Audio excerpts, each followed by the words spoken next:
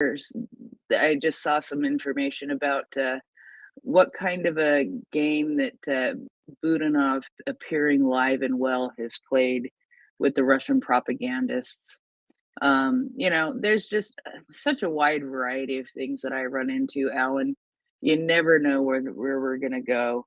Also, some comments by on oh no, it was the ombudsman um, criticizing the UN report on the war on Ukraine that came out yesterday, and that was about human rights and war crimes and such. So those are just a few of the things that I have on the top of my mind tonight. And that's why you and NAFO Dave have a great segment here on Maria Report. What did Russia lie about last week? That is a perfect lead in to a Letterman top 10. And I guarantee you, once you go from 10 to 1, the number one answer, what did Russia lie about last week? The number one answer is everything. Pretty much, pretty much. It is pretty much that they lied about everything. And it's I can't take credit for it, but it was a really good article from one of my favorite websites that I don't know how much you get to hear me talk about it, but people during this time slot get to hear me talk about it often, and that is the official resistance website of the MOD of Ukraine. So it's one of my favorite websites to get all kinds of little tidbits and news and information about what the resistance is doing in Ukraine. And who doesn't love a website where they tell you how to steal a tank? Yeah. Okay. You mean I could find out how to steal a tank? Uh, Yeah, I would love to. I would love to steal a you tank. totally could. I'd love to steal a Russian tank in Ukraine. Oh, yes, it has all kinds of amazing tips for people in the occupied territories who want to resist, including John Spencer's mini manual. So, Excellent. yeah, it tells you how to disable a car. It'll tell you how to shoot an RPG. It tells you all kinds of things. I do like the idea of the potato up the tailpipe, though. It just cracks me up.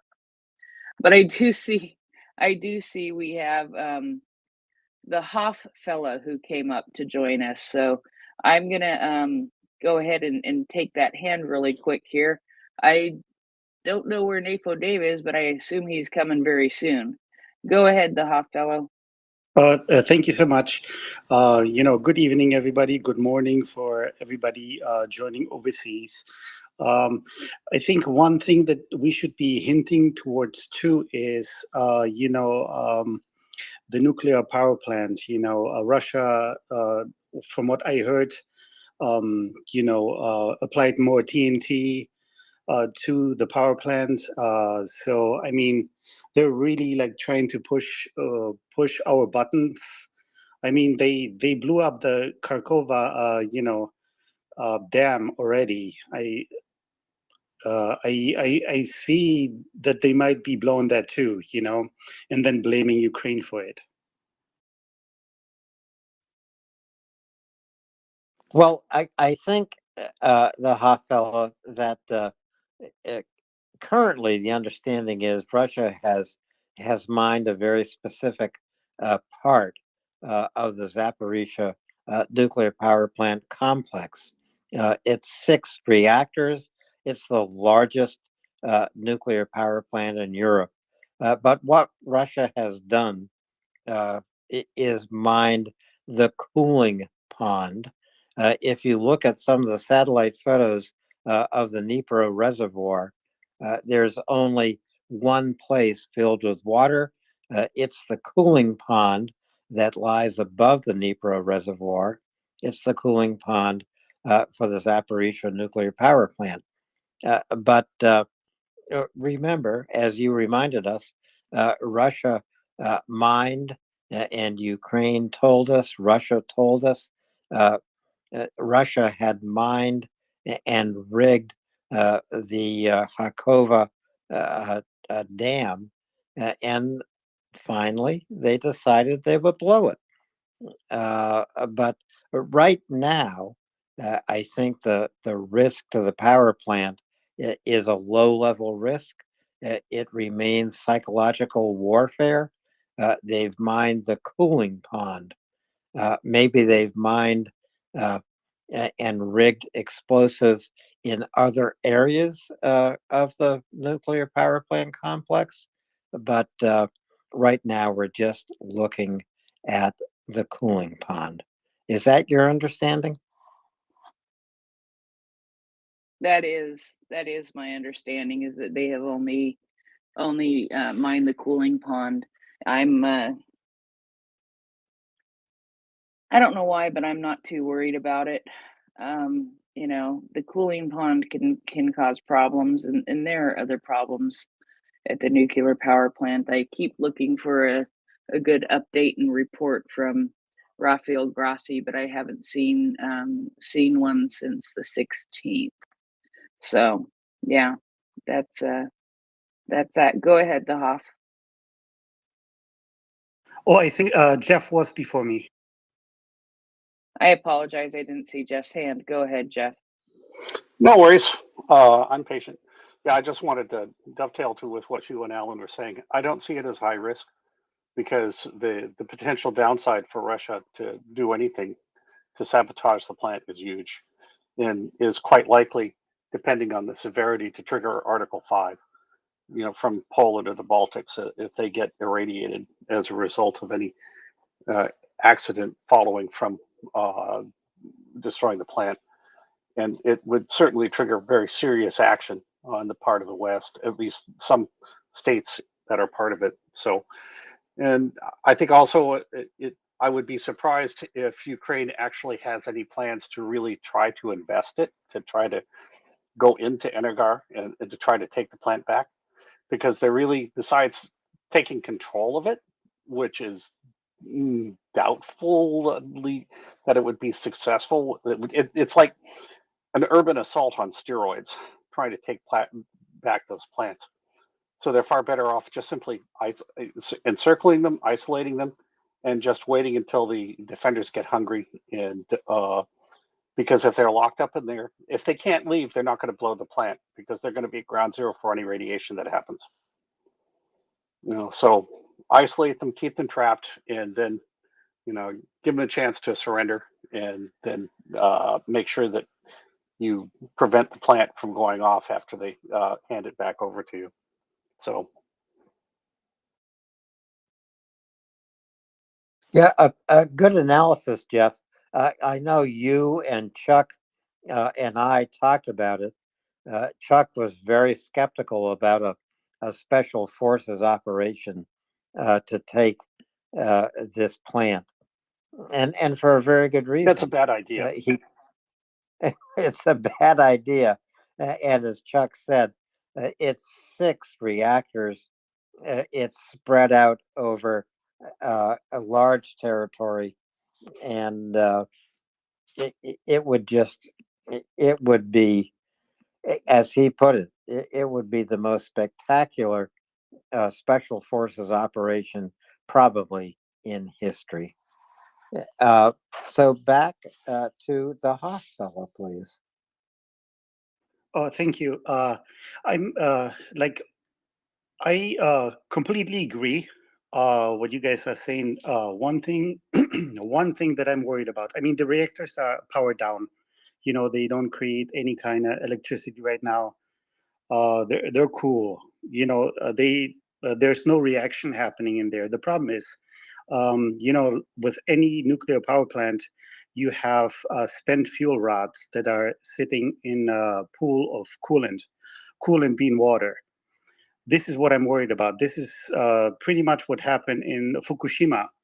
Um, you know, all those pools over there basically got overheated. Once the water ran away, they got too hot and created a lot of nuclear pollution. uh this is my thinking. Please correct me if I'm wrong. Well, No, I think that. Go ahead, Prince. no, please go ahead, Alan. I was just going to say, I think that's pretty accurate.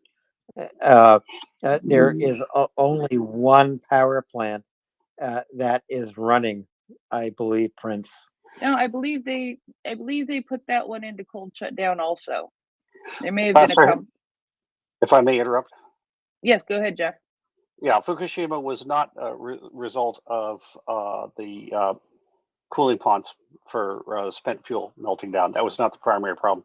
The primary problem was the core reactors themselves that actually were not able to be shut down completely and cool down effectively. And you actually had a combination of fires and hydrogen explosions that blew off the top of the containment. So a big part of Fukushima really had to do with the hot state of the reactors. Now, that said, cooling pond failures are nothing to sneeze at because you've got stuff with half-life of 24,000 years or more that's in those spent fuel rods. Now, after the first couple of years, they really do burn themselves out a lot, but there's still a lot of nuclear material in there that you've got to be concerned about for long-term storage. As you may be able to tell, I've spent a little time researching some of this stuff. But long story short, if they did do stuff in the Zaporizhzhia plant, it would no doubt it would be bad.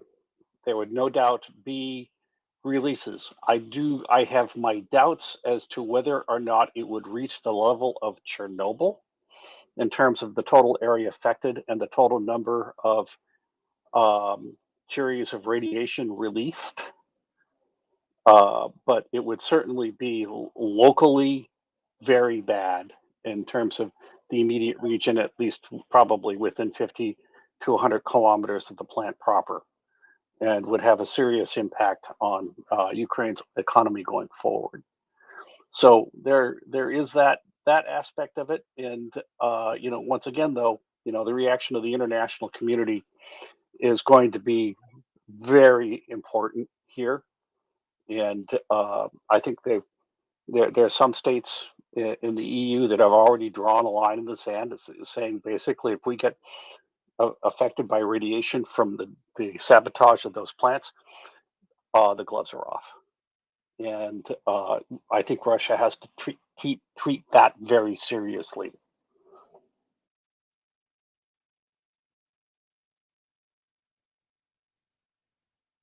I'm just going to take a second to say welcome, Nafo Devo.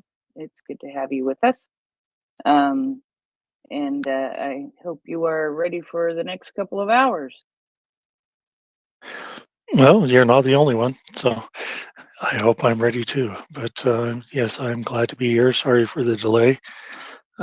We had a code brown and had to be taken care of. So, well, I'm glad to know. Well, okay, I know what that means, but for the listener audience, Dave himself did not have a code brown. I'm just going to say that there are children involved. So yeah. Oh my goodness. though you cannot assume that in my situation. So, anyway, Well, okay. enough about me. Yeah. Oh my goodness. All right. Well, now that we've gotten that out of the way, I've totally lost track of hands.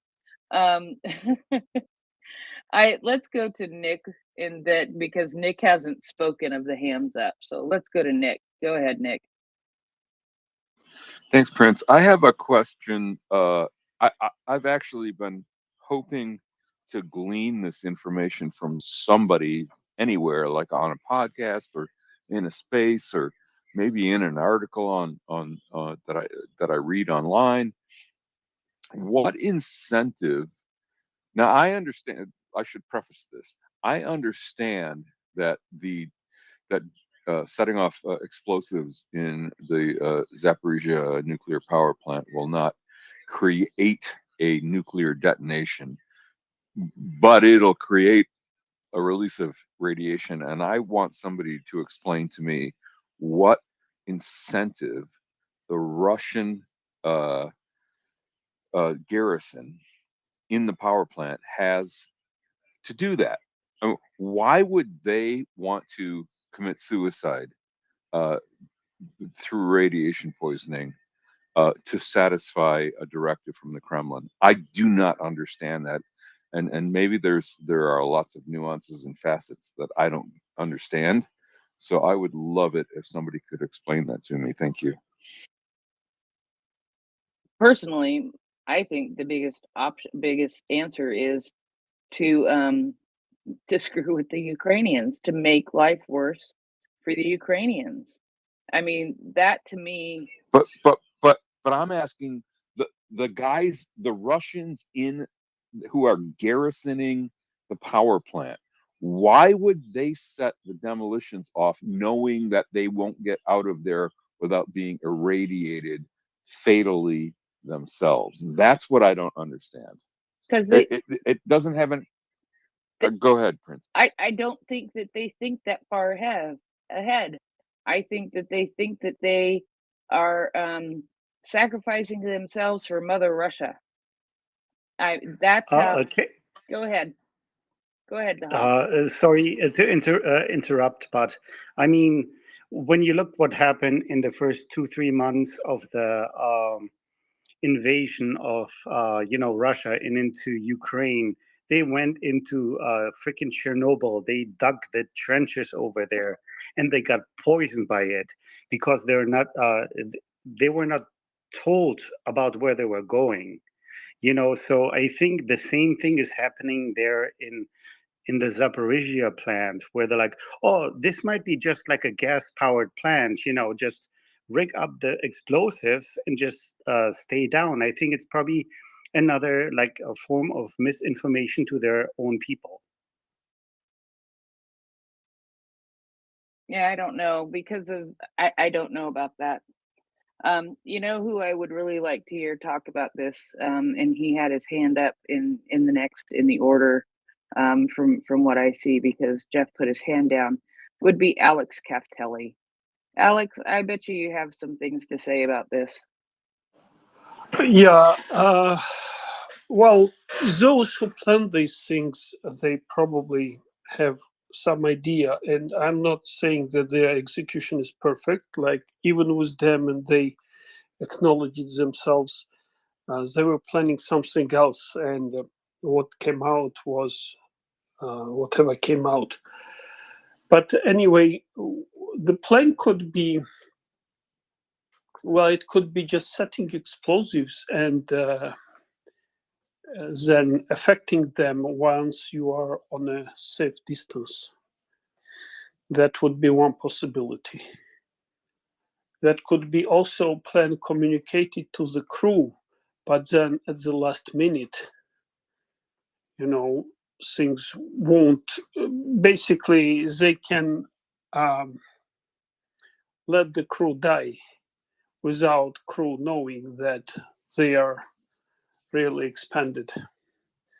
That's another possibility.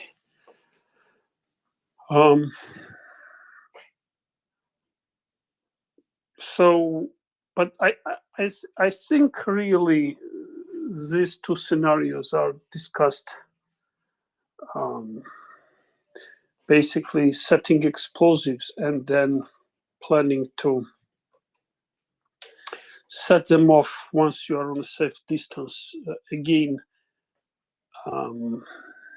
I do not think that the plant has been surrounded by Ukrainians at this point. So pretty much we do not know. It will be at their will when they decide to leave the plant.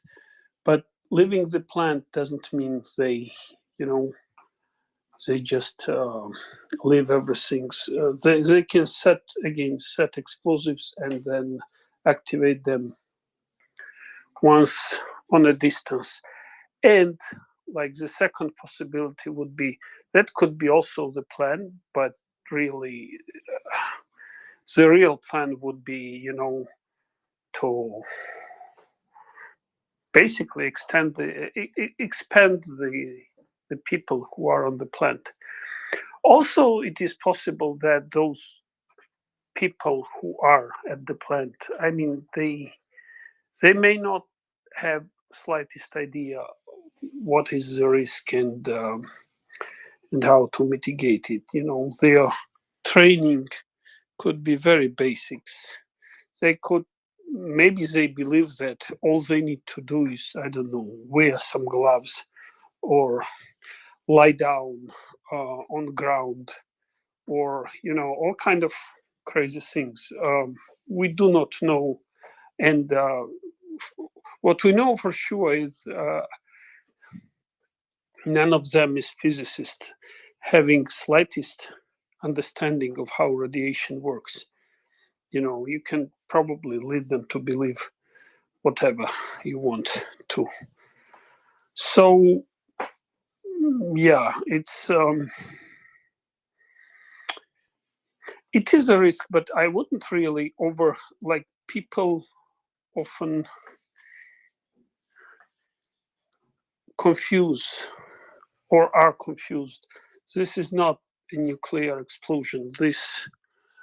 I'm not saying that this is good at all. Like Fukushima was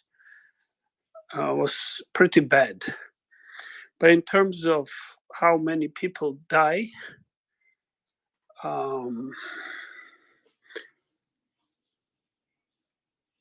this again, militarily, I do not think Russia will achieve much. They are using it because it's effective terrorist threat. To what extent it will give them any military benefit, I do not know. What I do know is that there will be very strong backfire.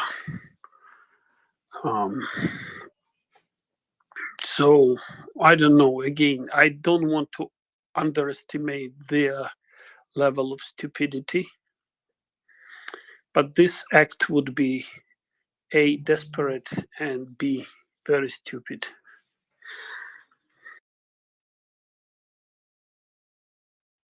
Yeah.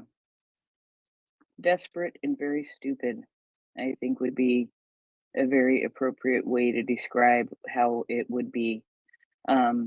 Because that, in reality, that I think is what it would end up being.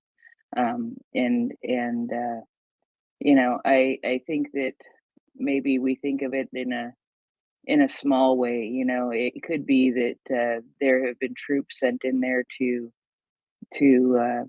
do mining or things such as that, and then those troops get rotated out, and the troops that come back in don't exactly know everything about it. So anyway, let's go on to Carl. Good evening, Carl. Hey, good evening.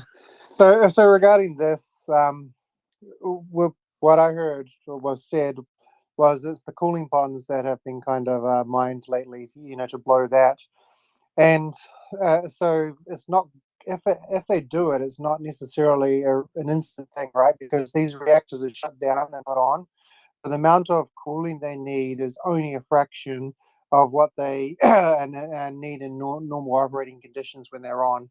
So if you blew that pond, it would take time for that pond to go down, and then time for whatever degree of impact it has on the reactors, so if we're no longer having cooling to be in effect, which is different than if you blew up the actual material into the air, or different than if they turned all the reactors back on first, right? And so I see it more like a slow fuse. So really, in this scenario, they could probably get out of Dodge before there was much of an impact if they wanted to do that. Also, it allows them to play games, right? If you think about kind of the psychopath who tries to torture people, it's possible you could blow this, have the water go down so far, and repair, depending on how big of a trench, with the right amount of earth movers, repair it possibly. You could get some commercial pumps and long enough um, well, hoses, I suppose, to pump enough in there because when I was talking to Mark Nelson about it, and he said you don't need that much supply when they're in this kind of current configuration. So there's so many different ways that they could extend this, right? They could do one thing and people freak out, and then then do the next thing and the next thing. But I don't think they would risk doing the worst possible thing that could be done because, as other people said, that might get a stronger response if suddenly they're putting a bunch of nuclear radiation out that could go to other countries.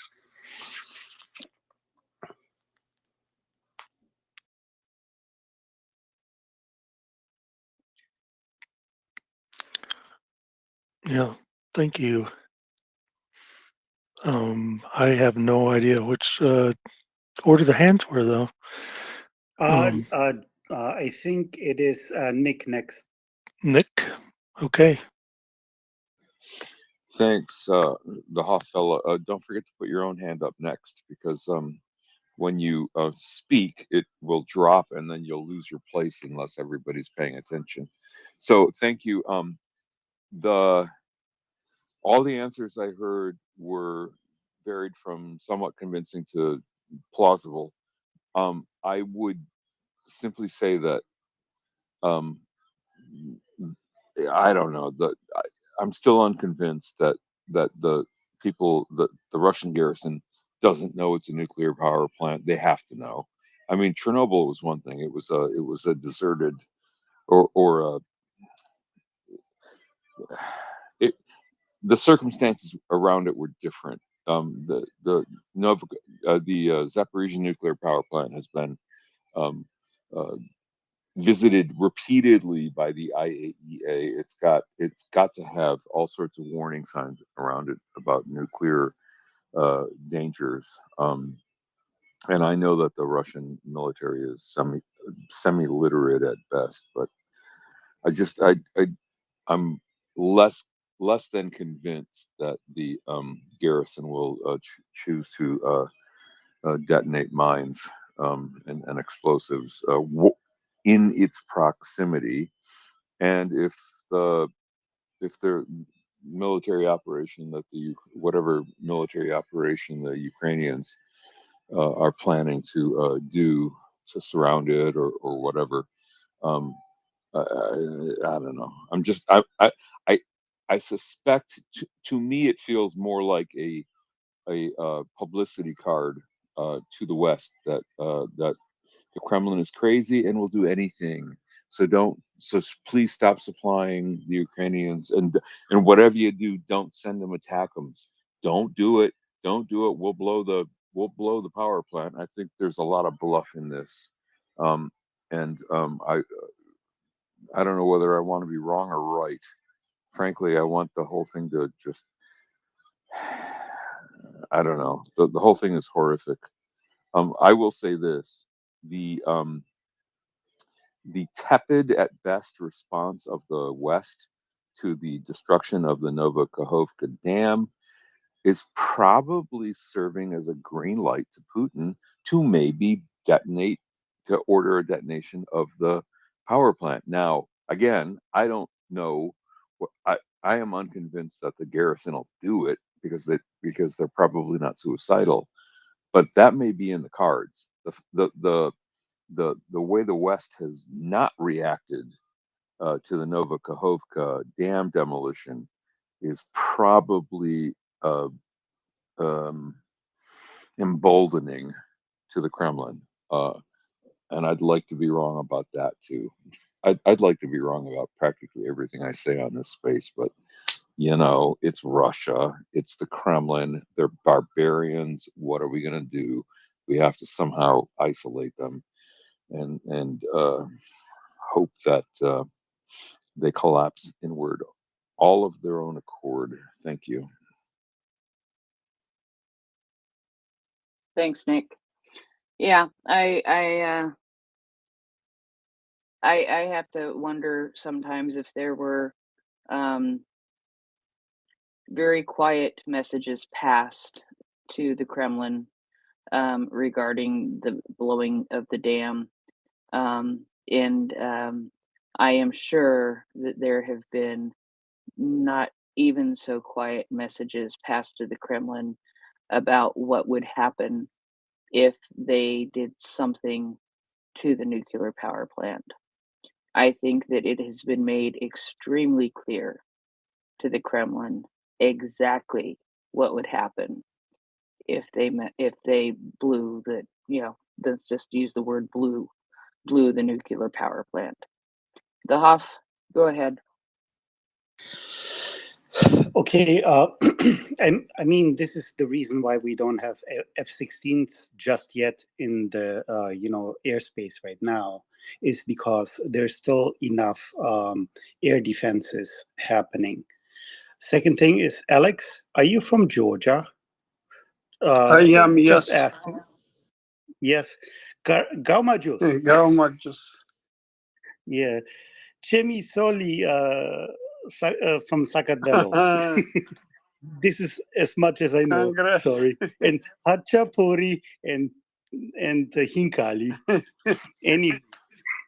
Very good. So I love Georgia. I've been to Georgia so many times. I love that place. We just went there 2 months ago. And I loved all the graffiti against the Russians. I love that. But going back on topic, the reason why we haven't seen like ATACMS, see, like when you look at the regular rockets that we have, uh, their air defense can't control it because it only flies for about like 50, 60 kilometers, right? Or 100 kilometers. When it takes off, by the time they see it on the radar, it already hit. With ATACMS, it goes 300, miles. The problem is when they can shoot that one down. It's faster and it's on a projected path. I think that's why we're holding back of it. The other one, the other thing about ATACMS, why we're not providing them, not supporting them. Of course, we would be supporting those. The problem is Lockheed Martin actually stopped production on those 2 years ago. So they got rid of all the rigs and all of that stuff to make all of those rockets. So there's a limited supply of ATACMS. So I think there might be something about 200 to 300 rockets in U.S. In the U.S. Armory. That's the problem why it hasn't been provided yet, because it is a good rocket. It works, but again, the problem is that the U.S. doesn't see is the same reason why Germany doesn't see it and why France doesn't see it, and Belgium and all the other countries, why they're holding back tanks and all the other shit. It's like, oh, maybe it's going to come up to our doorstep. No, the problem is this is the doorstep. Ukraine is the doorstep. If we provide everything to Ukraine and we wipe the Russians out at that point in time, we don't need the stock that we have right at home because the enemy is gone. I mean, this is like I think the thinking of all our Western allies thinking. Just give a little bit. Well, We heard them, but I mean, we could literally wipe them out without throwing one nuke. yeah, We could. well, the Hoff, as far as the ATACMS go, what I'm going to say about this is is I believe that there are more ATACMs out there than you stated. Number two, they may have stopped production of them in the United States because they're working on the next generation of ATACMs. They are, however, still made in other countries. Um, so yeah, they're made in other countries so that they, can be provided and are available from other countries also. There are several countries right around uh, right around Ukraine that have ATACMs. If the green light was given to send ATACMs could be there within 24 hours, is my bet. Um, and then those stocks of those other countries could be refilled. But as far as it goes, ATACMs, I think I think that they are something that will be provided. I don't necessarily agree either with them being able to be shot down so easily.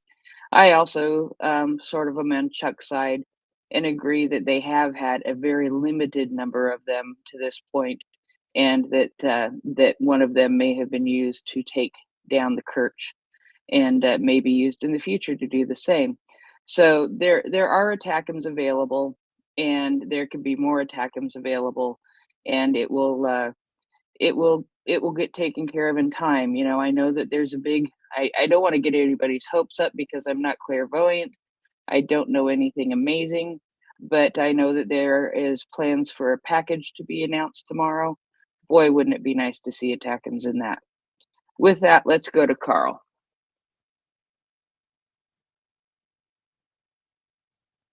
Hey, sorry, I had to find the unmute button. Um, uh, I was just going back to, I think, Nick, and I was talking about the possibilities, but I agree that, I mean, primarily the value to Russia is the info war, right? It is the propaganda. It is the trying to mess with people's minds, divide countries and societies. Trying to persuade us not to help in one way or another. And once they do something, then they've already played that card, right? Regardless of the consequences, right? Whether we only give them a slap on the wrist, or whether we respond strongly, that plays into their calculus. But once they do it, it's kind of over, right? But while they can do many steps towards it, or simulate it, or do something that could turn into something but isn't actually that thing, then they can just keep playing this card over and over in the propaganda and info war space. That's all I had to say. Thank you, Carl. Go ahead, Alex.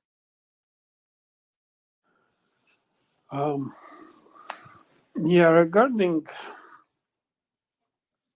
this threat of a nuclear plant, I think Russians are totally capable of doing nasty things, even though, again, militarily, I do not see how it will benefit them. But they will be trying to destroy everything that they cannot keep. To that end, I also, this is clearly their strategy, not to leave anything behind, just ground zero, like no city. Basically, they turn this occupied land into non-habitable area. So in terms of any moral ground or something, I don't think they have any barriers. They're totally capable. With regards to, yeah, and they will continue playing this game of, drawing these imaginary red lines. And I believe as soon as they see that it works, they will come up with more red lines. The one announced just recently, it wasn't announced by Putin, but I think by Shoigu, who said that if the West uses Storm Shadow or HIMARS to anything on territory of Crimea, then Russia will respond and will hit the centers of like command and control centers. I mean, if they could hit any command and control centers, they would have done it clearly. But this again, playing this card of tactical nukes or whatever. I think basically, as soon as they draw a red line, we need to go and cross it. It's we are not demonstrating enough resolve, and that uncertainty gives them opportunity, or which may be a wrong impression, but it still gives them perception that this tactic works. So, yeah, I think it is, to some extent, it is damaging tactics. And the reason they continue with these tactics is because, well, we are still not sure whether we give this or not, whether we give that or not. And it looks like we abide to some kind of lines that somebody's drawing. Yeah, because we agree with that. That's the problem. We agree with those lines that they put into the ground. And we need to think about change our point of view. I mean, every single time, whenever they do something bad, I mean, look at, I mean, I'm originally from Germany. I was taught what to look for, fascism. This is pure fascism that is happening. I mean, Russia under Putin is fascism. Pure. I mean, it's pure. And that we fought them back in the 1942, 1943, 1945. And that we don't have the resolve to do that. It's like, you know what? It's like, you know what? Let's pucker up the butt cheeks, fucking go for it. I mean, sorry. I mean, this is my thinking. It's like, no, it's like, we're done with this shit. I mean, how many people died in this war already? I mean, this is like approaching Second World War death for people at the war side and people like regular people. I mean, don't you want to have like the best? It just makes me. I mean, right now I'm getting like very. I'm getting to the point where I'm not thinking like strategic, but I'm getting upset. Yeah. It's like, this should not happen. Yeah, it's there are many times that we get upset with things that are happening when it comes to what has been happening in Ukraine for over a year. Um, and yeah, I would like to try to move on from this here soon, because I think we can talk ourselves into a circle and not get anywhere, because I think we've covered the highlights of things. And at some point it doesn't become productive to keep rehashing the same things when there are several variables that we don't know. But I think the most important thing to know is that I do believe the likelihood of anything happening to the nuclear power plant is very low, and and you know, we take it one day at a time and see what information comes to us as it happens. Go ahead, Nick. Thanks. Yeah, I appreciated everything I just heard from everybody who was just speaking. The Hoffella and Alex and you too. I just want to point out that um, we talk commonly because we are rationally minded people that we don't understand the military expediency of this action or that action from the Russian high command, and we can't because they're not rational.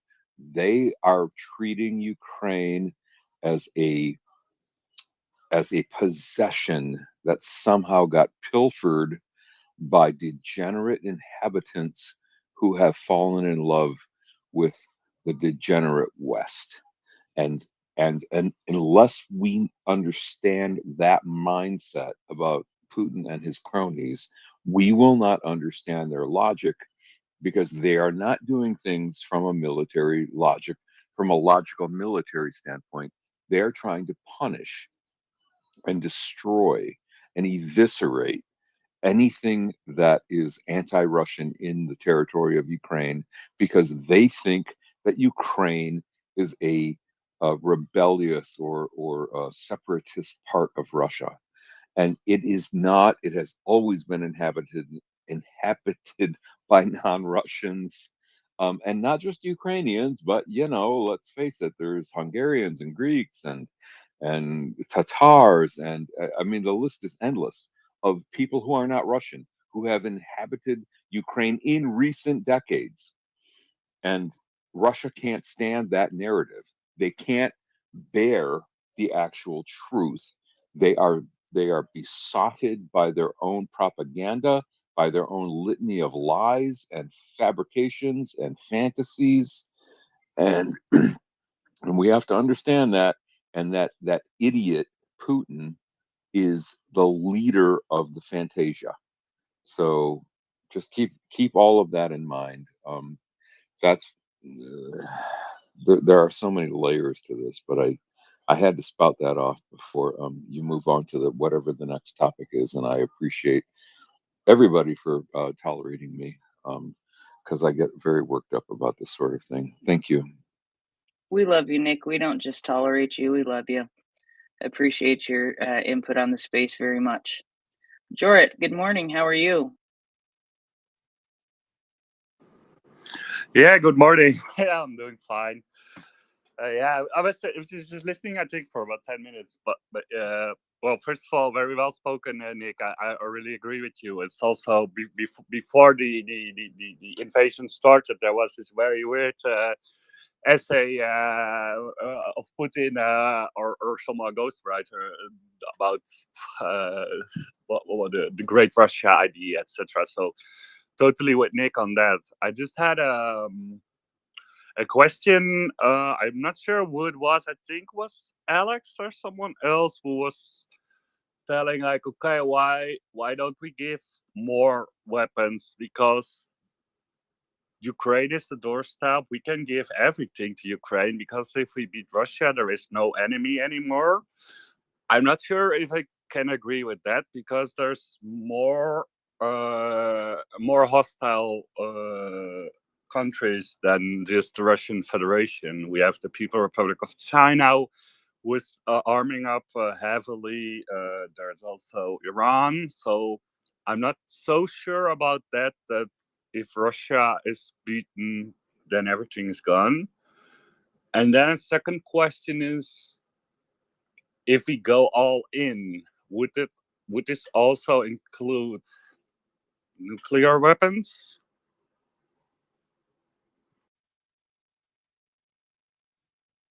Yeah, I don't think that the West would use nuclear weapons as a first strike. And you know, I just I what I see is that that the West would respond if a or tactical nuclear weapon or a accident or an intentional blowing of the nuclear power plant were to happen. Um, and I don't know who it was that had said what the other thing that you had said, but I'm going to go to the Hoff real quick, and then we'll try to get to that. Go ahead, Hoff. Yeah, I mean, I don't see the West actually using nuclear weapons ever again. There's no need for it. If Russia would be using, the nuclear plant to cause a catastrophe, I think what most likely would happen, the whole Black Fleet would be wiped out. They would take care of the Black Fleet for sure, but not cause more of an escalation. I mean, if you like blow up a nuclear power plant, no, that's horrible. I mean, I'm a Chernobyl kid. I grew up during those times. It was one of the first things that I actually remembered when I was a child. I was born in '78. I seen when Chernobyl happened. I seen when Challenger exploded over the sky. And no, I don't see that happening, not on the Western side. I cannot see that. No, I mean, if that would be the last resort to use nuclear weapons from the West. It's all there to keep everybody in check. That's how I see it. But I mean, it all depends on what happens. I mean, right now, what Russia is doing is they're just again trying to get us scared. Scared not to send tanks, not to send rockets, not to send equipment. They always talk about a red line, but they don't have a red line because I mean they have nothing left anymore. I mean they honestly they blew their big load within the 2-3 weeks in attacking Ukraine, trying to look all like big bad asses, trying to like take over a country, and then they got their nuts freaking kicked in. So I mean, what do we have? What do they have left? All just red line talk. It's like, oh, we're gonna nuke you. With what? Are you really gonna nuke us? We're just supporting. We're just sending like regular tanks. Like, I mean, when you think about it, Russia actually has been the biggest exporter of Ukrainian tanks over the last 2 years because they captured so many of them. So it's like, they're fucking idiots. I mean, sorry. If you like Russia, I mean, they're just fucking idiots over there. All right. Yeah, we're getting the swear jar all piled up tonight, aren't we? Yeah, I think the chances of the West using nuclear weapons is exceedingly low because we don't need to. Our conventional weapons could easily take out any part of Russia that we want to, and I'm pretty sure Russia knows that. So I see their nuclear posturing is just that, it's saber rattling, and it's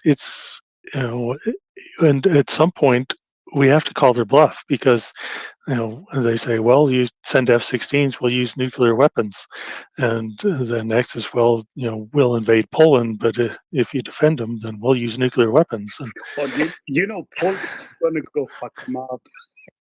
yeah, exactly. It's gonna But be kurva mać. Don't get the Poles mad at you. Yeah, that's all I can say. Dude, I'm 54% Polish. Yes, kurva. I shut myself up now.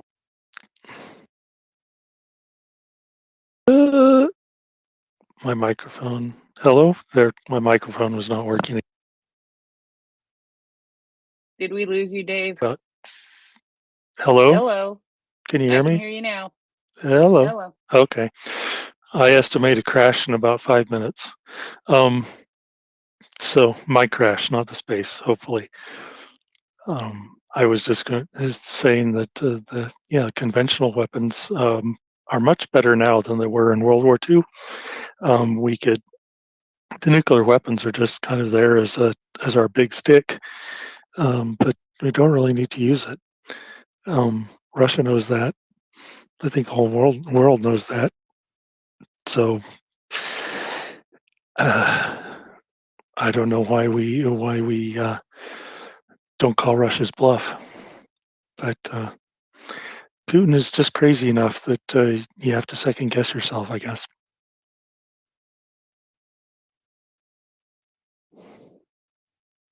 So, Yeah. hello? Yep. You can still hear me. Yep. Good. And I effectively dropped all the hands. No, the Hoff has his hand up, but then we're gonna move on Oh, because I have it. Go ahead. My screen is frozen. He's frozen in a laugh. Ah. Let me see if my screen is not going to respond. So yeah, crash. I'll just go ahead and leave. Okay. If Nancy, let me check in the back channels, see if I can Yeah. yet. But expect a crash from All me. right. We'll see you on the other side. Go ahead, the Hoff. I mean, I'm like I said, I'm a Gen Xer. My whole family. I mean, do you want to hear about my history of not my mishaps, but my family mishaps? Well, I'd like to get on to sort of a different subject here. No, Yeah. no, but it's going to be. I mean, it's not going to be fun, but it's going to tell you about the history that I like lived through. It's like I grew up in the 70s, 80s, 90s, right? And my family, both sides, from my mom's side and from my dad's side. I mean, they on my dad's side, they were enslaved by the Germans during the Second World War. So we were people without nations. We didn't have a passport. On my mom's side, they were actually fighting the Germans in the French underground, and they were Polish people. So I mean, we fought in the Second World War pretty much, and I mean, it was fucked up. Like one of the stories my grandma told me is the SS came into their bunk, and one of the girls was seeing a GI, and pretty much got killed. And I also went to Auschwitz in 2012 to see the mayhem, what happened, what Germany did, right? Because I grew up in Germany, and everybody's like, you gotta go see it. And I seen it. I went to the gas chamber, and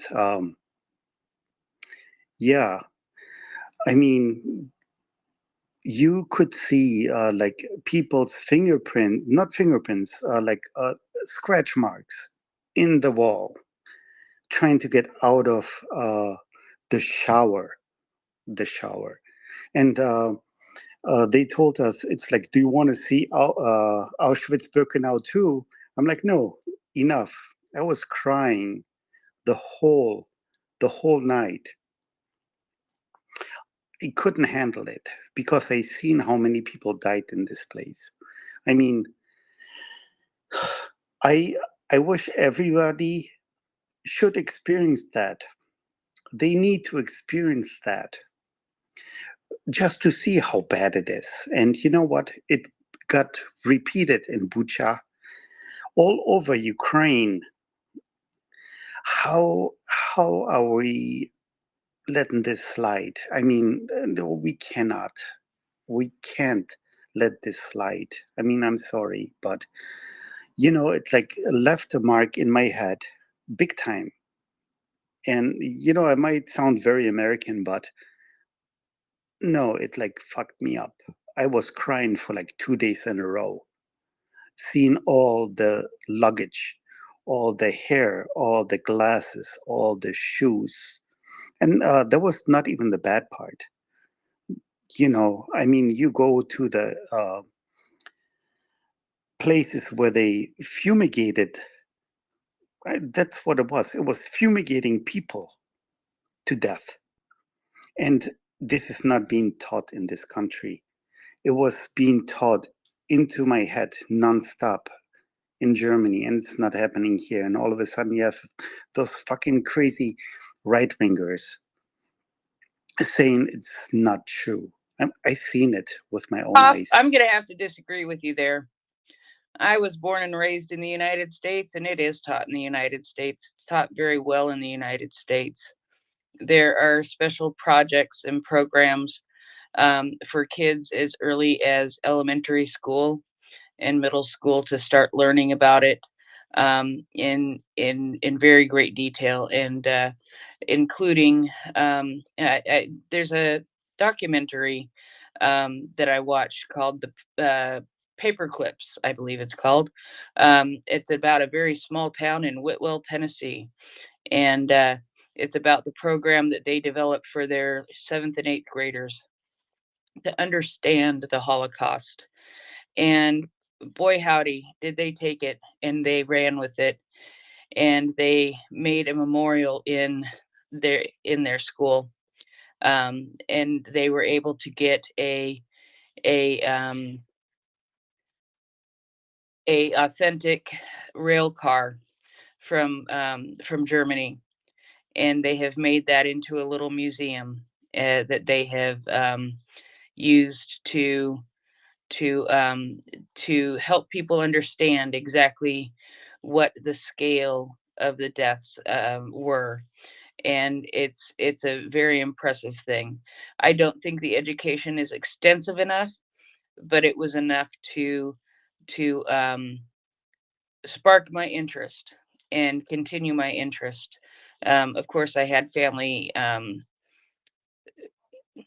family, not direct relatives, but family acquaintances that had lived through, and helped me to understand a great deal more than I learned in school.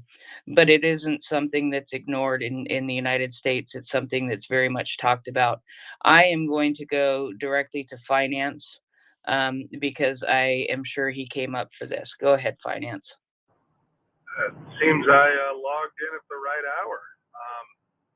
Yeah, one of my regular comments is someone who finds history fascinating. That was my major in undergrad, and obviously is known pretty Jewish. We actually do a great job on Holocaust education in the U.S. Where we fail, like where most places fail, even worse, is on educating everything else about Jewish history.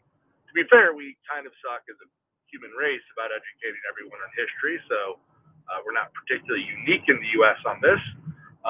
But I made this exact point in synagogue, talking to a bunch of very active in Israel advocacy Jews, and it was crazy because I said, we have enough Holocaust advocacy. What we don't have is the fact that there's plenty of people where I have to explain what a pogrom is in history. And that was even worse when I was in Baltics, when I was hanging out in Estonia. Like, just random people I wound up discussing, because discussing the history of Russia and why my family's not there is, the ancestors I had from there left under pogroms. And the Estonians, who have been genocided by Russia, you would think would know the term. They're like, what's pogrom? Never heard it. Right? And it's not that they didn't know the English word for something they had in Estonian. No, they had never heard of the concept. When I say we have enough Holocaust education, I've talked to, fellow very learned Orthodox Jews who are Ashkenazi, and I make the comment that, like, nobody knows what the Farhud is. For those who don't know, the Farhud is the massive pogrom and ethnic cleansing of the Jews of Iraq. That community dates back to when Nebuchadnezzar in the Bible destroyed the first temple and took a bunch of Jews to Babylon. Babylon is where Iraq is today, and they were there from then until the 1950s. And the Farhud is when they were all, the was a massive multi-day pogrom where many Jews were killed, and they all left. We do a great job doing the Holocaust. We do a terrible job on literally everything else for people to understand the holistic, thousands of years of oppression. This, of course, pertains if you want to talk about other places as well. The number of people who've never heard about, say, the Holodomor is quite high. Like the idea that this isn't Russia's first bite of the apple, right? Russia genociding people is nothing new, right? The pogrom was the term comes from Russia for the way they went to destroy and commit atrocities on the Jewish shtetls, where we were forced to live in sort of suburban, not quite urban, not quite rural, because we weren't allowed to own land areas. And they would just run through and raise it, right? That word comes out of the Russian Empire and the ethnic oppression that occurred there. Jews had a particularly bad experience under Tsarist Russia, but it's not like the Russian Empire was unique in oppressing only one group of people. So I would say that when you want to talk about history, lots of places do it particularly badly for whatever its flaws. We actually do Holocaust education okay here and elsewhere. At least most people have heard about it and know what it is.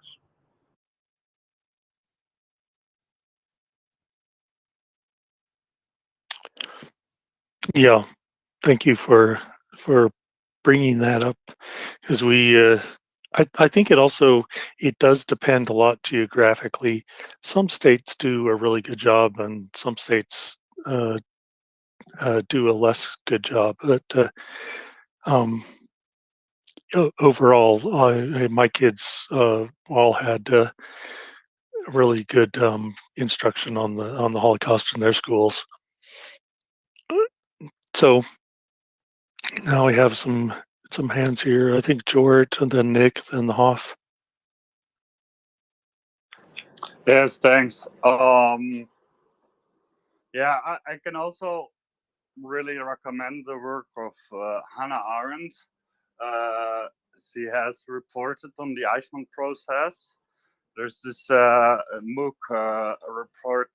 I know Eichmann in Jerusalem reports the banality of evil, and this concept, the banality of evil, is really interesting, not just for explaining or trying to give explanations for the atrocities of the Holocaust, but also for other more recent events, how ordinary people can be sucked into a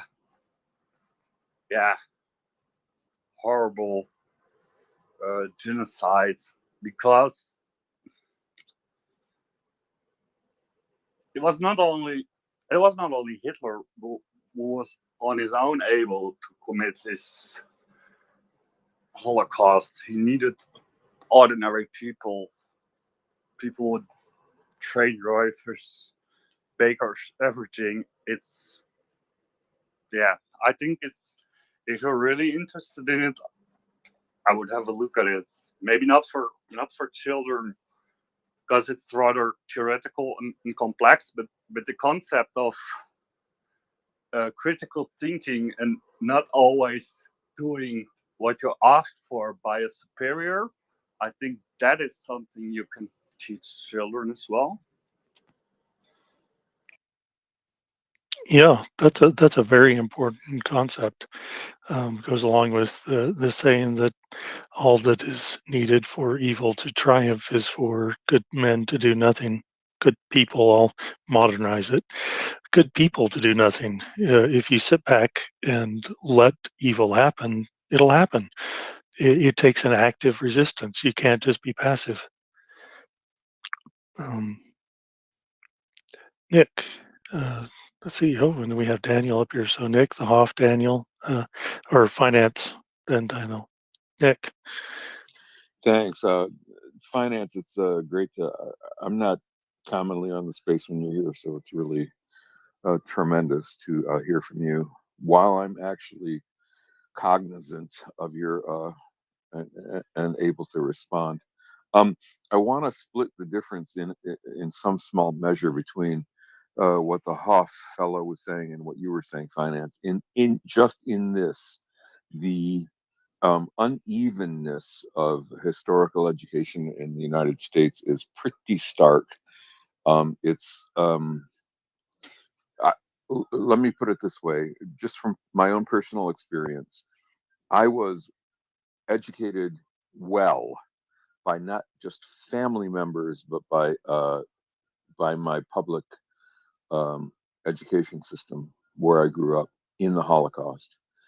And yet, a few years later, well, a couple of decades later, um, my nephews were getting the bulk of their Holocaust education not from their public schools, but from my sister, their mother. And they learned it and they know it, but they didn't get much of it from the schools. They got the bulk of it from my sister.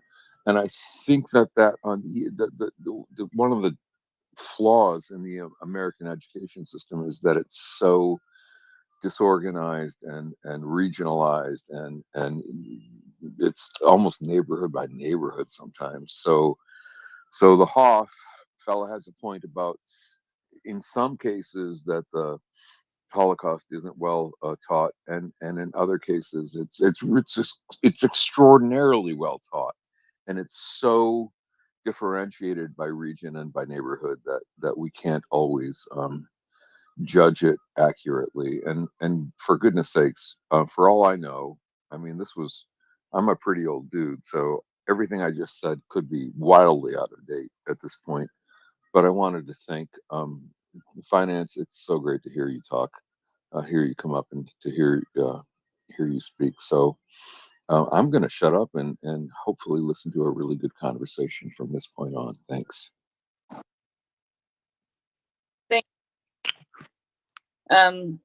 I appreciate it. Let's go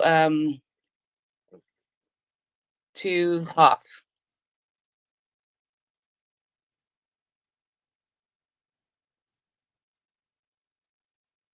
The Hoff, the mic is yours. Oh, yeah, I'm talking to myself. I didn't hit the mic. Sorry.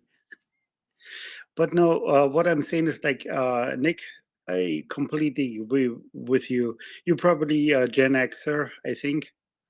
You grew up with the same bullshit that we grew up with, nonstop, being under a desk. It's like, Soviet Union is going to attack us. But the way I see it is like, I'm married to a Georgian woman, and my whole fight before the whole Ukraine fight happened was in 2008, when they invaded over there. And I was dumb because it happened over Chechnya back in 1999 and 2000. We should have paid attention to that too, but we didn't. Why? It didn't make us money. US, it didn't make us money. The only time when we care about anything, I mean, the United States, is usually if it makes money. You can look at, in 1992 when we invaded Iraq, because they were like really hitting the oil. The oil. It was all about the oil, right? And then you had that in 2001 when the towers were hit, and then we hit the wrong country. I'm like, why the fuck are we attacking the wrong country? It was the Saudis that actually did that job. But no, we went to Afghanistan. That was stupid. I mean, it's my opinion. Maybe we need to like readjust where we putting our efforts in to actually make life better for people. because everybody has what, at most 70 to 80 years to live. Let's make it better for the people. I know I sound like freaking what's his name, Bernie Bernie Sanders, but no, I mean most of the people on this planet believe that. It's like, don't fuck with me, just like let me do my job. Let me be successful. That's all we're looking for. Everybody is looking for being successful, right? I I I I'm not looking for making $1 billion of money. I don't care about money. I want to have a good time with my family. That's all I care about. That's all I care about, you know. But again, it's my opinion. Thank you. Thank you, the Hoff. Go ahead, finance.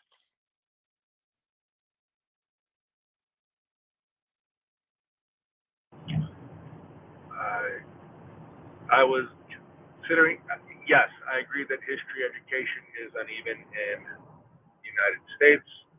No argument whatsoever. Yeah, and certainly I'm not going to opine on all other countries where, you know, somebody wrote a quickly deleted tweet to me about, shall we say, lack of World War II education in Japan. Yeah, the World War II level education in Japan is deeply problematic still to this day. So, you know, clearly different countries have different standards here. And, you know, look, there's plenty of other major events, you know, that happen that just aren't even taught in, you know, most American history classes. I have a supposedly great history degree, and I was well graduated in my, you know, late 20s when I first learned about the burning of Black Wall Street, right? So I could have an Ivy League history degree as a graduate without ever having learned that. And I was someone who read his history textbook for fun in, in middle and in high school. So clearly, there's plenty of things that we can do better in history. I think that more and more rigorous history learning would be just sort of great for schools in general. But I'm also biased to the subject, so do appreciate the thoughts here. And I also generally agree. I don't think you need to be Bernie Sanders. I think this is summer where Mr. Sanders, in his Russian-loving ways, if he were to say that, would be saying something that would agree with, say, Lindsey Graham and his diametrically opposed economic views and far more proper views on Russia, which is that most humans want to get on with their jobs, get on with their life, and not have to be bothered too much by major other events, kind of like a genocidal invasion of your country. So I don't think that is a particularly left-wing view whatsoever. Anyways, kicking it back to the host. Thank you, finance. One thing that I've learned through this the last 16 months is there is a lot of world education that I did not get in school, and boy, do I wish I had, because I didn't know what the Holodomor is. I do now, and boy, do I wish I had known about it sooner. There are many things that I didn't know about, that I have learned that I wish I knew. I honestly wish I knew more Russian history, because I think that it helps to inform us as to what is happening today. And that's one of the things that I have up on my screen to maybe go through a little bit later. But before we do that, Davo, did you want to say something? I just wanted to jump in that I grew up in this Oklahoma, where the Black Wall Street was. I had several friends that grew up within several blocks of where Black Wall Street was. None of us ever heard about it. It was not taught in Oklahoma history. I didn't hear about it until about 5 years ago. So yeah, there's things in history that get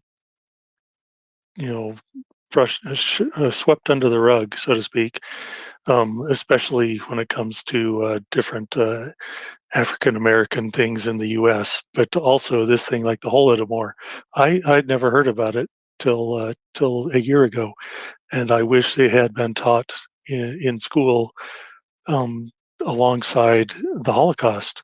We had a really good we got really good Holocaust teachings, and um, it is I guess there is a survey about how millennials and Gen Z don't understand the Holocaust. Well, at least so I have a millennial and I have a Gen Z, and their school did a very good job of teaching it, and they understand it. I think this is something that Karen wanted to talk about. We can discuss it a little bit when she gets up here. I think Daniel was first. Yeah. How are you doing, Daniel? Daniel was first, but you're right. Even within our own countries, we don't learn the histories. Same with me as far as Black Wall Street goes, and of course Juneteenth, which was just for us still who it is June 20th, was just yesterday in the United States, which commemorates the emancipation of enslaved Americans. It was when it got to one location, which was the last location to hear that slaves were freed, and we never heard about it, never were taught about it. I had no clue until a few years ago when it suddenly became a holiday. Go ahead, Daniel. Good morning. Why do you play today like old grandfathers? Why you are so skeptic, so tired, and look so much in the past? I don't want to talk about history. And let me remind you, the Holocaust was a lesson. And everybody expects that mistake will never repeat itself. That's why it was pursued, like, need to be learned in the schools, need some institutes, and we will help the state of Israel forever because this must not repeat it. Sadly, things like that happened, not organized, not systematic, because few people are German in this world. But let's step a bit from the past. And I think it's necessary. If you want to have the energy and to pursue a better future, don't watch with vengeance. Put on trial, make justice, and step to the future. It was a statistic very important in perspective. After the World War II, the entire humanity become more peaceful. I know it sounds weird, Korean War, Vietnam, so many conflicts in Africa. But the reality is, we are in a good road. Sometimes nuclear threat starts from our heart terror, which was, instigated in the 50s, because everything was nuclear at that time. Everyone was scared about that apocalypse. It's so much in deep culture about nuclear Armageddon. What happened after? Reality is, every modern military watch the nukes and consider them unuseful. I wanted very, very, very much to tell you this this horrible war, this nightmare for Ukrainians, has good lessons, has also great perspective, not only for them, but for everybody. Nobody say their association with European Union is like a dream. It's on the road. In the future, they don't expect to have security challenge because NATO membership is not a question mark. It's almost certain will happen. And this will be a message for everybody. When you hear about alliance of evil, Russia, Iran, China, how dangerous. Maybe it will be a war in Taiwan. Take a deep breath and imagine what will happen next year, next 2 years, next 5 years, next 10 years. Look at decades in the future. It will be a big warning. Any aggressor, even the size of Russia, not only can be defeated, but humiliated. A political system which is founded on lies, criminal enterprise, distraction, infiltration, using nerve agents, ecocide, genocide, will be punished so heavily. Anyone who tries to repeat this endeavor will see how it ends. Ukrainians will become probably not a just successful nation. Every European member who joined the European Union after 1999 is much happier, prosperous, have more, perspective. Problems will be forever, all the time. We'll have disagreements, arguments, we'll criticize, we'll try harder to improve, to change, to fix the problem. But take a deep breath and look a bit. What will be? Russia will remain a state? No idea. There will be something called the new Russian, a smaller republic, weaker, maybe, less threatful for everyone. I don't know. Nobody knows. Nobody can predict the future. There are no Cassandras here. But for Ukraine, everybody works very, very hard with tons of money, tons of political and social support everywhere. And it counts. It counts to see not Western European, not South Korean, not Japan, not Australia, Canada, or United States helping them, but the motivation behind. When we saw von der Leyen come yesterday and said, next 4 years, European Commission will give Ukraine 50 billion just to pay, pensions, bureaucrats, state to function. It's just a gesture of the future. And everybody will remember this. Everybody will acknowledge. Everybody will be prepared. And be less scared about our enemies, these guys who hate democracy. They have no future.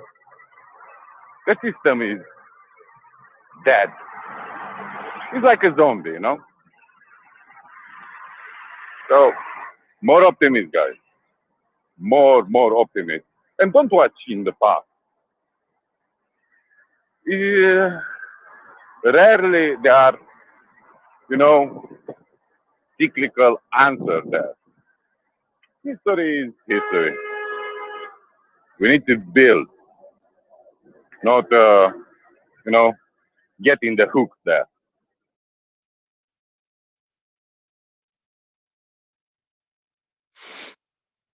Yes, I appreciate your message of optimism, and that's something we try to emphasize here on MriyaReport is that we look at the positive. There's so much negative that you can focus on, but we need to focus on the positive and look to the future to change for the positive.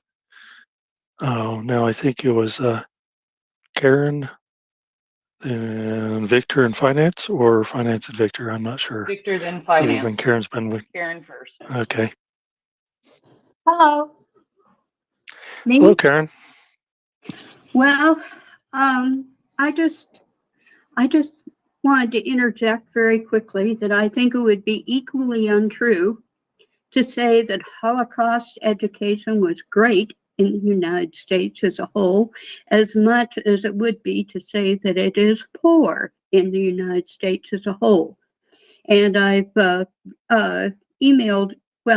tweeted some examples to you, but we have a right-wing element, and I'm not going to make this about American politics, but there is an element that is trying to discourage Holocaust education, education about slavery and Black people, and there's a lot of things that are being discouraged. For one example that really got me, there's one Texas school district that said that if you teach the Holocaust, you have to teach both sides of it. Well, I'm sorry, but there is no way to both sides an event like the Holocaust. There's no two sides. It's good and evil. And I would say, I will tell you this. My grade school days were in the 1950s and 1960s. I'll be 70 this summer. I remember having a very clear idea of what the Holocaust was and how bad it was. And that's partly because, well, it was discussed in school in the upper grades before I got into high school, but it was also discussed at home. My parents were very anti-Hitler, and my dad was a World War II veteran, and they spared no words in they did not hesitate to edify me about what World War II was about and just the horror that followed. I will say that there are events that I wish I had learned more about in high school and in grade school. One of them, as you were saying, I will agree, was the Holodomor, although my mother was quick to tell me that Stalin starved a great many people, and there was a vague reference to that in high school. I will say that there wasn't there, but there were other things worldwide that weren't real clear.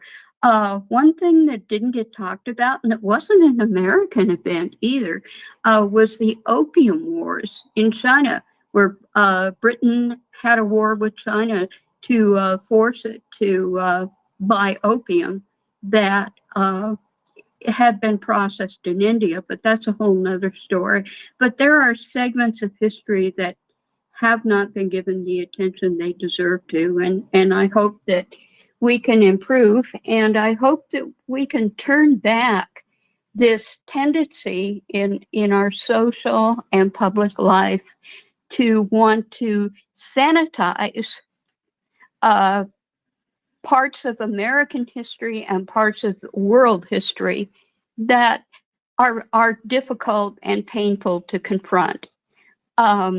If we don't face these things now, we won't be able to prevent them. And I think, well, that's all I got to say. So thank you. Well, thank you. And I think that's a key thing that is going to happen here in Ukraine is that, this invasion, Putin is going to be then taught as Hitler, that these kind of, acts of aggression will hopefully be added to the never again, that we should never let a dictator like Putin come to power again. I don't know how we'll stop that, but anyway, just my thought. Finance, you probably have a much more eloquent way of explaining things. Two things. One, to Daniel's point, this is the ancient adage of those who do not learn from the mistakes of the past are bound to repeat them. Certainly, it seems a lot of people learned the wrong lesson from the past, and we wound up dealing with the genocidal war. And it would be better if we weren't all talking about this right now, 24 hours a day. It would be better if there was no war going on right now. But Russia is who they is, and finally they are being stopped in the modern times. And I certainly agree that in the future, we definitely need to make sure that the history of this exact war is learned, and that the hows and whys of Ukrainian victory, which needs to happen, are taught. And to Karen, I would say that yes, there's been a couple issues with Texas and Holocaust education, one of which actually came from Democrats.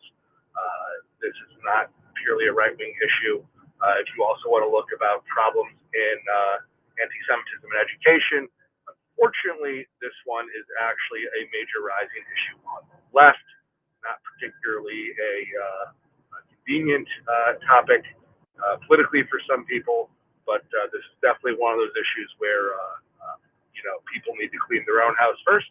Absolutely happy to call out the school district in Texas that was asking the proper way to teach both sides of genocide. Clearly, they're not. Certainly, we're going to see pro-Russians talking about teaching both sides of the Holodomor and probably both sides of this war within 5 years of it ending. And somehow both sides doesn't include the Russian people were genocidal. But yeah, you need to push back really hard against that. But no, there is absolutely rising anti-Semitism in education. You certainly see it. I'm a Sephardi Jew, as bizarre luck would have it, and you see a lot of it in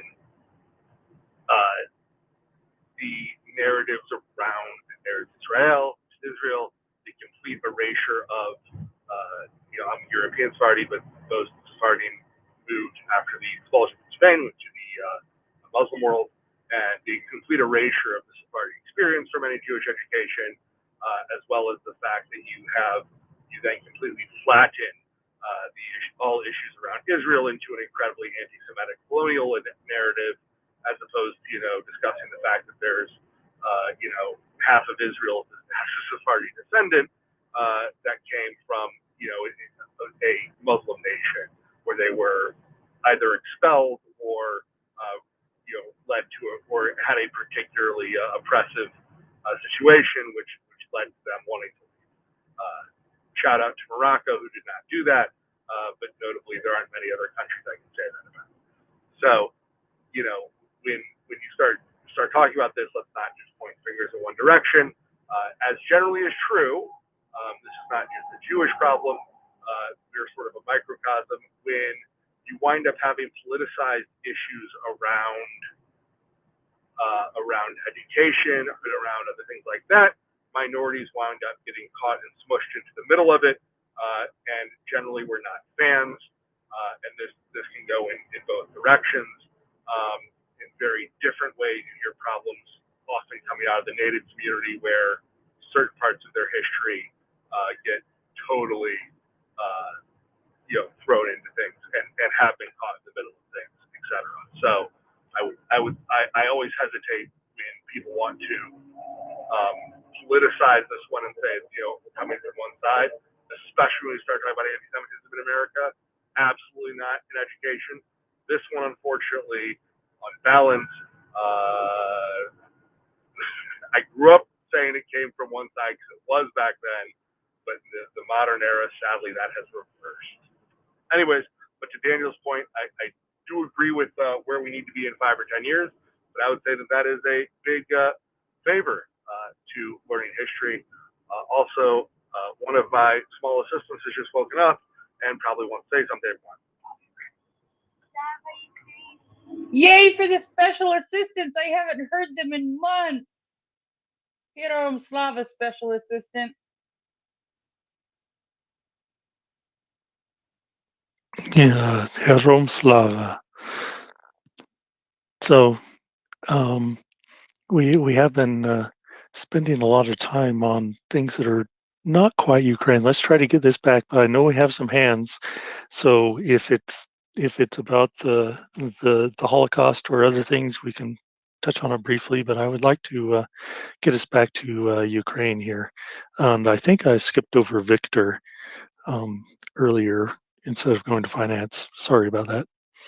It's not a problem. So I teach college. I teach college history. And one of the things I find, I'm just going to briefly talk about the Holocaust. I'm going to give you a couple of suggestions of books to read that relate to Ukraine and other things. I find that the students I get, well, here in New York, where I live, Holocaust education is mandated throughout the school, the primary and secondary school. One of the things I find is, though interestingly enough, is that by the time students get to my classes, there are some very basic things that have never been communicated that are relevant to how we deal with fascism and totalitarianism. And one of them is pointing out that so many students are unaware that of how small the Jewish population in Germany was, and how that affected how that shaped politics. But I will stop on that and move over to Ukrainian history. First of all, a couple of suggestions. If you've not read it already, Tim Snyder, whose name has come up, I believe, here. He really made his name as a scholar of Poland and Ukraine. And his book about Bloodlands is definitely worth reading because it puts the Holocaust, the Holodomor, and the ethnic cleansing that happened during World War II in that part of the world all together in one book. So I highly recommend that. If you're interested in a somewhat more optimistic look, his sort of survey of basically 500 years of history in the reconstruction of nations is also worth looking at.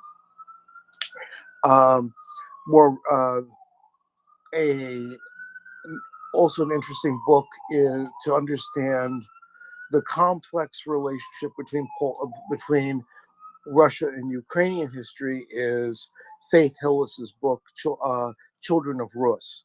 I think it's an absolutely fascinating book that talks about how both great Russian nationalism and Ukrainian nationalism were, many of the same people were involved in both at different times. Absolutely in the 19th century, and she takes it up to World War One. And then I'm just going to, this is not an endorsement of his politics in any way, but a really interesting book to read, sort of primary source, is Leon Trotsky's My Life. He grew up in southern right bank Ukraine, not far from Kherson.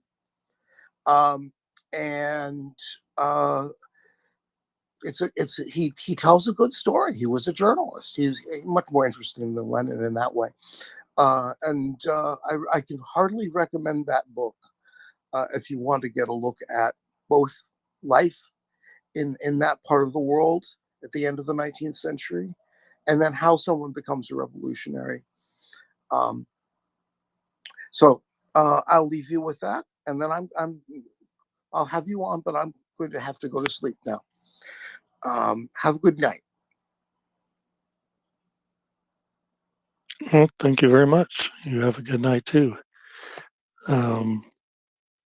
It. George. Oh, so, Jorrit, go ahead. Yes, thanks a lot. Yeah, I just want to briefly respond to Daniel's story or his comments. I think I can agree with almost everything he said. The only thing I'm not entirely agree with is that we should forget about history and just look into the future. Um, I'm really not the type of person who says we have to learn history to predict or to make a better future. That's certainly not. I think history is not is certainly not a good predictor of the future.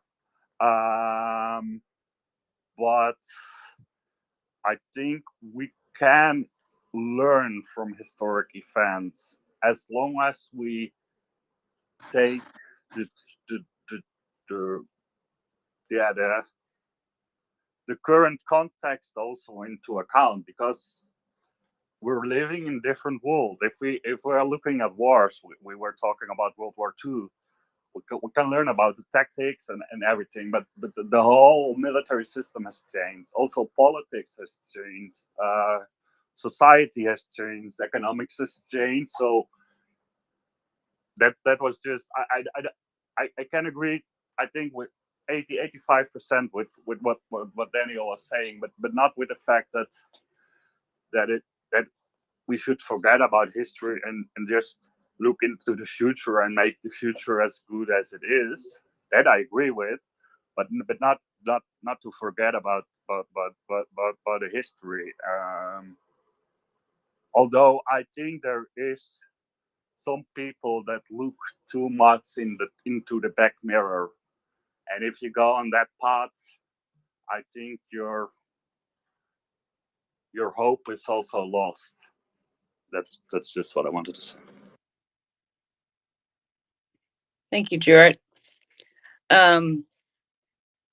Sometimes I am one who very frequently talks about history, and actually I've asked Daniel several times about history. I think sometimes I think there's a fine balance. Sometimes history can instruct the present, can help us learn about the present, but I think sometimes we get a little too mired down in it also. Um, so we're just going to keep on going through the hands, and it is Dr. Menace next. Good to see you, Rebecca. I haven't seen you in a while. Good to be here. Yeah, I've been hanging out but not talking a lot. I just want to, I'm going to weigh in quickly on the American high school history stuff. American high school history curriculum, I've actually know people who've studied this as in economic history and the history of education. It always represents a political deal, a political balance between different groups who have different views of history. And so lots of stuff gets left out. But in the case of the Holodomor, and I don't know about anyone, I mean, I don't know about the whole US, but certainly in New York City, when I was in high school in the 80s and in public school in the 70s, there was a definite downpedaling of bad things that the Russians, well, the Soviet Union and now as China were doing, because there was a sense of guilt after Vietnam. And I remember my parents going through the history books and saying, oh, they would say Stalin. There were famines in the USSR as Stalin tried to uh, uh, industrialize the society, and it was my dad who's like, no, this was a plan on purpose to murder Ukrainians. And this was because my father was a Holocaust survivor whose uncle had been shot by Stalin, and so he had personal family relationships. But there was a definite downpedaling, a definite sense that America shouldn't sort of impose its views on other countries. And so I think it came out of a sense of wanting to kind of fix after the Vietnam War, fix things, but it did lead to just leaving huge chunks out. And I don't think it was a right wing plot. And I didn't even think in some sense it was a left wing plot. It was just a sense of sort of trying to find a middle ground. And they left a lot out. Thank you. It's an interesting thing to think about how we teach our kids, you know, in what we teach them. And yeah, I mean, I never had kids. I didn't think about it much. So you guys are making me think about it, but it's very interesting. It's important. I know people who've been in the publishing side of things, and getting an American history textbook published in the U.S., you take off all the rough edges. There's not much left. There's a reason kids hate history. That's because the books are so boring. Yeah, well, that would do it for me. That was not one of my favorite subjects in high school or in any other grade. So yeah, I don't actually think I took it in college at all. I never finished a degree, but anyway, that's beside the point. Let's go on to Charlie. Go ahead, Charlie. Well, first of all, thanks everyone. I so enjoy hearing all these viewpoints. I was thinking about some of the stuff we're talking about. It reminded me of, I'm sure a lot of people on here listen to Ukraine, the latest podcast. And several months ago, they had a discussion about, it was right after Macron had said some frustrating things with respect to Ukraine. And there was a segment kind of analyzing the political situation in France. And one of the things they talked about was this instinct that France, that Macron, and particularly a lot of his, I guess, supporters, had this concept that, you know, sophisticated people saw both sides of an issue. So part of what Karen and other folks were mentioning here made me think of this, and this idea that that there's this resistance, you know, and I think this probably equally applies, and across, in the U.S. where I am and elsewhere. But this idea that we've grown up in a time where we tend to think of ourselves, if we're sophisticated, as we see both sides, and it's not black and white. And what's so interesting to me about the Ukraine situation is that, the atrocities Russia's committing are so black and white, at least from my perspective, that I think it's really changing the way people are discussing world affairs to the extent that they are engaged in this. There was another segment talking earlier today about, again, whatever, Ukraine the latest, that was talking about how the lack of the global response to how China took control of Hong Kong in the way that it did, is probably part of what emboldened Putin to go into Ukraine. And there's not really, I guess, a question in there, but I think it's an interesting thought, that this idea that we are transitioning from a long period where people were just thought smart people resisted the urge to kind of pick a side in black and white, and what's happening in Ukraine is so obviously evil that that's starting to change. So anyway, thank you again. Really appreciate this space. Well, thank you. And just as a reminder, so other people can come in here and appreciate this space, please retweet it. It's hard to keep an audience at this particular time of morning in Europe and late night in the US. But please tweet out, and let's try to spread the word and get people in here and listening. Now, do you know who's next? I'm being terrible at this tonight. Who's next? Go ahead, Daniel.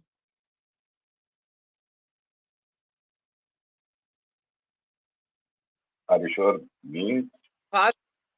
The person? Okay. Let me explain to you people. You need to learn a bit. And you need to learn differently. History is full of kings and marshals and emperors and heroes. That's why we take huge mistakes from history because it's written this way. Like, a messianic leader come and make the big French culture, Chinese civilization for 5,000 years. All this crap. Look at people who justify their politics, their wars, their discrimination, their destruction of the society. Always appeal to history. Always. No exception. If you talk about Hitler, Putin, I don't know, Viktor Orban, Erdogan, everyone is watching back. Everyone. Even Trump with "Let's make America great again," watching back.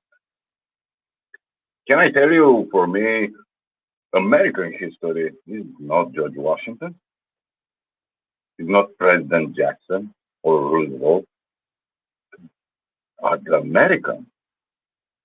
No, the guys who come from Ireland, from Germany, from Norway, and start building the different interpretation what doesn't mean for them freedom, liberty, pursuit of happiness. We need to understand that because the field of history is extremely successful, is appealing, is popular, and it's easy. Maybe is the time to watch differently. Imagine 3, 4 generations of town folk starting to building a cathedral at Rheims. No, that guy didn't have motivation of noble lord or the English king who speak only French. They have different perspectives. We need to watch at the future. When I say look at the future, look at the present. What is the biggest problem? Why populists gain political traction? Why nationalism is so abhorrent? If you want to look at history, look how Mussolini put fascist state. Why he made the deal with every rich guy who had a big factory in Italy. Because there are so many poor people, so many people disenfranchised, so many people disappointed, with no perspective, no future, no happiness. And nobody told you, nobody, even in the United States, the biggest danger for the future is not China and not nuclear weapons, it's inequity.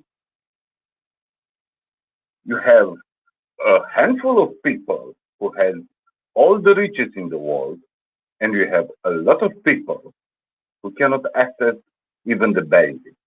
What they do, they say is a conspiracy against us. They enjoy to be against someone, identifying, the escaping ghost. We need to understand things which are dangerous for the future. We'll have powerful hurricanes, we'll have no more sand beaches. That is a reality. We must fix it. That's why I say watch to the future. Russian Empire is already defeated. Putin is a lunatic. Russians know they lost. The idea is how we can fix to not lose badly next month, next year. That is their question. For Ukrainians will be how to cope with so much distraction, how much PTSD, how many people raped, kidnapped, destroyed, houses, property. That's why I say hope, future. Let's build and do not be scared. And don't watch in the past. What do you lesson we get from the past? Don't be fascist. Don't be evil. Use your empathy with the person you don't know and is different than you. Yeah, maybe. You don't need to be a religious guy to understand it. That's why I said, look at the future. And for me, future looks much, much better than yesterday.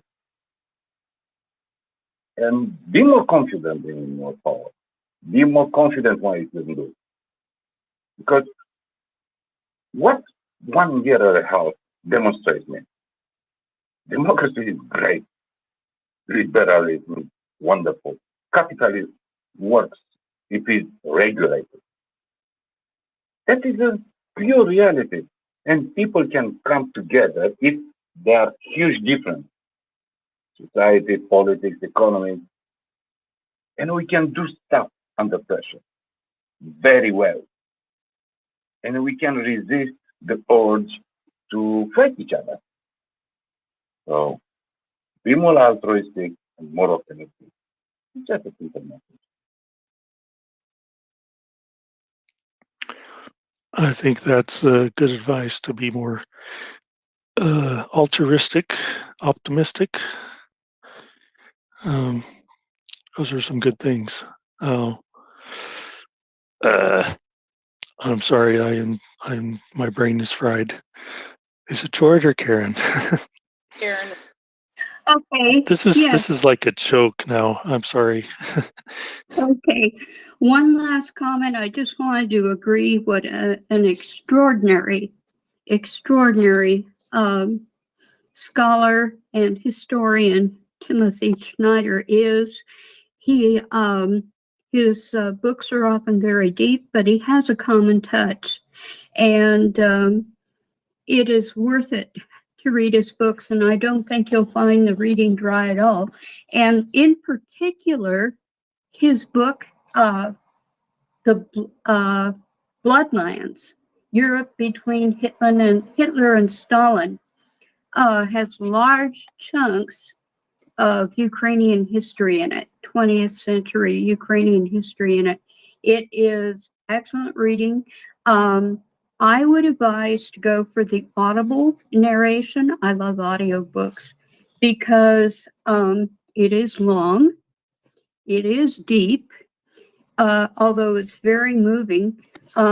It is also emotionally taxing. And so if you are prone to depression, you might want to listen to it in small bites. But yes, read a lot of Timothy Schneider, please. You won't regret it. Thank you. I would add that his YouTube channel is also very good. Jorrit, how are you doing? Yes, thanks. I'm ready to open my tablet and I'm going to work at home today. Happily, not needing to wear a suit and just wearing lounge shorts and a polo. So that's better with these temperatures here in the Netherlands. Yesterday we had 30 degrees in Utrecht with the humidity of 70 to 80%. So it's really hot if you having to wear a suit then. But anyway, I wanted to thank everybody for this morning's discussion.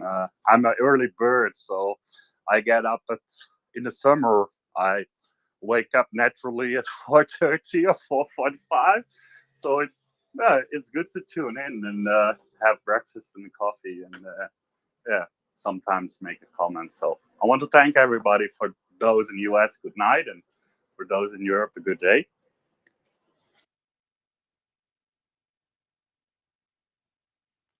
Thank you. That's that's really early. We call that the butt crack of dawn around here, because we try not to be up and see it. But if you're up in one of the Nordic countries in the summertime, is probably sun's probably still up then, or at least on its way.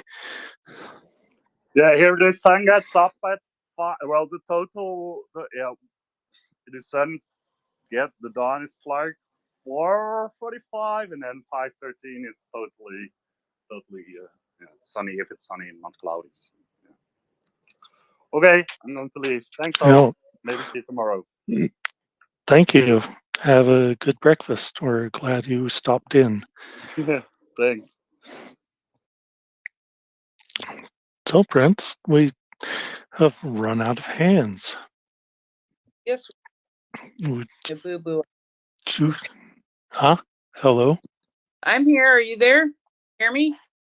I'm here. You were breaking up. No, you're not. Jeez, what is wrong? I accidentally somehow wrong number. That was Now you're breaking up again. hear me now. You're breaking up. Is it my problem or your problem? I do not know. Yeah, I'm not. I'm Is not it? even wearing a headset, so I'm wondering if it might be your problem. Finance. I hear you very quietly, Prince. I hear Natho David normal full strength. If you want an independent third listen. Maybe I need to recycle for a change. I've been having trouble with my headset all night. Oh, does it have a wire? No, it doesn't. Oh, okay. But Well, I never have a problem with it. So I'm going to go ahead and recycle while I have the opportunity and let you take it for a minute, Dave. okay, because my headset has a wire, and so it never fails. It's just that the brain that's between the two headphones often fails instead. So I have a couple of things that we haven't gotten to, but I thought would be interesting to talk about. Because this talk of the Holocaust and Holodomor um, is kind of well, it's got me thinking about the different attitudes between Russia and Ukraine, and how that there are two sides. There's a good side and a bad side. There's a side. It's been very stark. I think the last since the dam was blown up, where Russians they didn't even warn their own soldiers that this was going to happen, and ironically, some Ukrainians found Russian soldiers about to be drowned in trees and rescued them. Um, they've been sneaking over across the river to rescue Russians and Ukrainians that have been abandoned there. Whereas, so it's very clear that there's two sides. There's a side that cares about human life. There's a side that will not leave anyone behind. Then there's a side that doesn't care, and a side that is only in it to, for personal gain and for, you know, um, it doesn't matter what happens to anybody else as long as you survive and you get out. So, and with that, Finance he has come up to join me. How are you doing? Sounds like you're driving or something. I am little late night drive, finishing up with the assistants who are supposed to be asleep. Are you trying to put the assistants to sleep? They were asleep. One is still asleep. I wanted to bring a fun news story. I don't know if y'all hit it before I got here, but apparently yet another accounting error has been found at the Pentagon.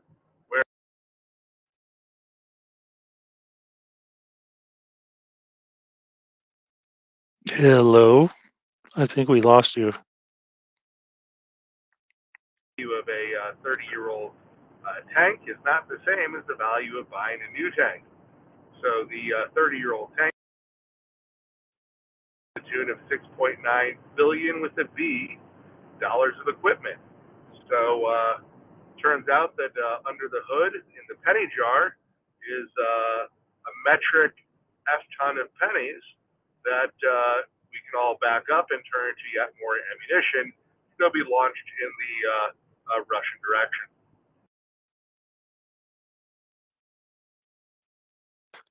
Yeah, I did see that story. Yeah, it's kind of a big little oopsie there when you start talking about billions, but it does turn out to be very good for Ukraine because that money is uh, we don't have to go looking for it. It just popped up. It's like, you put on a coat and you find a $20 bill in your pocket from last winter. So I basically asked the military experts who said that 1 billion we get them a decent number of F-16s along with the maintenance and supply chain costs and parts. So there's 1 billion. That's 5 billion more for shall we say funsies. yeah, think of all the ATACMs they could buy with that. Those are cheap, like really cheap. Like $100 million would load up Ukraine with. I mean, we're talking. I mean, a $500,000 boom isn't cheap, but 200 at $500,000 each is still only $100 million. Yeah, and then the Russians could get smoked by ATACMs, the cigarette that smokes them. So, mockers, you have arrived. You have pulled yourself from the grave and are back to haunt us. Something like that, yes. Good morning. Good morning. I'm glad you're feeling better. Yeah, I've got rid of all the shivers now. Oh, honestly, I hate that bit. It just makes your whole body hurt. Rubbish it is. But yes, I spent most of yesterday in bed, so I feel quite a bit better actually. Well, that's good. I recently had a bout of an infection with really, really powerful shivers myself, so I know how terrible that can be. And we won't get into the other details, I guess, but I think you are here to take my place. Am I correct? I'm here to take over, yes. You know what us women are like. Yeah. Yep. You're gonna come in, take over, kick me out. So I will bid adieu. That's French, by the way. That's a quote from Yehuda, by the way. I will say goodnight and Slavi Ukraini. Thank you so much, Dave. Hiram Slava. Hiram Slava, and we'll see you in a couple of nights. I believe Thursday night we will be together again. And yes, good morning, mockers. I hope you're. That was almost a song. We'll be together again. Yeah. My sense of humour's back, put it that way. So I must be all right. Yeah, for a couple of hours anyway. Yeah, let's see how long I go on. I might just like wilt like I did yesterday. Yeah. I was all right in the morning, and it took a nosedive about 10 o'clock. Yeah. So yeah, I have plotted my day for tomorrow, even though, it's just 10 o'clock here, just after 10 p.m. here. But in all time zones on my little world clock that I keep up, it is my birthday. The only time zone where it's not my birthday yet is my time zone. But I have already plotted, and I'm having my cake delivered tomorrow, along with some groceries I need, and I'm ordering pizza. So I will throw myself a birthday party tomorrow. Or today, depending on which time zone you're in.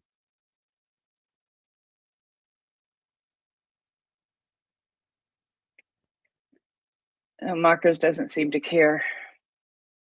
No, sorry, darling. I was just sending a tweet.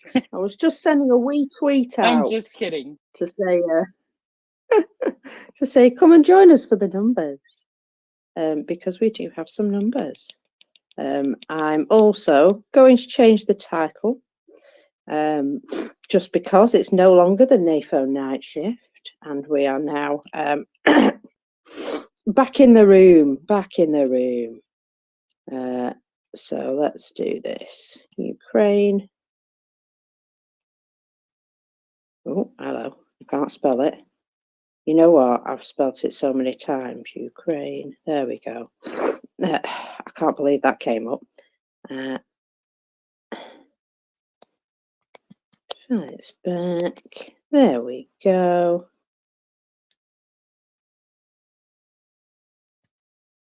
Ta-da!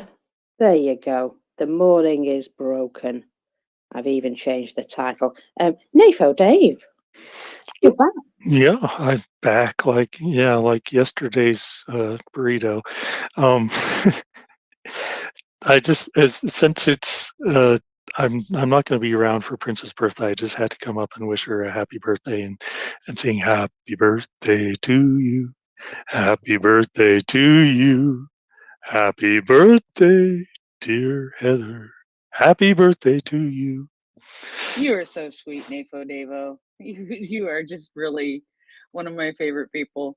You are just absolutely a gem. Thank you so much. Well, you're welcome then. You know, Dave, I've got to say, right, your little friendly dog avatar, for the longest time, I just used to picture that being you. And it goes really well with your voice. I don't know if that's a compliment or not. Oh, well, thank you. Yes, I do not look like the dog, unfortunately. I'm not quite as cute. But thank you. And now I will drop down and go to attend to my kiddo. Enjoy. I know that's not always the easiest of tasks, but I'm sure you'll figure it out. Oh, right. Okay. So just checking my favorite places this morning for booms and things that may have gone bump in the night. You know how it is. I do note that Budanov is alive and well. It would appear he's had a haircut though. I don't know if that was just a case of he felt like he needed one, or he thought it would be hilariously funny to turn up looking slightly different.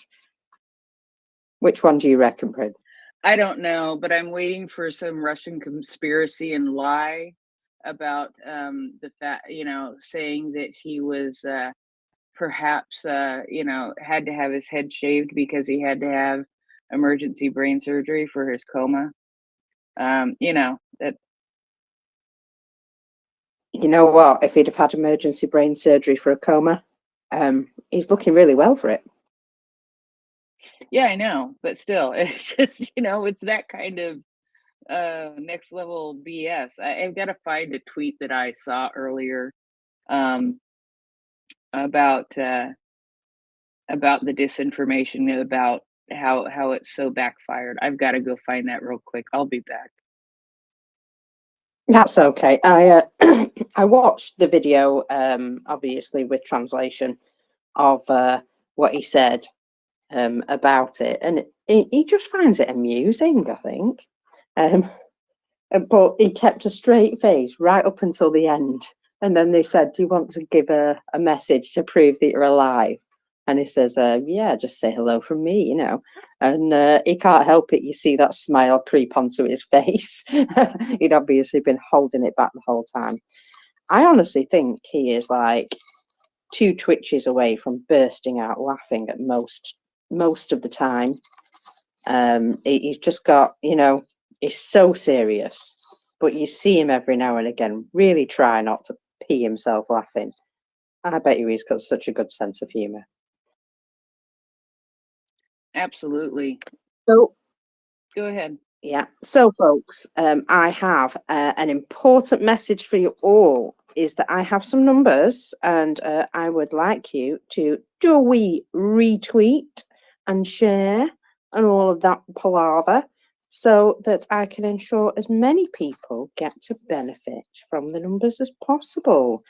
I know you can find them online, but it's much nicer to read them together, I feel. And also I enjoy doing it. So, you know, get with the program, get retweeting, find me a few more people, and then I will bring us the numbers. I have the number graph. Oh, I had the number graph. I closed it. But here, really quick, let me go through this with you. After Budanov appeared alive and well, the Russian propagandists had no choice but to spin Budanov's resurrection. Did you see the picture that was posted today of Budanov by the empty tomb, you know, with the stone rolled away? I just about weed when I did. I did, yes, I did, yeah. I've seen loads of memes actually now. Yes. About him being the second coming, and of course he made the joke himself, didn't he? That me and me and Zaluzhny are going to be in this immortal battalion, and we'll be able to, like, you know, chase them in their nightmares as well. Absolutely. There'll be nothing they can do about it because we'll be this immortal battalion, and I just thought that was excellent. So yes, more of this kind of sarcasm. Yes. Thanks. Go on. So from Sergei Markov, Putin's former advisor and frequent Kremlin mouthpiece in the Western media. The report states that it is possible that the whole huge campaign about Zaluzhny's death or serious injury and Budanov were initiated by Ukrainian psyops in order to discredit Russian media. It is possible, but you shouldn't think it's a brilliant psyop, because the information space is now organized according to the principles of post-truth. This means that in view of the large number of publications about the injury or liquidation of Zaluzhny and Budanov, even if they appear alive and well, a huge number of people will remain convinced that there is something there. Now, isn't that just spitting yourself around backwards to make lemonades out of lemons? It kind of is, but yeah, you're right. You know, rumors of my death have been greatly exaggerated and things like that. It's happened to people all over, but I think they put it out there in the first place to just try and spread uncertainty. You know, kicking the morale sort of thing. And it doesn't work out when the person's really alive, because they just come out a bit later and say, "Oh, I'm alive, by the way." I like how they haven't felt the need to do it straight away, though. You know, they've left that ambiguity for over a week in most cases. Does anybody know why he's wearing Baby Yoda besides its amazing cuteness? This is the way, finance. Also, Baby Yoda is holding a tiny sunflower, if you noticed.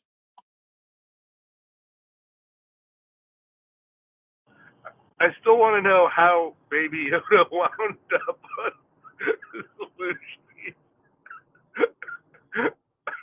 uniform. Well, I think part of this is it's part of their messaging. They've always liked to drop Easter eggs into their pictures and stuff like that, haven't they? I mean, if you think about that video with Budanov, with the Japanese little bit of Japanese flag in the background and Kuril Islands on the map and stuff, it was pretty obvious that that was a hint that something was happening with regards to Japan, and it got everybody's you know, ears twitching about what that might be. In the same way, sorry, I've got hiccups. Oh, again. In the same way, though, you find this a lot, especially with Zaluzhny.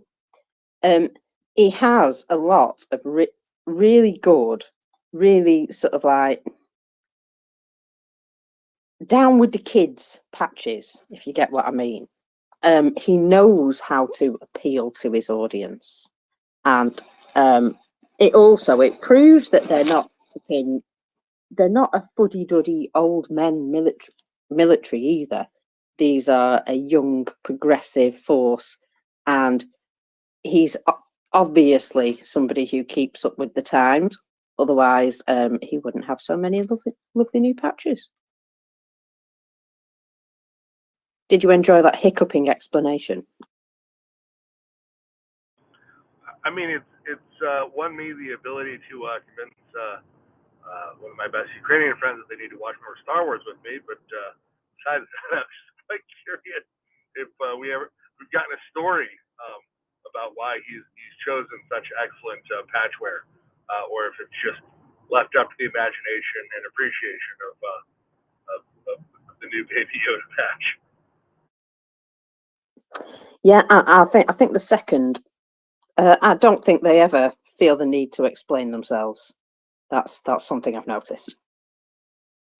There's a lot of quiet smiles, you know. If they get asked about things that they really don't want to talk about, they just smile and say, "Yeah, can't really talk about that," and I like it. Speaking of booms, you probably had your chance to check the booms of the day. I heard there was a major smoking incident about a day ago with the at some Russian ammo depots. Have we had excellent smoking follow up, or what's the latest in demilitarized Russian ammunition? Well, the largest one of those was the one at Rykove, maybe. I can't pronounce it. Yeah, that's the one I'm referring to, and I can't pronounce it at all. No, so that one there was by far the largest. Obviously, that one being the closest to the main part of the logistics, and it was a number of large multi-story buildings, which now some of them are husks, and some of them don't exist at all. There is a satellite image that literally shows that 90% of that site was just scoured off the map. So that's an awful lot of ammo that they're not getting back. Probably also a bunch of people, because the place was heavily guarded, I'm told. Sorry, hiccups. So that suggests to me that there will be an awful lot of mess after that. And do you remember Kadyrov worrying about his body, and then suddenly he was like, "No, he's fine. He's fine. I found him." I get a feeling that he was told to shut up and stop moaning and accept that either his buddy is dead or he will come back, and that's that.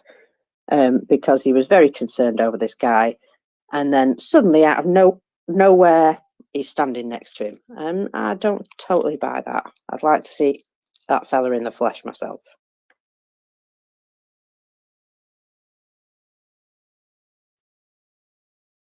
Yeah, and I wasn't convinced by the picture that was posted. That just seemed photoshopped to me. Well, it wasn't, but it was an old photograph from some months back.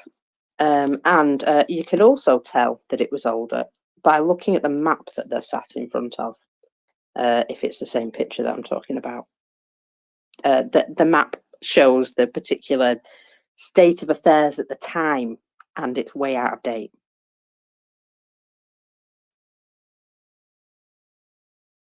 Okay, I trust you.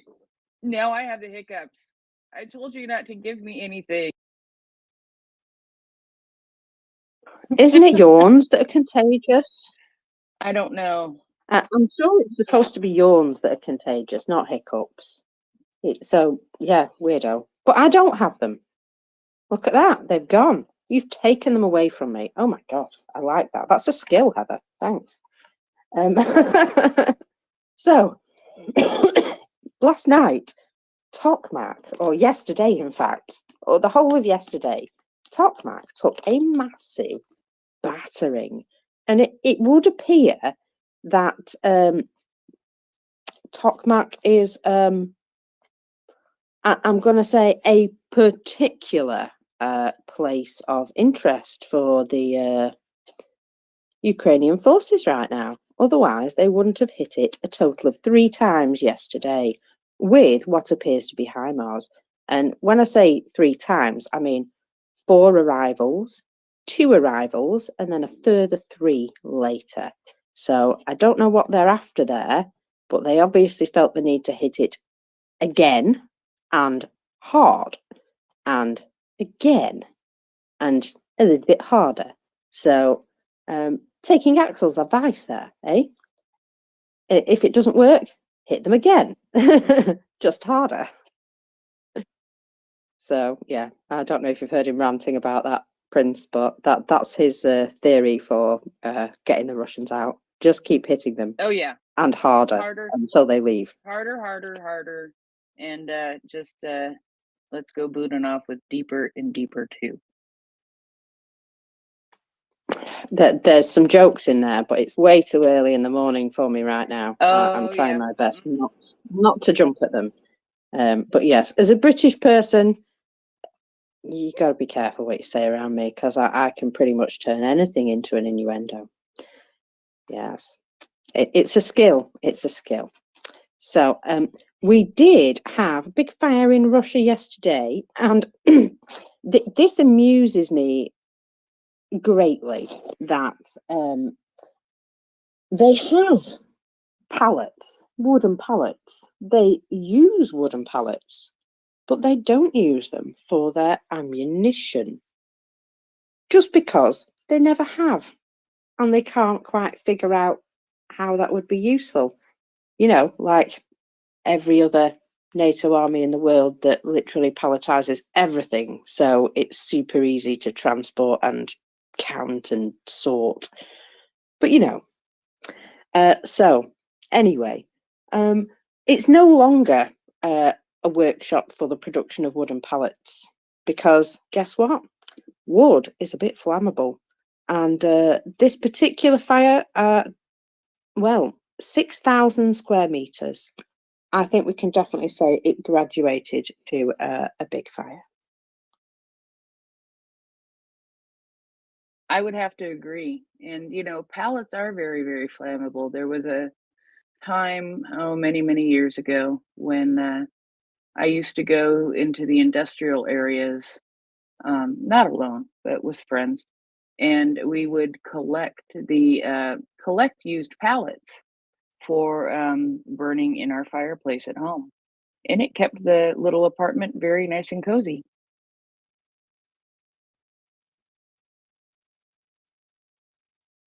Well, they are basically just wood, aren't they? So, yeah, I think they're treated wood, but wood.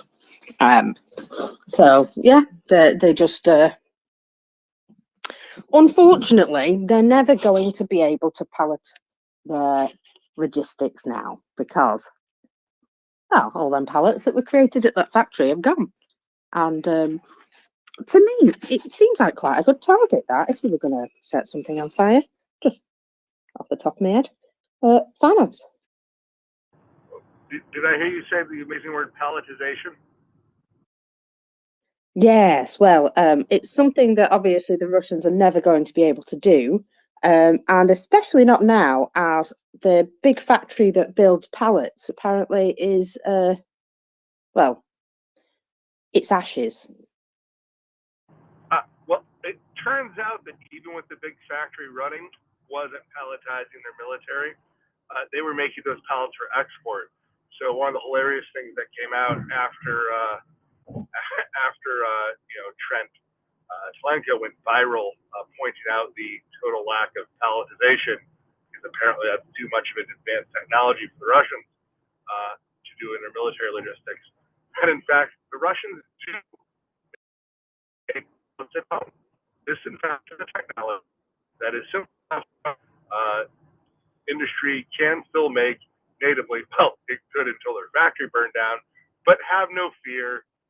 They wouldn't make such a thing to their own military. They export them to China, or export it in past tense, because they burned it down. You know what? It's lovely, isn't it? I've noticed recently, more and more are what I would call good targets. You know, things that might produce stuff for industry, things that might help them to make money. These things appear to be either breaking down or perhaps there's some sabotage. Gosh, no. But I do get the feeling that some of this, or at least Budanov, wanted them to think that he's responsible for some of these things going wrong, and also that he might be responsible for some of these oligarchs falling out of windows and things.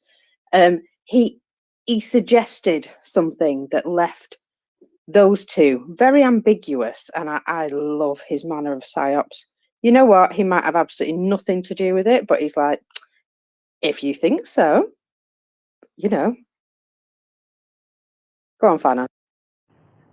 Yeah, I got nothing on the oligarch window shopping situation. I hope they all go window shopping in Russia. I'm a big fan of Russian oligarchs and their window shopping abilities. But as for plants, you know, I think a lot of these are systemically breaking down, but I also think it would be doing a disservice to Budanov and his many patriots. You know, some of these clearly are the work of are probably the work of Ukraine. Clearly,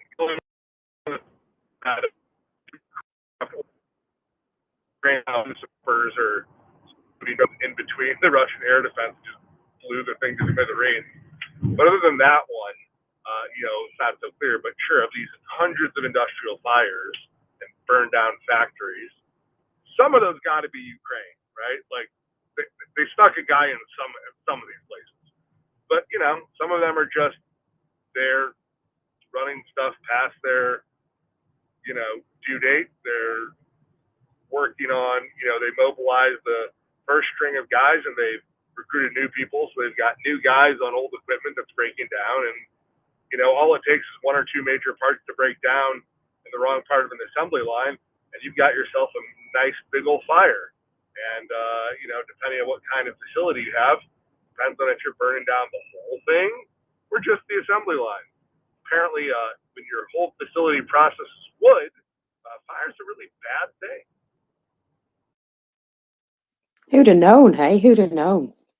Oh, there was something else I was going to mention. You know how, like, you think, oh, that'd be a brilliant thing to say right now, and then it runs out of your head like a sprinter.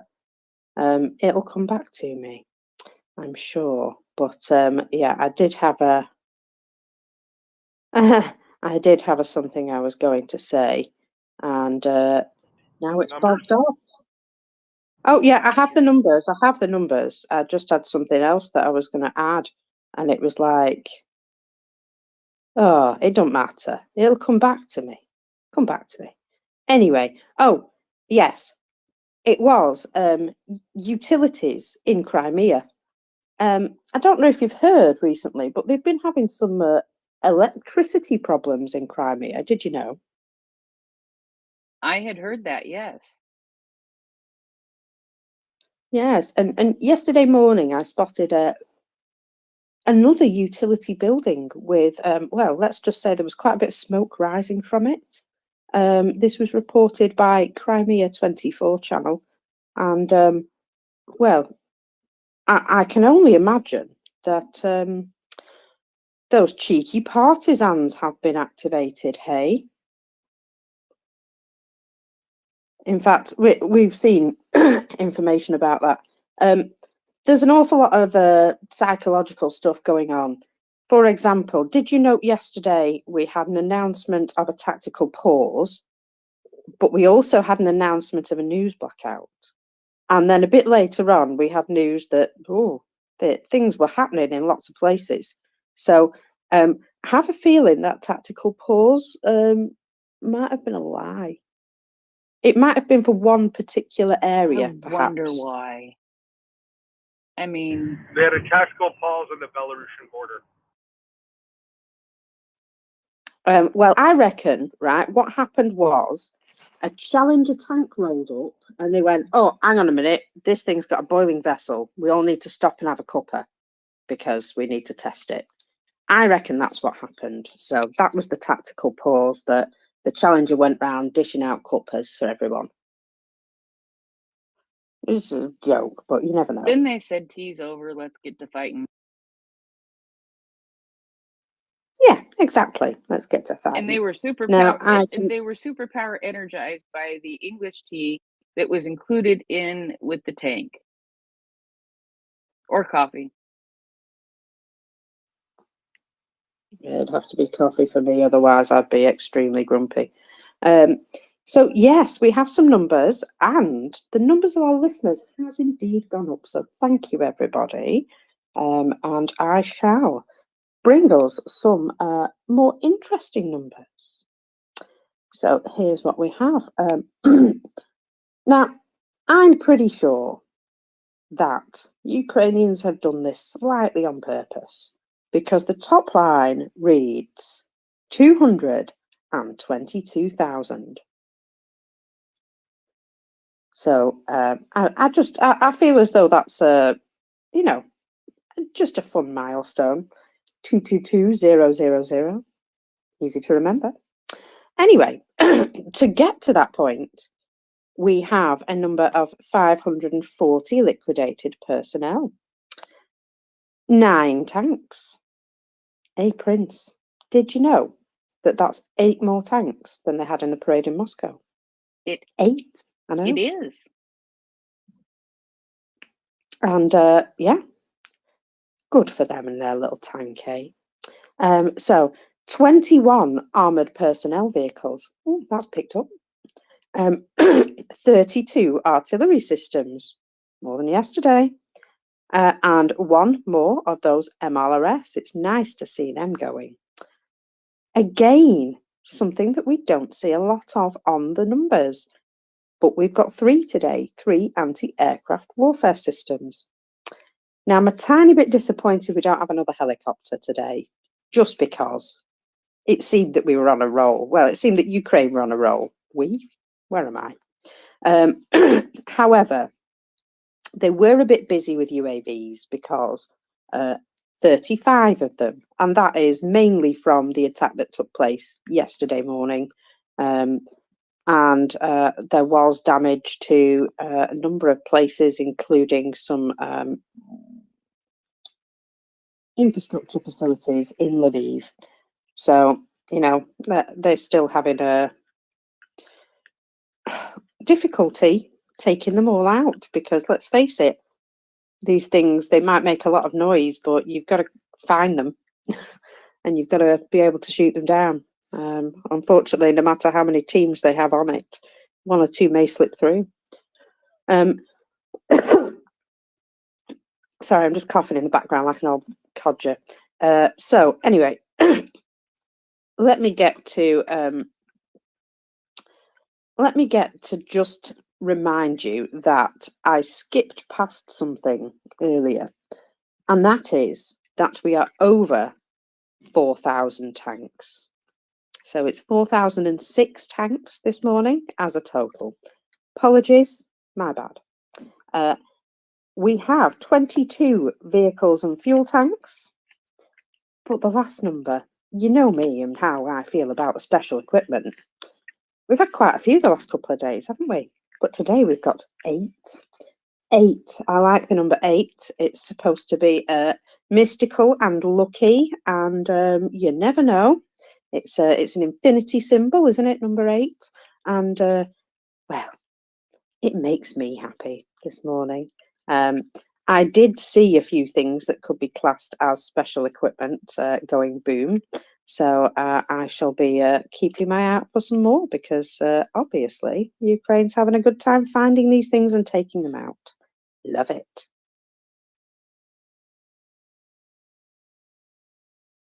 This is never a bad thing. Right, I'm going to have a big slurp of my coffee now, so one sec.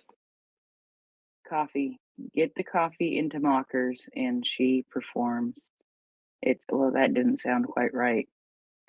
Yeah, I'm gonna mute now because that was bad. And Mockers probably can't talk because she spit her coffee out laughing. Oh dear, you are full of the unintended innuendo this morning, aren't you? I love it. I love it. Sorry, I just nearly died in my coffee. Oh dear, that's lovely. You know what we could do? Oh my goodness, Prince. Don't worry, it's not that frightening. You know what we could do?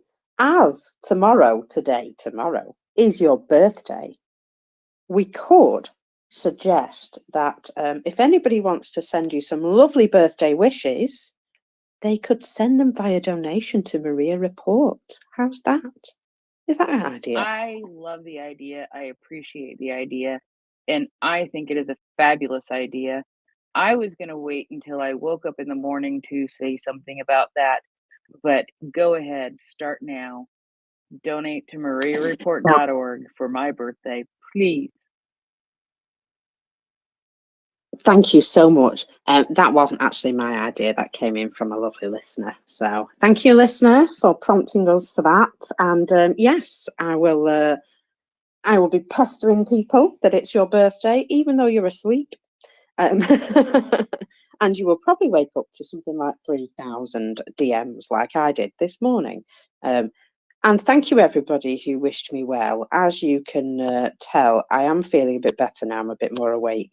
I kind of feel, right, you know, if you go and have like a shoulder massage and halfway through it, you realise that, oh, this isn't a nice massage. This is one of them where they beat you up. Yeah?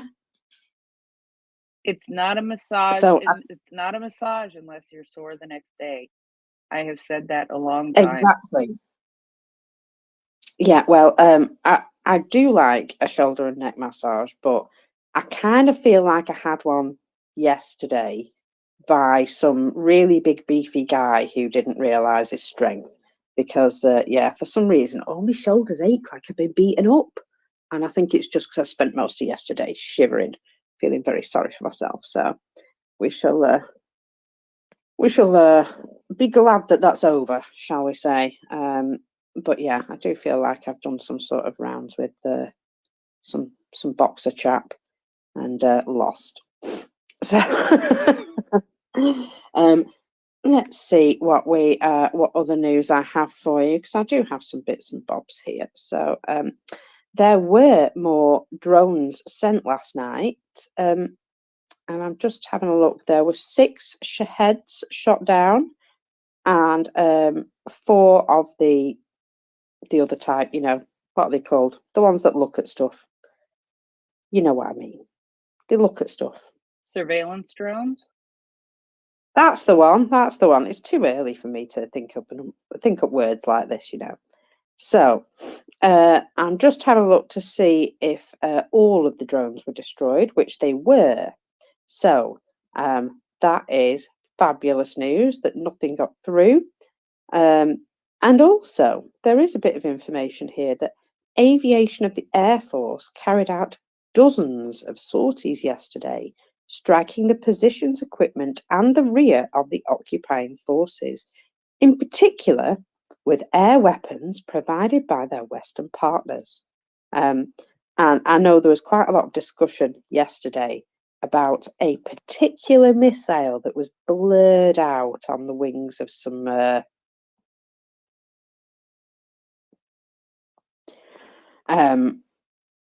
what's it called? On the wings of the aircraft. Oh, crikey. My brain was going, helicopter. And I was like, no, not one of them. Yeah.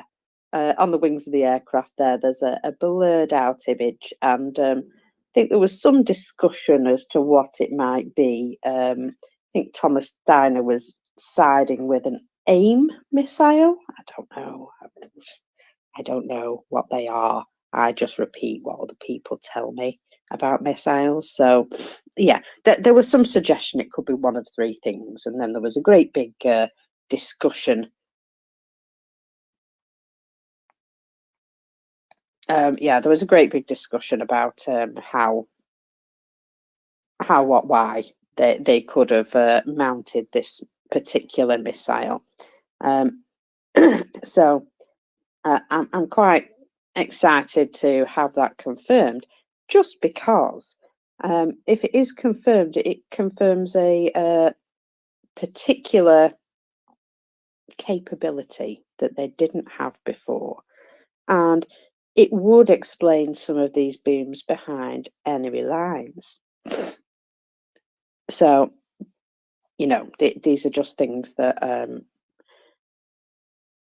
their OPSEC is pretty damn good, don't you think, Prince? Yes. I mean, sometimes I wonder how you figure things out, because I know I follow a lot of the same things, but you seem to find them out better than I do. And yeah, but you also have a better knack for that kind of thing, and following the military stuff better. And I have more of a knack for following the emotional and humanitarian side of things. So we play to our strength. Yeah, exactly. I just found a fascination with things that go bang, and that was it. So I have about sort of 6 or 7 sources that I check regularly, and usually through sort of a bit of cross-referencing, I can make sure that, you know, these things are correct before I tell you about them. But there's some people now that I'm pretty happy that when they say something, I know it's correct, because you know. So they always have been, pretty much. Yeah. So No, I totally get that too.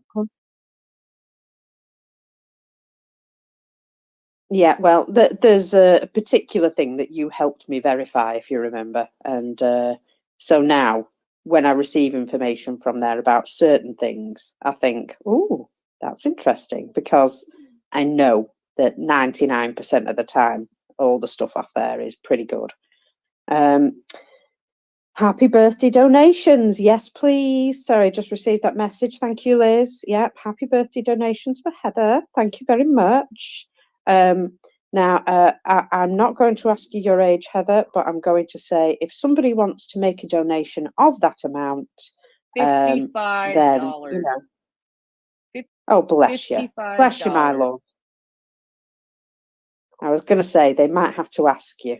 So there you go. It's only that when it was Axel's birthday, somebody asked me specifically to check his age so they could make a donation to that amount.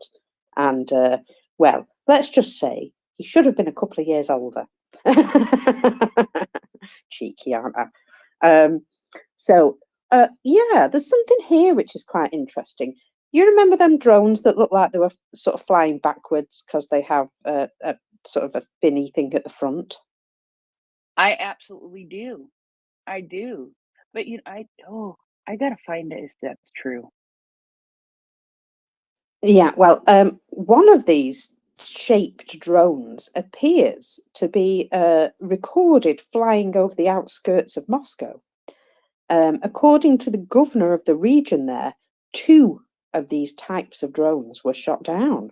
So there's still, you know, things happening, shall we say. And also, it is known that these drones, although they can fly a long distance, very unlikely that they got to that location from Ukraine. So it's certainly possible that there is somebody inside Russia who is launching these. And gosh, I can't imagine how that might have happened, eh? It's terrible to think you've got a snake in your midst, isn't it? Yes, and that actually was what I was wondering about verifying, because I had heard that there were some drones in places that were not necessarily expected this morning.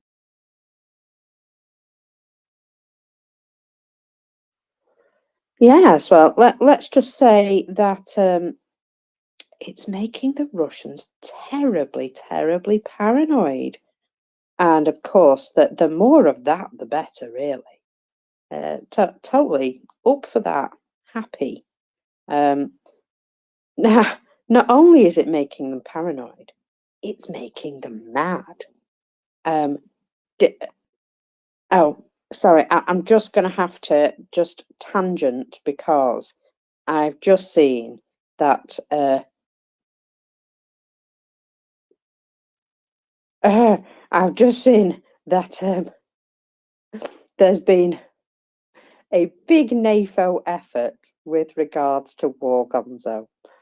Now, I believe he did produce a picture yesterday to prove that he was alive and well, but he was like wearing a hat and a big coat, and this is summer, isn't it? I don't know.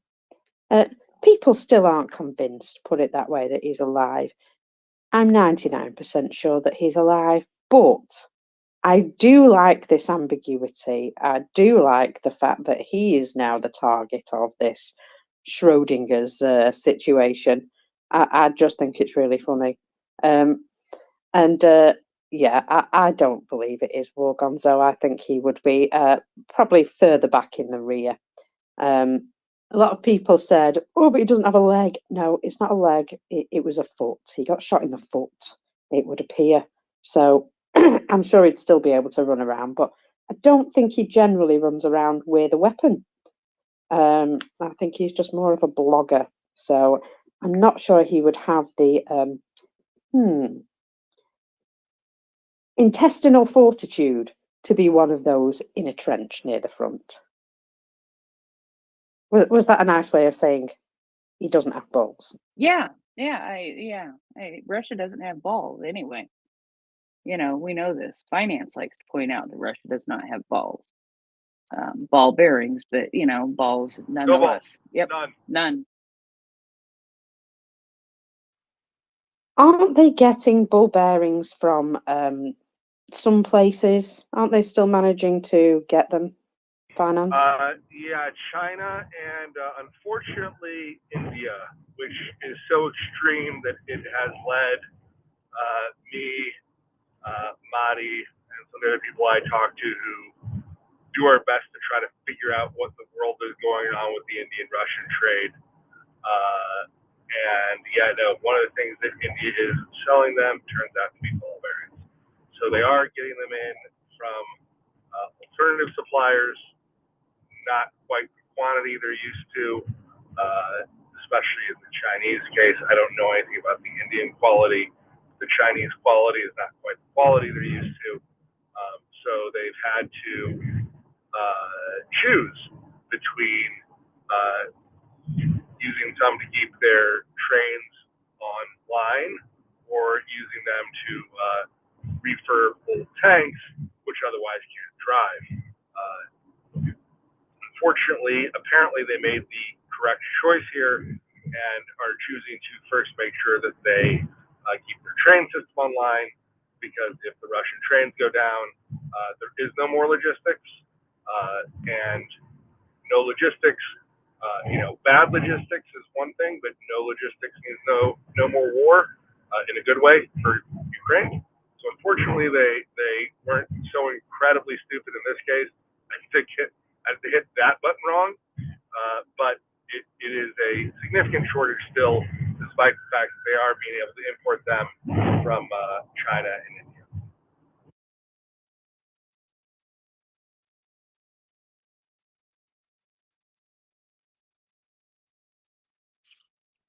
Yes, the lack of balls, even though they can get them in some places, the quality is not as good. So, do you see who we have up here? We have the DeWitts. Would you like to see what DeWitts? I do. Yes, go ahead. Hello, Finance, Mockers, Prince. Gonzo is Gonzo, 100p, 100%. I don't know. I've been doing this for a year and a half. I still don't know how to post to the Nest, but on my I've just seen that tweet on your Yeah, on my profile, though. profile. His last tweet before that mysterious tweet from the winter, he posted wearing the identical armor, the navy windbreaker underneath the brown thing, underneath this weird black World War II helmet with 3 dots. Long story short, that was him. He's dead. No, he's not dead. Now the Russian mill bloggers are saying he's in hospital with no brain activity. So he's not dead. They're keeping his heart pumping in order to extract, I don't know, more copium. I'm hoping they extract more copium out of his brain dead body and pump it into the other Russian mill bloggers. Maybe Aiden, maybe all the other schmucks that are listening, maybe David E, the Irish man that speaks nonsense like it is. Like, I mean, the gift of gab. I mean, you know, it's funny. I think to myself, I'm like, you know, they just say this word, these words together, the gift of gab of the Irish humans, and you know, we kind of take it for granted, but like, even when they're brainwashed like horrible human beings, they still have this gift of gab, so it must be genetic. I think our David is way better than their David, but God, David is a brain dead fool. I'm hoping his wife looks like a babushka, babushka doll. You know, the dolls and dolls, Tratushka. Well, I forget what the name. Long story short is brain dead David that perpetually says that Russia's losing via what's that guy's name? Oh my God, Slava Ukraini. You know how he recorded Russia's losing. Yep. Russia's losing. Russia's losing. Anyways, I miss you all. I'm coming back soon. Yeah, Gonzo's Dunzo. Gonzo is Gonzo. Well, that's amazing news. I love that. If that's absolutely confirmed, I love it even more. It's 100%. It's like Russian mill bloggers, Western mill bloggers, everybody. He's wearing the exact same outfit. He was smoked in the head 3 times. God bless. I mean, not because, you know, he's going to hell, but God bless. Yeah, indeed. Oh, you know what? You've just made me really happy because he's particularly insidious little person. So it is very nice that he's now got a head wound to match his foot wound. I bet you he's not in hospital. I bet you he's yeah, brown bread. He could be in a hospital. I mean, anybody can be in a hospital. I mean, the highest mortality rate is along a street with hospital, right? Because people die there.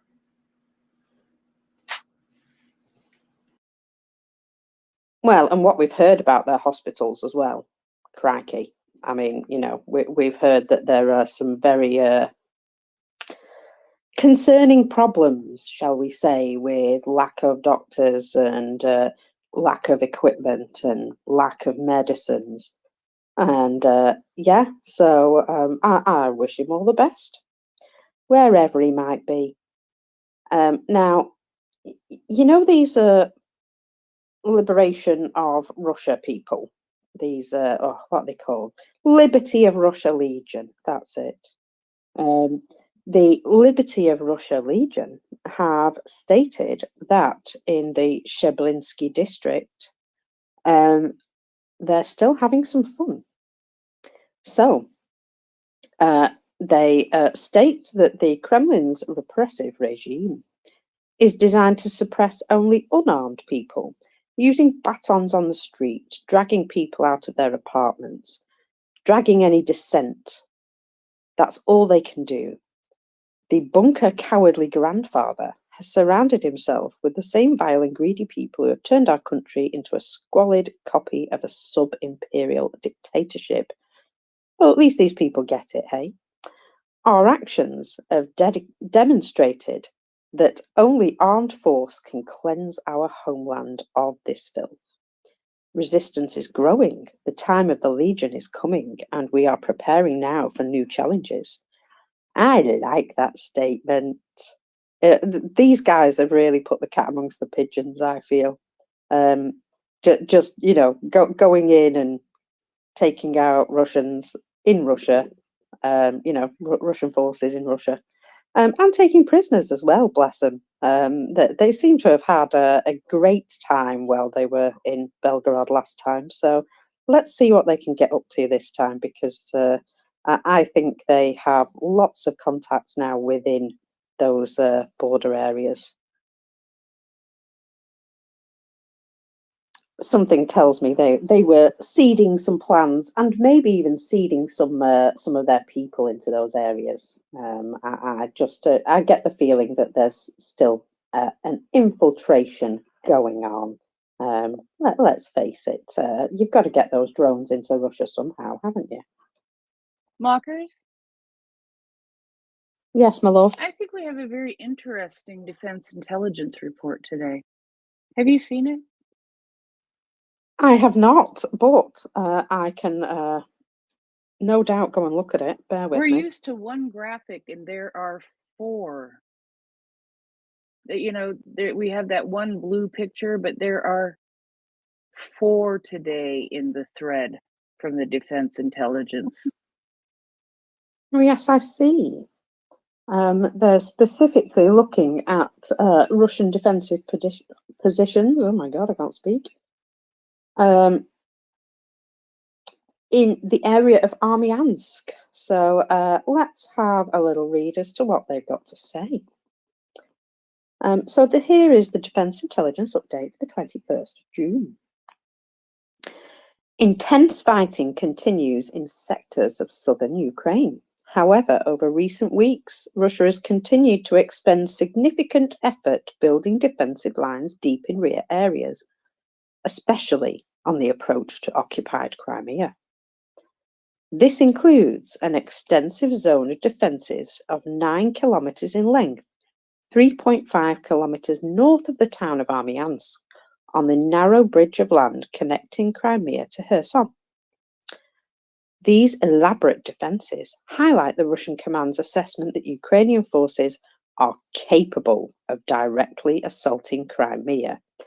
That's the British MOD's way of saying they're absolutely wetting their pants. Sorry, I'll carry on. Russia continues to see maintaining control of the peninsula as a top political priority. Well, they should have thought about that before cutting off the water to the place, really. I think you said they're peeing themselves. I think they may be having a code brown.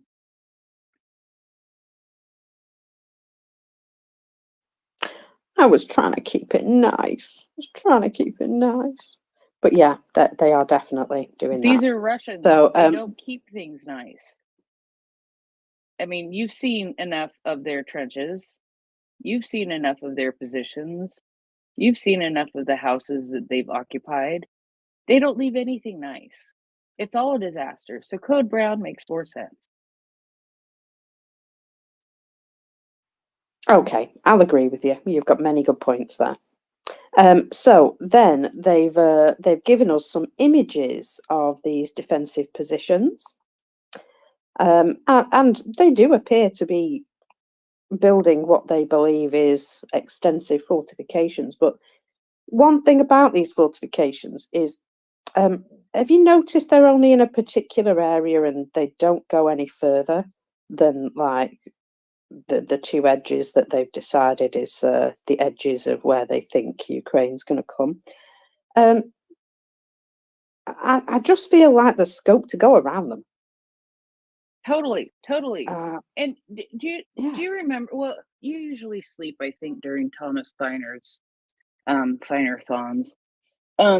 You know, one of the things he pointed out during a recent time on the space was what a true line of what we call dragon's teeth, the cope cones, what a true line should look like.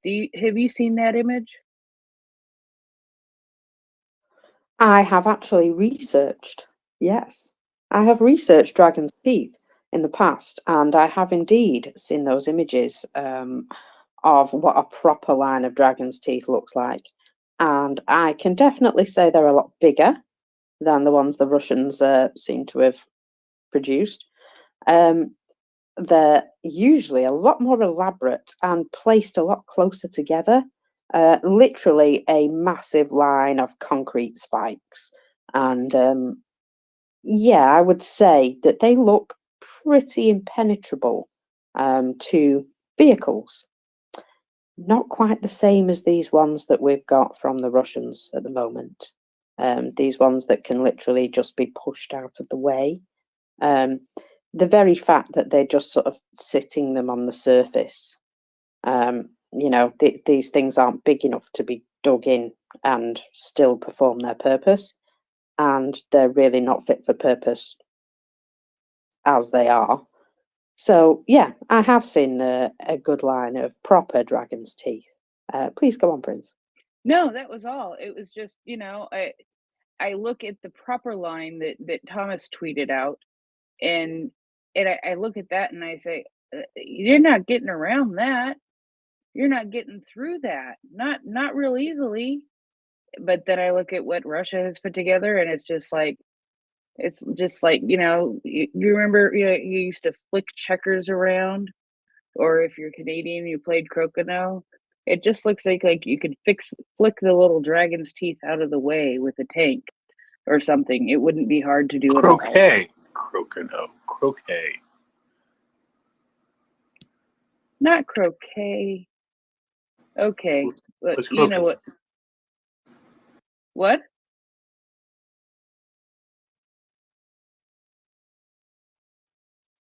Either way, you could flick them out of the way very easily with a tank or with another, you know, big machine.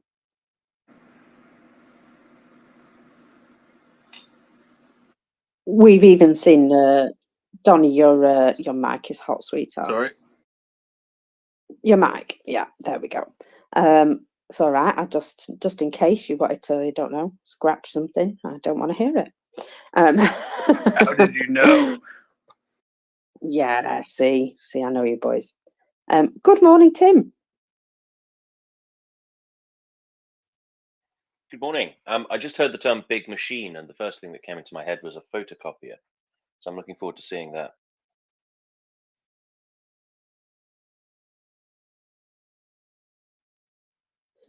Well, to be fair, you know, if you shoved a photocopier with enough force, it would move one of those coat pyramids. So I suppose probably not your best first choice though.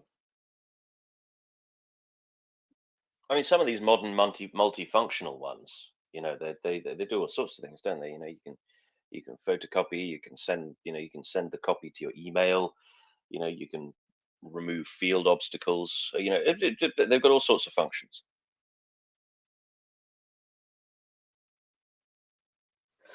That is very true. Tim, have you heard that War Gonzo is definitely dead? No, he was the chap. Did he turn out to have been the chap who was killed in the trench? 100%. Like, if you look on my profile, P.S. Hello, Tim. I love you. Miss you. Yeah, if you look on my profile, there's a picture of the person that might have been murked by a bunch of Ukrainian SOF wearing the exact same armor. Now, I don't know if you've been to Ukraine. You probably have. I'm just assuming. You know how hard it is to come across a pristine Navy windbreaker with green armor and a black helmet with the exact same dots on the helmet. And for some reason, as a journalist, you're manning an AK-47 or AK-74 is what they call it, exact same gun. But yeah, so if you go to my profile, you will see a picture of War Gonzo, horribly, horribly ugly man, inside and out, wearing certain armor, and then a picture of a certain individual that I woke up to yesterday morning. I woke up and I just was scrolling through Twitter and I just saw a person being absolutely murked. And turned out that it was one of my nemesis. And I never thought I would rejoice in watching the death of another human being. But here we are.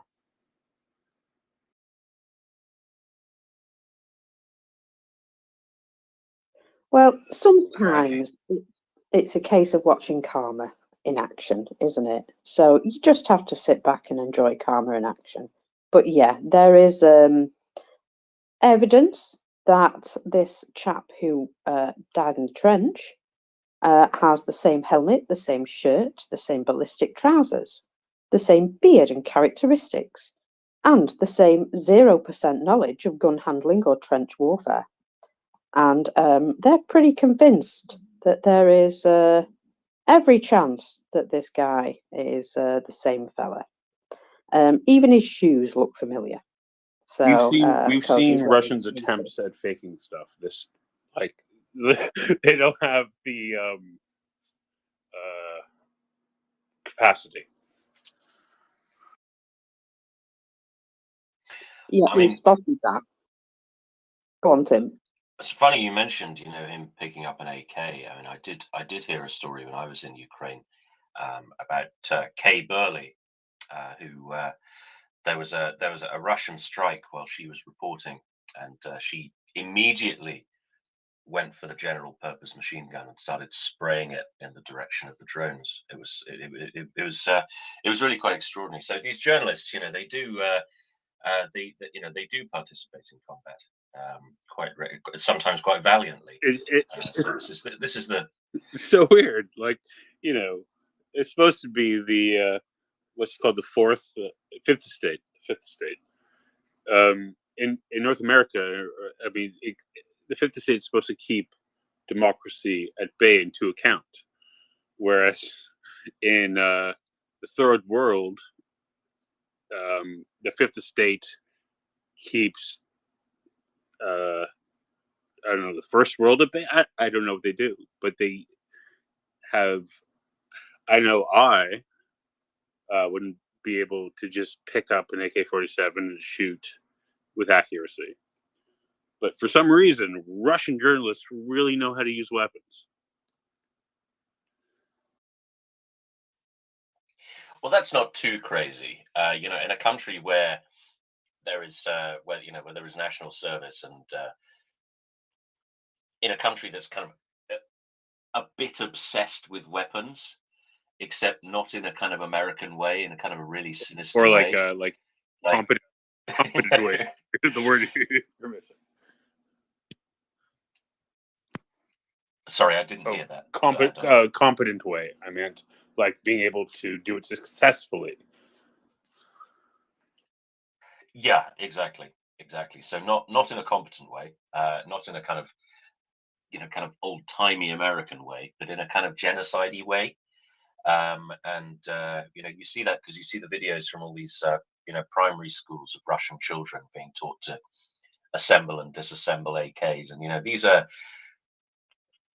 these are quite young people.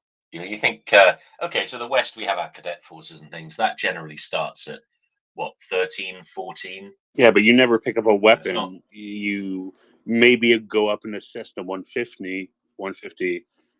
You don't mock. I mean, it's funny that Russia went to Syria to. Never mind. That's another story. they got some bad habits coming back.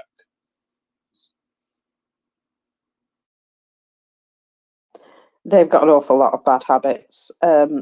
However, one of those bad habits is smoking, is it not? And it leads to things going boom.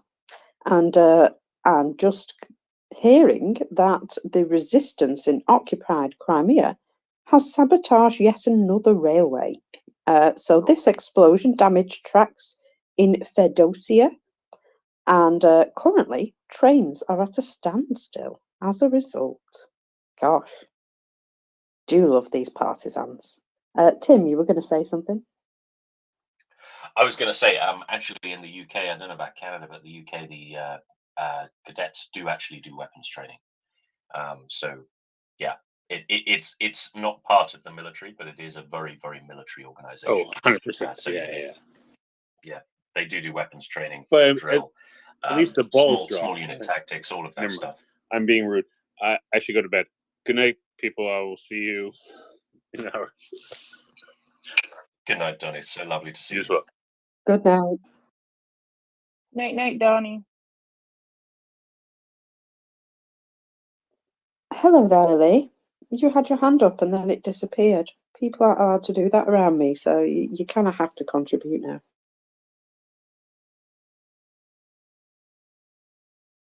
Unless you're in the loo. In that case, I'll let you off.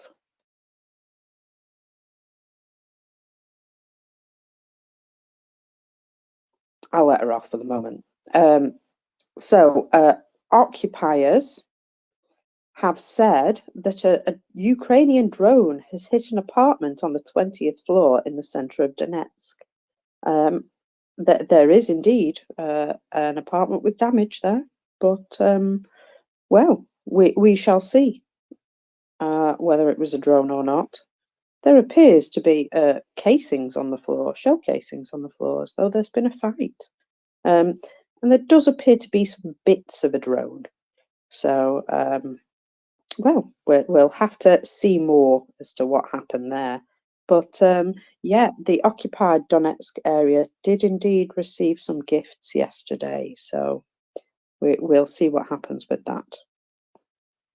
Do we know who lives in the apartment block? Well, that's what I was thinking. That there may have indeed been a legitimate target there.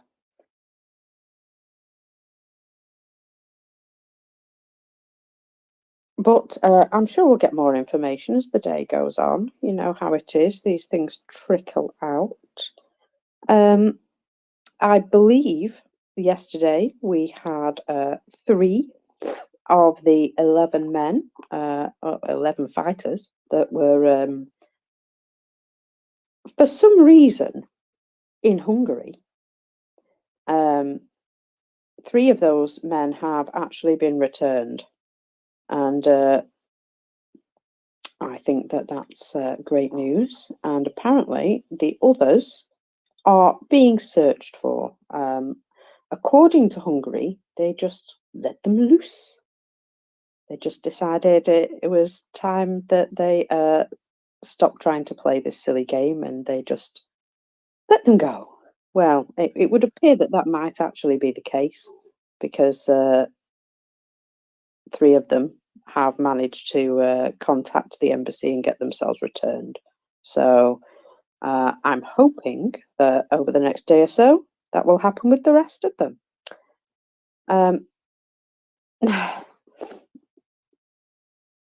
And I don't know if you've heard anything new about that particular story, Prince. No? Yeah? No, not since the 3 were returned. You know, it does just the news yesterday was what just made me want to bang my head against the wall about them having actually been freed in Russia. And then they were, you know, transferred to Hungary because that's what they wanted. That was just, yeah. But I agree with you. I think it was you who said, you know, of course, if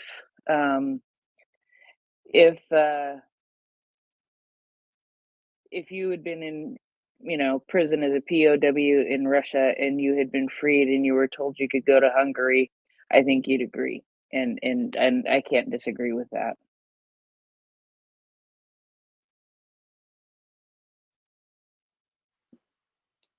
Well, exactly. If you were in a situation like a Russian prison and they gave you an opportunity to go somewhere other than there, I think you'd jump at that opportunity. Pretty sure those guys were just surviving. So, I have no issue with them accepting to go to Hungary in the first place, but certainly they should be free men at that point, because otherwise they should have rights that they weren't being given in Russia. And it would appear that Hungary didn't provide them. What's that, Tim? Yeah, no, I'm not sure you're exactly right there. Prisoners of war can be transferred legally to a neutral country, to a third country.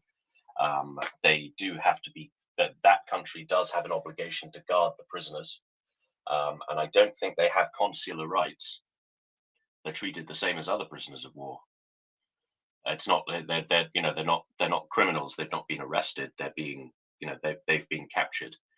I'm not sure. I mean, Hungary's done something crappy here, but I'm not sure they've done anything illegal. Yeah, I mean, I'll defer to somebody who knows a bit more about this stuff, but I'm not sure they've actually done anything illegal here. Hungary says they didn't know that it was between. Yeah, that it was between the Orthodox Church in Russia and some charity in Hungary. Which seems weird that they ended up, being held in Hungary. That's my sort of like query here.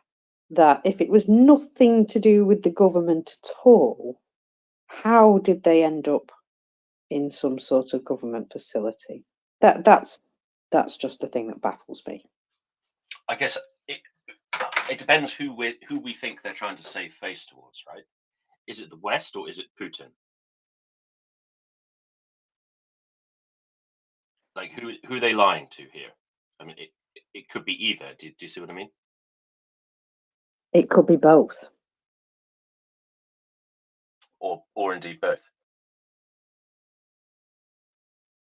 Yeah, I think Hungary was playing entirely their own game here, and then realised that it wasn't actually probably a good idea. That's how I'm taking it. I mean, it might just be an internal political thing in Hungary, right? I mean, it could have been whoever it was,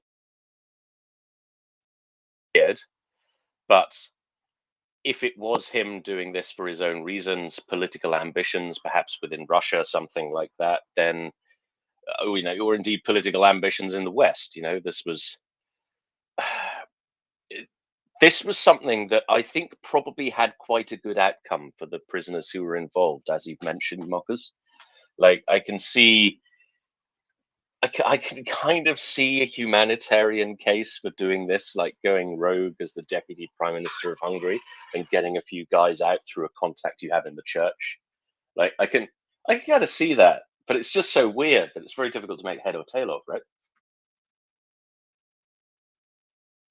Exactly. I mean, if they'd have really done this as a, humanitarian effort and sneaked them into Hungary, then at that point, shouldn't they have gone, look, we've managed to do this wonderful thing and we're going to hand them over to Ukraine, and, or we're going to ask them what they want to do and, let them live their lives, rather than the sort of strange situation that's gone on. You're right. So, yeah, I feel as though they went about it the wrong way, and it ended up backfiring on them. Or the guy got caught, right? So this is one theory, right? Please bear in mind that I thought this up about 3 minutes ago while I was having a poo, so it's not well developed in my head.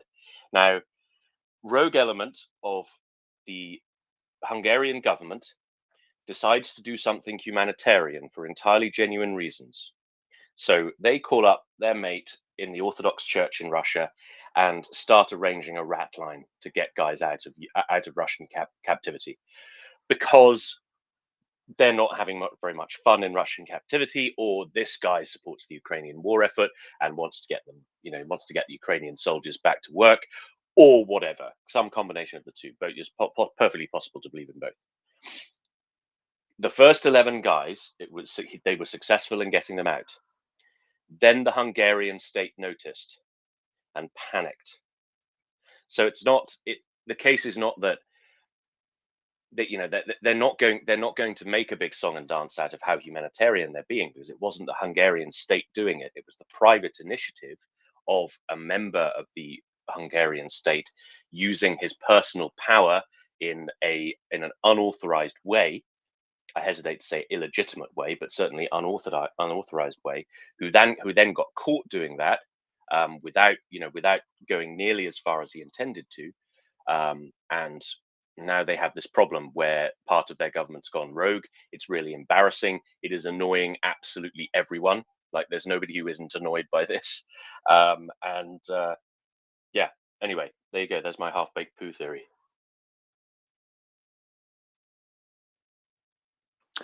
Well, thanks very much for that. I'm sure the truth will come out eventually, and whatever it is might be thoroughly embarrassing for Hungary. But I think the most important thing here is that those men, at least 3 of them now, have found their way back home, and I'm hoping that the others now will have the same opportunity. I think it was only a matter of time before they ended up having to do that,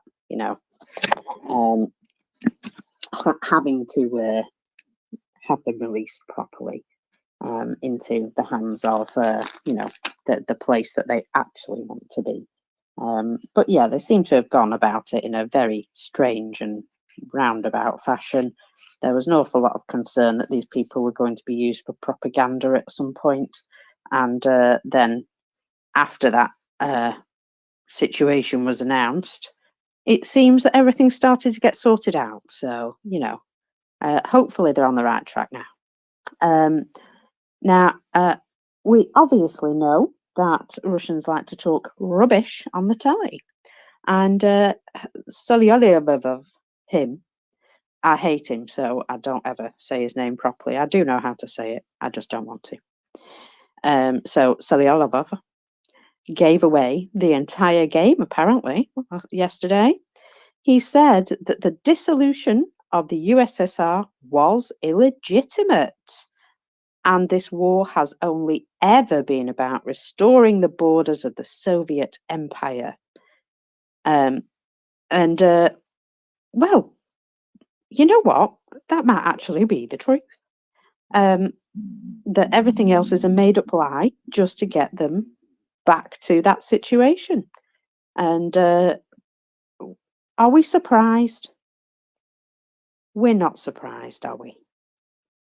This seems to have been the thing all along, that they will just lie and lie and lie about their intentions, when it's really quite clear that they've just got this imperialist mindset and they think everything should belong to us.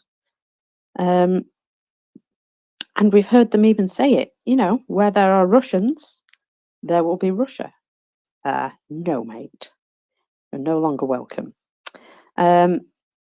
So anyway, after that, back to reality.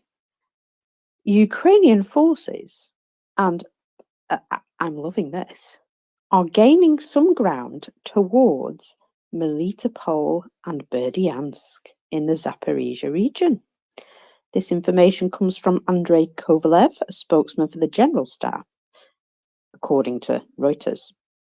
So, the statement is they have had partial success and they are gaining ground, Kovalev said, adding that the gains near the settlements of Mala Tokmacha and Robotny, amongst others. The first one there is a new name. I like seeing new names popping up. That says things. Ukraine continues to hold back the advance of Russian troops in the east of the country, with especially heavy fighting taking place near Liman in the Donetsk region. One thing that we've noticed is that every time they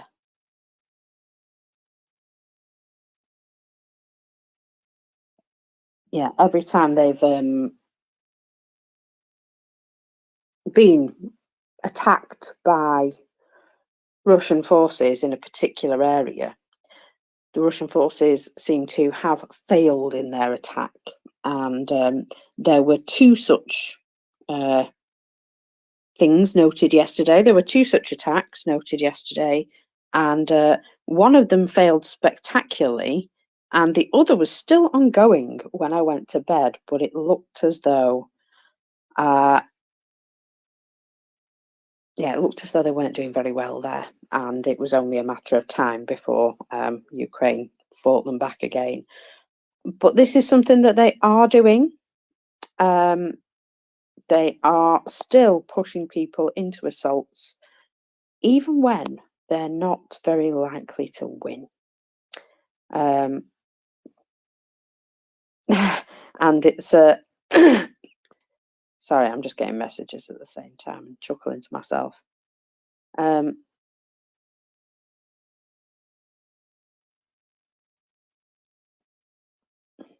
Apologies. Update. I had to. My brain had to stop to look at that update.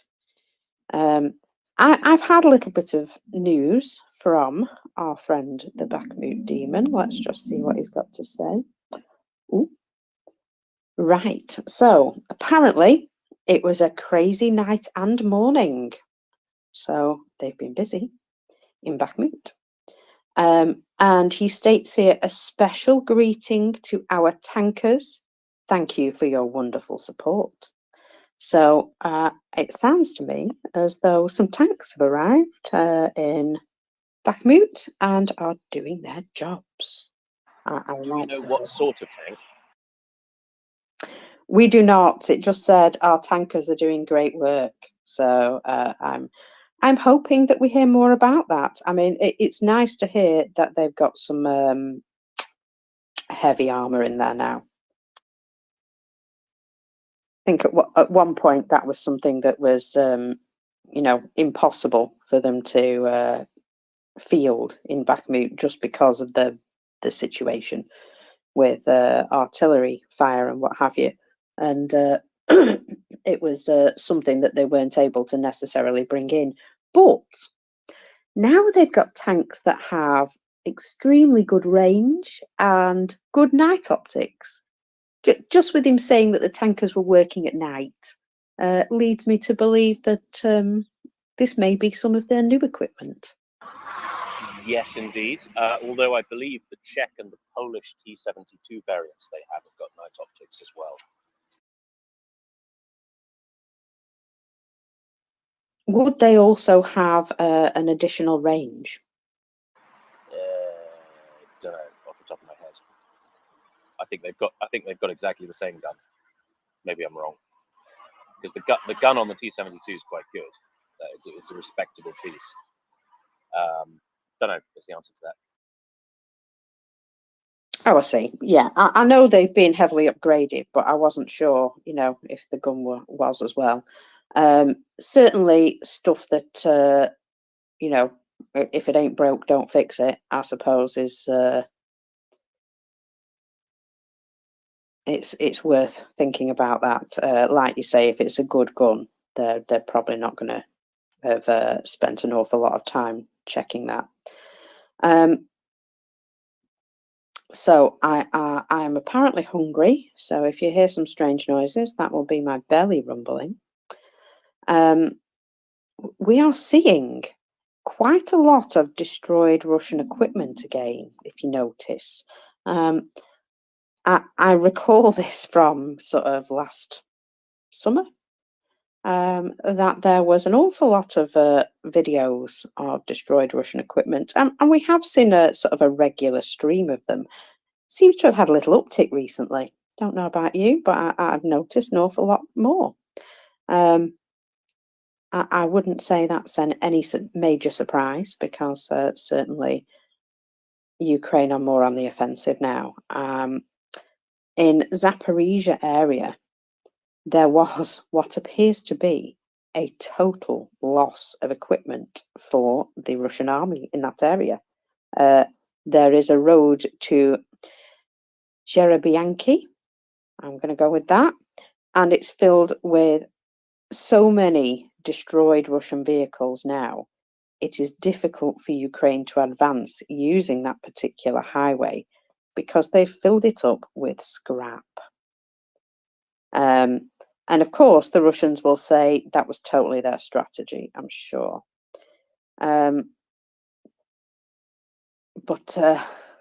Yeah, there's a nice video of things blowing up, and I'm just going to retweet it so you can enjoy that too. This is how I am. I know, caring and sharing.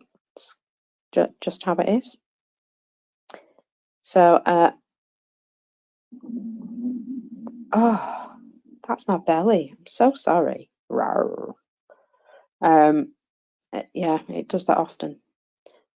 Just catching back up with what's happening anyway.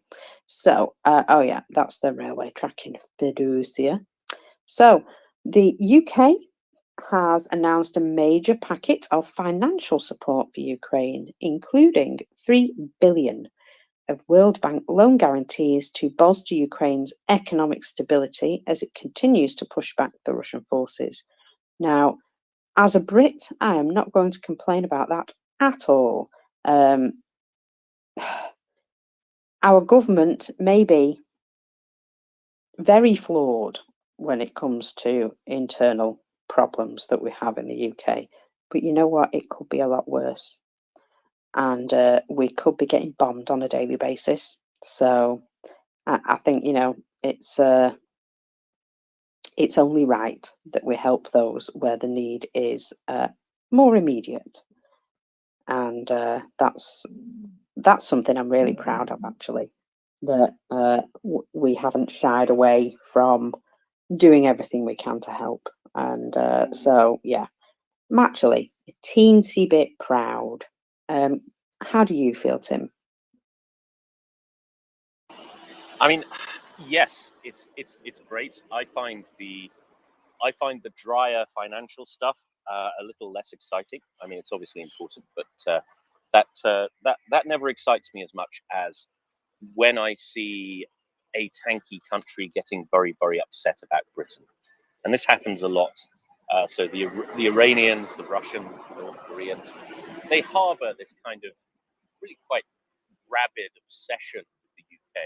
And it's actually, the UK is actually a kind of stock character in their propaganda as well.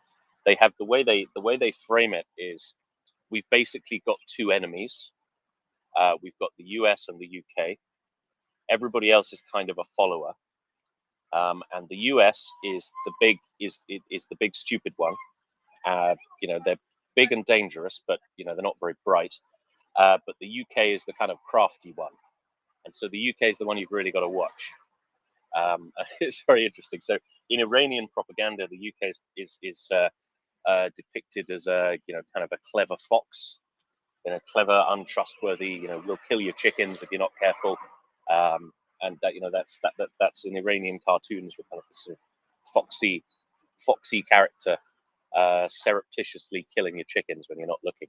And the US is kind of a, you know, rhinoceros, you know, big and scary, but you're probably going to see it coming. It's very interesting, and it does make you think, you know, well, hang on, we're just us, you know. It makes me chuckle whenever I see it. What makes me laugh is that there are a couple of, like, you know, depictions of true Britishness. Obviously we've got sort of like the lion, the lion heart, the, you know, stalwart defender and all this. And then we've got Mr. Bean. There appears to be no in between. It's just, it's fun to me. But yes, you're absolutely right. I like a wily fox, so I find that fun. But yeah, we just one thing I think about the British as a whole, we like an underdog, yes, we do, but we also believe in what's right and wrong. We've got quite a solid moral compass, I would say, with regards to, you know, if somebody is a bully, we're going to stand up to them. And so it's just a case of we've seen a massive injustice and gone, oh, hang on, that's not right. And that's generally how the UK, you know, sort of has dealt with this. Not through sort of political reasons, especially, although some might say that Bojo certainly received an awful lot of good press out of it. Good for him. I don't think it's helped. But anyway, at least the Ukrainians love him. I bet you he gets a job there at some point. Hopefully a job where he doesn't really have any responsibility other than charming people with his crazy hair and gift of the gab. But that said, yeah, wee bit proud of my little island. I wasn't sure we had it in us, to be absolutely certain, but apparently we do. So good for blimminals. Now then, it's loud again in Belgorod overnight. This is Novi Oskol, sorry. And there were air raid sirens. Can't imagine what might have caused that. I do love a bit of early morning wake up call for air raid sirens going on in Russia, just because it's about time they received the same treatment. Kind of like that. See how you feel, sort of thing. I'm just getting a bit of more information about what Donny was saying about War Gonzo. Russian television channels have confirmed he is indeed shot, but in military hospital. Yeah. I'm not saying he's alive in military hospital. I would imagine he's probably not. Hospitals have morgues. Absolutely. Yeah. I have a funny feeling some idiot is going to try to continue his account and pretend that he's alive. And that'll be funny too, because everyone will be like piling on saying, no, mate, you dead.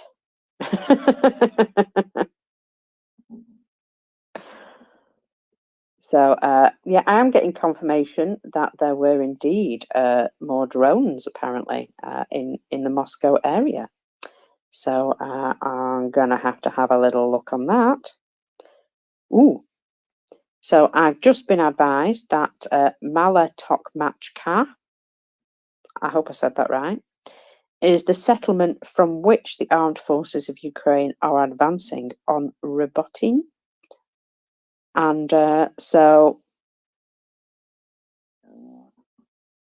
we're waiting to see the next step that Ukraine's going to take.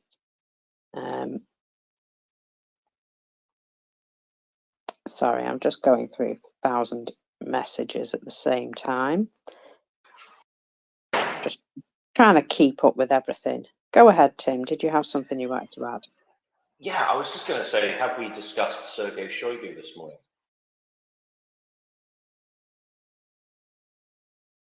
We have not, please. So Sergei Shoigu has been doing, now I say doing, he's been talking, maybe doing is the wrong phrase. Oh, hello, cat. Maybe doing is the wrong phrase, but he has certainly been talking. Now, Sergei Shoigu, who is the Russian defense minister, has said that the potential use of US HIMARS and UK supplied Storm Shadow missiles against targets in Crimea would mark the West's, and I quote, full involvement in the conflict and would immediately entail strikes upon decision-making centers in Ukrainian territory.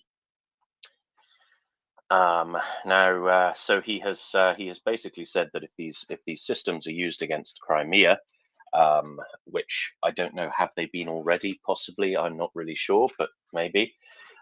He said that this is effectively the UK and the US joining the war. Nevertheless, he has said that strikes would follow on decision-making centers in Ukrainian territory. Now, I'm trying to work out what he means by that. Now, the US and the UK are not known to have any large military facilities in Ukraine, as far as I'm aware. So perhaps he's talking about embassies, or I don't know. He seems to be threatening something anyway. Yeah,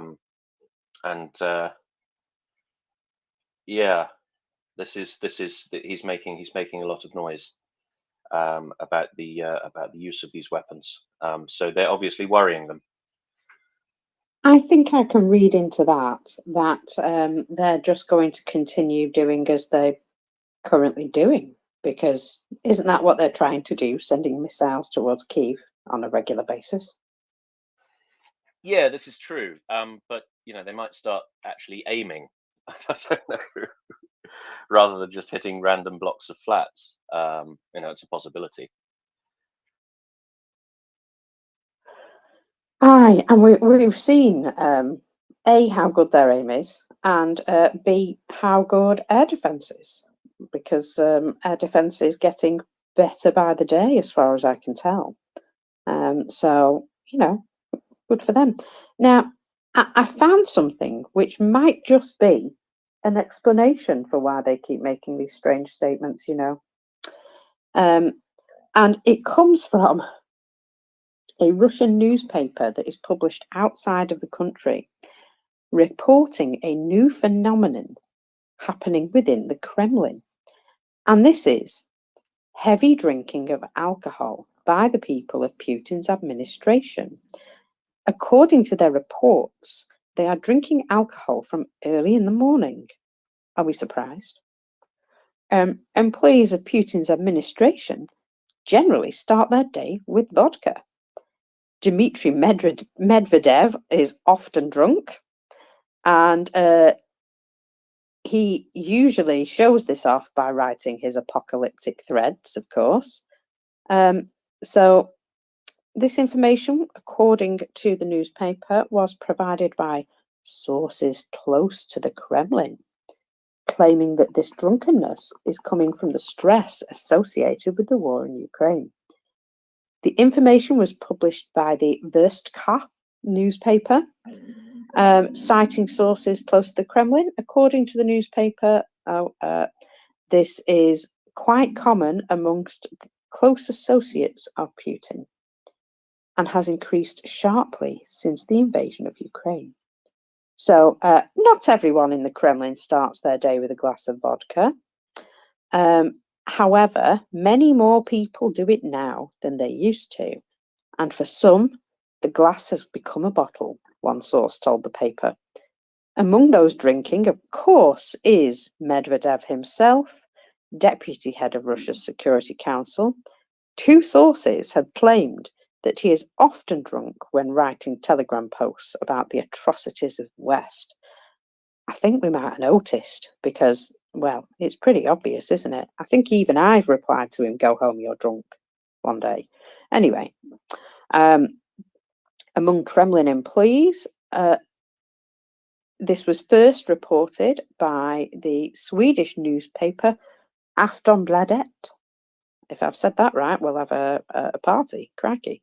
So previously, a maximum of 1 bottle of wine or vodka per person was served during official banquets, Verstka says. However, since the beginning of the invasion of Ukraine, that has increased, and there is now 1.5 to 2 bottles of wine or vodka given per person. Per person.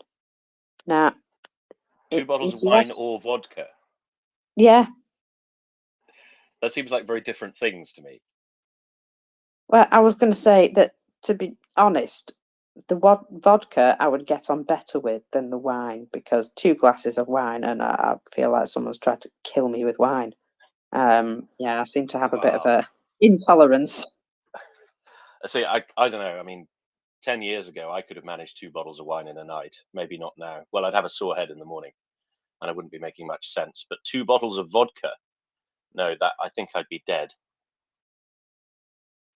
Exactly. Yeah, you've got to build up a tolerance to get there. It's almost impressive. Almost. Now, Johannes. Oh, come on. this is kind of news and not news, right? Because Medvedev is a known drunk, right? He regularly appears in public, obviously completely shit-faced. But the rest of them now, Putin doesn't drink, does he? He's either recovering. He's either in recovery or he's never been a drinker or something. He does have a thing with alcohol, doesn't he? Yeah, I think he's never really been a drinker, which is why it's amusing when one of his doubles has a glass of champagne at a party or event, because, you know, obviously not him. So is this like a Hitler thing? You know, Hitler didn't drink, and he famously disliked other people drinking as well, and also smoking. So he got very upset if people drank or smoked around him. Do we know if Putin's like that? Is it something he kind of disapproves of in others as well, or is it just something he personally chooses not to do? I'm going to say it's a personal choice, because he never seems to have worried about Medvedev, has he? I mean, let's face it, that guy's like a walking alcohol shop. And yeah, he never seems to have taken a dislike to him.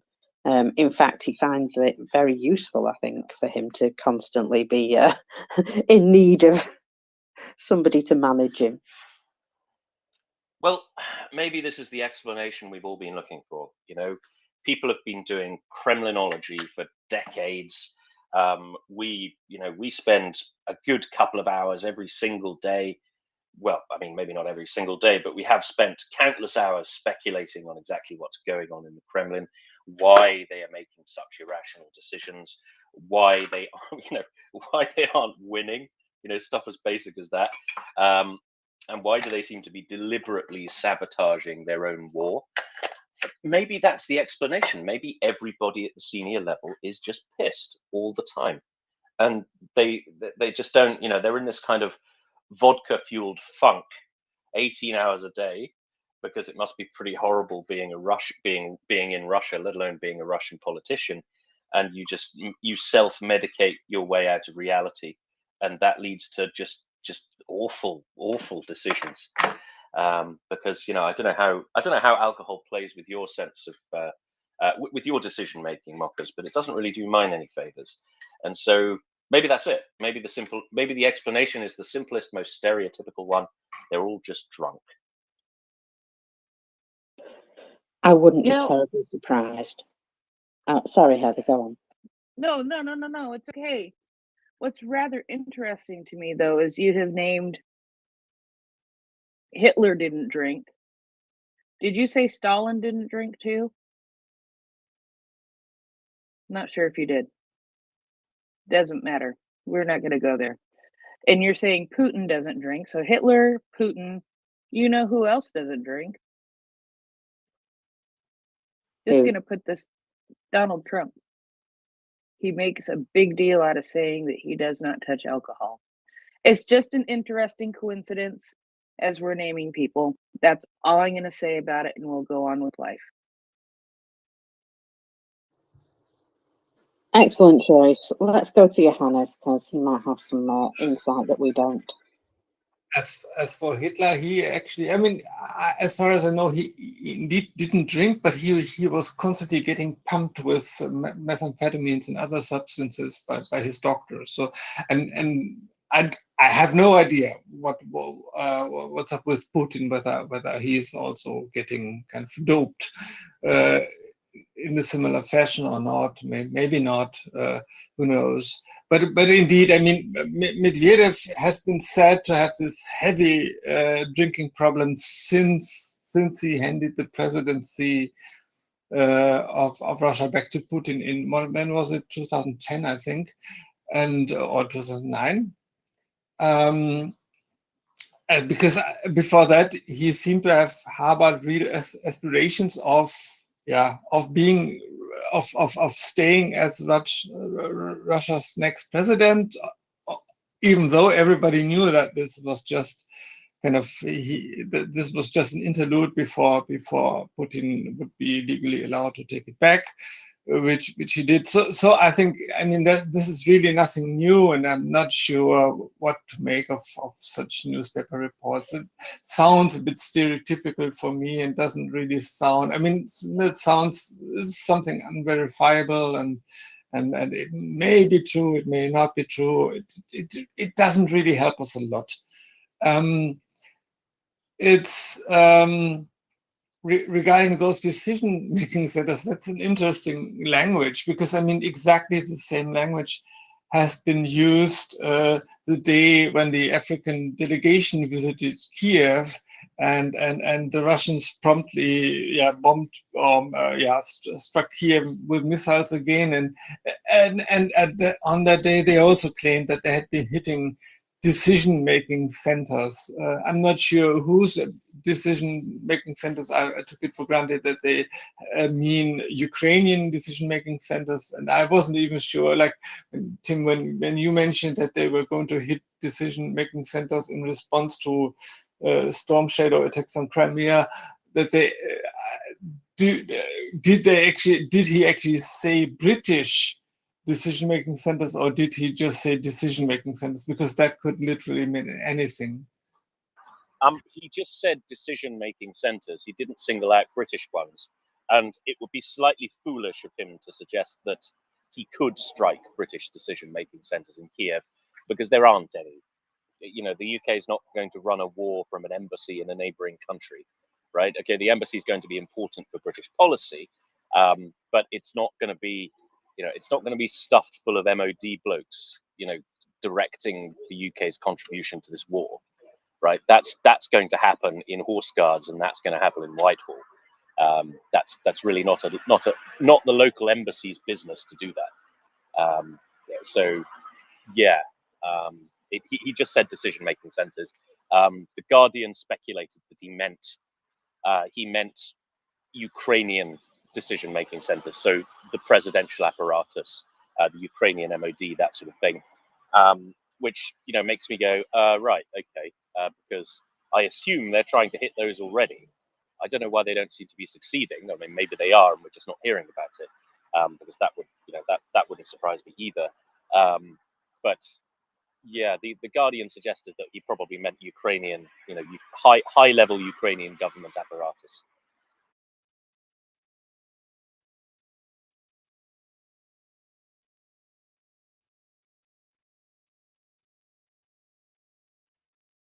Which is pretty much what they've been doing anyway. So that's just standard stuff, isn't it? So basically, he's saying, if you do that, we're going to do, well, nothing much else. It sounds, you know, it sounds like he's making some sort of threat, but he really isn't, as far as I can tell. Tim? And I shall do such things, what they are yet I know not, but they shall be the terrors of the earth. What's that from? I think it's King Lear. I wanted to add a quick note. Johannes brought up Hitler's methamphetamine use. Yes, he was hopped up on meth all the time, but he existed in an era where that was totally normal for politicians. I read an article about this a while back, and this was something that pretty much every senior politician in Europe was doing. They all had a personal doctor, and that doctor was keeping them hopped up on meth.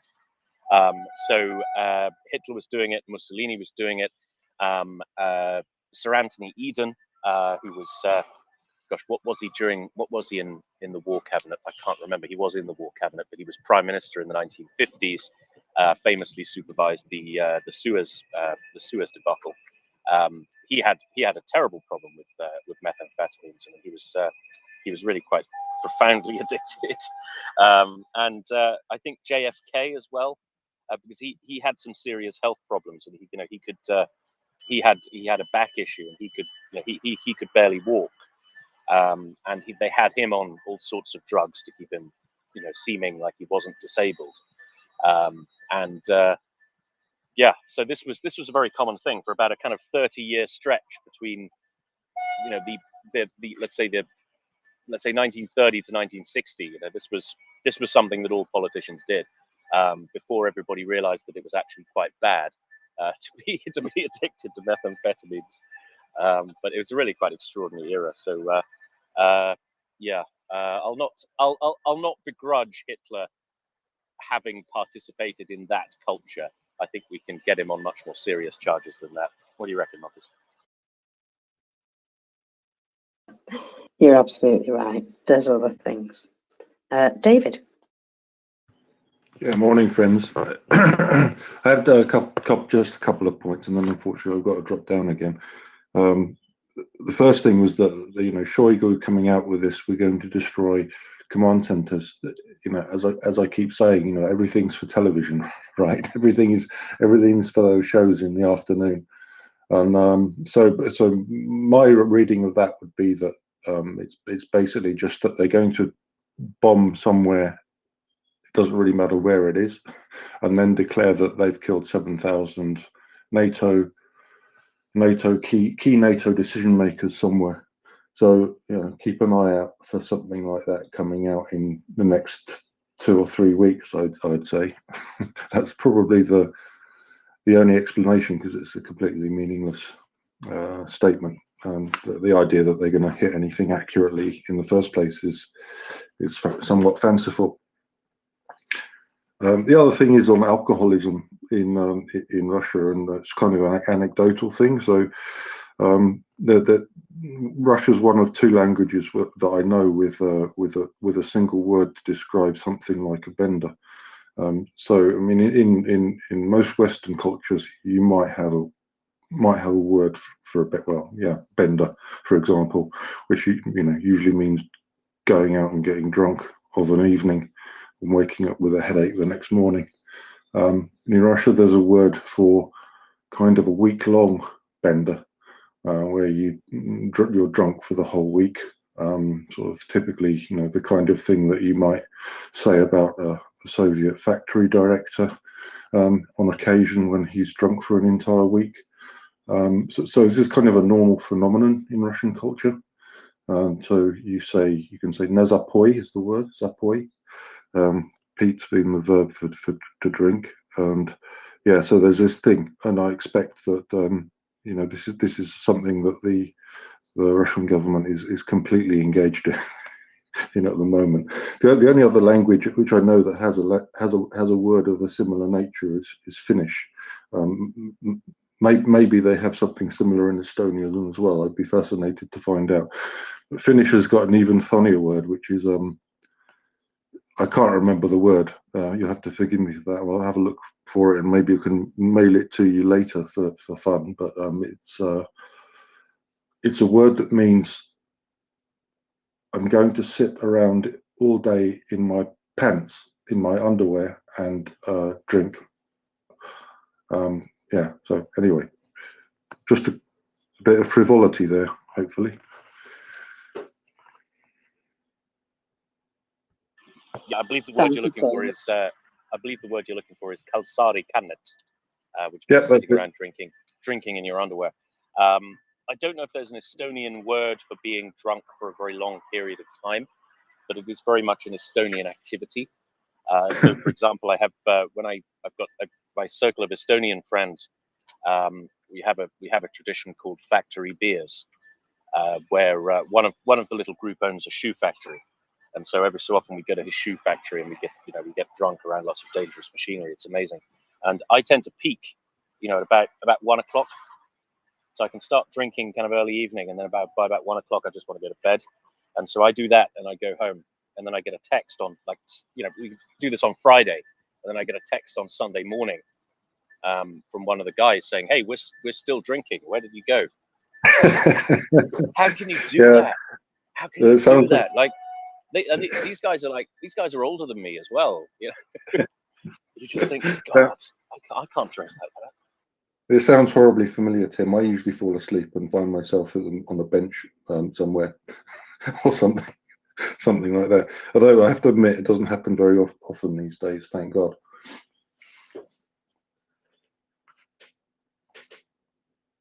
I'm sure you're not the only person that's woken up inside a flipping tree or something. I know I once found my brother at the side of the road laid in a bush. So yeah, it happens. Yeah. Whilst still living in London, my claim to fame was to have travelled backwards and forwards on the Piccadilly line for a number of hours until it shut and I got kicked off. Anyway, there you are. You were enjoying your nap. Yeah, I'm opening myself up to accusations of all kinds of depravity. So I'll leave you for now. I'll try and come back a little bit later on. Thank you very much, David. That's brilliant. So let's have a little look about what's happening. Oh, somebody has tidied up the nest beautifully. Was that you, Prince?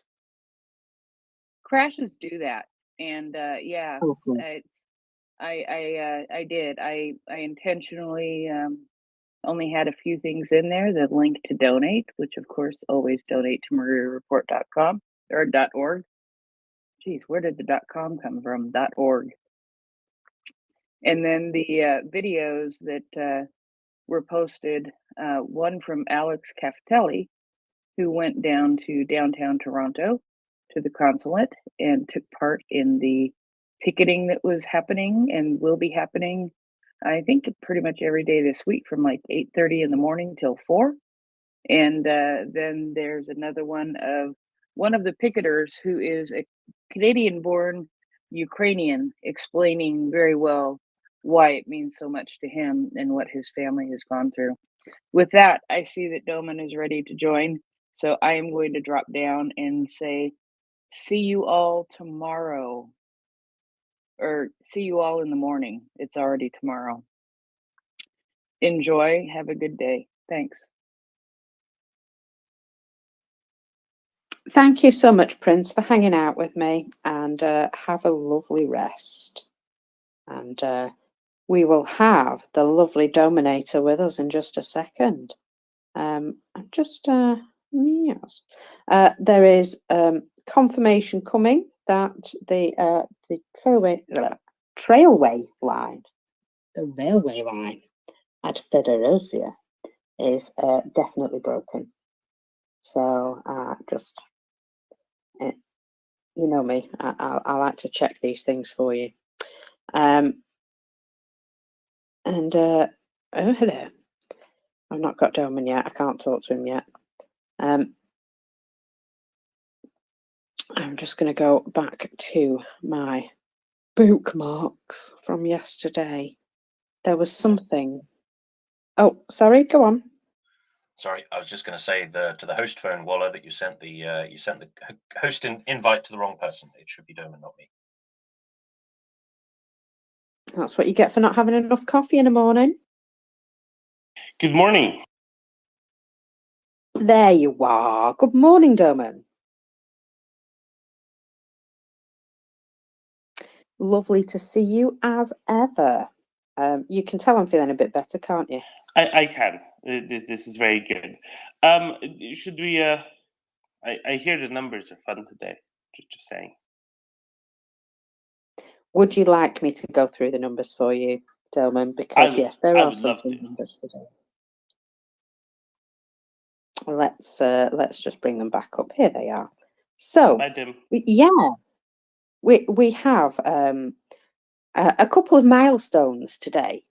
So with a total of with an addition of 540 liquidated personnel, the top line reads 222,000 exactly. Now, I do wonder if that was done purposefully. I don't know. It just seems like that's going to be put into some. You know how they do these videos every so often of milestones and things like that. I have a feeling that number might feature somewhere today. So we have also gone over 4,000 tanks. So we're stop it scratching right in my ear. 4,006 tanks we are at today, with an addition of 9. So 9 tanks taken out yesterday. 21 armoured personnel vehicles, 32 artillery systems, and 1 more MLRS. Interesting that we have more of the anti-aircraft warfare systems that we've seen popping up recently. 3 of those. Obviously, there were a lot of drones, so 35 drones shot down, 22 vehicles and fuel tanks, and 8 special equipment, which you know how that pleases me when they get up. Did you appreciate the numbers there, Doman? I appreciated them greatly. If my memory serves, 8 special equipments ties for 4th. Because I think we had a 10, I think we had 2 9s and 2 8s now. If memory serves. Yes, and obviously these totals for the month are still climbing in both vehicles and fuel tanks and the special equipment there. It's funny, isn't it? We're like the last 2 on the list. But artillery systems again, there was quite a lot of those. And I know that every single tube off the battlefield is likely lives saved. So, and less damage and destruction as well. So that's really important. When I see those numbers high, cheers me right up. 100%. I'm just I still think so. Troop artillery is now 3,920. It's been going up much faster than tanks. I think by the 4,500 mark, if this rate continues, artillery will get there before tanks. So we will see. It's interesting, I think, to see these very, very large numbers for things far, far behind the lines. The far, far, far behind the lines, because those are the kind of the most difficult ones to get to, right? So that means that your reconnaissance, your aerial reconnaissance, drones, etc., are doing a really good job, and that's one of those things that's very difficult to do. So 20 days of June passed, 10 more to go, including today. And the special equipment is only 18 behind that of May. So in May it was 99. It's already 81, 2/3 through the month. So we're on pace for basically 121, which would, if this continues for the rest of the month, which would blow out of the water the previous record, which already blew out of the water the record before that, which it did by exactly 50%. And this one is on pace to beat the previous one by, not quite that, but by 20%, but nevertheless by quite a lot. And we've heard reports from Russian sources that the Ukrainian artillery is wickedly accurate. So, they're obviously using less shells to take out those pieces than the Russians are using to attack. And that makes a big difference too, because they get no proper warning if they're so accurate. Exactly, which is naturally very good. The other thing that struck me this morning was that Romania reports no pollution on its black sea waters as yet, which we're kind of expecting to as a fallout for the consequence of the Russian destruction of the Kakhovka Dam. It's it's been quite a while. Kind of surprising that there hasn't been pollution registered on the Romanian shores by now. But I guess that it gets caught in that immediate area just north of the Danube Delta and kind of swirls around that, whatever goes far. So that's pretty good. Did you say something about railways as I was cycling up? Sorry, I just had to retrieve my phone from underneath the cat. He just decided to sit on it at that very moment. Yes, Fedosia in Crimea is experiencing an interruption in their railways this morning due to the track being damaged by what appears to be an explosion of some kind. Shocking, eh? Just absolutely awful. I mean, I guess these things happen sometimes. Just a random explosion.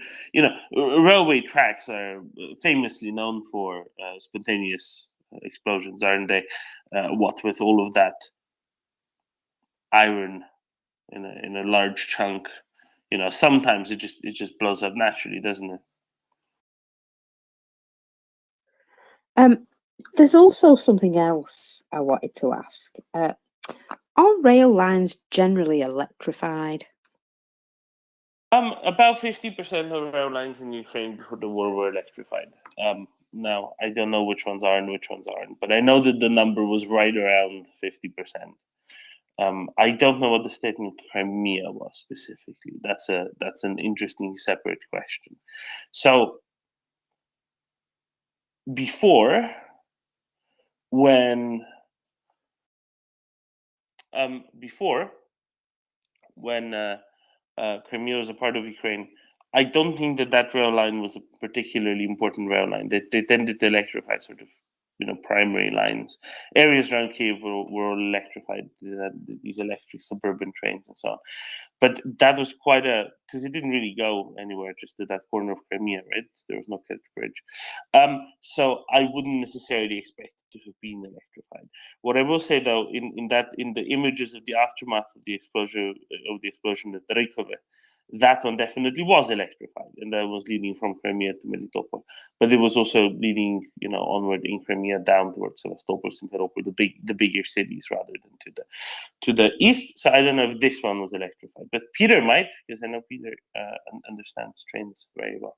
Good morning, Peter. I just wanted to explain my reasoning because I've seen a lot of interruptions in electricity in Crimea just recently, and utilities being on fire. So it just made me wonder if that was part and parcel of the possibility of slowing things down on the rail. Go ahead, Peter, and good morning. Good morning. Yeah, I can answer this question. The only lines in Crimea which are electrified is the original sort of old main line from Melitopol down into Simferopol and on to Sevastopol.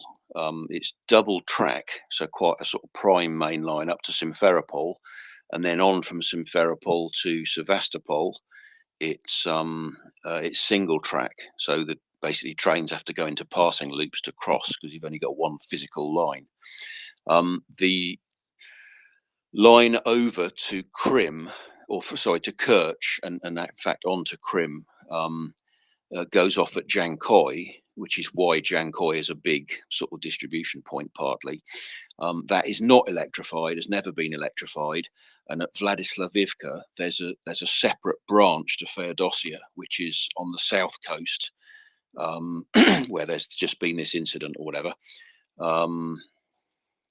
So yeah, and also the branch line to Yevpatoria, which goes off at Fardiske, is also electrified. But other than that, it's not electrified. And there are only two lines into Crimea, two rail lines into Crimea. That the main line from Melitopol, which is again partly why it's so important, that is, as I said, is electrified. There's another line which also goes off at Jankoy, and that goes directly to Kherson via Armyansk, and that is not electrified, and it's single track, much sort of lower capacity. And the line, obviously, with the new bridge of ill fame, that has not been electrified, so that was diesel operated. That makes sense? Definitely does. Thank you, Peter. If you have a map of this, can you send it to me, especially if it's somewhere on the internet? Because I have a couple of maps of Ukrainian railways. I don't have one that shows which is electrified and which isn't. But I'm glad that I've guessed right as to which ones would be. Yeah, there's a very good map. I'll send it to you so you can put it up in the nest. It's extremely good because it shows single track, double track, and it shows which lines are electrified as well. It's by a guy called Buka.net. And it also shows which voltage the lines are electrified at, because there's actually, due to historical reasons, there's two separate voltages. That alarm. There's two different voltage systems in Ukraine. There's the older system, which is DC, direct current, and there's more recent electrification, which has been done at AC, alternating current. So the sort of two systems kind of meet at various points. Anyway, I will certainly forward you the map, and you can put that up in the nest. So, Peter, if you have quite a modern locomotive, right, it can work with both. It can kind of change over which feed it gets. But previously, they would have needed to kind of split out which engines can work on which ones, right? Yeah, there are a handful of locos that are what they call dual voltage, which can operate on both systems, and even there are now locomotives that can operate multi-systems, but in Ukraine, they happen to have relatively few, very few dual voltage locos. They had a sort of batch of them round about Kharkiv, because towards Kupiansk, there's a voltage changeover point somewhere there. Forget where off the top of my head. Just looking at the map now. It's it's between Kharkiv and Kupiansk. It's a bit of an awkward place where you wouldn't normally stop. So they actually had a bunch of dual voltage locomotives that operated out of there. But by and large, Ukraine is almost entirely sort of single system. So where you get to the voltage changeover point, they take one locomotive off, or take an AC locomotive off and put a DC locomotive on, or vice versa. Some of the electric multiple units, they had a bunch of intercity electric air-conditioned rail cars built about 10 years ago. I think they were built in Korea. That'll be South Korea. I think they must be dual voltage. So there's a small amount of multi-system equipment, but not very much in essence. Yep. Thank you, Peter. See, Marcus, you ask a question, and somebody comes in and tells you things. Yeah, I enjoy the sharing of information. That is one of the things that this space does very well. Share correct information, and if anybody does have a question, there's usually somebody who can come and answer it. And of course, making connections as well, in being able to connect up people who might be able to help one another. That, I think, is the biggest strength of this space. Really find that such an amazing thing to be able to do, to have people come on from Kherson, for example, and talk to us and be able to assist them almost immediately. Yeah, brilliant stuff. Sorry, back to you. Indeed, and that's quite right, and I'm always very glad for all of that.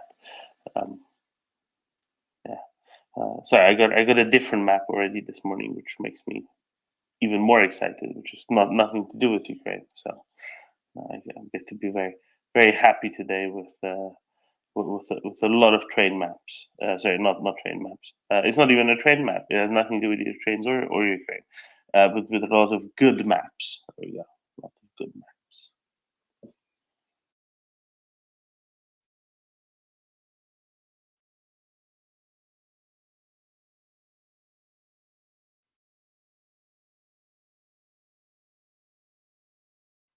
Apologies, I'm just looking at a couple of updates here. So, did you hear, Doman, that Wargonzo is indeed brown bread? We believe it. Really? Because there was the picture yesterday from his account that said, "Nope, I'm still here." But is it not a current picture? Is he too dressed?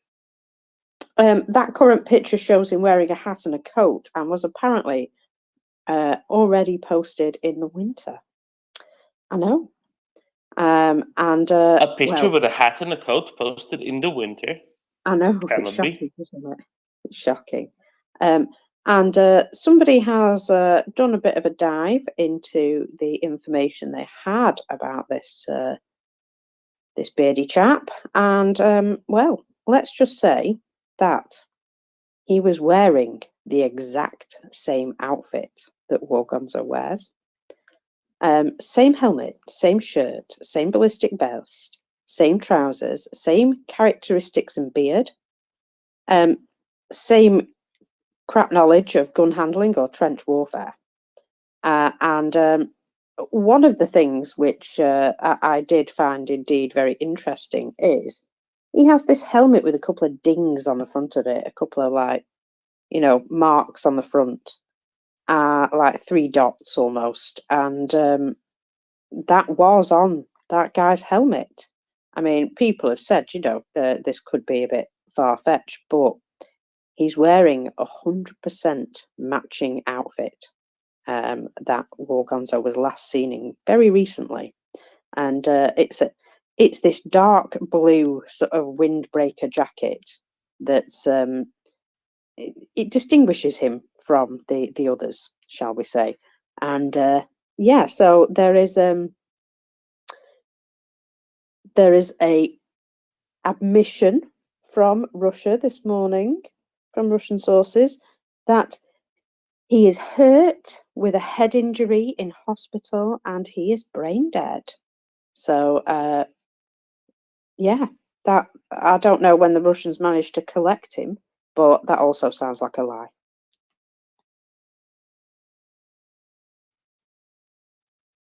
Oh my, that's very curious. The thing is, he was a very bad omen for the Russians, right? Wherever he went, they immediately had losses. So yes, this is the last one where they will impendingly immediately lose lots of ground.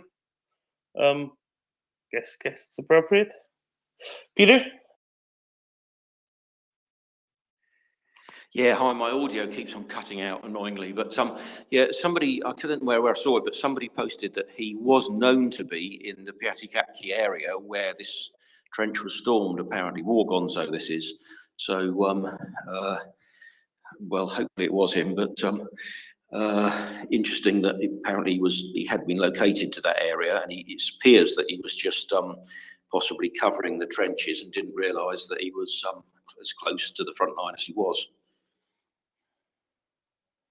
A terrible tragedy, hey? Just awful, you know. And he was apparently unarmed, because apparently rifle in your hands doesn't count as being armed, according to one of his mill blogger chaps, mates, whatever. So, you know, we learn all sorts of things these days. We learn all sorts of things.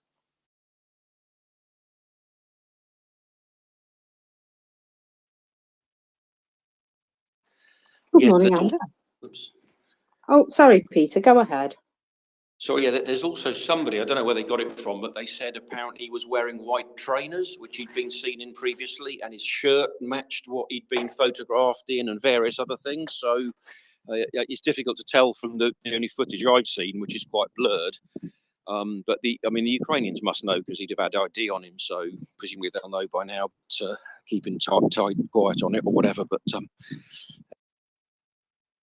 anyway, there's to be more and more info coming out that he's it was indeed him, based on his his kit, which is non-standard for military, and also that photograph that was posted on his account again has got a heavy winter coating, so.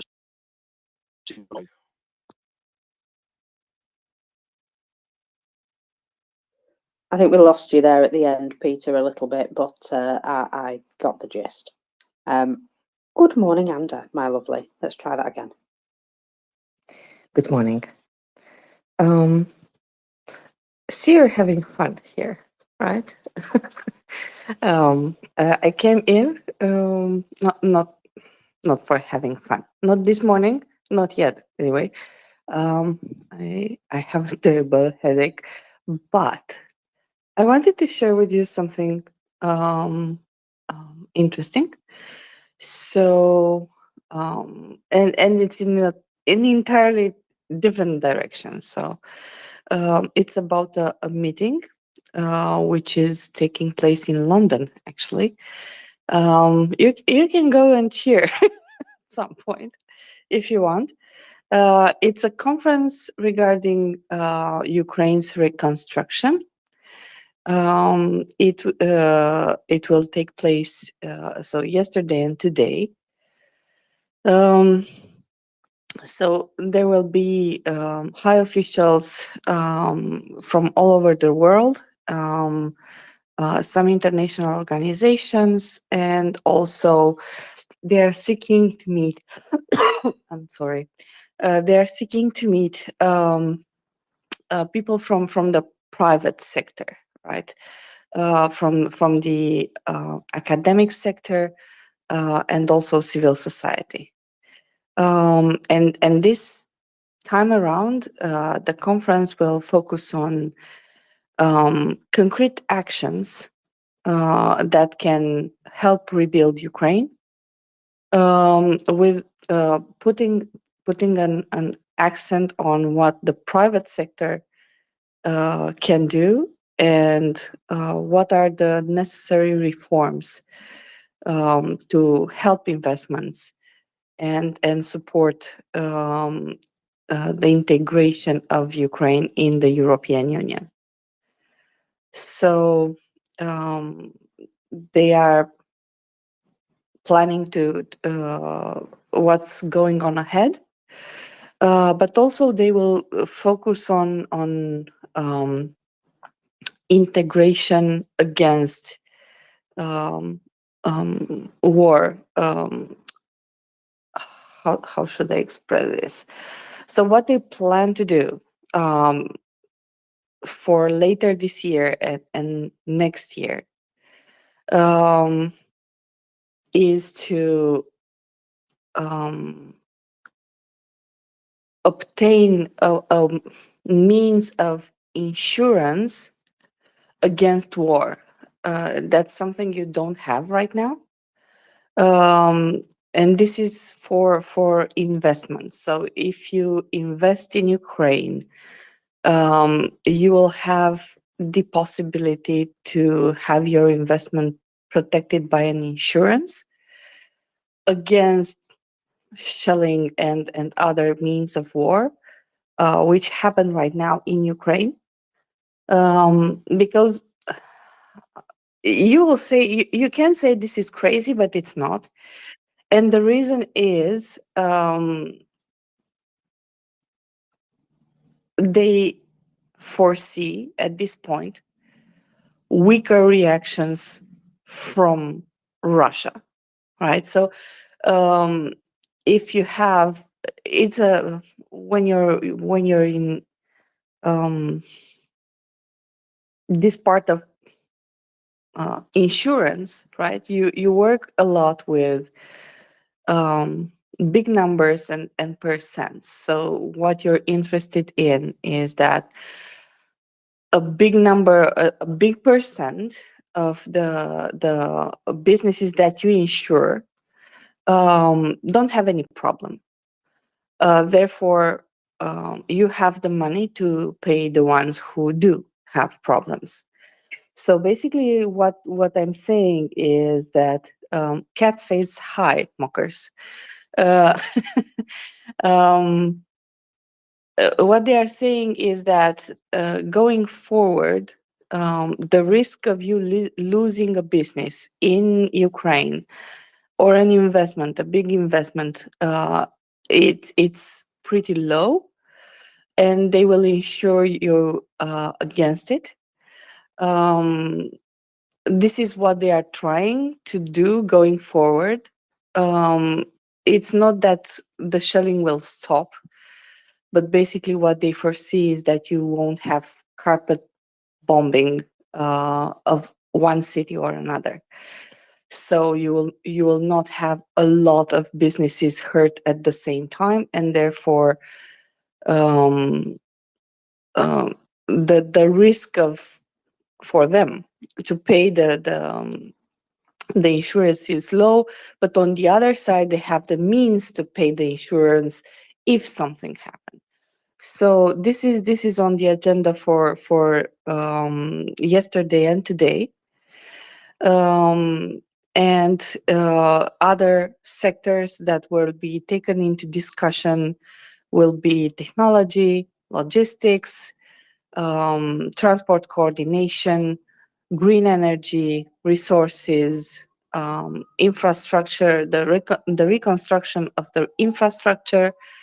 They also will focus on digitalization, agriculture, and health. So it's a broad spectrum.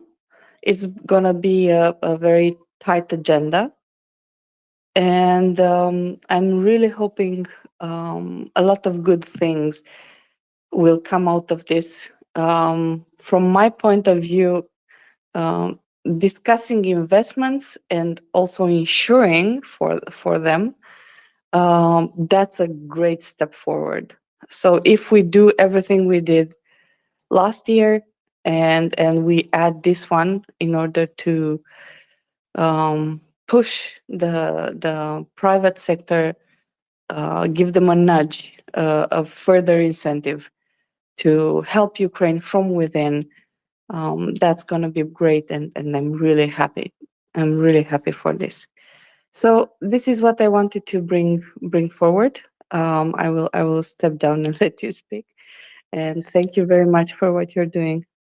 Thank you, Anda. So this is the continuation of what was happening in Lugano last year, right? Which is the first Ukraine Recovery Conference last year in Lugano. This actually existed before as a format, but it was called Ukraine Reform Conference before 2022. And actually, it started. The first one was like the current one in London back in 2016. 17, something like that.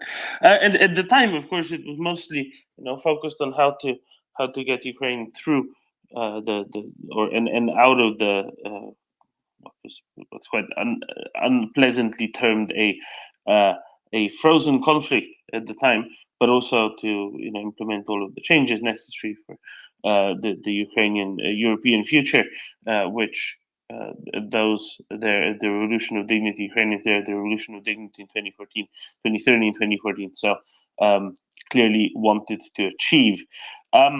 Now, with all of that, it had to, of course, change in nature a little bit. The insurance component is just but one of them, and it's specifically for reconstruction projects happening already during the war, right? There's more than that. There's a lot more than that that's being done as well. The one last year in Lugano was aimed at starting a framework of giving individual countries or cities, but primarily countries, just because of greater ability to leverage funds in most jurisdictions. Regions or cities of Ukraine to kind of be responsible for helping with reconstruction, because then it ties greater both interest as well as scrutiny, as well as all else really, to those areas. So the effort is done more concertedly, and I wonder if this year they'll continue pushing that and continue developing that as well. In the opening address this morning, Sunak's comments, which I think haven't been made yet, but the address has been leaked. Starting off with, as we've seen in Bakhmut and Mariupol, what Russia cannot take, it will seek to destroy. They want to do the same to Ukraine's economy. That's exactly it. And, that's a very good distillation of a lot of what is facing Ukraine now, or what Ukraine is facing, because at every step, even when Russians are kicked out, if they have anything like enough time, they will destroy whatever is there. Because if they can't have it, then no one can. Because that's how Russia works. It's the ultimate scorched earth policy: destroy everything on departure. If departure comes about, we've seen, of course, that already with the dam. We've seen that otherwise as well. So also yesterday, and this is in conjunction with the conference, but kind of separate to it, the European Union is proposing another 55 billion euro package, effectively macrofinancial assistance to Ukraine beyond what was. But what has already been put forward, and this comes to basically stabilize the Ukrainian state finances in both the immediate and the medium term, which is very important, because if that isn't done, right, then you exist in a forever precarious situation, and there's not a it doesn't work very well if you have to do it that way, and it's distracting and detracting the Ukrainian government from working the best it can as well. Much of this is, of course, the consequence of the Ukrainian economy having shrunk by almost a third as a consequence of Russian wanton destruction, the great movement of peoples that had to that it led to, and the shelling and rocket strikes against cities all across Ukraine, far away from the front lines, on a very systematic basis, making economic activity, more suppressed than it would be otherwise, or operate at a lesser level than it would otherwise. If it weren't for the Russians, this wouldn't be necessary at all. So again, the only ones to blame are the Russians. I think that was a very good point and very well made, though. And if you mind, or if you don't mind, I would like to add one thing to this. Having looked at the numbers, the details, and which came out of the past 3 weeks, and a lot of maps and a lot of data from past years as to foregone economic centers and activity, I think it is clear that Ukraine and the Ukrainian government can calculate as follows. And I think they do already. And they have to. Every single square meter they free up, they should take as contaminated, as vacated, destroyed, and technically so unusable that it has to be reconstituted.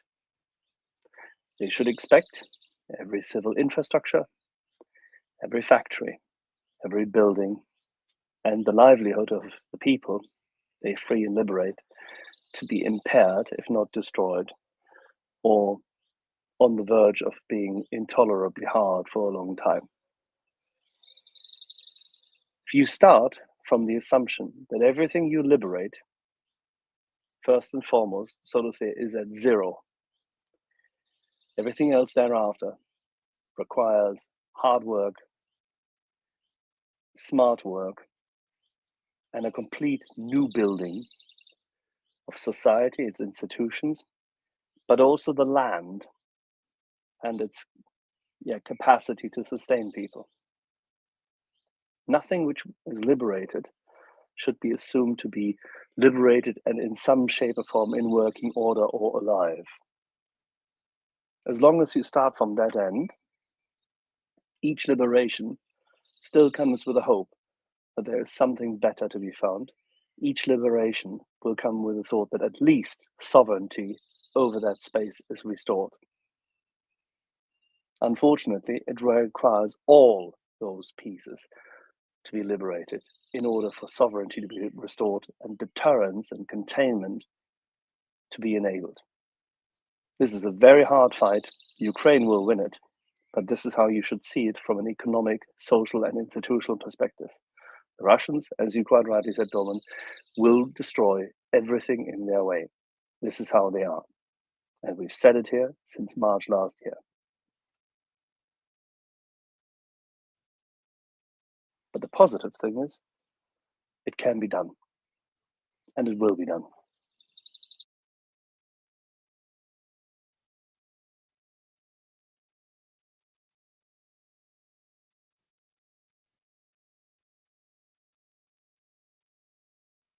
And another positive thing is the US appear to have been checking down the back of the sofa again and found some extra money. I've been checking down the side of the bookkeeping books, I think. It's depreciation, isn't it, that wasn't accounted correctly, something like that again. I still want that sofa. I really, mockers, we should go to that building where that sofa is.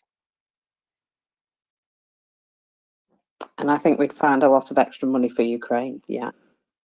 It sounds like a good place to check.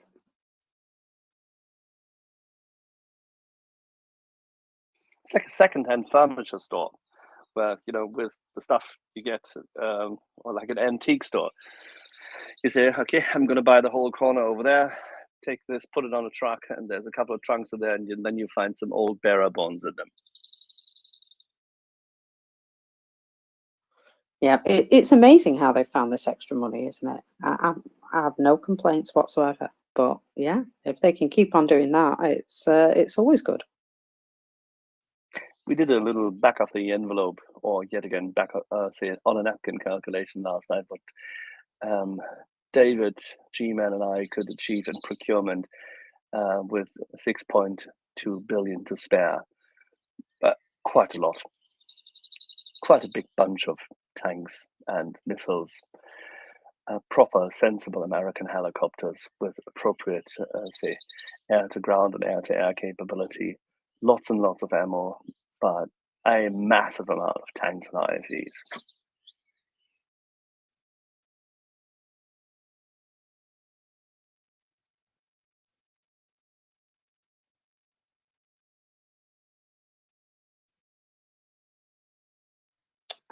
I'll go to Will in a minute, but I'll just say, Dom and I have popped that rail map up in the nest for you, so people can have a look at. Oh no! I'm gonna take that down because I'm gonna do this properly linked rather than just an image. Sorry about that. Are we going to derail after that?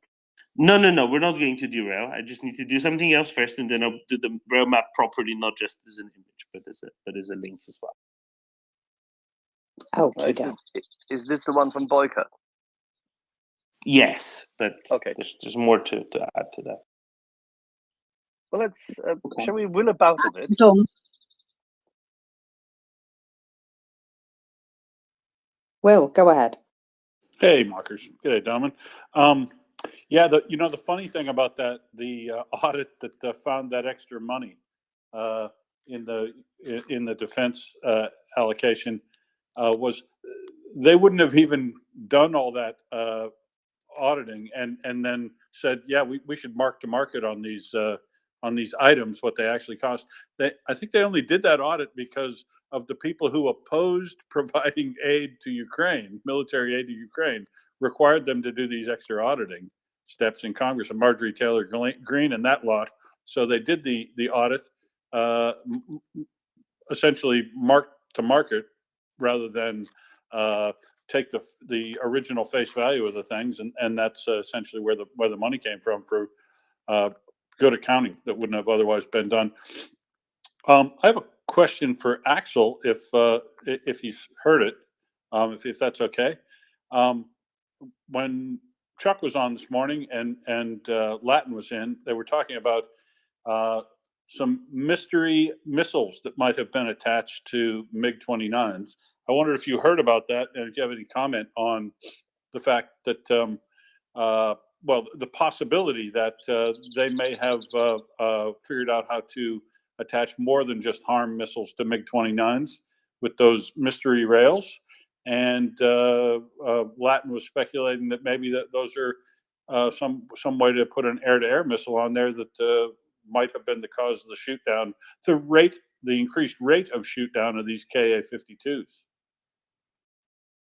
Yeah, this is goes back to discussions which our little Doolittle crew and has had before, and we then discussed yesterday in the evening when Latin joined David Brookfield and myself, and went through this for a bit. My suggestion after he showed me the photo was that this looks very much like they connected, as we thought 2 days prior,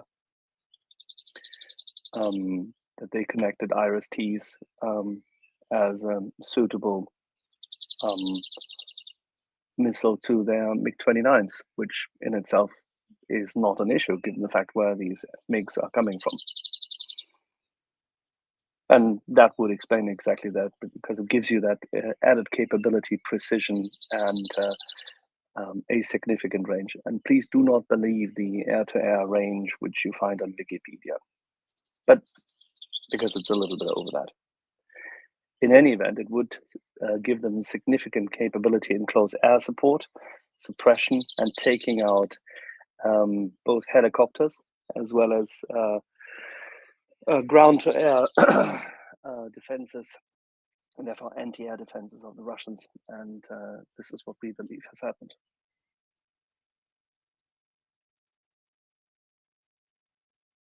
Well, we have indeed seen anti-aircraft warfare systems being taken out over the last couple of days. Yeah, exactly. You're completely correct. And if you remember, Domin, when was it? Was that Monday? No. And one of these wonderful days in this meandering stream, Miss Maloney's defense minister, and then she herself stated that they had been giving Ukraine what it needed. Well, SAMPTs. No. The SAMTs are nice, but the SAMTs were actually given before, and that had been done. She may have. Yeah, the training was done like March, but they finally exactly. showed up now, apparently. Yeah. No, I agree with that, but I don't think that she meant that. I don't think that she meant that at all. I think she meant from the vast stock of IRIS-Ts, which they are about to replace in Italy. The Spaniards have more. The Greeks have a little bit less, but the Italians have a lot of IRIS-Ts, and they don't need them. They don't need them at all, because Pandoros. Yeah, exactly. Sorry, because everybody would, when you say IRIS-T, most people would have thought of the ground-to-air system. Yeah, I know, but you wouldn't believe it, but there's more IRIS-Ts air-to-air in circulation than the others. Well, much more, because the ground-to-air is a new thing, right? So you're saying that there's plenty of these air-to-air IRIS-Ts which have a decent range, I guess. So do they need a radar painting of the target, or can they work straight off of infrared? Infrared. And much longer range than a Ka-52 has, which is good. You can so take, if you want to you take can that take out, out. You can take out a helicopter, no problem. And it's a good value to kill ratio.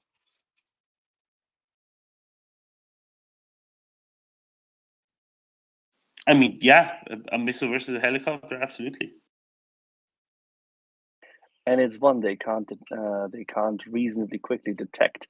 So they're in bad shape.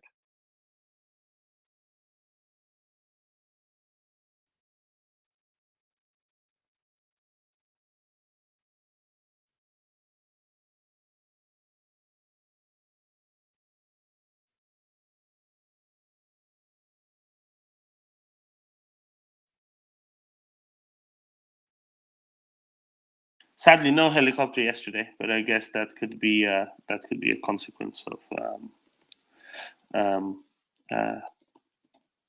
the Russians might be adjusting a little bit as well. They've lost 8 since the reported start of the counteroffensive, I believe. Yes.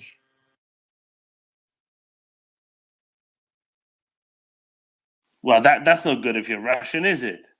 It's no good at all.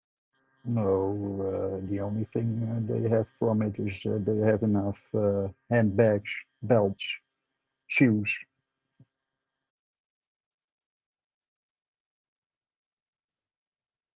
How many of those helicopters do they really have operational at this moment?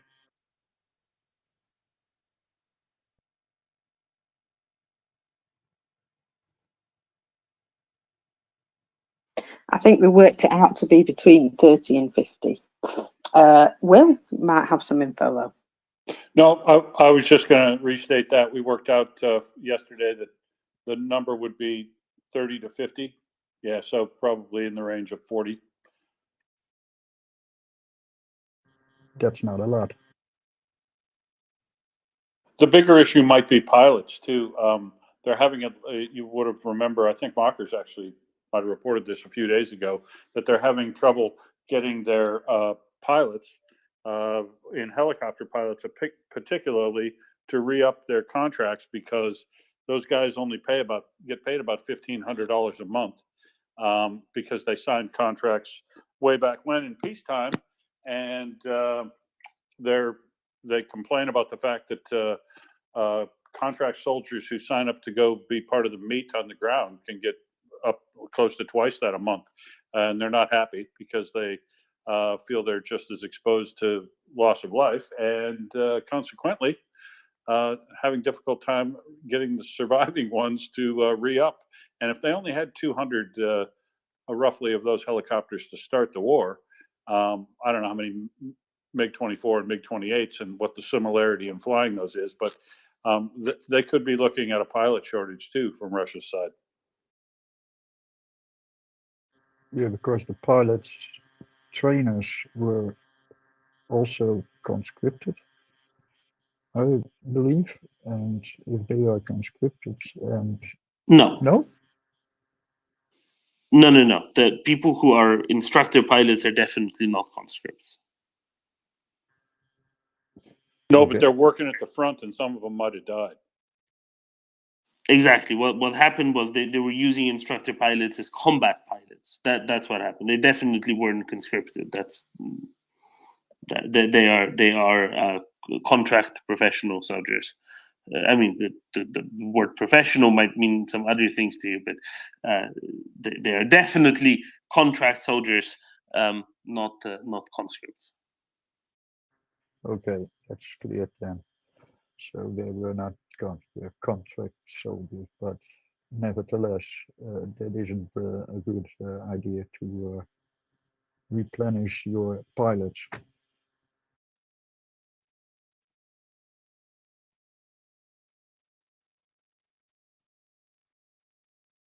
Yeah. So the question is which do they run out more quickly out of, right? So is that the Ka-52 pilots or the Ka-52s themselves? And at the point when they started using, at least occasionally, instructor pilots as combat aviators, that probably meant that they weren't doing so well. On the whole, how many combat aviators do we have? The other part of this all. The other part of this all is, of course, the appearance of the Ka-29s, the Marinized Ka-27 variant, which also doubles as not just a utility but also as an attack helicopter, at least in principle meant to support any sort of landing on a beach or whatnot in theory. But those popped up in Berdyansk. I don't think we've seen them previously in the war. That's an older design predating the Ka-52 markedly, despite coming from the same design house, right? Kamov, same design house, so hence Ka. This is possibly as a consequence of there just not being that many Ka-52 pilots being around, right? Because if there were more Ka-52 pilots around, or maybe more Ka-52s, they wouldn't need to bring out the Ka-29s and put them in an attack role like this. What I'm still mystified at is what's going on with the absence of Hinds. Why are they going for the Camos instead of? Surely they must have more Hind attack helicopters somewhere. Somewhere.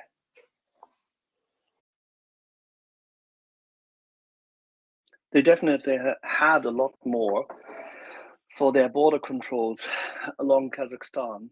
They used them for the air mobile insertion, if you remember, but I thought that at least half of them had been brought to the Ukraine theater at that time. And they do have the Hind also in the Far East, lots of them.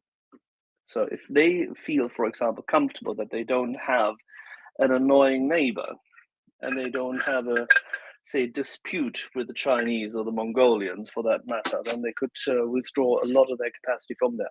They did use them also specifically, despite their high altitude problems, in areas close to the borders with the stans, meaning the non-Kazakh stans.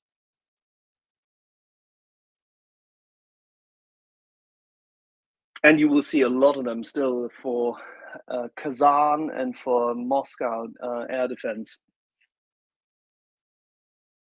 For air defense, attack helicopters.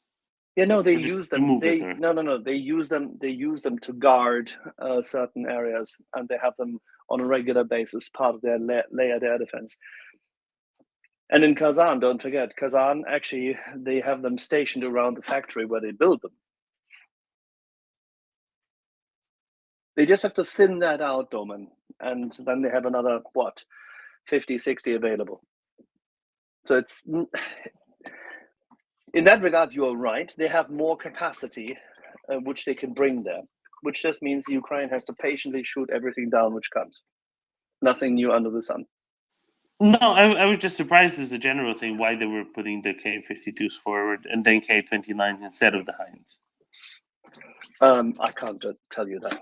I have no reasoning for this.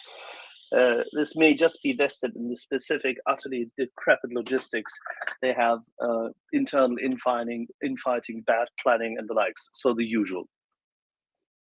Yeah, exactly, right? You can, sometimes there just isn't a reason. Sometimes it's just Russians being Russians.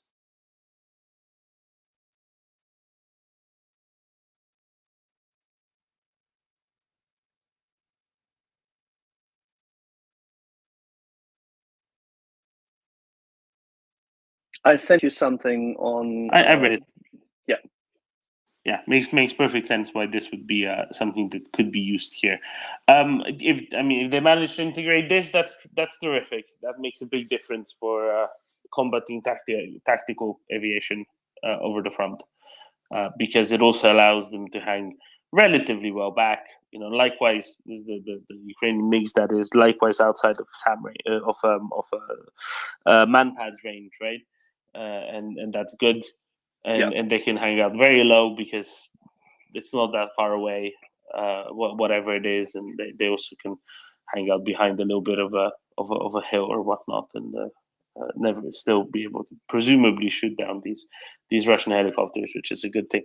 The thing that I can't quite wrap my head around is why could Ukrainians shoot down so many of the Ka-52s on the right bank of Kherson when that counteroffensive was happening without facing these same problems? And I think I figured it out. I think I figured out the difference. I think it was because when they were on the right bank in Kherson, they simply didn't have the same quantity nor quality of armor or heavier weapons, and a lot of the times the progress was made literally in Humvees with 50 cals on them. But that meant that the targets weren't there quite the same for the attack helicopters, and they weren't. They were quicker, more mobile, less convoy, right, and smaller in themselves. maybe this way the manpads were actually placed further forward relatively to the line of contact being more fuzzy than here, where it's much more obvious, and also the manpads aren't the most forward thing that's being or aren't with the most forward detachments. Could that be why then they could shoot them down without these problems, and then now they had to adjust somehow? The target-rich environment is one good argument for it, and don't forget the offensive towards Kherson, and then the defense across the river. Across the river, 2 different phases. The offensive coincided with the Russians retreating, and not necessarily only in a fighting retreat, but with them retreating, and therefore the attack helicopters of theirs, whilst they may not have been there in big numbers, we had this that they were at that point in time still using a lot more of them in the northeast, and they later on recalibrated them and brought them through Crimea all across to the 3 airfields they've been using south of Kherson, one of which they had built out last year in March, if you remember. Chaplinka. Chaplinka, sorry, not Chaplinka, but Chaplinka, yes. And I think you're right on the money as to the movement with, with richer targets now. And yes, the Ukrainians, whilst moving forward with lighter mechanized forces, had in the areas crossing the Inolets, for example, and coming from Kryvyi very fast, which is where they advance extremely quickly. And then alongside those little inlets into the Dnipro basin on the eastern side, Milove and all there, they had different cover. And therefore, the attack helicopters had to be significantly more careful. Also had very few options to shoot at. So they had longer missions. The pilots had technically more risk at hand and fewer kills to make. I think this is how at that point in time worked. And then across the river, that's a completely different ballgame, because you definitely have different cover. If you think about it, what the Russians could do, they could essentially only suppress and shoot from being, so to say, slightly standoffish above the area which is now flooded on the left bank, and shoot at targets on the other side. That's more like a defense posture, and you didn't move much. So that coincides with your analysis.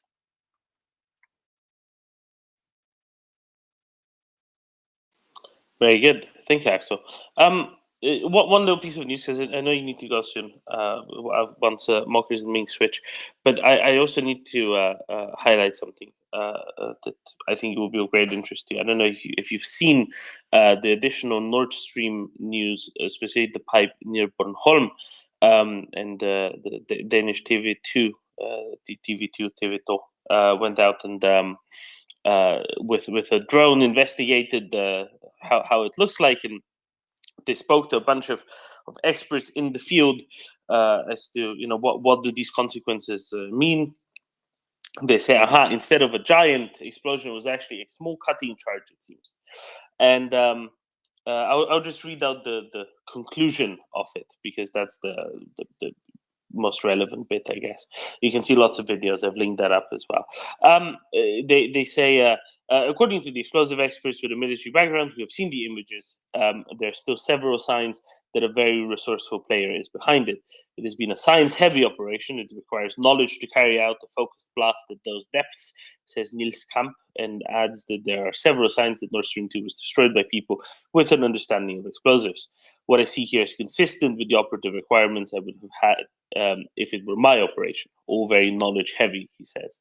Niels Kamp is supported by a French military expert who has also seen the pictures. He estimates that a smaller directional explosive charge was placed on Nord Stream 2 by an underwater drone from the surface, or alternatively by a robot or a diver from a submarine. If this is the case, then the Russians know how to do it. So do the Americans. I doubt the Ukrainians. And this is an operation that is worthy of a state actor, not a small group of non-state actors, even if they might be so motivated, he says. after the visit to Nord Stream 2, they tried to contact the Copenhagen police to assess the new information, but the police has no comment. They're still investigating the case. It's a much longer one, and there's pictures there. But basically, non-state Please put this actors up. excluded. Please put this It up is. in the nest. It is. It's the Please second put- thing in the nest. Okay, sorry. And I tagged you in it as well, so you will be able to find it easily. So there are three things in the nest that are new, from left to right. On leftmost, tomorrow Thomas Tyner returns for 120-20 because 2020 is just too short. The return of the Tyner. Yes, indeed. So tomorrow at what time is this? Is this at 8 p.m. Kiev time again? I think. We get Thomas for an expected circa 2 hours. It's not 8 p.m. Kiev. It's actually it's 8 p.m. Rome or CET, so 9 Kiev. Yes, you're right. Sorry, I didn't. I should have checked ahead of time. So it's a different time than last time. It's actually at 9 p.m. Kiev, 8 p.m. Rome. That's 2 p.m. Eastern, 11 a.m. Pacific. If you're still listening here at Pacific, hi, go to sleep. So he'll be with us again tomorrow. So that's the first thing in the nest.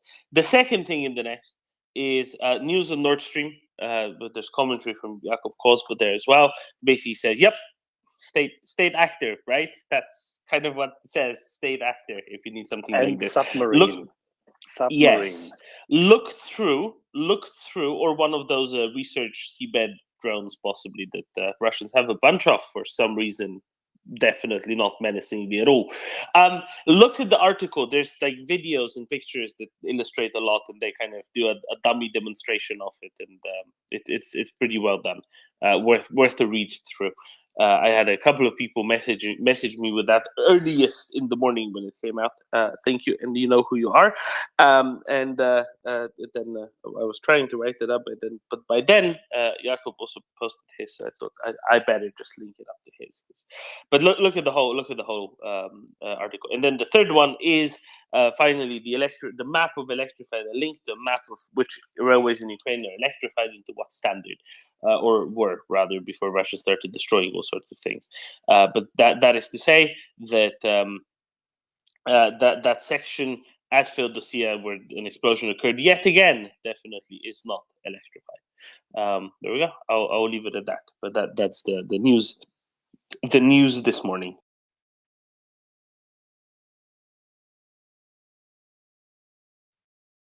Alrighty, and with that, I can see we should elevate the Ming, the Merciless.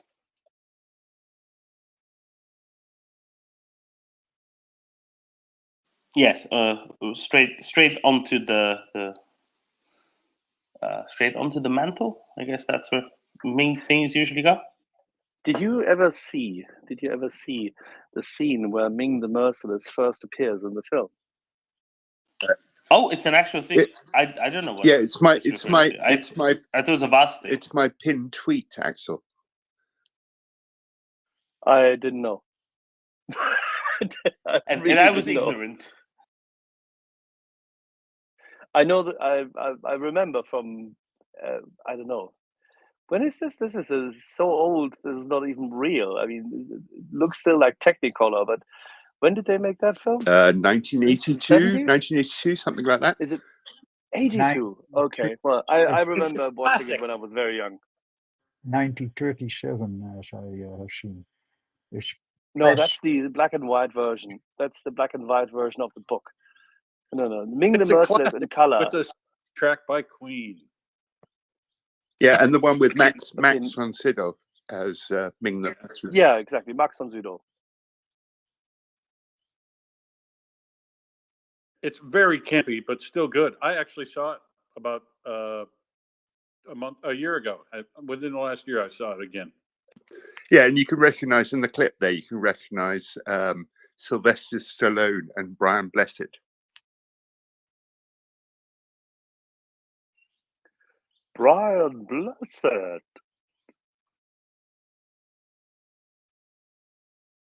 Yeah, it's really good that he was born after the invention of the talkies. I was told this. What was it? A few weeks ago, when people were complaining to David and myself in the evening that we should really, really, leave the black and white world of silent movies behind, because David often has microphone issues.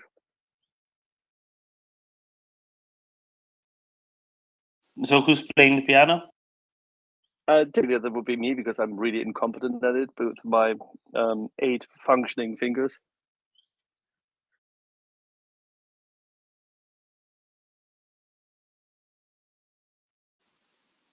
Oh, and actually, this is an important point to make here, right?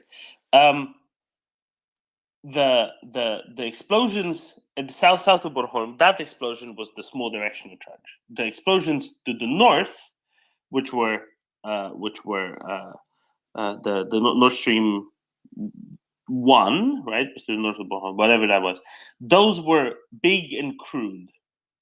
So they use different methods on different. It's very interesting. And why would they do that? Let me think. Because they knew exactly what they're doing. And no, they knew exactly what they're doing. And you knew exactly how, in the various depths and the various locations, those pipes, meaning both the older set as well as the newer version, were actually placed. They had all the details. Who had all the details, Doman? The archivist at St. Petersburg Library or something, right? Where these plans must have been put. Yeah, exactly. You could say, of course, that the Swedes had it because they had, at least for the environmental impact assessment, they had part of the data. You could say that it's the mighty Swedes who've done it. They did it to themselves, of course, because they had such big interest. And it's always the Swedes who kill their own politicians, who show up in gray or dark submarines in front of their coastlines. It's always the Swedes, of course. No, it's the Russians who laid those dang things, who had the ships, who had the submersibles, who had the fleet there stationed. Doman, how many pictures did the Danes make and have at hand? 100 and something, I forget the exact number. And 20 something of which of how a many- specific ship that had a submarine mounted on the back of it, which was specialized for operations underwater. No, really. And that was how many years before this happened? About 0.01 years before this happened. Oh, wow. So they had motive, they had the capability, they were on site.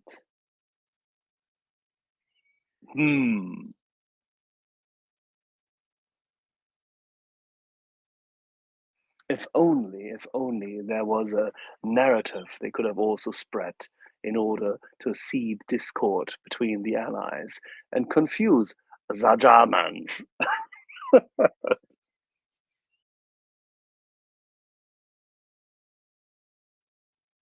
100%. It also demonstrates extra capabilities, right? It makes the threat less homogeneous by saying, like, we can do both a small, precise thing and we can deliver just huge amounts of material to the north one, right? And that I think it makes it even more of a threat to other underwater installations.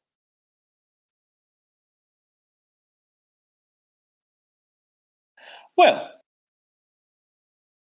so just a quick update to make sure. Well, see if Ming has heard about it, because I was talking to him about this a few months ago when we were talking about gas turbines and their similarity to jet engines and parts and maintenance and things like that. That GE, General Electric, has now totally left the Russian market. When we talked a few months ago about this, Ming, I was telling you that the major oil and gas companies over in Sakhalin declined to take up the service contract with GE to do the maintenance and provide spare parts on those Frame 11 gas turbines that they have over for the oil and gas power supply. But now they've also abandoned all of their current Russian customers, which are mostly municipal power companies.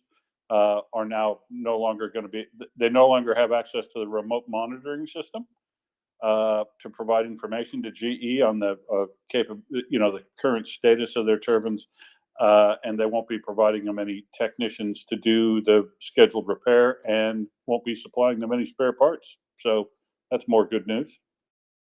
No, that's great, Will. And of course, the key piece in all that are the life limited parts, which have to be replaced, otherwise the things break down. I'm guessing there are probably also software updates, which we've seen, for instance, Aeroflot get their hands on through third-party countries. But I guess again, there's not that many people out there who operate these kinds of gas turbines as there are who operate aircraft. So that's going to be pretty hard for them too.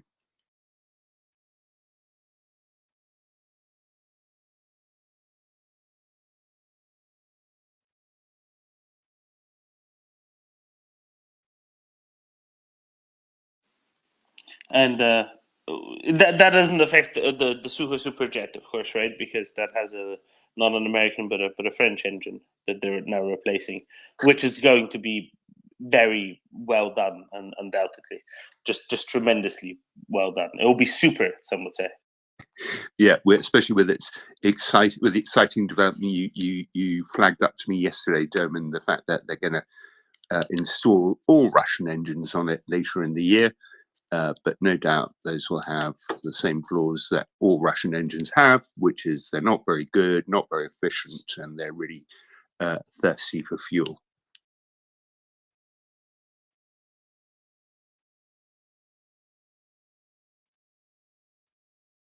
Yeah, it's going to be great. It's going to give the Sukhoi Superjet a range of several hundred nautical miles, as well as a reliability unrivaled truly by any aircraft designed this side of 1960. I will be to the left side of the curve, but nevertheless completely unrivaled.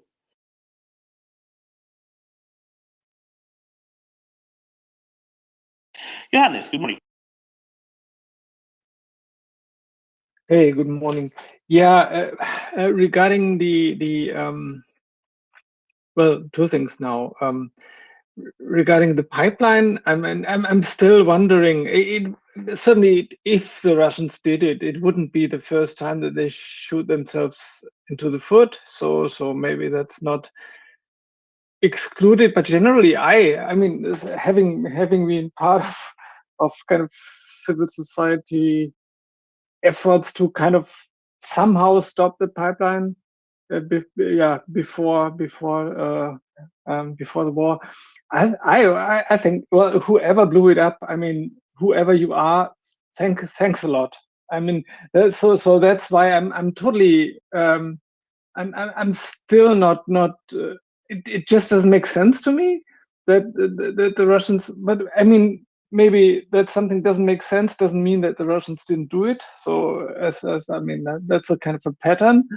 But generally, I always say when I see those tweets, including tweets accusing the Americans or the Ukrainians or what have you for having blown up the pipeline, I always say, whoever did it, thanks a lot to you. And maybe we will never know who actually did it. And yeah, but I still don't see really good reasons for the Russians for having done so. I mean, of course, to sow division between the allies, that's kind of a motive, but is it really such a strong motive? I doubt it, honestly. Yeah, regarding those engines, I mean, one other area I think where sanctions and companies leaving Russia is almost as important as for kind of to weaken Russia's weapons production capabilities, and is actually the extractive sector. As far as I know, much of the Russian oil and gas industry actually relies on foreign deliveries of technology, and they can't really yeah, I mean, in the long run, I guess the production capacity will yeah, severely diminish if sanctions are really kind of I mean, reasonably tight. For now, I think we haven't seen a decrease in Russian oil and gas production related to that. I very much hope we will in the future, but yeah, I think that's also one area where Russia is, as far as I know, totally dependent on foreign technology. And yeah, I hope the day will come soon where we'll see this, where we will see the effect. Thanks. Thanks, Johannes. So let me just say this, right? The ability, right, clearly lies very much with the Russians. Now, and this is another thing. When you see their ship there, the very super special ship that has a submarine mounted to the back, and you have it in objective confirmation in the sense that it's publicly known, it's publicly attributable to the Danish military intelligence, that say, yes, fine, under the Freedom of Information Act, we have to tell you this. And we have so many pictures of this particular ship on a day, I think 2 or 3 days before the explosions, right over the site of the explosions. That's just worth a lot more than any, we have an anonymous source that says there's another anonymous source that says there's another, something else might have been going on that somebody else told them. That's just not worth nearly as much, right? And I keep being annoyed with newspapers who ignore the much higher reliability information in exchange for more exciting anonymous sources. So that's one part.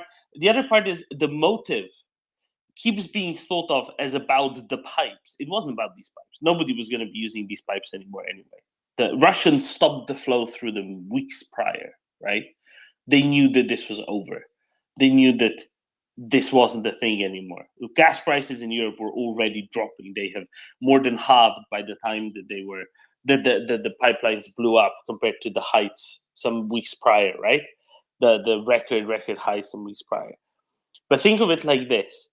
The motive is the threat. The motive is the threat to underwater infrastructure.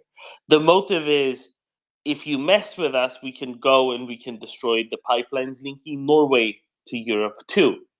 We can destroy the electrical cables that supply 5% of German electricity from Norway, from hydroelectric plants or whatever the number is. We can destroy telecommunications cables between everywhere in the northern Norwegian seas, right? Or maybe in the Atlantic, who knows? That is the real threat, because it's basically somebody torching an empty warehouse to say, see, I can and I'm willing to torch warehouses, and if you don't pay me protection money, or if you don't do as I say, I will destroy your 17 warehouses full of stuff, and because I can do it. That's the real motive, because what is the Kremlinite regime, Johannes? It's basically a mafia, right? So clearly they act like the mafia. Yeah, I think this is extra interesting because clearly the two pipelines were destroyed in different ways, right? The explosion south of Bornholm was a small cutting charge. The explosion north of Bornholm was a huge amount of explosives. So they're really flexing their muscle, clearly, right? They're saying, aha, we can do this several ways. We can do this both, we can deliver a massive material and we can do it the refined way. Who knows what other ways we can do things as well. And they've been flexing their underwater, capabilities for quite a while. Remember the cut cables elsewhere around Svalbard. This is the motive. And I think that shouldn't be forgotten. Does that make more sense, Johannes, if you think of the motive this way rather than anything to do with the specific pipeline? Yeah, kind of. I mean, it really doesn't totally convince me, as I think, pretty much up to the moment, I don't know the exact chronology, but I as far as my recollection goes, pretty much up to the moment of the pipelines blowing up, Russian politicians have been suggesting again and again that kind of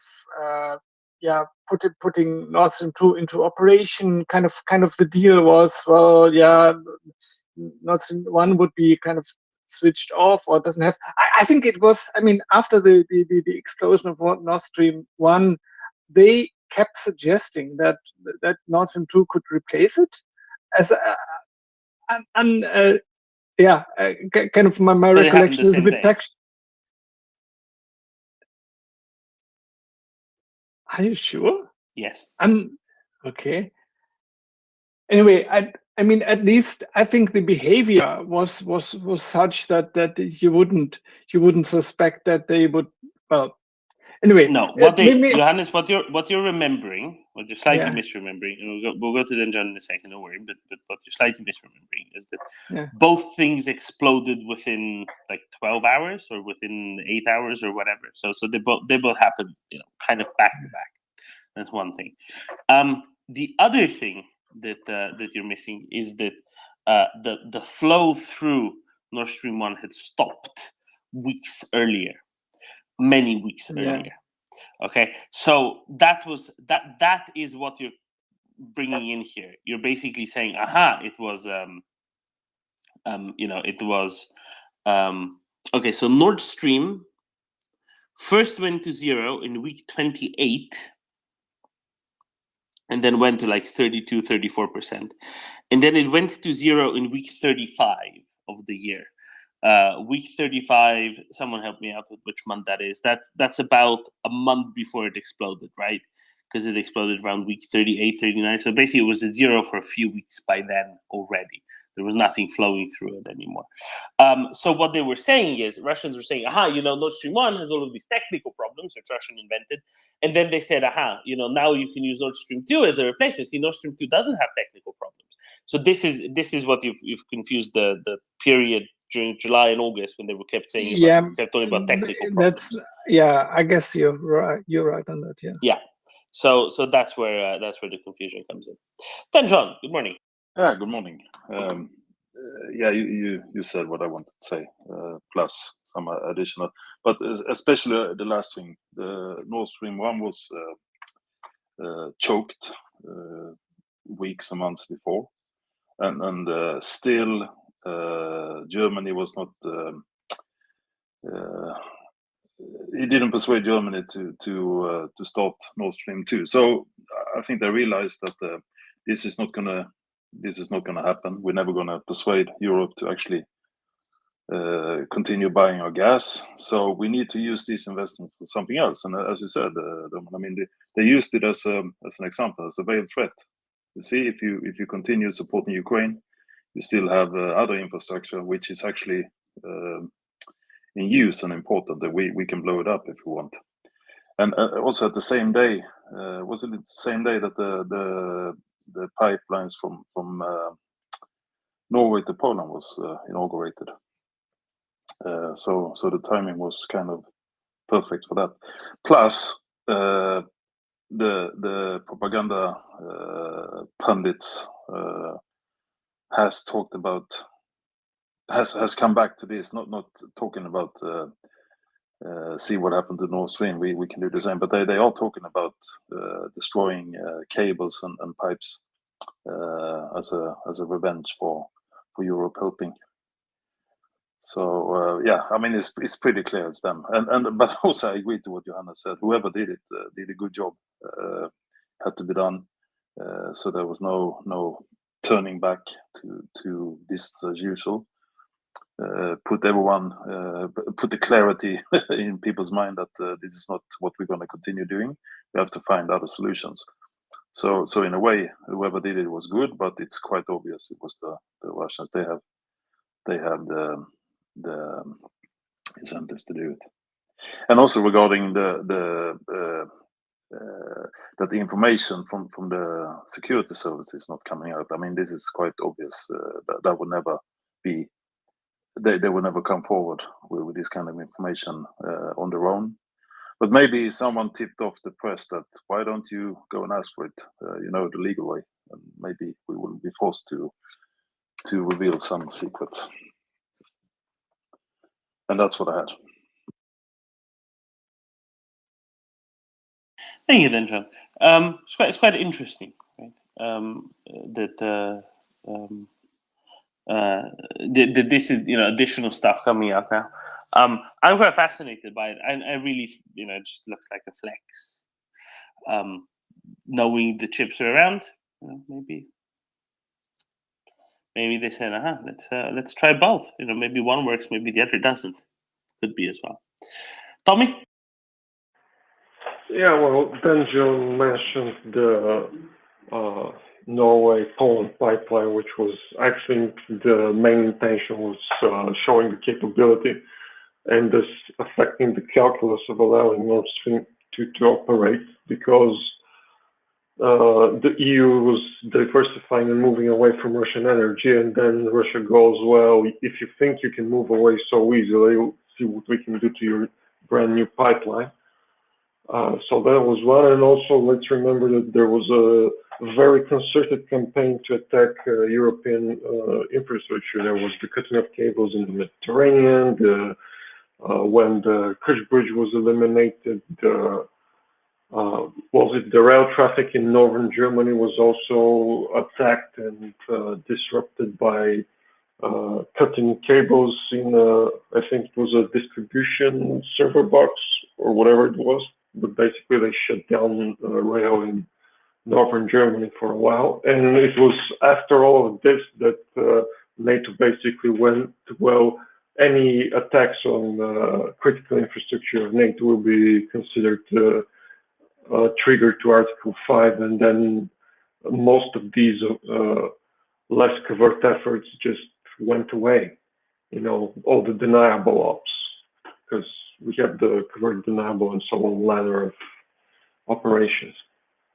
So this wasn't an isolated incident. It was part of a far bigger pattern that implicates the Russians. Now, if by some miracle all these investigators that are saying the same thing are part of some deluded German prosecutor, all of them turn out to be wrong, well, then we'll see. But I'm guessing that, as you say, if we have the picture of this ship that's doing the stuff, the Russians have a history of doing the stuff, and they were there, they had the motive, they had the means, they had the opportunity. Well, in any criminal trial, evidence points towards them. But we'll see.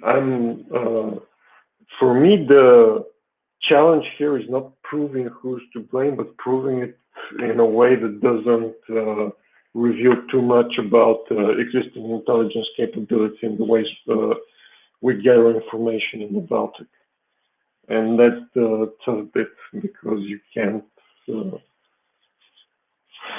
basically you can't show the Russians the entire capability of what NATO has to offer, even though I definitely believe that all the military intelligences in the Baltic, especially the NATO ones, have precise evidence of who did it. But you can't tell me that during the conditions of alertness due to the war, due to the sabotage campaigns and so on, you can't tell me that the most critical piece, one of the most critical pieces of infrastructure in the Baltic wasn't being monitored 24/7.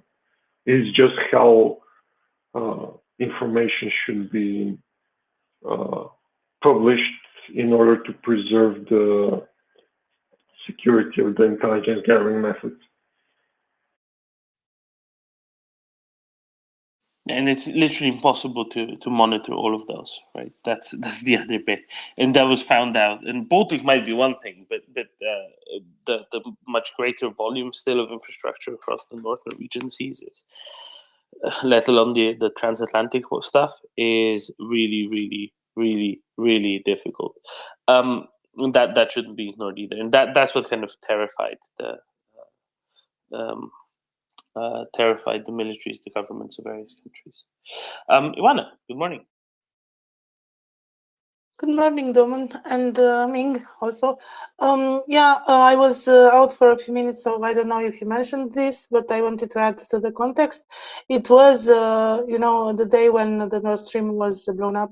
It was the day of inauguration of the Norway pipeline, and I think this is very interesting as communication from the communication perspective, and also. About the context, it was in the period when everybody was talking about the failed mobilization, about the retreat from Kherson, and we know that the Russians are often blowing up their stuff and then pointing the finger to the others. Look what they done to us. Look the West, how mean they are with us. Look what they are doing. And also, Nord Stream, I don't think it was Russian. It was not their infrastructure.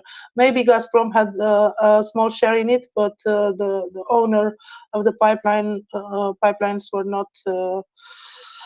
not Russian. So it's not their pipeline. They didn't blow up their pipeline, in fact. And also about Andromeda, while the Russian ship was there on the sea, the big ship with the submarine and so on, a small 15-meter yacht sneaked over there and blown up the pipes. It's kind of hilarious to think about it. So yeah, I think it was an opportunity to change the titles in the newspapers and make everybody talk about this while they were failing on every other front. And of course it was them, because it's in their strategy to do this. They did it recently with Kakovka Dam. They did it even with the theater in Mariupol. They said it's not them. It's not them. It's never them. So yeah, that's what I wanted to add. Thank you. Thank you, Anna. That's a really good point, right? The broader context of this, the distraction that happened all at the same time. We mentioned that before as well. No, but there's so many reasons. Just it's really funny. Sometimes you hear, oh, but there's no motive that the Russians could possibly have, and that's just illustrates, I guess, the ignorance of those who say that. Then, John. Yeah, you said something there, or about that it's impossible to safeguard all the underwater infrastructure. Yes, and that's a big task. If if you put the task on the nations actually having those infrastructure, like Norway, Sweden, whoever, all around. But actually, there's another way to do it. You put the task on Russia. The problem is that to do something, we require solid evidence. We need to know, yes, it was this ship from Russia who did it at this time, blah, blah, blah. And if we can prove it was them, then, there will be some kind of retaliation. But that, in my opinion, that's not needed, because who else would do it? So we will just assume it's them doing it. And obviously this is not going to happen, but what could be done is that the backlines would tell Russia that if something happens to this, we don't care if we have the evidence, it was you, then you will be blamed and punished for it. So you better make sure nothing happens. And then you would have the Russians actually guarding the infrastructure instead of us doing it. This will never happen, of course, it's a wet dream, but it could be done.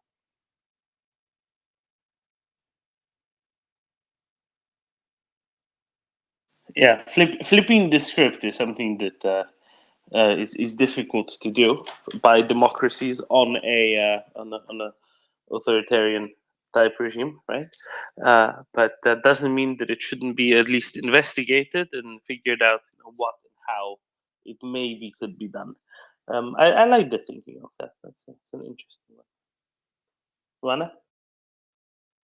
Yeah, in fact, I had just another small news because I remembered we talked about the Norway pipeline, and today in the newspapers there is a big news about OMV and Romgaz. They finally decided to invest for the Neptune Deep, and this will bring Romania the biggest natural gas producer in EU.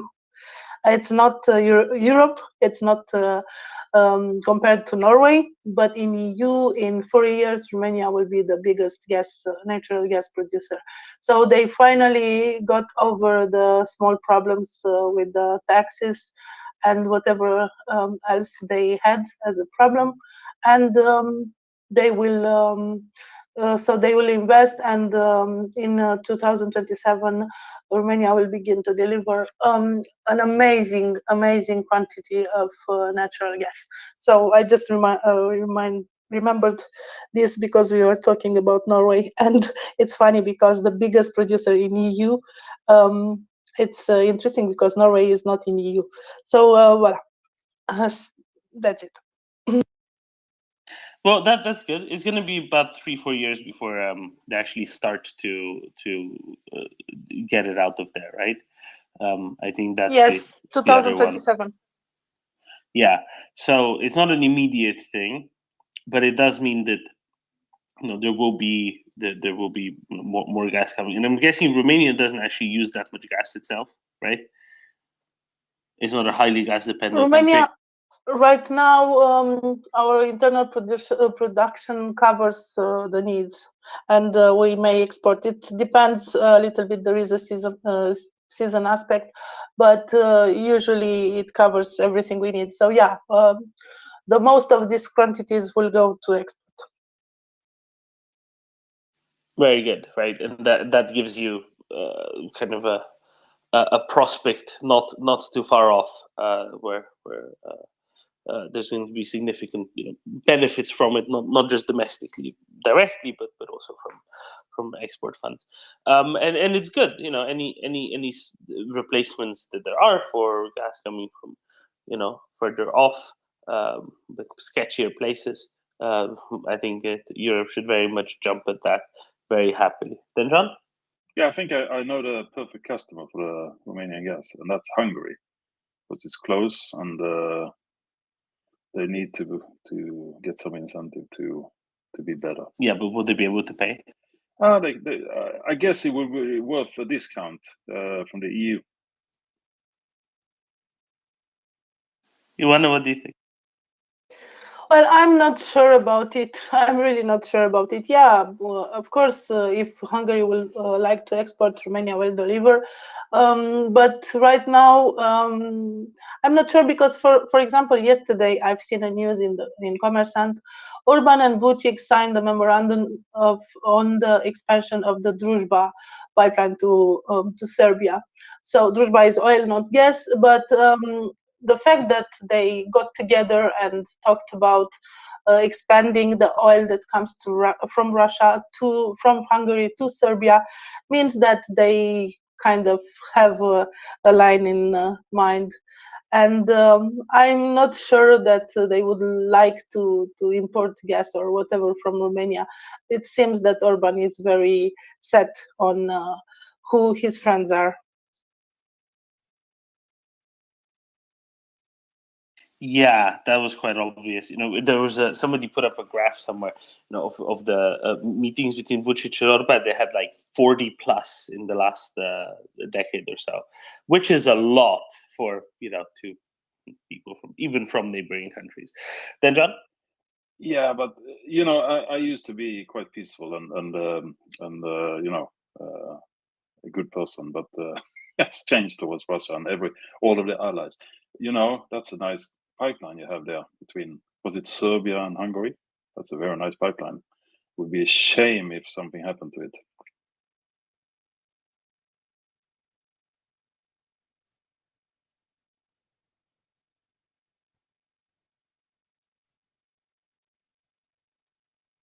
See, there's rules, right? There's rules in international law of war on what you do with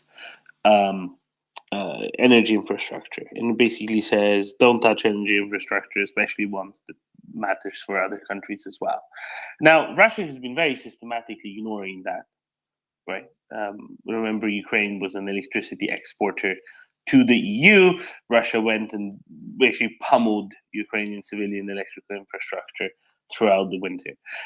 But there's reasons why Ukraine isn't,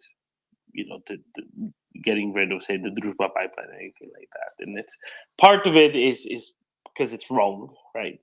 Part of it is they do actually get some funds for transit fees. They used to those used to be paid by the Russians, and then now they're being paid, for example, by MOL in Hungary, right?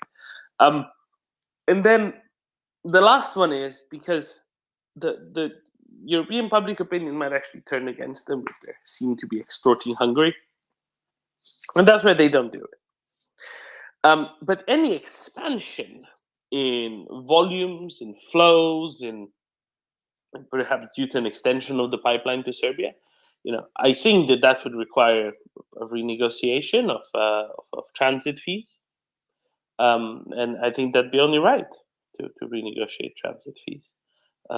Do something to appropriately depress the money that Russia gets for its crude oil that gets transited through that. Just an idea. I'm sure something can be thought out there. Peter, good morning. Dan, good morning. Yeah, I just want to come at this at a slightly different angle, because with Nord Stream, with all these things which happen, where Russia says, "Oh, it wasn't us," like with the dam, that it actually suits the USA and the West to have a question mark, because it lets them off the hook of having to deal with it. I couldn't believe with the dam blowing up that there was even a question over who did it. It was obviously it was Russia, but there was a big outcry over it. It was a war crime. It was despicable, and it was Russia was allowed to question who actually did it. But then we know America is petrified of being dragged into something, being dragged into confrontation with Putin. And that is the reason we don't have the F-16s. It is because America is worried that the F-16s will draw, something will happen, and then America and NATO will be drawn into direct conflict with Russia. And so we have this disinformation being used to put off any direct confrontation with Russia. Just incidentally, just an interesting point, and Doman, you'll probably be able to fill me in on this. I know Axel attempted to, but the Black Sea is quite unique in the fact that below 100 meters, there is no oxygen in the water. But below that, there is also the biggest supply in the world of hydrogen sulfate, which means that hydrogen, which is going to be a big fuel of the future, that could be an asset. Obviously, other countries around the Black Sea will have a right to that too, but it has the biggest supply of hydrogen sulfate in the world. Can you fill me in on that as well, please? I'll start with saying that it's hydrogen sulfide, not hydrogen sulfate, which is a different thing. Or would be a different thing if it were stable. Yeah, sure, there's lots of that in down there under the Black Sea, in the lower layers of the Black Sea. Does it particularly matter? Maybe. It's easier to separate hydrogen off of that than it is off of water. That's true. And that's how it could be a source of hydrogen. Is it necessarily useful, worthwhile? Possibly. It's kind of it's not exactly something that's being done, right? But yeah, it's perfectly plausible. It's perfectly plausible that this might that this might happen. Will it actually definitely be? We will see. I don't think it's anything anybody does at an industrial level at this point. As to the rest of it, I don't like it when people say, "Oh, we know that America is petrified of something or other," because I think that maybe assumes things a little bit beyond what can be necessarily evident. You can say that's probably why. I think there's a few reasons. I don't think it's just the fear of confrontation. I think it's at least as much a fear of what comes next and what do we have to deal with if and when Russia collapses into itself, and especially we get blamed for it. I think that's the other thing that doesn't get mentioned nearly enough, but very much fits also the 1990s experiences and the reasons why everything was done to prevent large-scale civil wars in the 1990s in Russia, and why so much funding went into that from the West at the time. So let's not forget that as a factor here as well. Is it good to have ambiguity? Maybe. Sometimes. The thing is also we don't know what's happening on back channels in relation to that, right? Because there are things that Russia does very publicly, but that sane countries, let's call them that, let's call them sane countries, keep behind closed doors on closed channels only. And you don't know what's there. I don't know what's there, but I know what should be there. And that, let's not forget that either. Yeah. Well. Okay, thanks. Yeah, so I was just going to completely refute what Peter's, or I don't agree at all with Peter's analysis of the United States system vis-a-vis President Biden mentioning the fact that there is a nuclear threat from Russia one time after Putin has mentioned it 16 times in the past 16 months, basically. And frankly, I don't think the United States or Biden think about Russia being much of a threat at all these days. I think they can read and see and have experience with what Russia is like now. And I think this is. I don't think there is any evidence to show what Peter's contending in relation to them being incredibly threatened and scared by the Russian nuclear deterrent. The same way that, Peter, you often overemphasize people being scared of, or you're scared of intimidating China. We don't want us to intimidate. Look, don't worry about that. I think you underestimate heavily internal politics in these countries, and Joe Biden knows that you have to take a country with you when you want to go to war or get involved and supply weapons to a country that's at war like this. They are heavily invested in this at times where people are making all the similar complaints they are around the world about cost of living. He's got to deal with all this weirdo political stuff going on there. So I think it's them being over careful in their consideration in relation to weapon systems like F-16s. And dragging their feet because they're not sure they've got a huge, solid support across the both chambers in the House and Senate, and on Main Street across the United States. The same way our politicians here in Australia try to take the country with them when they want to make big decisions because they don't want to have people chipping away at them or using it in an upcoming, very close now election cycle, I think, for Joe Biden. So, yeah, I'm not sure you've read that right at all, respectfully.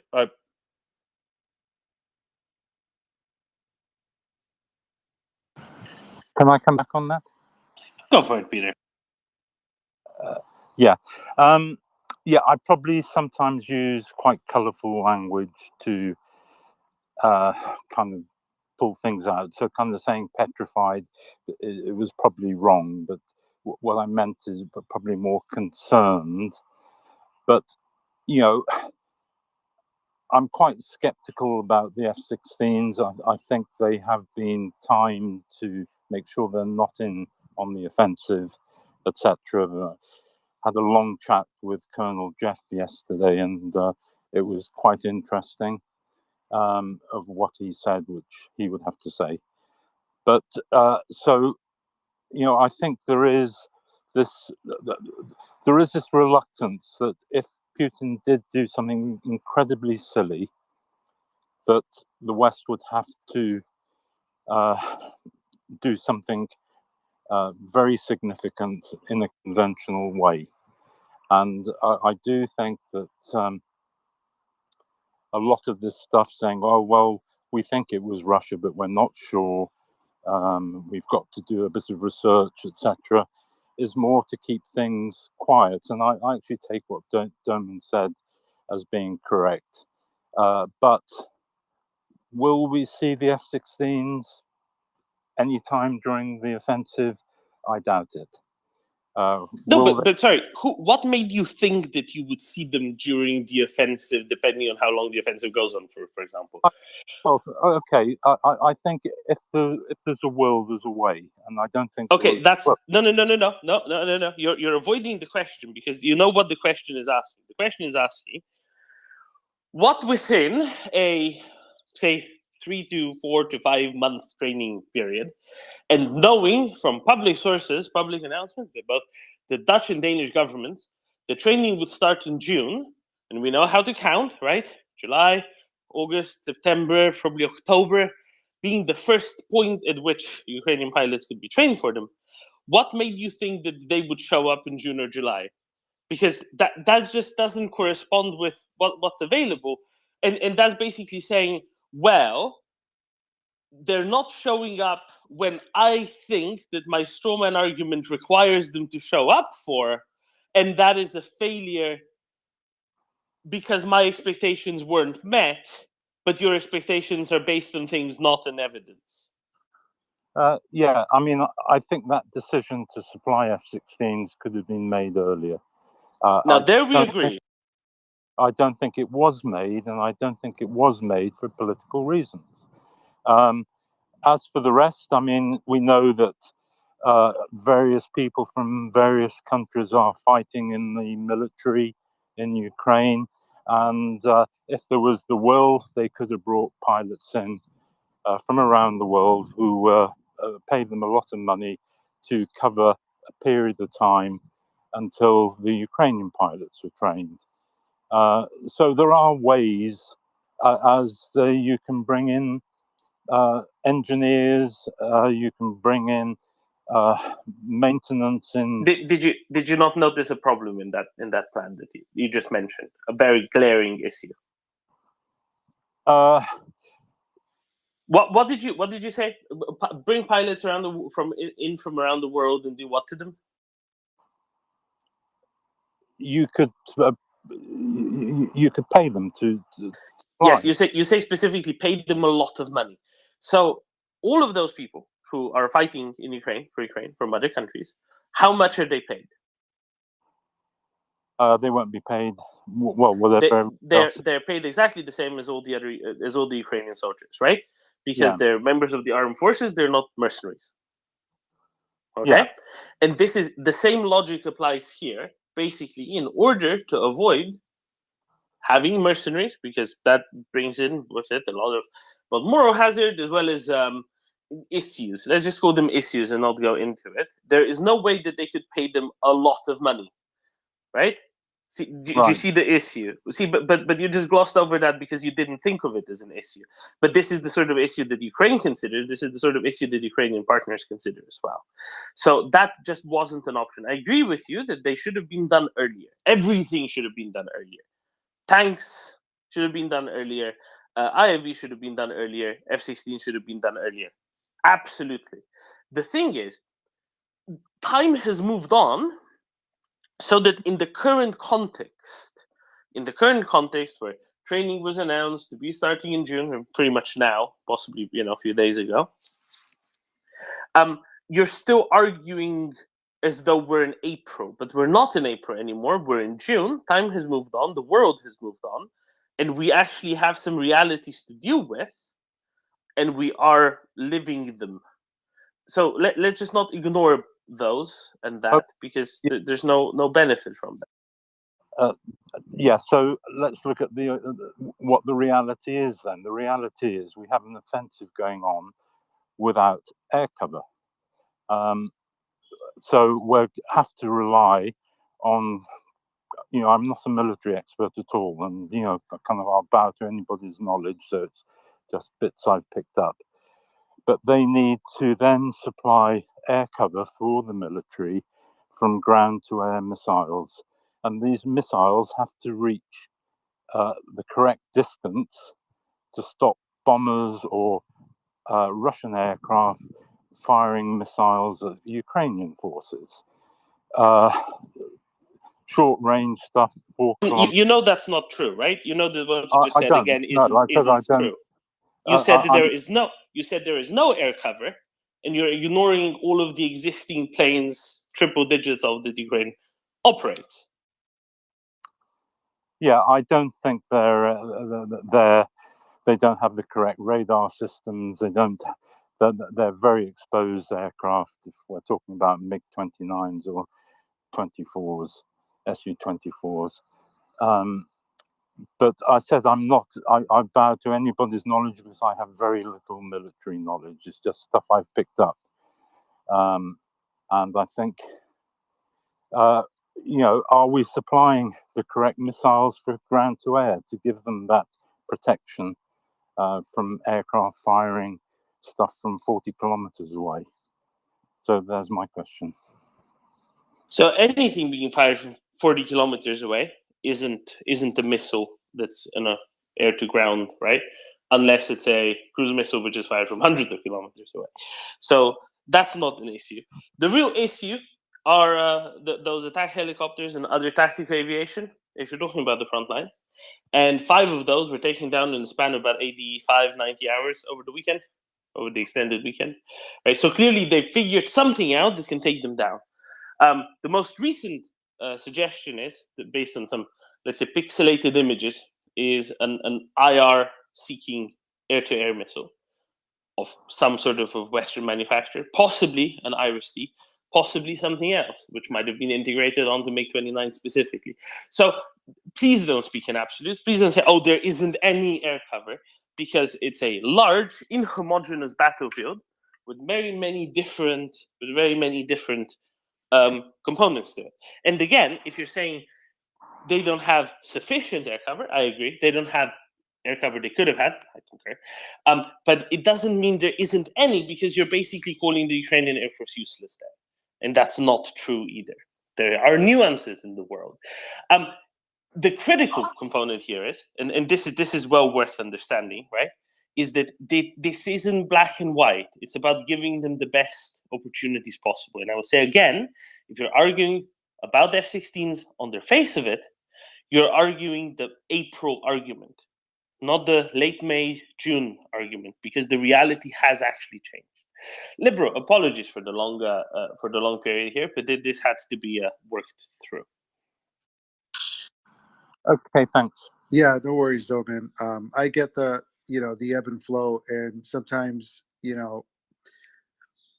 something is said, and then it begs a response, and then there's a counter response, and like I'm more than happy to wait. What I wanted to speak to when I raised my hand earlier, and we've gone into F-16s, and I can appreciate that. Yeah, I just wanted to say that we were talking about shale and hydrogen in the Azov Sea, and I just wanted to make a point that I'm pretty sure that Russia is aware of the oil reserves, in the Black Sea around Crimea, and they also have to be aware of the minerals in Donbass, specifically lithium, which is said to be one of the largest lithium deposits. It might not be lithium per se, but graphite, lithium, and other minerals that are in the Donbass region. I think they called it I think it was called the lithium shield, and it goes somewhat upwards towards Belarus. But that might be one of the motivating factors for trying to retain Donbass. And then I want to make another point. I don't know if this was brought up earlier. I just joined. I was falling asleep, and of course, I like to fall asleep to the Maria Report. Has anyone raised any concerns about the possible mining of the Zaporizhzhia nuclear power plant, given that Putin is known to push beyond what someone expects, and you get shocked, and then that becomes the norm. Given what happened to the Kakhovka Dam, and no real response from the West outside of outrage, should we be concerned that that might be the next card that Russia is going to play in an effort to undermine the counteroffensive? Because it's something that keeps me up at night, no pun intended. But I don't know if that was discussed earlier, and if it was, I'm happy to move on to the next question. Doman. We covered it a little bit, about 16 hours ago. I know we spoke of this briefly when the news first came out of the additional mining. 18 hours ago, maybe. But we did expound on this more extensively about a week ago, and I'll briefly summarize the point here. Before I go to that, I'll just touch on the whole mineral thing. Just to say again, it's not Putin who cares about the minerals. He doesn't care about economics. He just likes to have a bigger splodge on the map. That's what he's there for. There are people close to him, like 2-3 levels down, who do care about economics and who were taken with it for the ride. Imagine you're organizing a big group to go to somewhere, right? And like a workplace trip somewhere, perhaps. And then let's say you go to New Orleans, liberal, and then a bunch of people will just go because they want to go eat and drink, right? That's like Putin, and most of the soldiers just want to go, have a bigger land, Russia great, or whatever, right?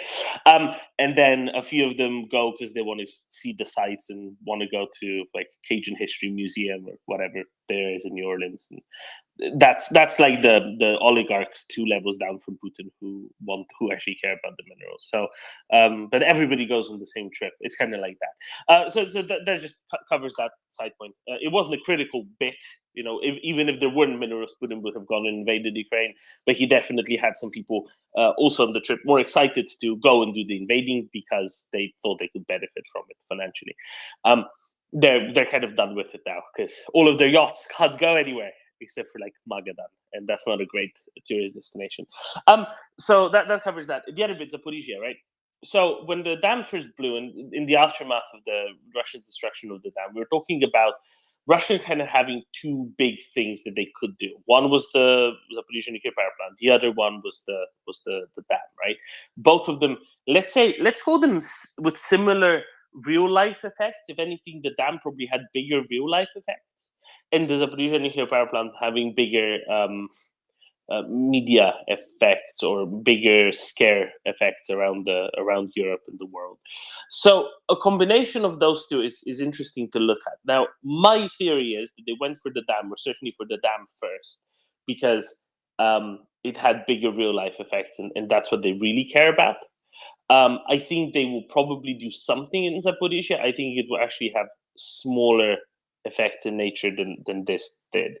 The other component is the dam was a lot more strongly in Russian hands than the nuclear power plant is, or at least there's a good chance Ukrainians can outflank the Russians and surround them and cut off the area around the nuclear power plant.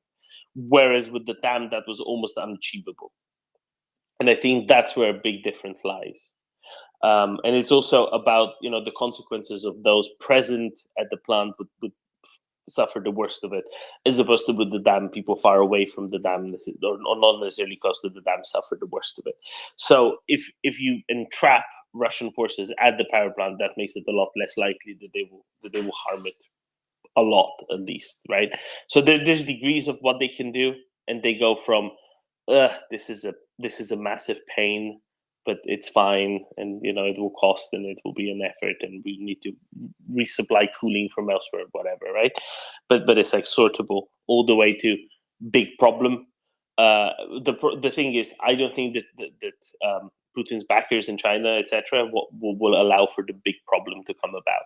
They just won't, because they need foodstuffs from a extended area, and they need foodstuffs from an extended area to keep being supplied to keep all of the governments stable in places where they're running their neo-colonial policies.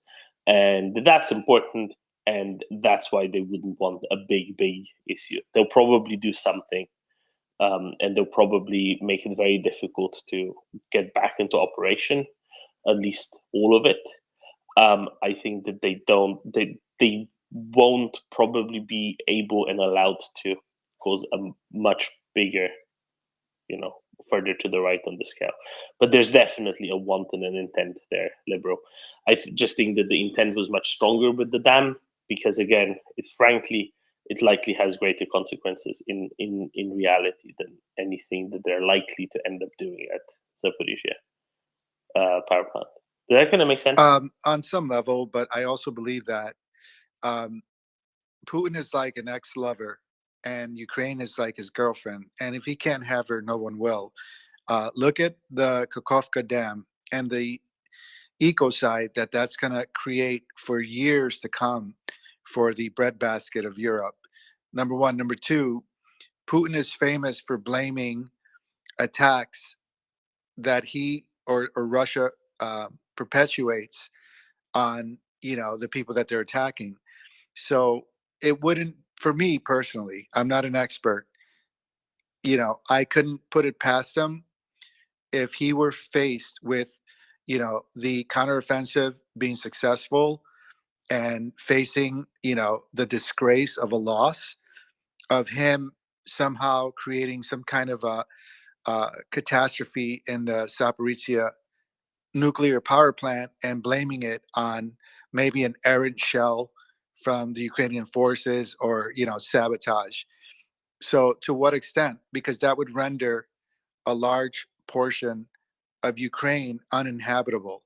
So if he can't have Ukraine as a subservient state, then he's happy to destroy it. So it raises, for me personally, it's something that concerns me. Maybe I'm an alarmist, but it's something that I can't imagine that Russia would not do, because they're losing this war. And yeah, the counteroffensive is grinding because the Ukrainians don't have proper air support, but they're pushing forward. They're gaining kilometers. It's slow. It's bloody. I think at some point desperation is going to come into play, and Putin is in for Putin. He's in to survive. He's in for his self interest, and this is what's dangerous about that particular that nuclear power plant. That keeps me up at night, up at night, and But I appreciate what you said, Doman. Thank you.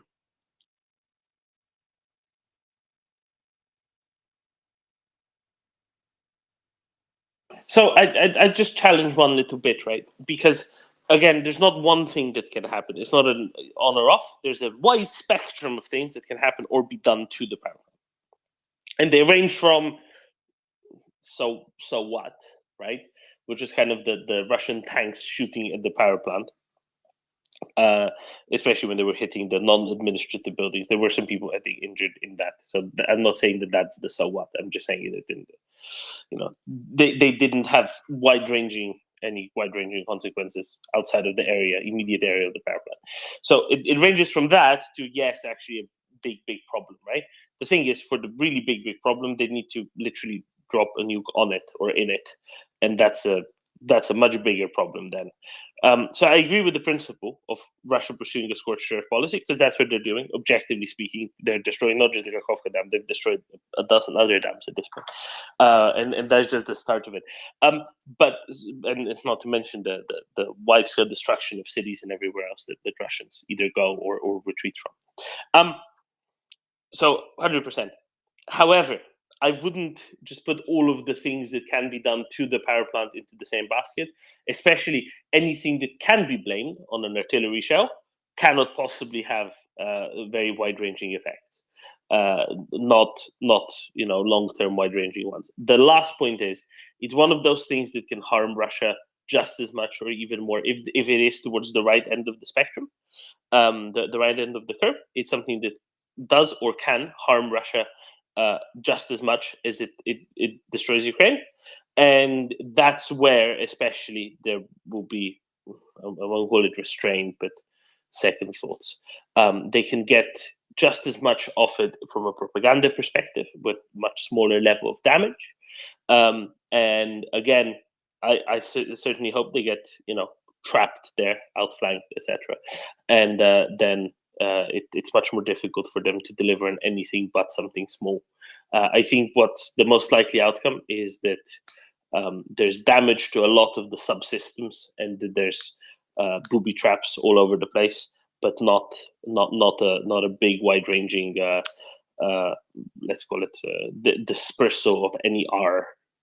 And I think that's probably the most likely scenario, but that's of course not the only likely scenario.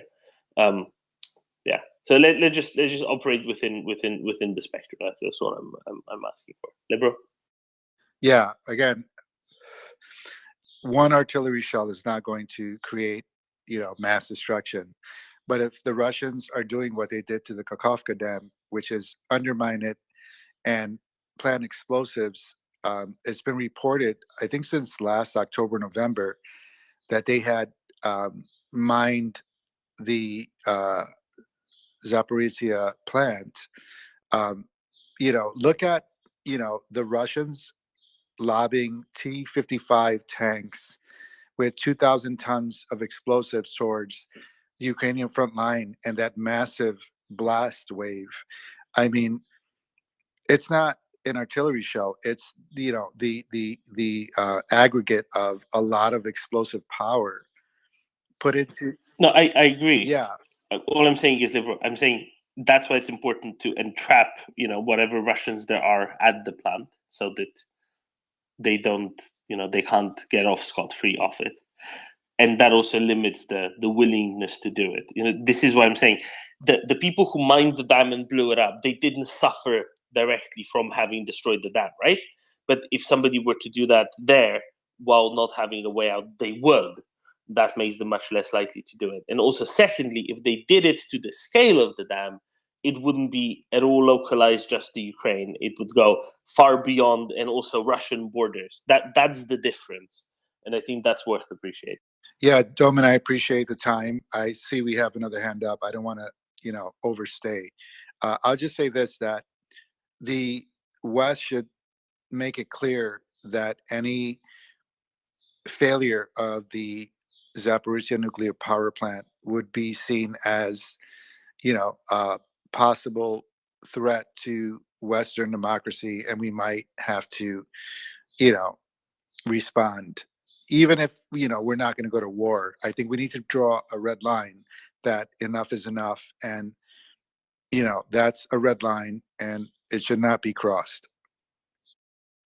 And I certainly hope that this is something that's been made very clear on the back channels to those, to all those in Russia. With that, Fancy, good morning. Good morning. Yeah, I quite enjoy the conversation because I exactly have the same concerns, right? And I share quite a lot of Libero's concerns, and Domin, I do disagree somewhat with your trust that it will most likely not go that badly with Zaporizhia, because you attribute reason to Russians in this case. I attribute self-preservations to those at the site. Yeah.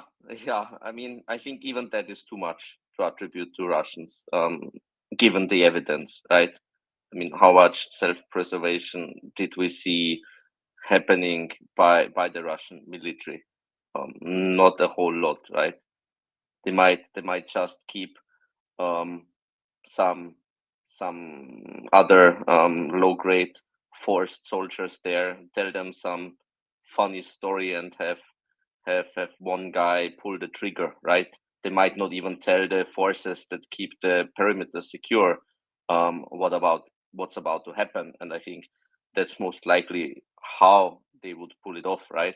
You don't tell the forces, hey, we're gonna blow up the nuclear power station, then of course everyone would fuck off and run away.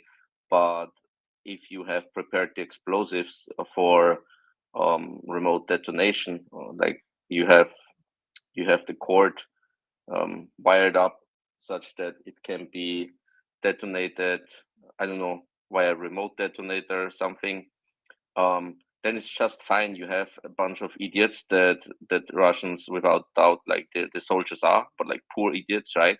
You have them secure the perimeter. They have no fucking idea what's going on, right? And then someone remotely says, okay, fuck it, now let's pull the trigger, and it blows up, right? So I think self-preservation in this case is not an argument that calms me down, because like my argument in this case, I think, takes it out of the loop. That's that. If you want to respond to this, but No, I get that, yeah. but that's what I'm saying. It's important to, you know, keep them there, keep them in place. Once you get through front lines, cut off that bend, right? I think that's important, yeah. But where I'm concerned, and why I share, I don't know if I share, so I don't want to put words into Liberal's mouth, but my concern about Zaporizhzhia is that we completely failed in deterrence until up to now, and that's why Nova Kakhovka happened. The response to Nova Kakhovka, it would have been a chance. It would have been a chance for the Allied forces to show deterrence, but unfortunately, the opposite happened. Right? I mean, we did not even hear that we are concerned, we are praying response that much smaller scale events had triggered, right? So Nova Kakhovka just went down with a shoulder shrug by much of the Western community, without any consequences, not even sanctions, not any immediate announcements of, okay, because you blew up Nova Kakhovka. So even we went away, I think, from the old strategy, right? Russia escalates, and the West answers in turn with increasing capabilities, which until up to now was the strategy, right? Every time something escalation happened, the West turned up the escalation ladder by just an incredible tiny notch, by giving tiny bit more capabilities. And I think in a large scale, unfortunately, that's the Western strategy as I perceive it. We are there to respond to every escalation with increasing the capabilities for Ukraine just a tiny bit, so that it shows whatever Russia does, they will never be able to rule over Ukraine, right? It's just impossible. However long Russia wants to continue on, the West will just make it impossible by delivering whatever makes it unattainable for Russia, right? That's the Western strategy. If everyone is acting in good faith, right? And I have my doubts about it, right? But like, if I assume that everyone in the West is acting in good faith, then this is the strategy. So all of that's good, right? The thing is, and this isn't to be forgotten. It's not just the West that doesn't want Putin to make a mess of that, right? It is how long is it since the last nuclear test? Seriously, like, how long is it since the last nuclear test? There's a reason for that, because the consensus is pretty much very broadly, no, we don't do that anymore. Not just the West, everyone, including China, including India, including everybody else. It's too out there. And remember that just as much of a propaganda fear effect can come from a much smaller, much more limited incident. I mean, is there a difference? Hansi, tell me this. In German or Austrian newspapers or television, will there be anything but sheer panic if the smallest, slightest thing happens at the nuclear power plant? Or will there actually be markedly more if the whole thing goes up in the air? How much of a difference is it? It goes from like, it goes from 9.9 to 10. So what? No. And it comes with basically next to no backlash. That is the difference. They are genocidal maniacs. They're not that stupid. Okay, that's famous last words, right? But they're not that stupid. There are levels of stupidity here. And let's not just say, well, they'll just go with as much as they can just because. No, because it doesn't work that way, because life doesn't work that way.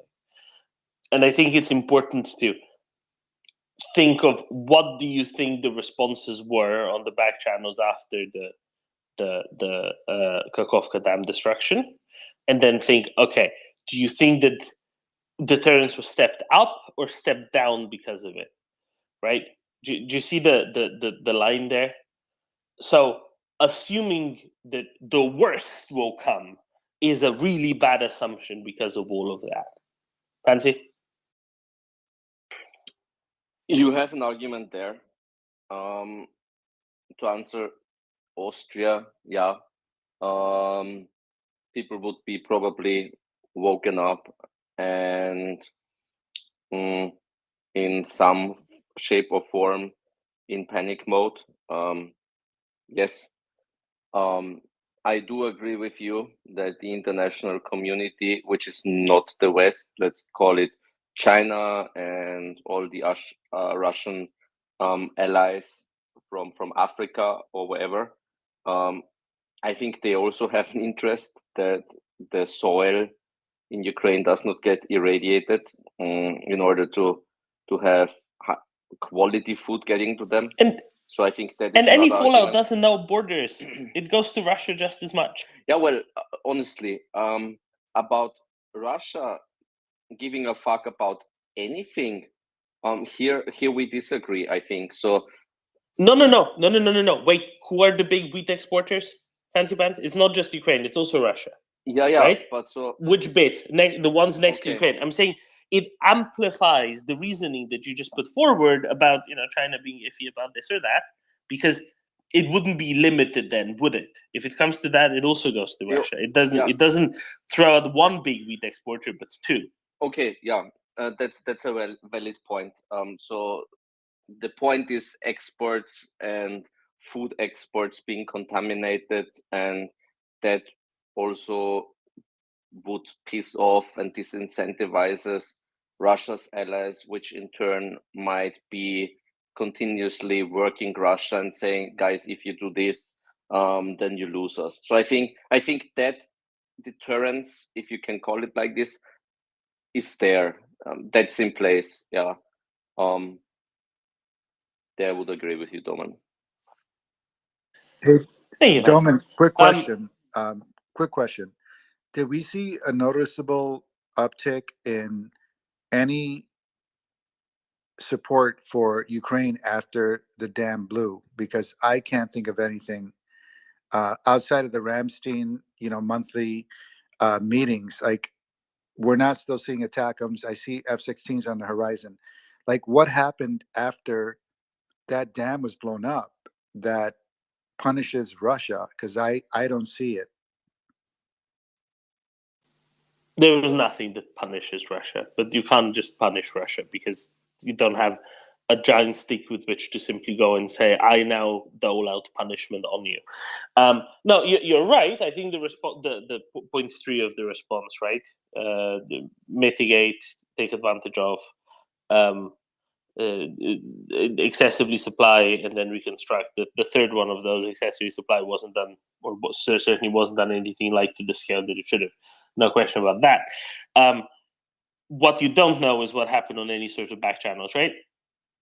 You don't know what the communications looked like in the aftermath of that. Well, you got this one, you're not taking the other one, along those lines. Edward.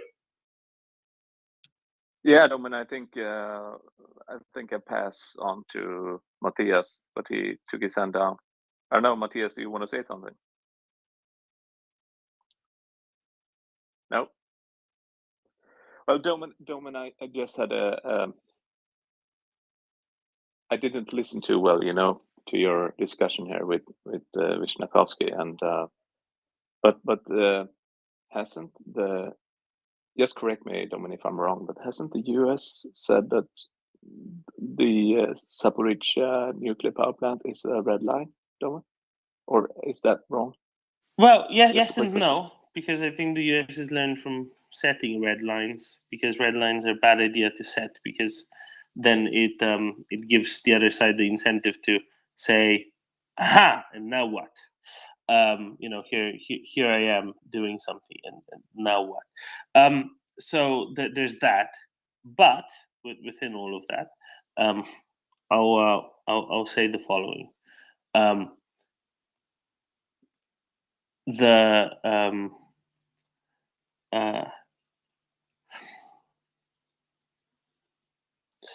No, I won't even. I'll just leave it. I'll just leave it where No, it it's is. okay. It's okay, Domin. It's okay. It's okay. I'm on.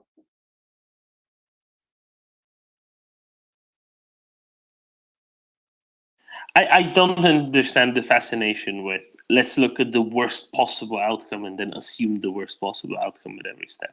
I don't get that. I agree with you, and to another point is as well is that no one even knows if you can, what will happen, and if you are able to blow the the reactor up, right? Because it's quite solid, so no one really knows. So I agree with you, though. It's like what wants to be achieved by doing that. That's a large part of the problem, right? If you want an R event, that's relatively straightforward. If you want an N event, that's much more difficult to achieve in any way. But that one has no deniability with it, and an R event, frankly, if of any size, isn't worth it. And that's the bit that keeps getting missed. It really isn't worth it, because they'll have far more fallout from it, going forward. That's really non-trivial. Hey, Doman, I would just counter that with the fact that blowing up the Kakhovka Dam directly impacts Crimea.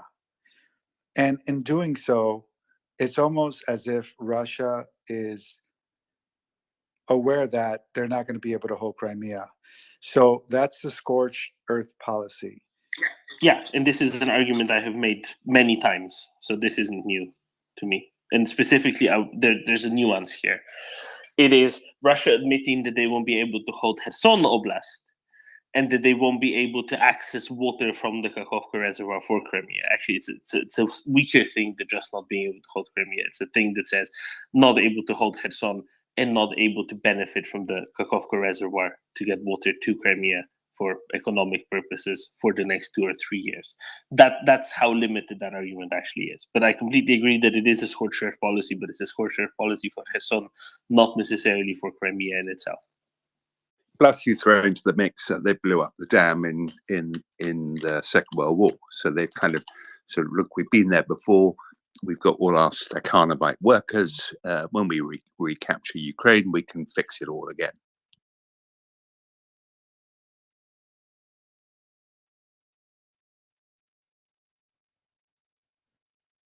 That's plausible. Exactly, temporary retreat from Kherson, retake, etc. That's generally within their within their ideas of how to do things. Doman, let's not forget that Putin wants to hang on to Zaporizhzhia and the whole of Donbass, right? He wants those areas, and And critically, what he wants is yeah. to hang on to power.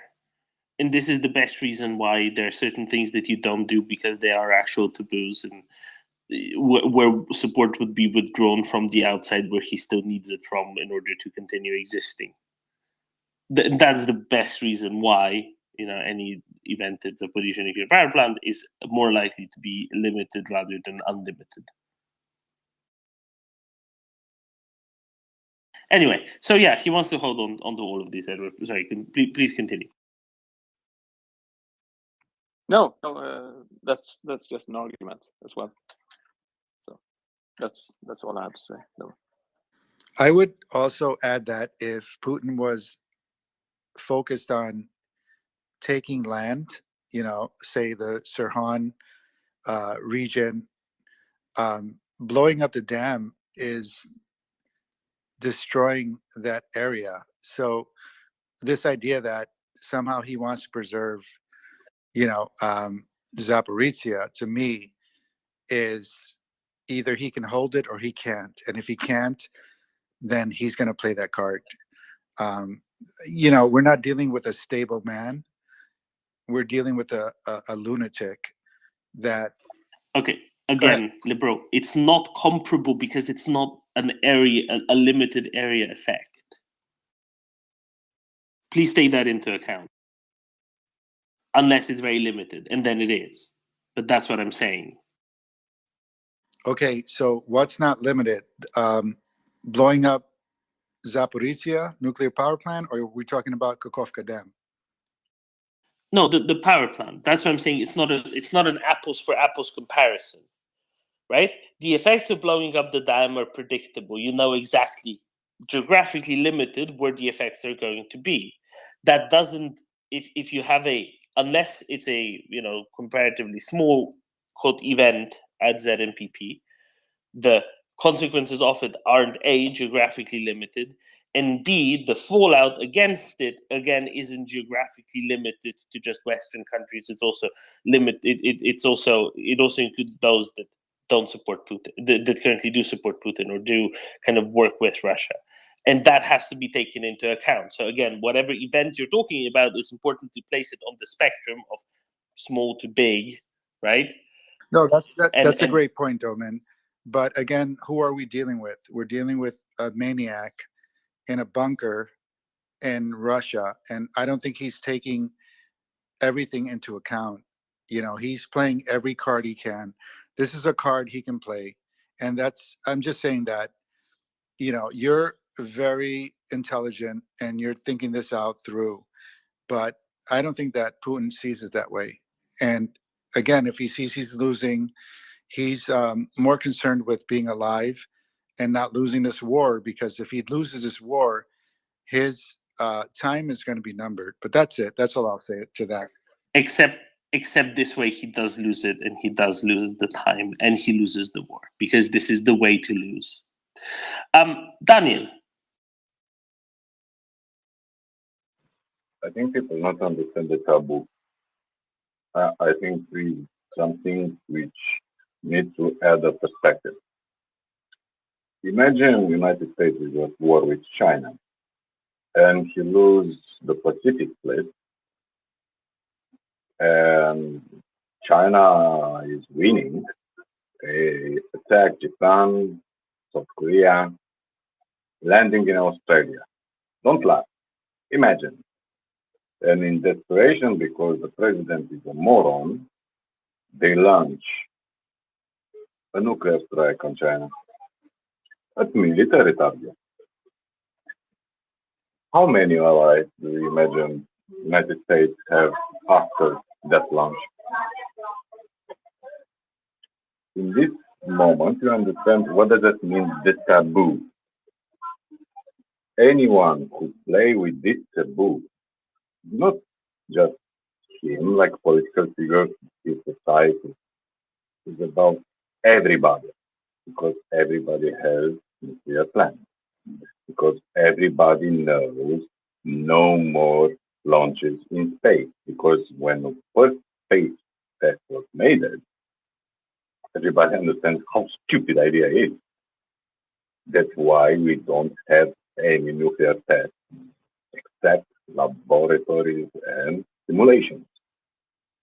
You need to understand Budanov what he said. He said something like this.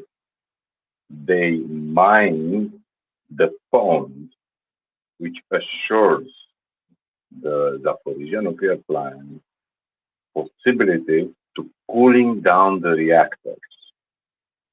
Okay? That is very probable a tactic chosen by Russians.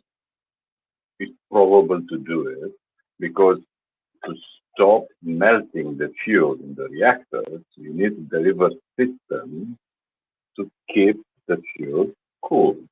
So this needs more logistics, more people, but even in a case of such a small incident, yeah, even if it go catastrophic and if you have a meltdown there, it will not be Chernobyl, a big fair. Yeah, it will destroy Dnipro. Yeah, it will affect Black Sea. Yeah, it's possible to see F-15s going from Romania to Crimea. Because, sorry guys, it's not some dead animal bodies coming to our shores. That is radiation. Erdogan, the body now, Erdogan will send submarines. You need to understand, even a smallest incident will make everybody not hostile, but treating them like what they are, ISIS, no. But again, let's understand this concept, because I hear other concepts like in desperation, in retreat, and Russia losing all their armor and being a very light army with very few soldiers now. Even then, they will launch a tactical nuke against Ukrainian army. So, guys, if you do that, you'll see incursion from China.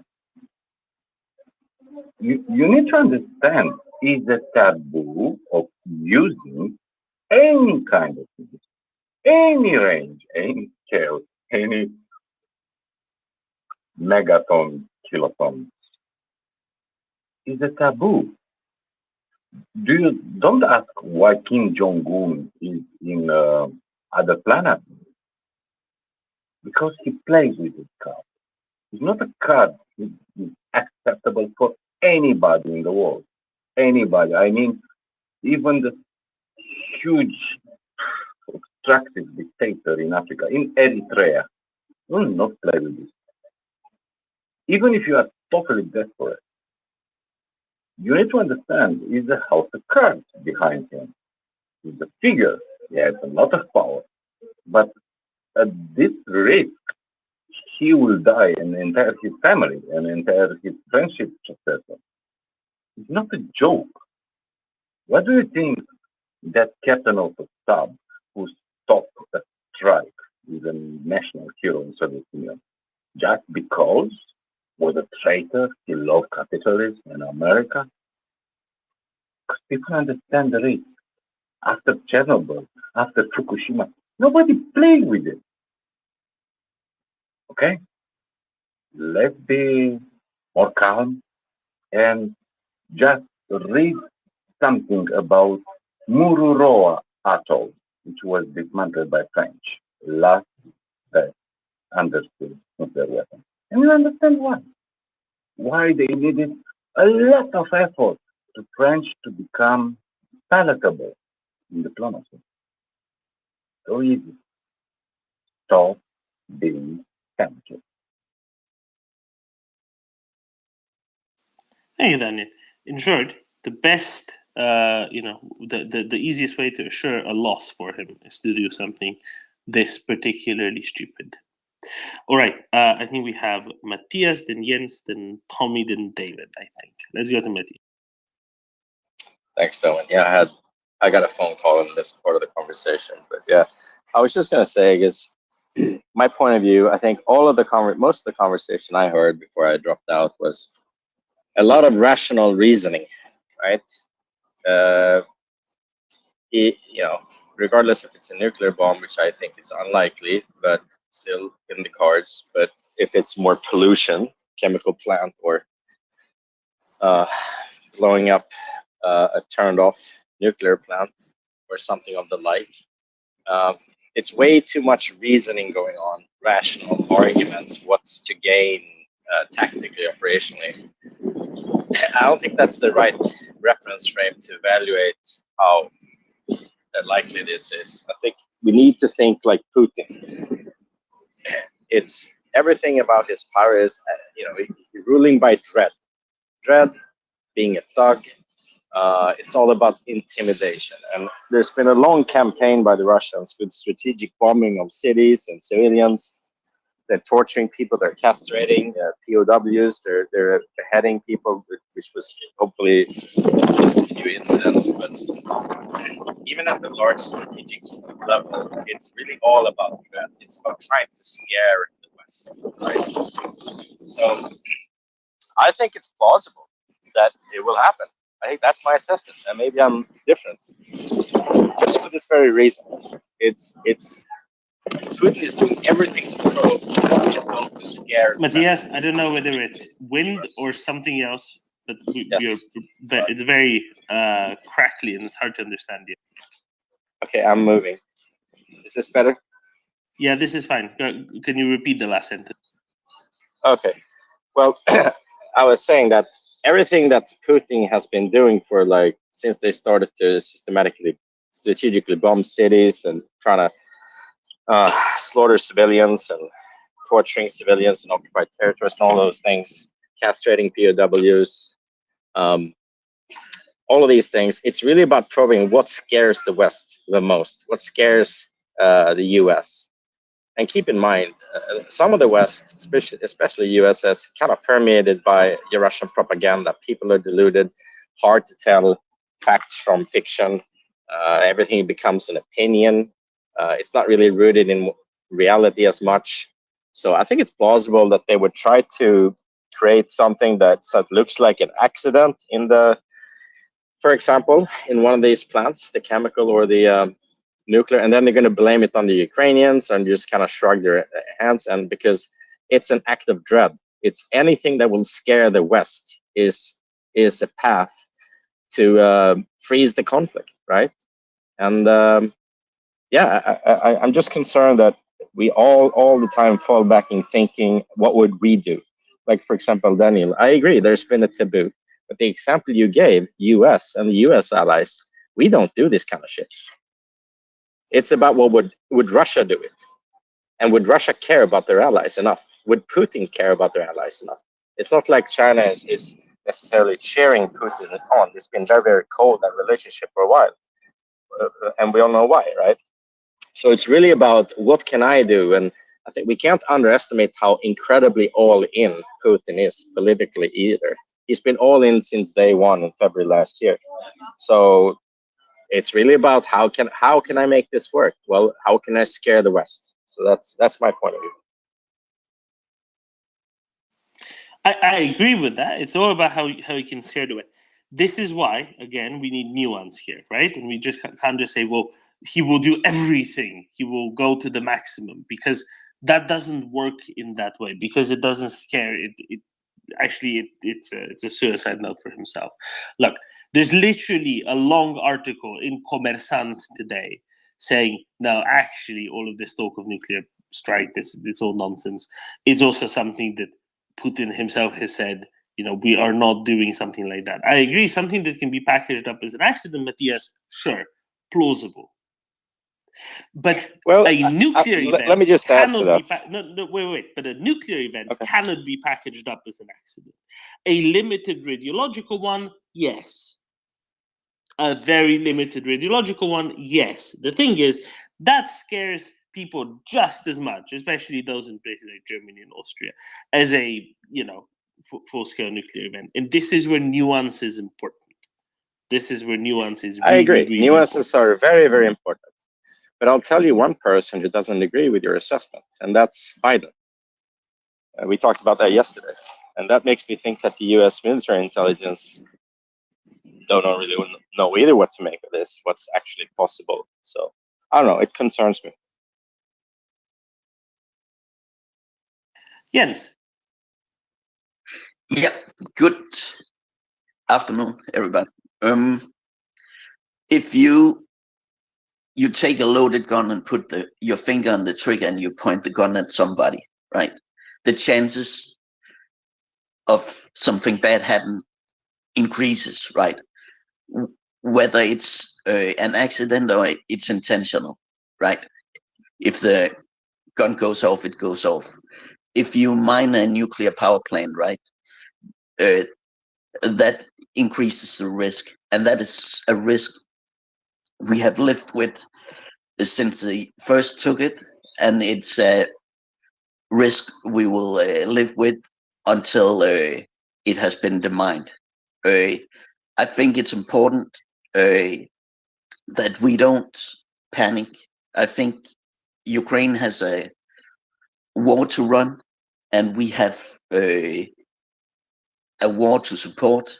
And I think planning is better than panicking.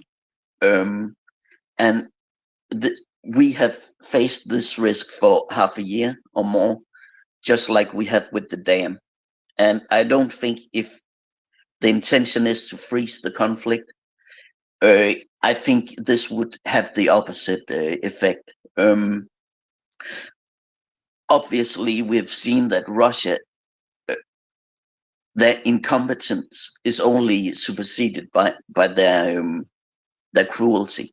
So this is something we have to keep in mind, just like Biden has to keep in mind that there is a possibility, but we still have a war to support and a war to win. So I don't really know if we need to talk us into a panic ourselves. Packages are being approved, weapons are continuing to flow. Pilots will not be trained faster because we panic. But we can talk about the issues, but I don't feel the same urgency. Wherever Russians occupy Ukraine, there will be cruelty, there will be war crimes and crimes against humanity. And that is, we have to push them out. And yeah, I guess my point is, I feel like some of you are talking yourself into a panic.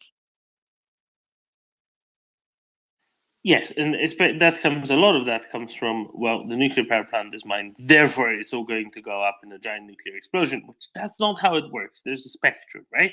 And Russia denying the utility of the power plant to Ukraine for several years by making them undergo a big booby trapping exercise, that's a big difference. I will just add, though, that since I've been on this space, I've been pretty good at talking myself into a panic, so I sympathize.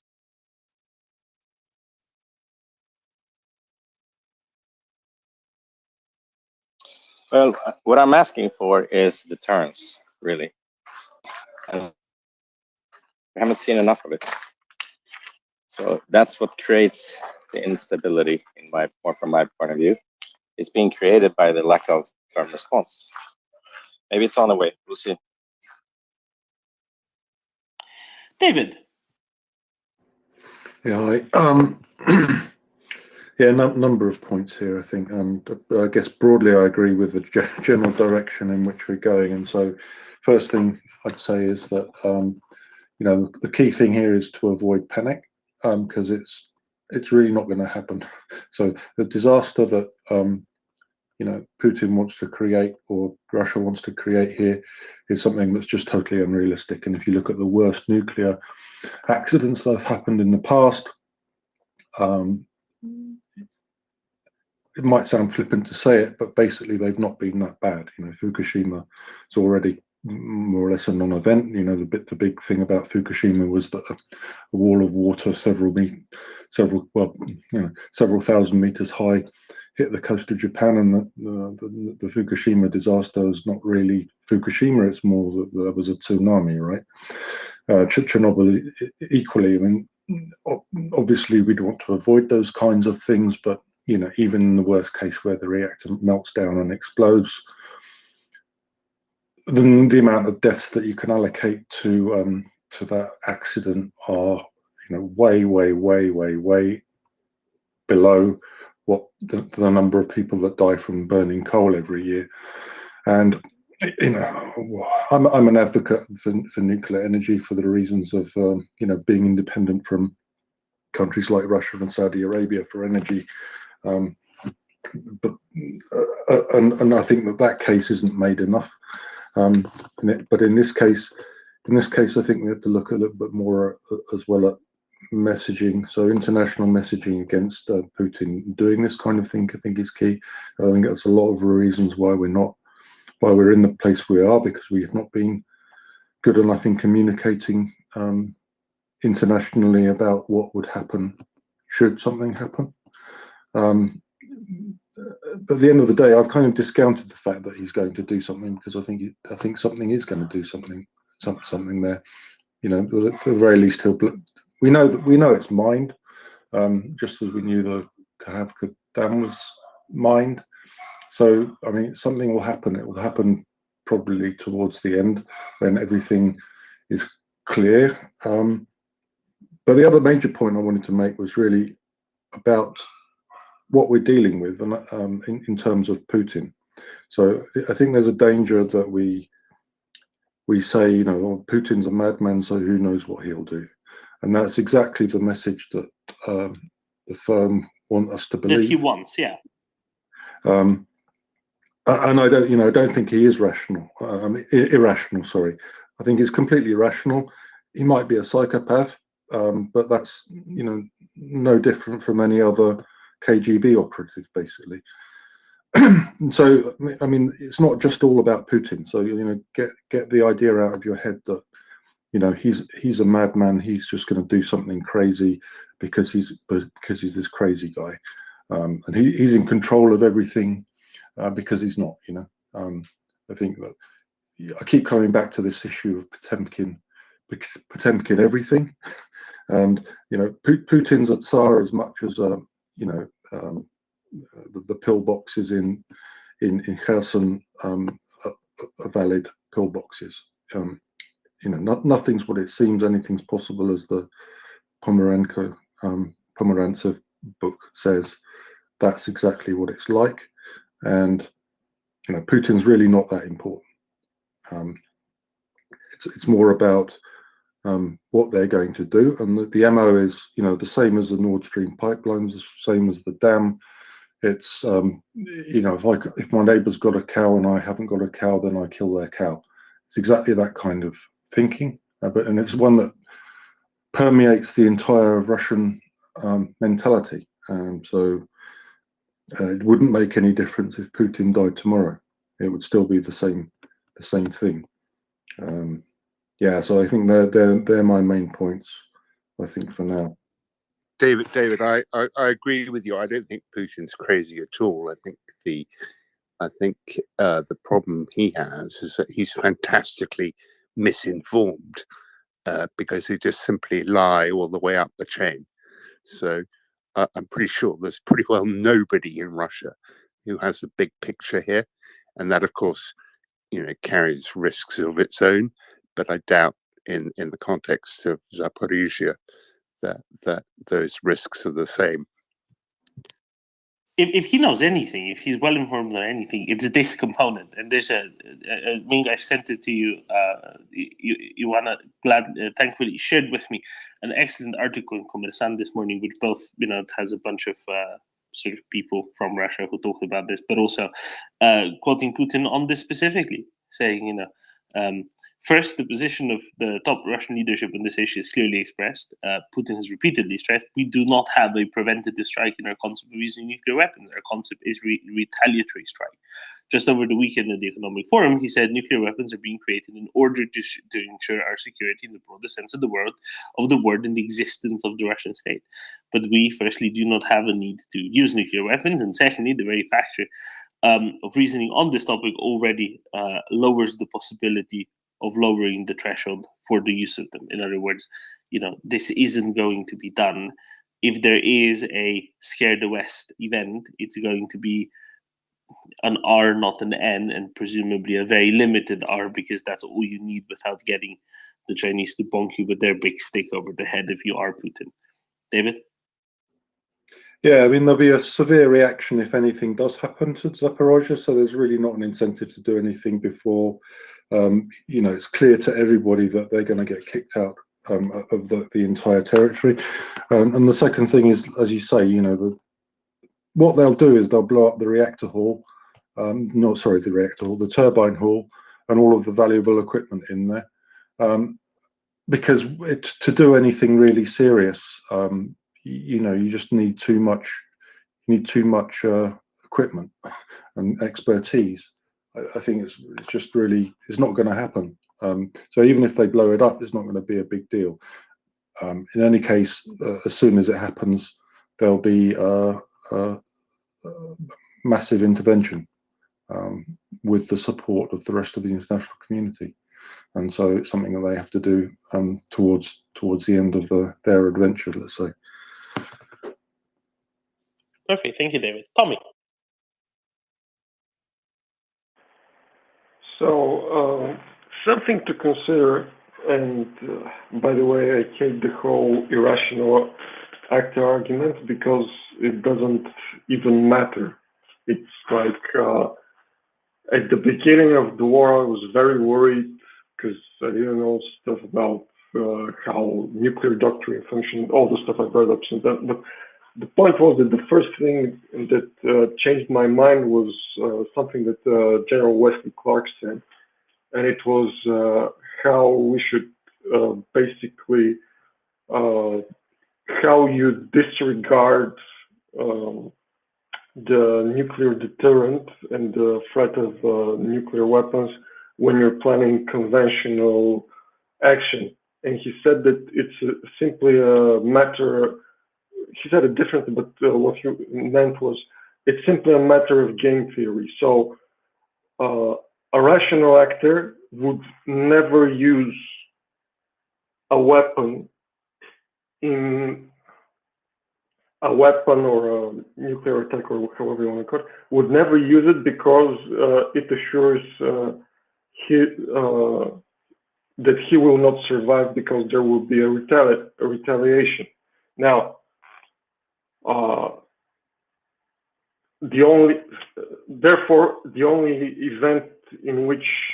case in which a Russian actor would use a nuclear is when his survival is threatened. So the survival of the Russian Federation is by no means threatened currently. And I mean, by this, I mean the existence and not the current regime, because Putin is very replaceable.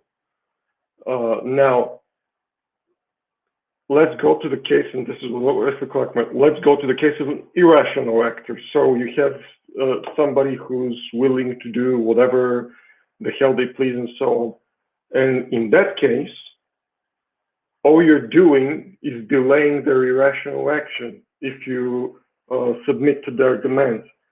So basically, the only rational course of action is to disregard them, because you take it into account, you plan for mitigation and so on.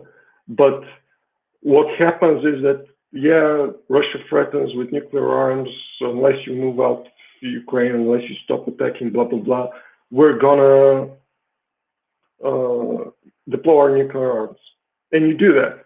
And the next thing they do is they regroup, take more land, and then you're offered the same solution again, and the same choice again and again and again and again. And with each choice, your position to resist them deteriorates, while their position to resist you in by conventional means increases. And so you're always on the losing side if you submit to the demand. It doesn't change. So it doesn't really matter if he's rational or irrational.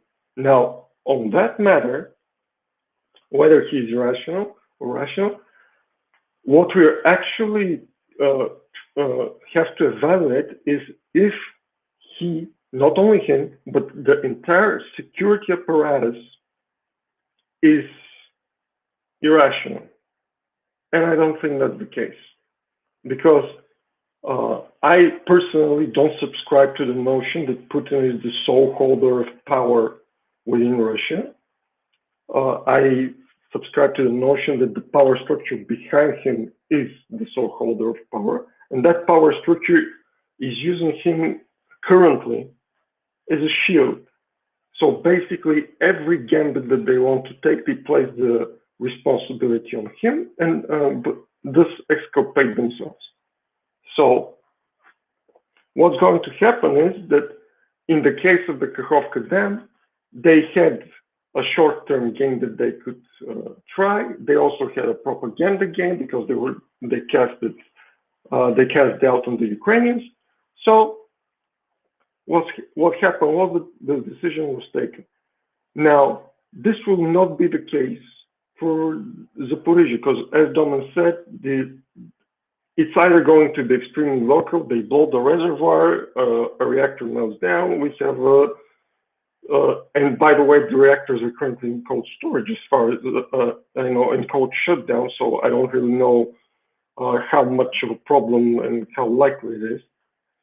But let's say that happens. So you're going to have a local problem, and for that price, what you're going to get, instead of basically deferring any possible action of the Ukrainians, what you're going to get is the complete response that has been made clear to the Russians multiple times. So for the price of delaying Ukrainian action for what, 2 weeks, for the price of making them fight with protective gear on, which is all you're going to get, you're going to lose your Black Sea Fleet. You're going to now have NATO close down the airspace. You're going to have battle groups that are forward placed in Romania and so on go into the country. Like there is no argument for it in any strategic sense. And I don't think that the entirety of the Russian decision-making apparatus is irrational. I think that they're currently betting a very long bet, that's the last one they have, that they will basically be able to hold out long enough for a black swan event to occur, and by this I mean some sort of deterioration in the Western alliance. And the problem for them is that the Western alliance, with each time that they do something this stupid, the Western alliance grows stronger. Because the West has decided that basically, yeah, the only politicians that are the Vetnik core, the ones that have decided, well, maybe we can go back to some sort of status quo, but there's no one who's pro-Russia at this point. I mean, apart from the Vetniks, but fortunately, they don't hold political power. So the rest of not even in Bulgaria anymore. Yeah. So the rest of the politicians all support Ukraine and are constantly fighting with said Vetniks to push support even further. And every time something like this happens, it lends more credence to them. So if my Vetnik nation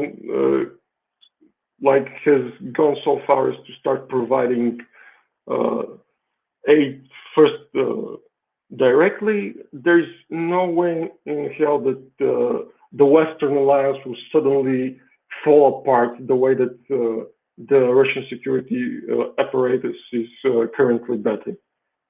So let them play out their little gambit. In the meantime, Ukraine is going to methodically disassemble them just like they have been doing.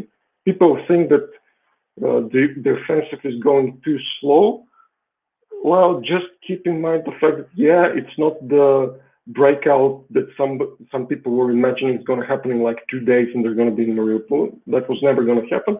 But let's just point out that in 2 weeks, they have taken more land than Russia has during the entirety of their much bragged about winter offensive. So that's factor one. And factor two is that we're seeing how many Russians are getting slaughtered on the daily, while in the meantime, they've been playing back the same company-sized element getting hurt, and just their vehicles, by the way. And that's for me, that's the balance point. So keep calm. We're winning. We're gonna take those. I don't want to say that word down. Thank you, Tommy. On the point of Bulgaria, Axel, you're into plane spotting, aren't you?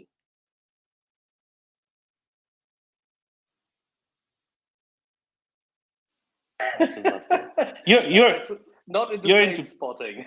You like plane spotting, don't you? You know, apparently, both Burgas and Sofia airports are great for plane spotting these days. Lots of really big, Antonov 124, C-17 Globemasters, in and out all the time. Yeah, more than 20 a day.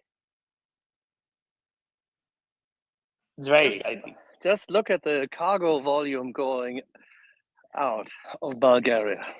It's rose. It's red. It's rose water. It's perfume. That's almost certainly what it is. So some peppers. Pepper season has started. No, Doman. It's all the oysters and fish Belarus currently with its fleet can't process. Must be definitely. Yeah, that's what the U.S. Transport Air Wing and all of the Antonov Company 124s are moving around. And it makes sense, right? Because Yeshuv is very close to the Belarusian border, so that's how they get them into Belarus afterwards, right? That is exactly it. Quite a charge, isn't it? Where is this David Brookfield when you need one? Stuck in a rose bush, I think. I mean, makes sense. They need an extra people on hand to go through all of the roses. And he's something of an expert in the. He is swimming through the rose water pond.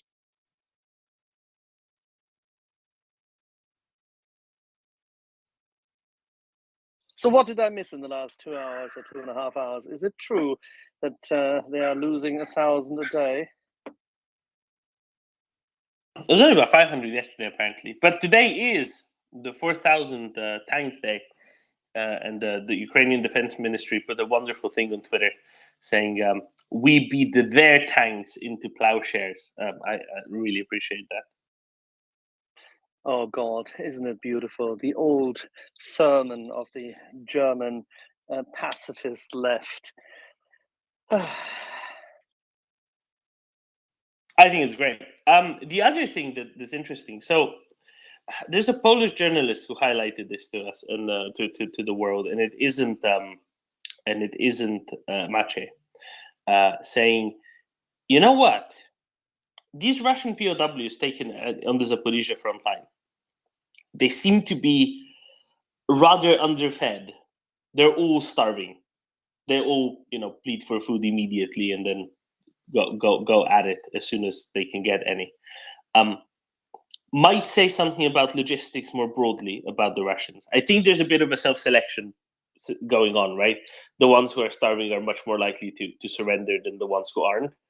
And maybe that's what motivates a lot of the surrenders. But I think it's an interesting point to highlight and monitor going forward.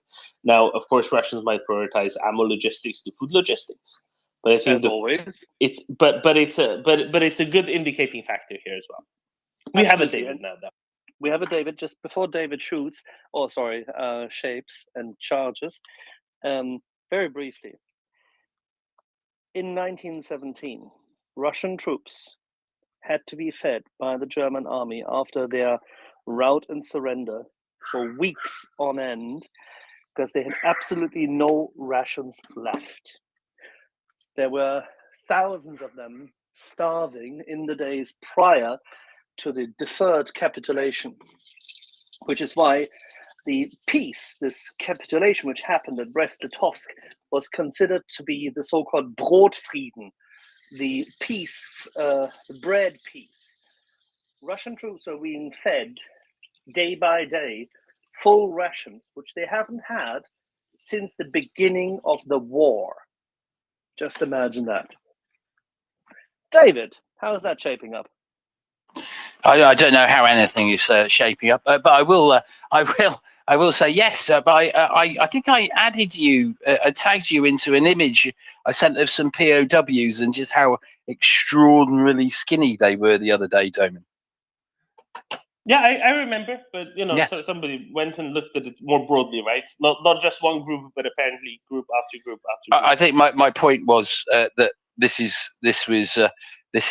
all of them, right? As opposed to just a group. Yeah. But that was the reason why I was tagging you, is because I'm just going, look, typical condition of their troops, and they're just not eating, right? But anyway. Anyway, let's talk about charges. So news came out this morning, and I'll highlight that again. You can find it somewhere in the nest. That the Nord Stream 2 pipeline, which was blown up south of the island of Bornholm, was blown up not the same way as the Nord Stream 1 pipeline north of Bornholm, which was blown up with just a vast quantity of explosives, but instead with a smaller cutting charge, so much more advanced but much smaller in quantity amount of explosives. Now, my interpretation of this is pretty straightforward, which is, yeah, cool. Russians wanted to do more than one thing because that poses more of a threat, right? If they can demonstrate capabilities in multiple ways, that is a more complex threat and a bigger threat, a more a bigger statement of threat than just doing it one way. And it also makes people go on a big run around, oh, but they were different, and this is like this, and this is like that, and then blame all sorts of others rather than Russians while delivering the threats to those to whom the delivery should be made. How's the tea shaping up, David? It's very good. I thought, obviously, I tapped. I did a double tap when I put my phone down. Yes, it's shaping out very nice. Thank you very much.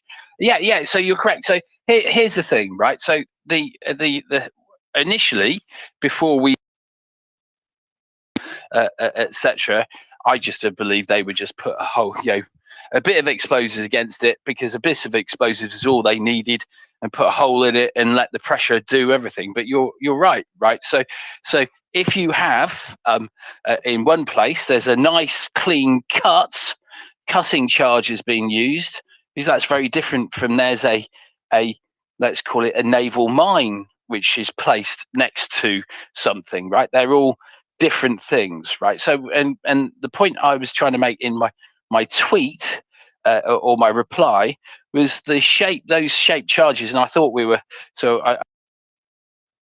in my original rant when I had enough of the nonsense of Zauter.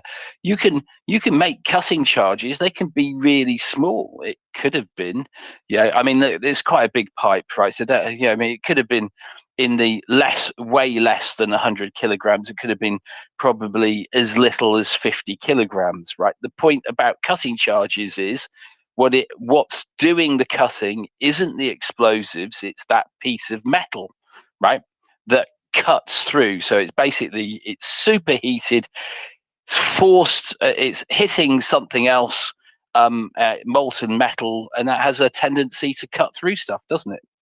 As we know. And there's different types, right? So shape charges, because a cutting charge is a shaped charge, but there are directional charges as well. And can be a bit of a confusion between them, because you could make anything, any explosives directional just by putting something heavy and dense on the other side, because we know that force, what does force take?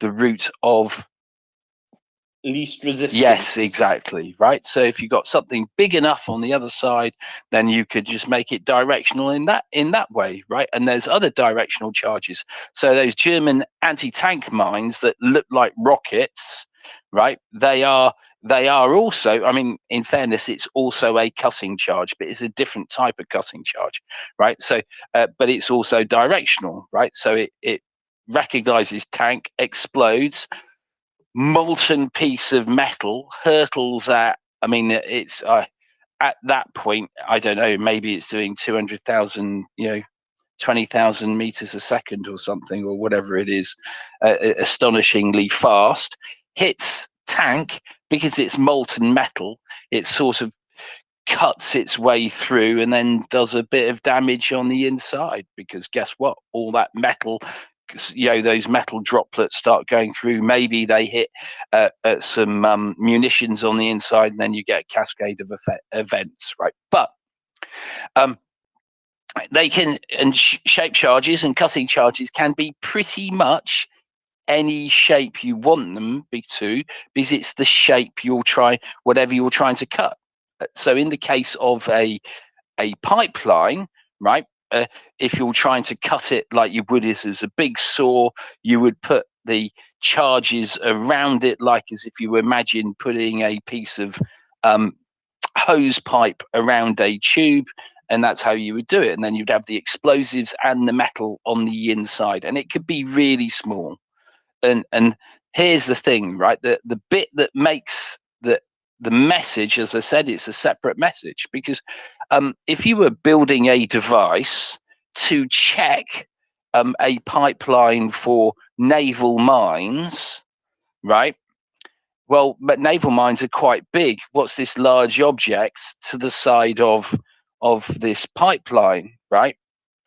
But a shaped charge, if you've worked it out and you go, well, that's the size of a garden hose, well, your detection needs to be a little bit different for that, doesn't it? Right? You may have to have much better cameras and the rest of it. And how do you even spot that if that pipeline is in an area of water that has a considerable swell of something like that, and there's a lot of silt in the water?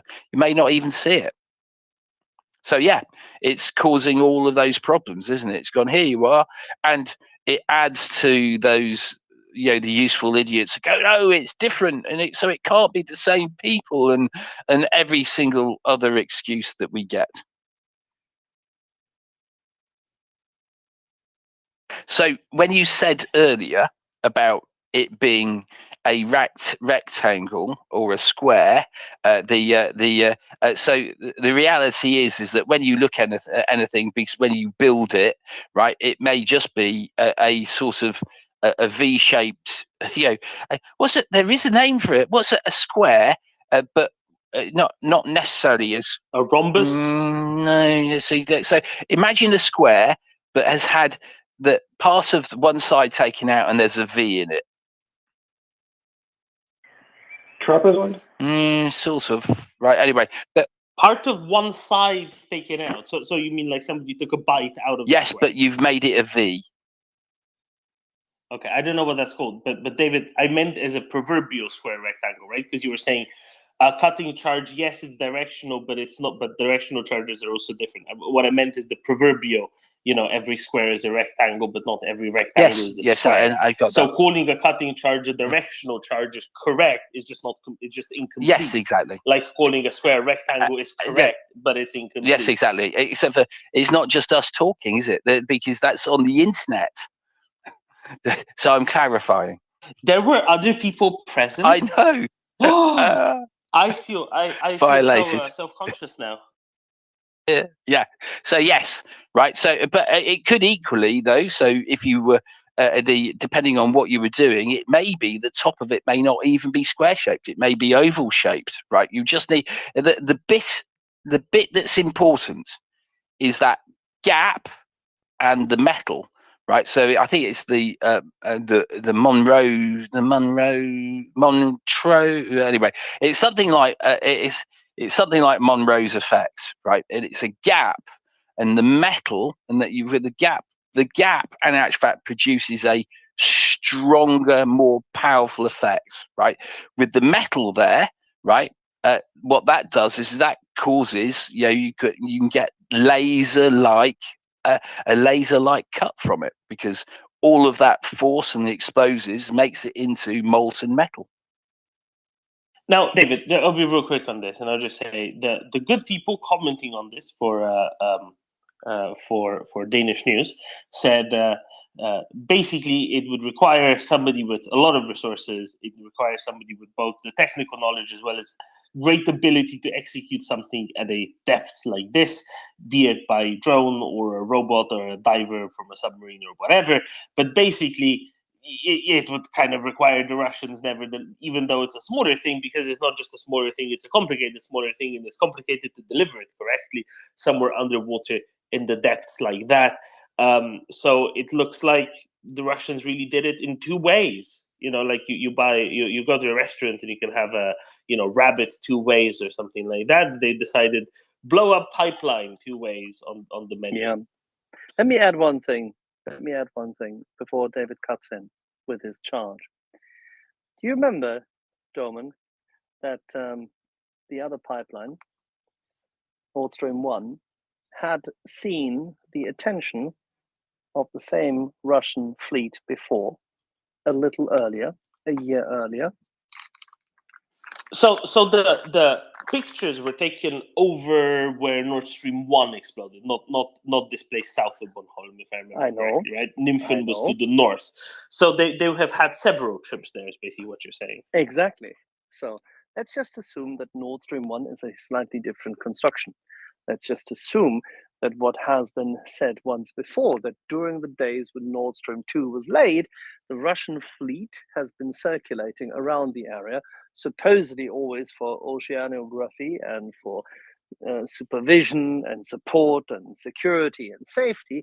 But suppose they've just been laying other charges beforehand, because Nord Stream 1, slightly different construction, different kind of setup, a bit heavier also, and older, required that at that certain depth. And they just laid the charges and then they had to activate them later. But for Nord Stream 2, don't forget, which was not in production, it was just under pressure.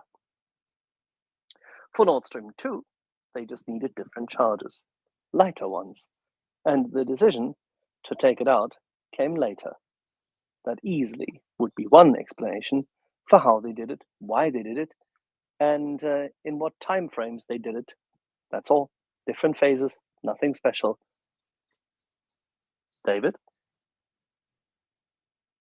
Yes, I agree. It wasn't what I was going to go on to something. I was going to mention something else to Damon. Right? Yeah. Look, I mean, the thing is, we just don't know how this is done, and that's part of the message they're saying, isn't it? They're going, oh, did we plant this then, or did we plant this before?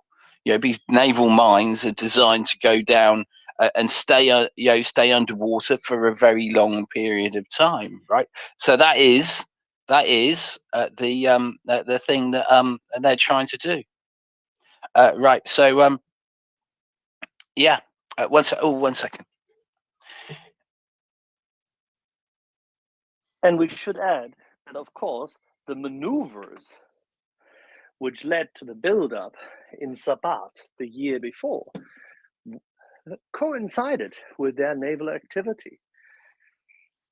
And as they had made the decision to invade anyway, that time, prepared for it, and had built these pipelines by themselves and with their companies, it wouldn't be any surprise, would it, if they had prepared for blowing this up early on? Because Nord Stream 1 was the pressure pipeline? Yeah, no, that was my point, right? So listen, naval mines are designed to hang around forever underwater, right? So they could go here. There's this thing here, and it just adds to all the confusion and the noise that we get, right? So a shape charge, you would probably want to go down, and it's probably custom built, right? You probably don't want it to be spending a year underwater, because you've got different mechanisms for the way they're designed and all the other bits and pieces that go into it, right? So, but there are what was I was going to go into? Yeah, so the bit I was going to go into as well is that, right? So because with the shape charge, in my original rant, if you remember, Doman, and if you say you don't remember, I'm going to be very upset. I was saying that if you were going to do this properly, you would get hold of a piece of pipeline that was pretty similar, if not exactly the same as the pipeline that was used, right? And then what you would do is you would create your own custom shape charge with that in mind, because what you would do is you would be testing, because you're not trying with cutting charges, you're not trying to just blow it out of the water. What you're trying to do is finesse it, right? So with that in respect, you go, okay, this is what I'm going to do. How much explosives do I need to use? Do I need to be using lead, or do I need to be using copper? Do I need to be using aluminium for this thing to cut through this, right? Presumably, because it's steel, you would want something that is pretty dense material of some sort that's malleable, right? You've worked out, so you would work out the different types of metals you might use with your cutting in your cutting charge, and go, okay, I'm happy that the amount of explosives we got will cut through that regardless of certain factors, and you add a little bit to it, and that's how they would do it, right? Because you don't just randomly make, because that was the discussion with the boat. Apparently people were cutting up bits of explosives, right, on the boat. Well, that's not how these things work. You make these things, they go into, call it a belt of some sort, right? But they've already been pre-made, right? Because you know that they work. So the guys in, when you watch a movie and they put a piece of tape around their, the bank vaults, etc. Well, this stuff, they didn't make it the day before. This stuff was made a long time before. I appreciate that this is the movies, but I'm just trying to give everyone an idea. Thank you, David. No, I'll just pipe in on one of the things, especially that Axel said. I don't think that we need to go as far as the construction. Maybe that's why, maybe it isn't, but just using two different methods to achieve fundamentally the same thing sends more of a threatening message than doing it the same way in every case. Of course, that's reason. Basically, I'm saying that's reason enough. We can go further and examine other reasons, but that's reason enough to do it, and we don't really need more to. I was just adding context. That's all. I know. I'm just to say that we only need to go so far into all this. Christopher. There we go. 2 taps doesn't work. Good morning, everybody. So I just I know the conversation is probably rolled on, but I had originally just popped up because I wanted to compliment Jens and David B. Ailey for their statements concerning how we should be thinking about panic. And I was really proud of Jens because that was really such a strong statement from him, and I wanted to give him supporting props for that. I'm sorry I got interrupted by a couple of phone calls. My person is studying in Greece, studying ancient Greek and Greek this summer from college. So I took her call versus you all. But anyway, that's it. Greetings from New York and Slava Ukraini. Thanks at all for everybody for the space. I'll keep listening. Thank you. Hello, Slava. Thank you, Christopher. Klaus. Hi, thank you. Just to add on to Axel's comment about Nord Stream 2, Nord Stream 2 was under pressure to deliver.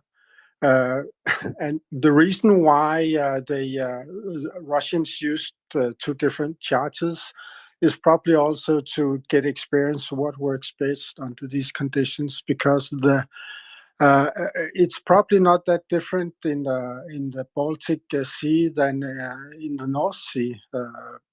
What's the depth? 100 meters in the North Sea. So the conditions are quite the same, I would assume. Thank you.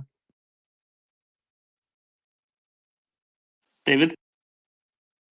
I was going to say no. That wouldn't be it, because even if anyone would know, or I say anyone, if you put a small 1 kilogram charge and just chucked it on the side of it, it would put a hole in it, right?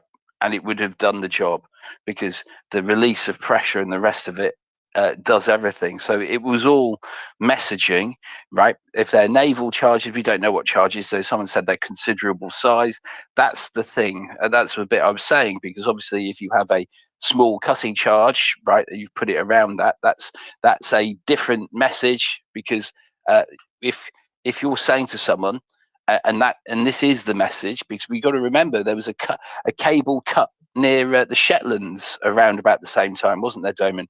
So if the message is you have to beware of everything you've got, your undersea cables and your undersea pipelines, and there's very large naval mines being used and very small things, you're saying we can come here anytime we want. That's what they're really saying. So I don't think it will be anything to do with knowing whether it worked, because even a small, if they could have put an anti-tank mine against that, and it would have put a hole in it, and it would have done the job. Very good, thank you, David. Fancy. Yeah, I also just wanted to add to this Nord Stream pipeline discussion. Do you remember which Twitter space has been most busy with the topic of Nord Stream ever since? You mean us? Absolutely, absolutely. It was not me. Yeah. Who hated the Nord Stream pipeline the most? It was us. And now look at who suspiciously knows a lot about depth charges, shape charges, explosives, how to do it. David, I'm looking at you here. My bet is it was you who was diving down to the Nord Stream 2 pipeline and blew it up. I commend you for it, but it's so suspiciously likely that it was you, because no one in Russia knows more than you about explosives and how to pull this off correctly. And probably I've been too much in Russian conspiracy spaces here on Twitter that my thinking got a bit warped, but that's my contribution. Thank you, David, for your contribution. Yeah, Edward, did you help David? You look like a diver. It's possible because I really hated that pipeline. It was laundering money into the Russia. So I'm not saying no, but I'm not saying yes as well. David, did he help you? I cannot confirm nor deny. I'm Spartacus. Very good. I like it whenever Roman references are brought up, just as George comes up, because it's so easily have had Greek ones, but now we go with Roman ones. George, good morning. What Roman reference did you just hear? Spartacus. Really, Doman? Really? Where was Spartacus from? Wow, George. Wales. Yeah. Great. Thank you. Someone knows their history. Anyway, David, I heard that, at the same time this happened, Gunny had rented a boat. So I have both of you under suspicion. Yes, I can confirm he did. He rented a boat. We had a big argument about the fact it wasn't big enough. Yes. And I heard Chuck paid for it with one of his book deals. So, the three of you guys are primo on the list.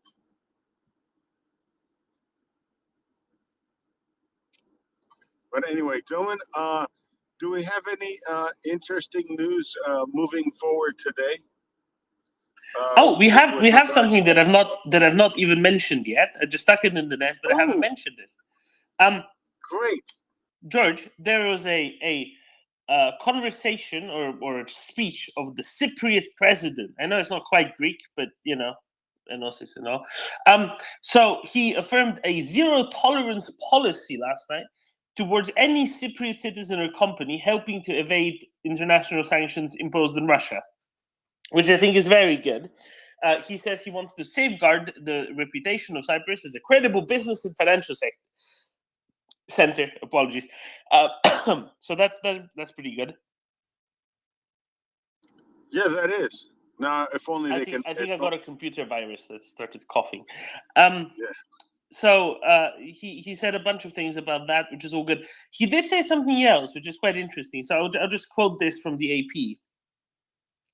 But the Cypriot president appeared to rule out any move to cede its aging stock of Soviet-era T-80 main battle tanks, armored personnel carriers, and anti-aircraft missile batteries to Ukraine in exchange for newer Western equipment, which I think is very interesting, because the Merkavas were rumored to be going to Cyprus in part as a backfill for the T-80s, but now the commentary from the president is more angled towards not getting rid of the T-80s or not supplying the T-80s to Ukraine in exchange for the Merkava 3s.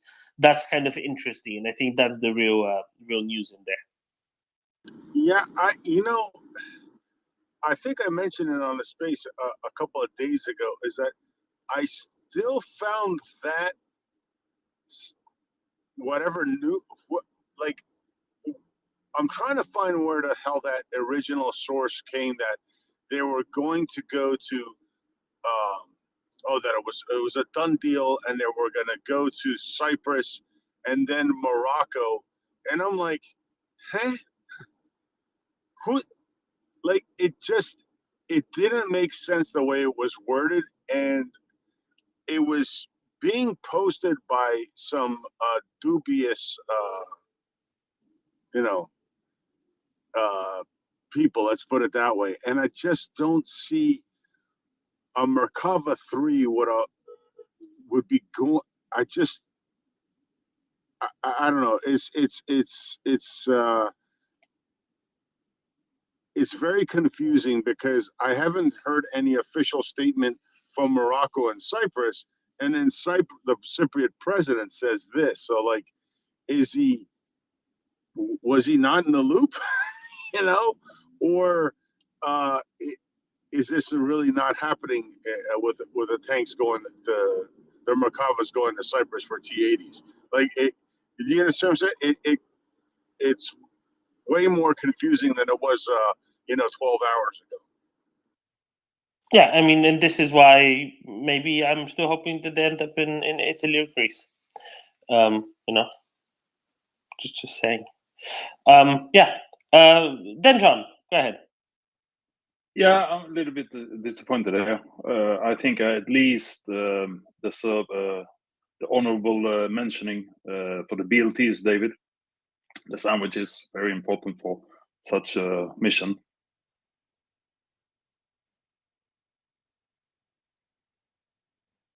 Is that David's sandwich of choice? Oh, it is. It's a BLT is just. I mean, it's heaven. It's absolute heaven. Extra thick mayo.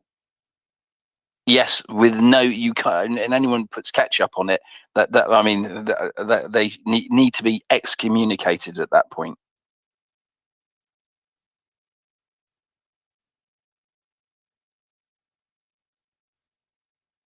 Well, excommunicated from where? Who governs BLTs? I'm the supreme leader of the BLT society. Self-elected. A dictatorship. But benevolent dictatorship. I was just about to say benevolent. Yeah, that's what actually, peace I don't for, believe right? in it. I don't believe in this kind of crap. I believe in republics. I'm sorry. I've been knifed in the back already. What's happening? And two, Alex. With a butter knife. Axel, you don't like BLTs though, do you? Yeah, see, the thing is, we don't need to, because in Germany we have real black sourdough bread, so we don't need to do toast or any kind of inferior types of bread. We just do proper stuff. Then we have proper German or sensible butter from anywhere in the region. We have proper sensible sausage, which is how we do things, and then we add some proper sensible cheese. It doesn't need the tomato in it. It can have a tomato on the side. That's that. But hold on a second. You're missing the whole. See, oh my God. the barbarians, David, we have to deal with on this space. Do you see the whole- barbarians? Did you say barbarians? I mean the freedom-loving people who have the name free in their name. Free. When it comes to food, I'm gonna call you guys barbarian. The whole point of a BLT is to have the bread toasted, so you get that primary on the You first don't initial need bite. to toast black, Listen. proper, fresh, warm sourdough bread. You do not need to toast. You only Yes, you toast do. the bread which doesn't. No, proper black bread has no sugar in it, and you do not need to do anything with it. It needs sourdough and nothing else. And The this only is thing to do with fine black bread is to put it in the bin. That's where you put it. Yeah, exactly. Oi, oi, oi, mate, you are offending a lot of people here. Black Yeah, bread but- is like national pride of Baltic states. Axel, so speaking of German sandwiches, Axel, remind us all what's in Metwurst. We don't do German. We don't do sandwiches in Germany. It What- doesn't what's- exist. What's Well, okay? No, but an open sandwich. What's in Metwurst? Metwurst is half beef and half pork, and that's Metwurst. But what you mean is a Mettbrötchen. So you take a bread roll, you open it up, put some butter on it, and then you put the fresh met, which is say a mixture of say what in Estonia would call cordon or house-made met. So you grind meat into what Americans put this into patties, and that's that. You put in onions, salt, and pepper, pork and and beef? paprika. And Yes, of is this pork and beef cooked? Sorry, what? Is it cooked or raw? It is, of course, raw. It could be smoked if you like it. Okay, all right. Look, guys, I just wanted to say one thing about the black bread. Ukraine has the best. They make the best black Yeah, bread you on the haven't, planet. George. You just haven't been to Germany long enough. I've had the black bread in Germany. I've been all over the country, including East Germany when I shouldn't have been there. But anyway, Soviet occupied Germany, please. Soviet occupied Germany, please. Thank you. Yes, even Soviet occupied Germany when I should have. And been they there. had shit But- bread at that point in time because they used all sorts of inferior stuff and they Well, they used toxified their fillers. soil. And They they had used fillers. eradicated all the craftsmanship of bakers. Germany has the highest density of bakers per capita. Germany bakes, despite some industrialized big bakeries, which are all shit. Germany has the highest density of butchers and bakers still on the continent, and that will continue to be the case, even if the numbers are, say, going down a bit, because obviously people don't want to work anymore because they can't afford to do that work anymore because it's both hard and they're taxed to bits and pieces. But butchers and bakers are more important than candlestick makers. Okay, so really getting back to me and David's premise about the BLT. The reason the BLT is so delicious is because don't interrupt me, Axel. Here, don't interrupt me. You get that initial crunch from the bread, and then as you bite down, then you hit the nice, delicious bacon, right?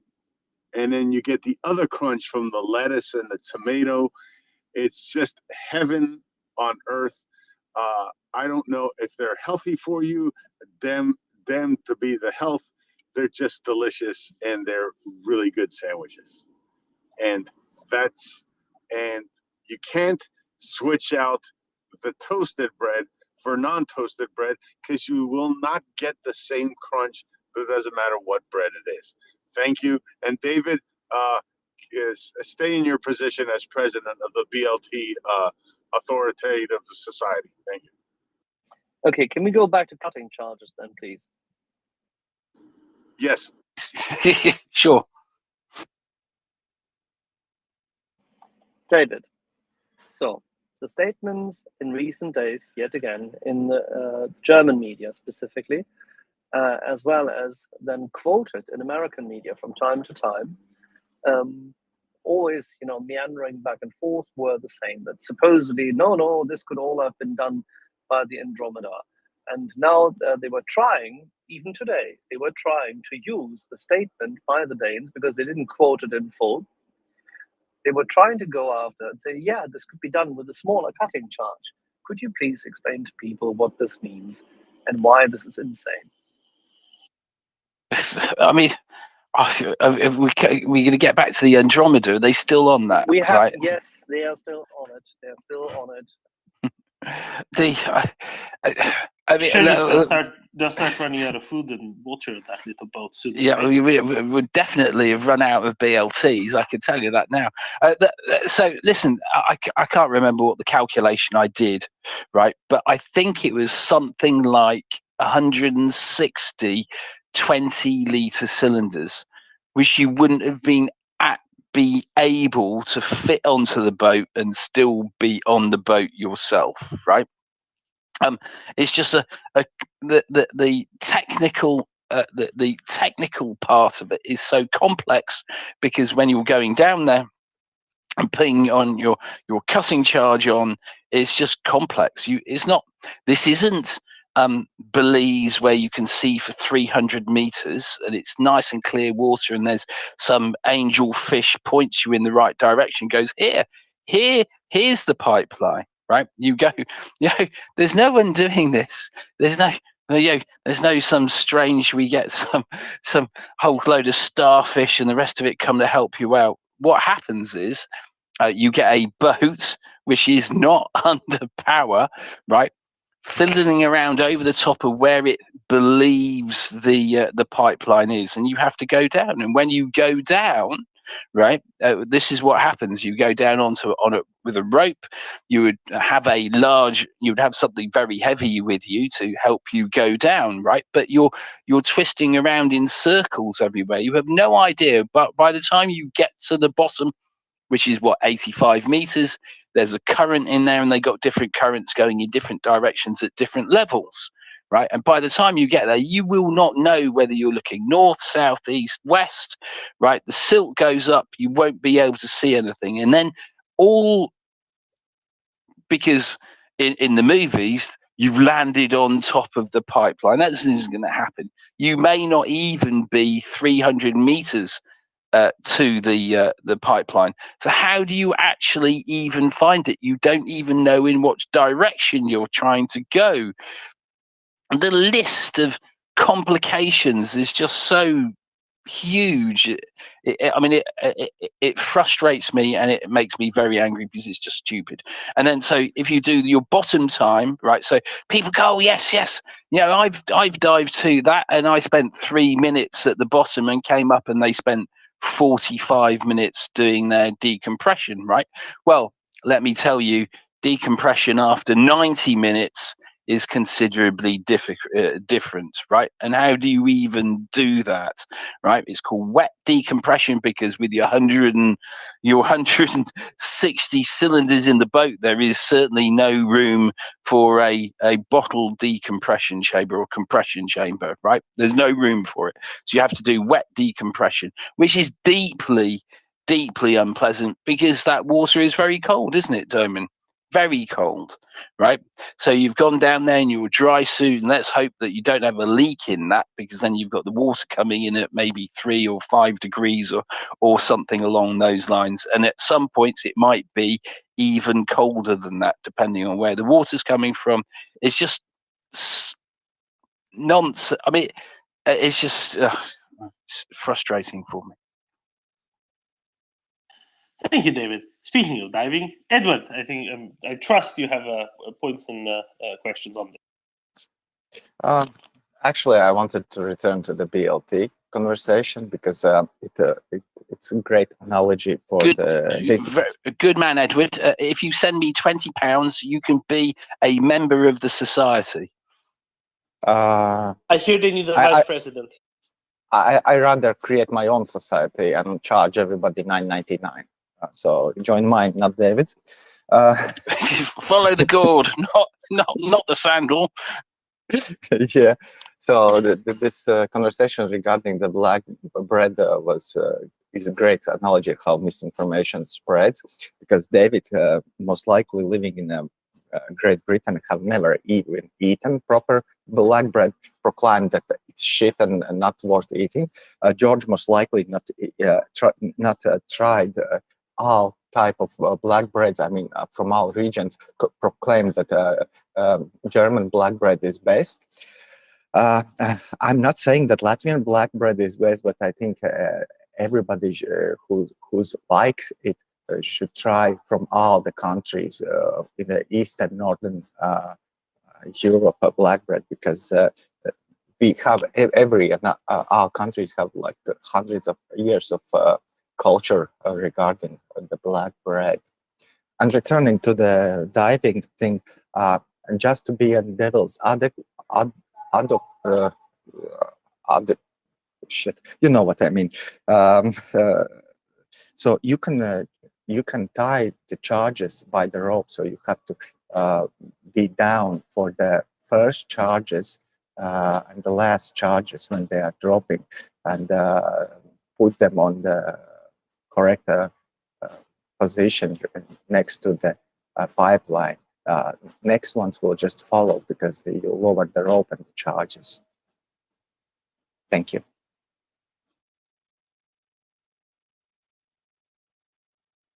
So I didn't hear everything you said, Edward. Yeah. So you're right. I mean, the charges aren't the issue. Getting them to, as you know, right, because you could just put them down a rope or whatever, or there might be. So I mean, depending with the shape charge, it doesn't even have to be that big. You would just take it with you initially. The point is finding the pipeline, and once you've found the pipeline, what do you do, and all the other bits and pieces? How does that boat stay over the top of you, right? And then we talk about when you're doing wet decompression, how does that work, right? How do you even come up? Because guess what, the boat is going to need some huge anchor, needs to be anchored for something, for it not to be disappearing around the Baltic, and then on the way up, what do you do if the boat starts moving? That would change the depth at which you are at, and then you might end up having the complexities are just so great. It's just anyway, but yes.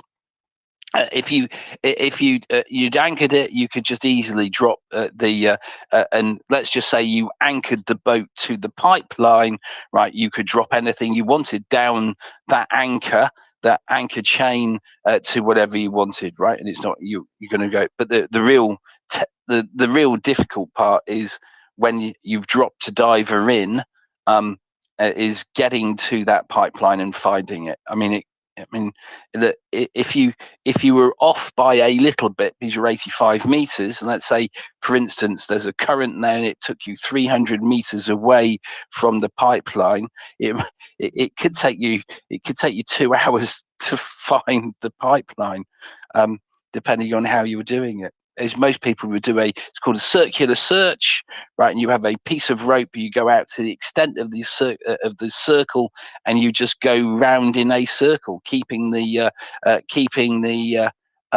rope tight, right? But a 300 meter long, so you wouldn't use a 300 meter long. You might be doing 50 meters, but you might just go in the wrong direction next time when you try and search. It's really difficult.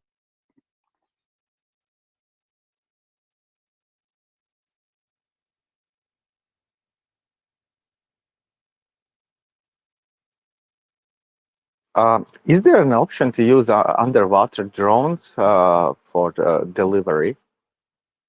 Yes, I think that's the suggestion, right? So may not even there may have one of the things it could have been was a little mini submersible that laid it, right? So the point is a mini sub goes along. It's got some arms on the outside. You've got the charge. You could do it that way. I mean, there are other things you could use. There are those things that look like they're hard suits, basically, that you could go in, and obviously that would be a bit different. And the ones that look like the robot from Lost in Space. There's stuff like that. There's so many. There's ways you could do it. David, But can all you of these please, things. David, I'm sorry to cut in, but it's yet another charge. Could you please highlight why the Baltic Sea, with its low visibility, is not necessarily, specifically where it has been, not necessarily the best area for what we would call current generation underwater drones? Yeah, just visibility is extraordinarily low, right? How do you find anything if you're using something with the video? So if you look at that, the video that you've got that's come out, you can gives you an idea of what you are. If you look in, if it looked left and right, you're not seeing anything. 3 or 4 meters away, so that'll be your visibility range. So if you've got a visibility of 3 or 4 meters, and this is without anyone kicking up any silt, because if you kick up any silt, the visibility is going to go down to 0. It's all, everything's just very, very complex because it's not like So you need doing it in haptic. your garden. You need the touch factor. You need to have haptic control, and you can't do this necessarily only by means of a robot. Correct? No, it would be much more difficult doing it like that, and they would lay it in a different way, etc., etc. Right? So yeah, touch control. I mean, there's the reason why we send. So they send divers down to do stuff at big depths, because having a human at that point makes sense. And when you're putting down explosives, depending on the message you're trying to send. Yeah, but we send humans down for a reason.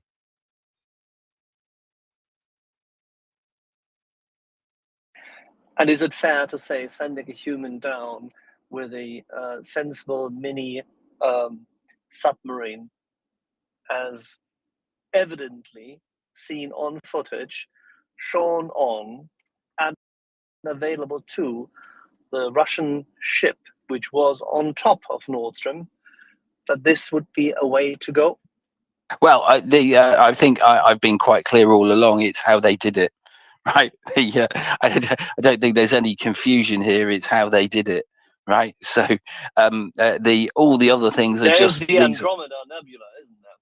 Oh yes, exactly. There is that.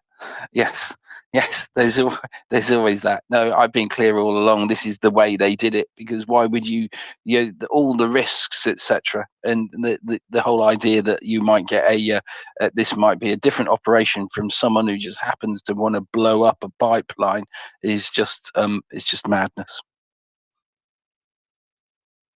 The resources are only available to people who to nation states, really.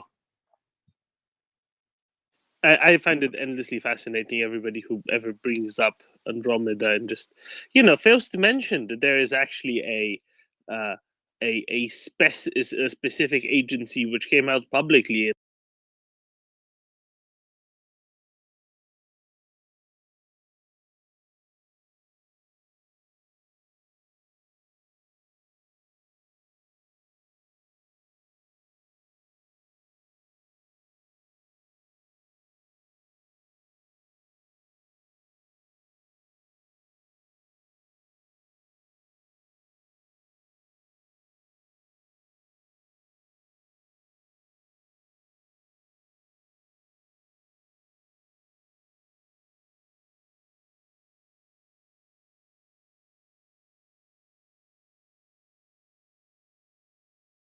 all of that fancy kit. Frogmen have said that this is insanity. With one notable exception, one guy who is that, or was that once, supposedly, I presume not even in the Western, the Western Navy, but actually in the Soviet-occupied zone, wonderful naval forces, and he runs a diving school. Well, I don't want to do my diving test with this guy.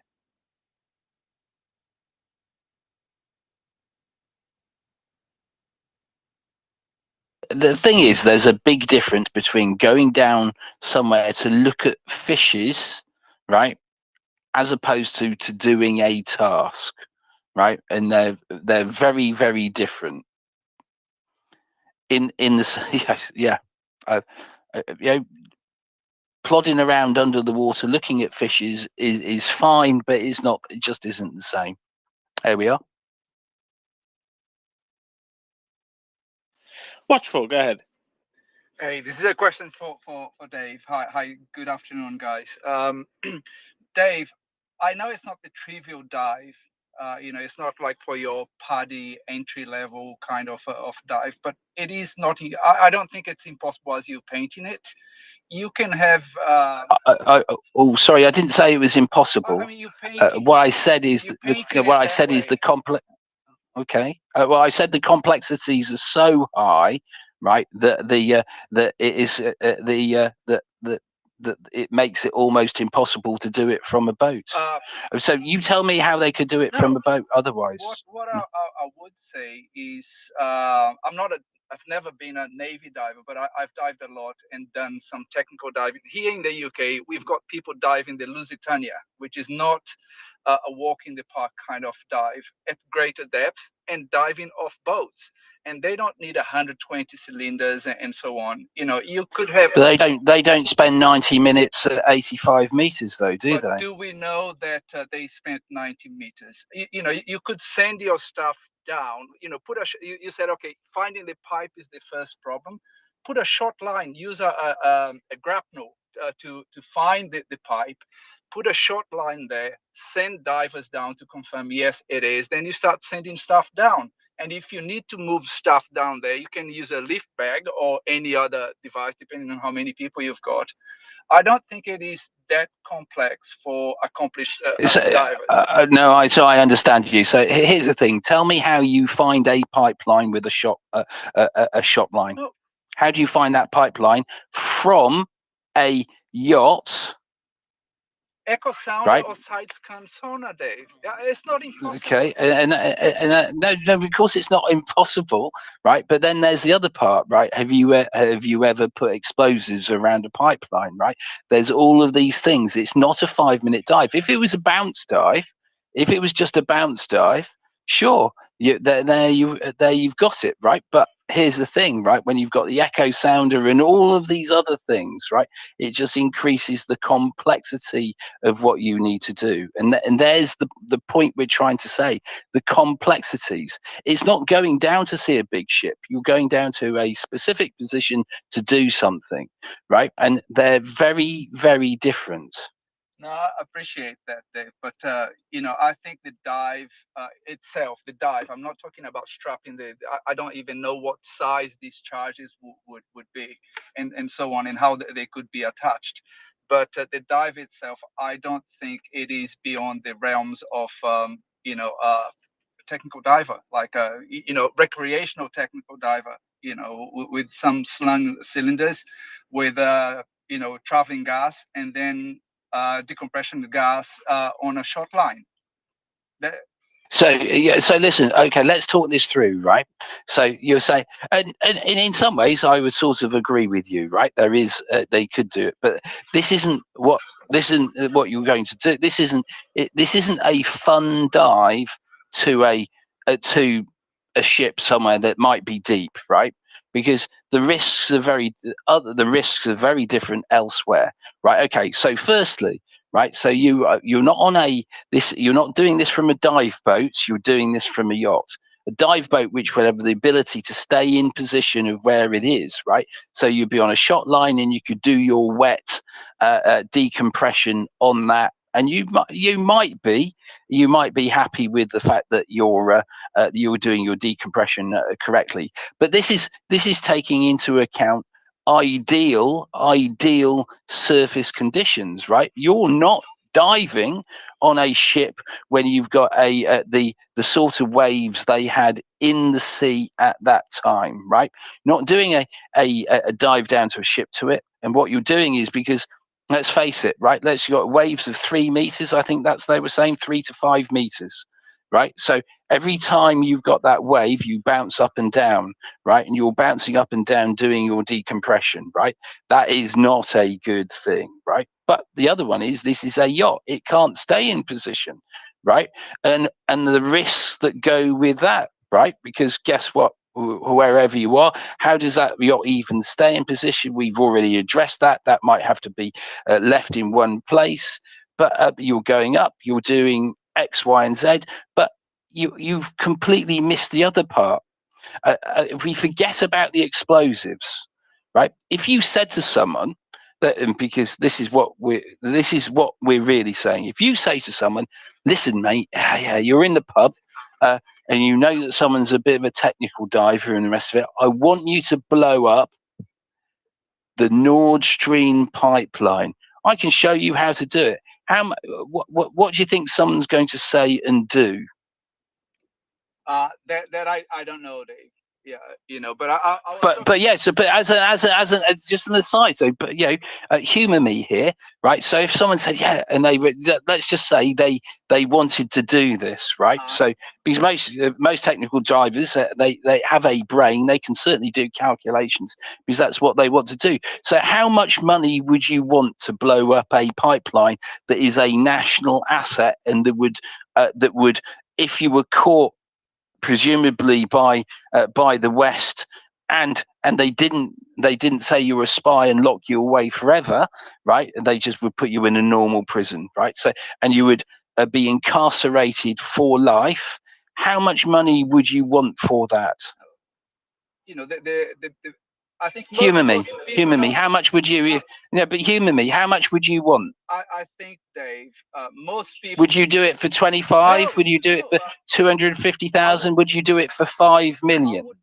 I wouldn't do it for no money. I would walk away, as most people would. But there would be the crazy guys or committed guys to the motherland and all that would do it probably for free, for the fame. No, but now we're getting into the bit of these are the crazy guys vein, right? But they're technical divers, right? So you would want something. So and here's the thing: if people are going to do it for free for the motherland, which is what you were just saying, so then we're back into the state actor because the state actors has all the people it needs to do it for the motherland, right? And we haven't even addressed what happens with the explosives. So humour me: how much do you think that someone would want to be paid to do this, right? And you've got everyone on the boat, right? Everyone in the boat is complicit in this, right? So they're not doing it for 20,000, are you? You're not going to risk your life and being incarcerated for 20,000, right?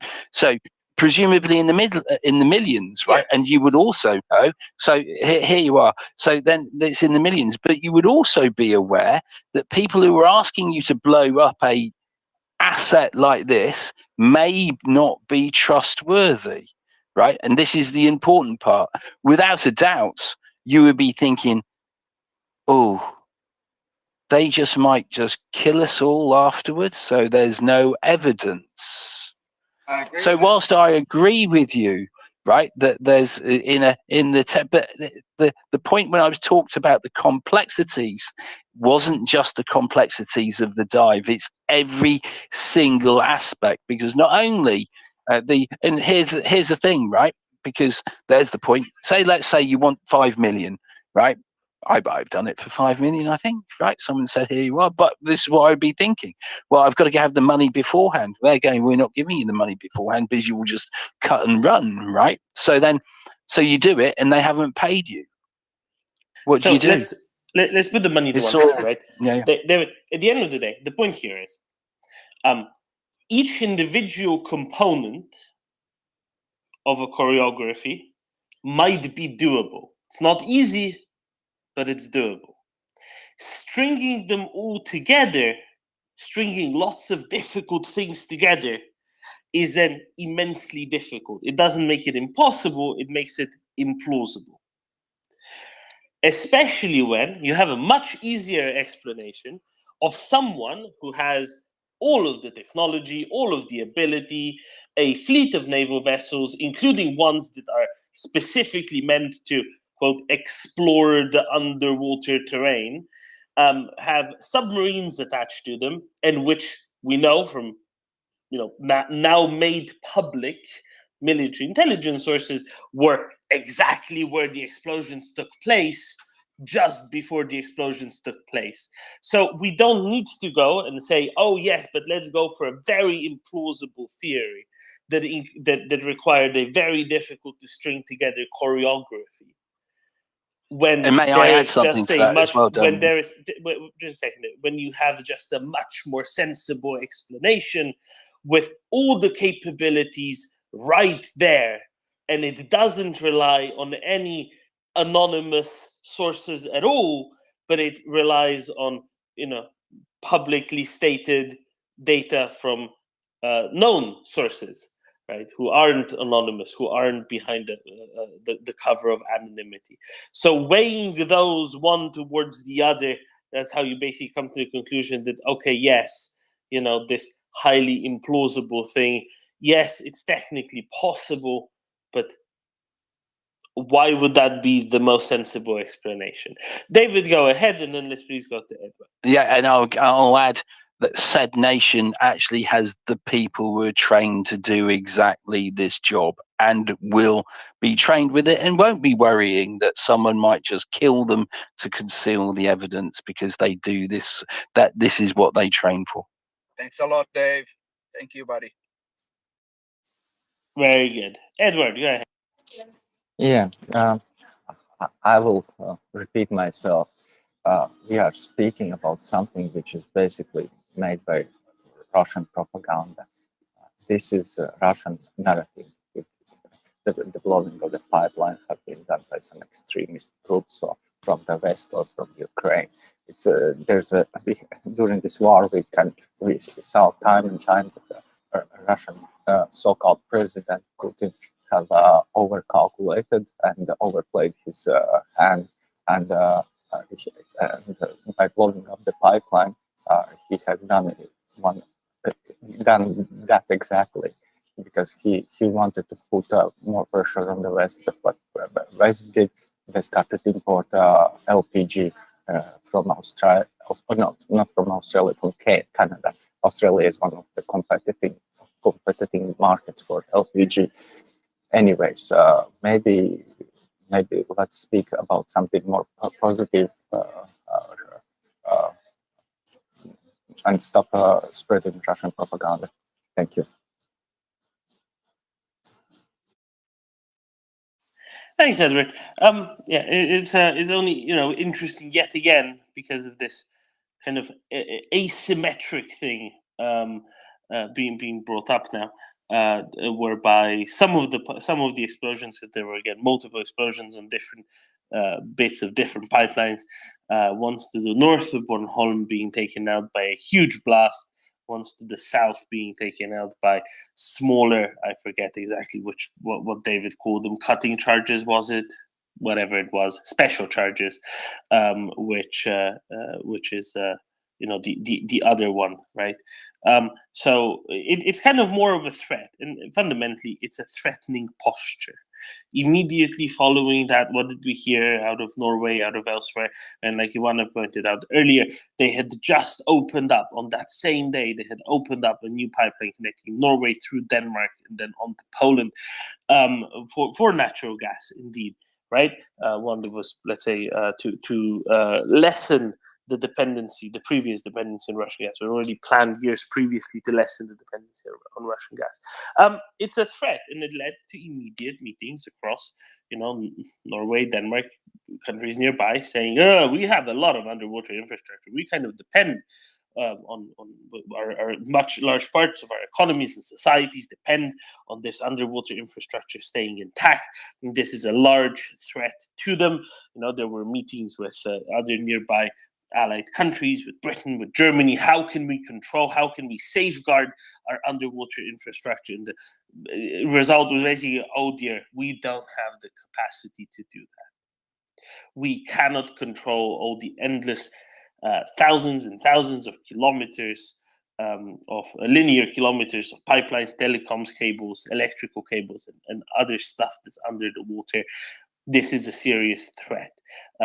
Just as we often say that the Russian state is a mafia state, they really behaved like organized crime here, effectively saying, you know what, we're basically threatening you with this. We're making good on our threat by putting an example right? Torching an empty warehouse and saying, if you don't do as we say, if you don't pay us protection money, we will torch your 17 warehouses full of stuff. This is evidence that we are both willing and able to do it. So there you go. Klaus, go ahead. Thank you. Not so long after, the German Navy was also sailing in the North Sea after they had coordinated with the Norwegians, just to make sure, just to show that they were trying to look after all these gas pipelines. Thank you. Yes, quite right. And then a bunch of these measures were then taken going forward, and yet that didn't mean that everything could be, done. So, yeah, Edward, any more comments, or is that an errand hot mic? I wanted to continue more on the positive note and share my experience. So everybody. I think as this war drags on, we have to step up the support and for the Ukraine. And I think everybody who's Twitter space understands that. But what I'm suggesting, just pick your favorite organization, and it would be really good if that organization supports Ukrainian military, and speak about it with people around you, with the colleagues, with the friends, with family members. Ask them to support it. I myself, all the time when I get some kind of call from potential seller of distributor of some kind of SaaS, software or something like that, I ask him, do you support Ukraine? Have you heard about this organization? They are, and etc. I know that it's a little bit silly, but I think we have to put pressure on people around us, because the apathy for this war is growing in the West. Thank you. Thank you, Edward. I think you're right with almost all of it, and I think that the call to action is very, very well designed. I don't know how much how well evidenced it is that apathy is necessarily growing. I think the focus on it comes and goes, also depending on how much things are in the media, in the news, but things are in the news when there's something new that they know and are comfortable to report on, and that kind of goes up and down with time a little bit. Other than that, absolutely 100%. And we here at the MriyaReport, especially since the MriyaReport charity organization got set up as a 501c3 in the US, know that has been even further empowered, especially in some recent donation drives. Right. With all of that, David, if it's all right by you, let's decompress. Let's surface. Desperately want to. Thank you very much. Is that all right? And then we can go to something on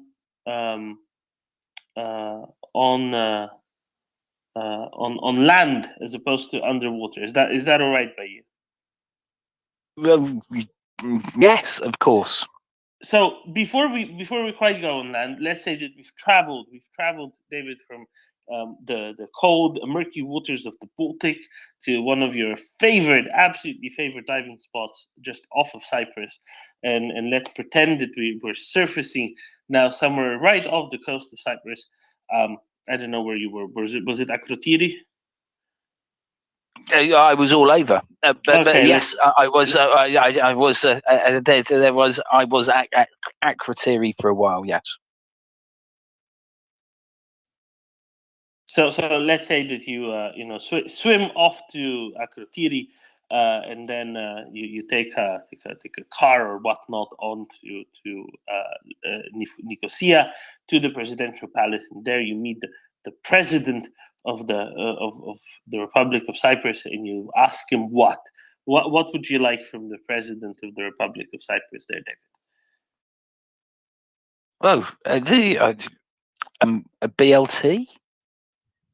How about a BVM instead? So, for example, a T80, for example, David, No, wouldn't T80s would be nice? wonderful. T80s would, of course, be wonderful. Right. So I'm quite confused by this. Right? When those news came out last week, first about the Merkava tanks possibly going to a European and a non-European country, right? Some going to a European country, some to a non-European country. And there were a number of solutions to this, but one of them was the Merkava 3s going to Cyprus in exchange for the T80s, the Merkava 2s going to Morocco in exchange for the T72s, or to backfill the many T72s that have already been provided to Ukraine and have been fixed up in the Czech Republic with Dutch, American, and some other funding on the way. That's all a great idea. Why do you think that the president of Cyprus would have said, nope, actually, we're not, it doesn't look like we'll be handing over any of our equipment at all, even if it gets backfilled with other Western, indeed better kit? Because I'm quite confused at that, David. Why do you think that the Cypriots would be doing that, or rather not doing?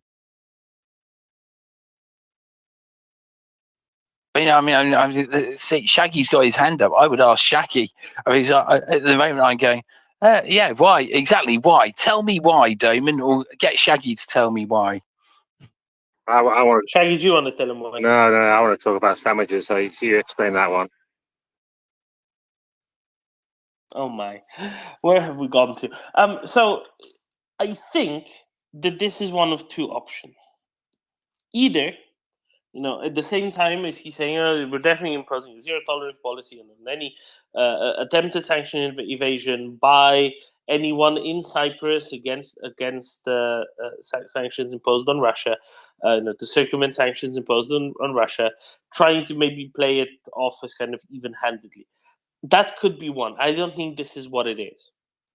I think that the issue that they would face, and this has been kind of said time and time again, is that Turkey keeps literally tens of thousands of troops in occupied northern Cyprus, or parts of Cyprus not under the control of the government of Cyprus since the 70s now.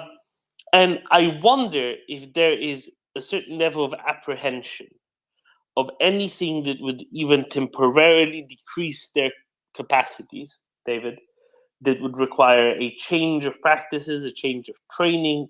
Could it be something as simple as that? Let's say they move T80s off now, but it takes them months to integrate the Merkava 3s into their forces, that could be considered an unacceptable level of capacity degradation in that short while. Could it be as simple as that? What do you think? Well, maybe, but the UN is there, and the UK forces are still on Cyprus. So any move across that border, it's not going to go unnoticed, is it?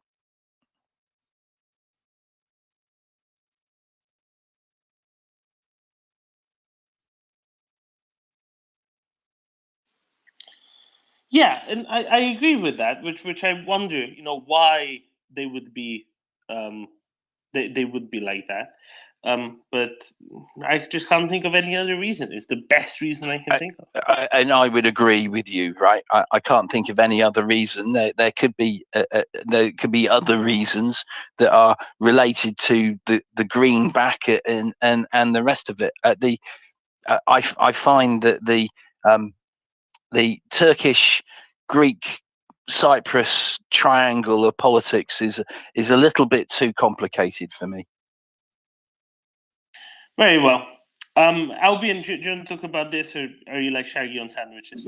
Yes, Cyprus. Excellent. Then please go ahead, Albion. Hi, everyone.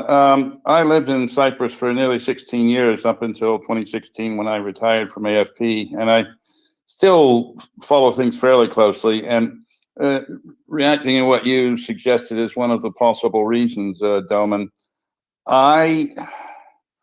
I don't have any sense that there are tensions between the north and the south, between Republic of Cyprus and Turkey, sufficient enough to be a cause of concern in that way. I don't even sense tensions.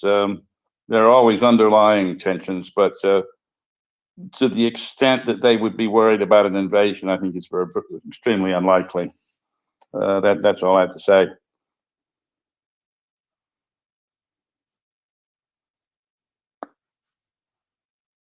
No, and that of course makes sense, right? There's no, I don't think anybody's expecting any actual,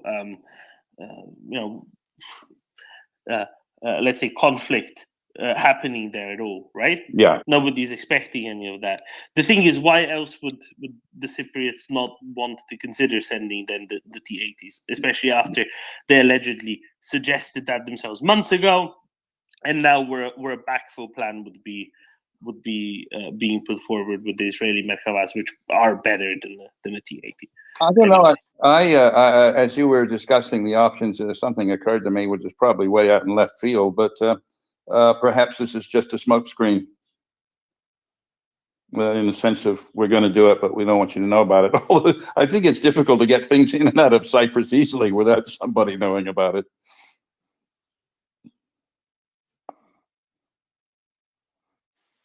Okay, fair enough. Fair enough. I mean, it'd be pretty obvious, right? It'd be pretty public, like most other tanks have been pretty public. Indeed. Although they might bring them in and out through Akrotiri, which would be perhaps a little bit.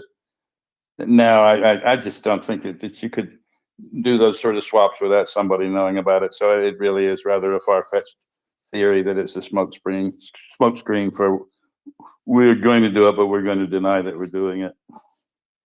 But I just don't think that, well, that's enough.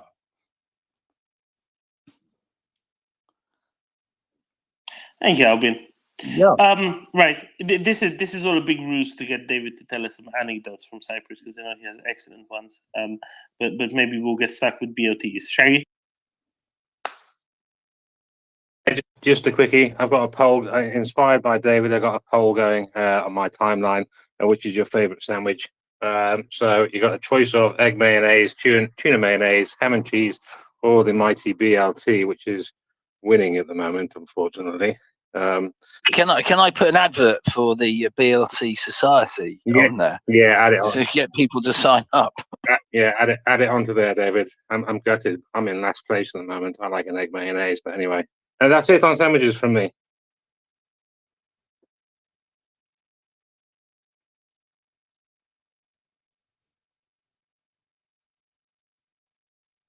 Just one final thing. Anytime you're really bored and you want anecdotes about Cyprus, I've got a few. David, do you think he can compete with yours? Oh, I'm all well, I would love to hear some.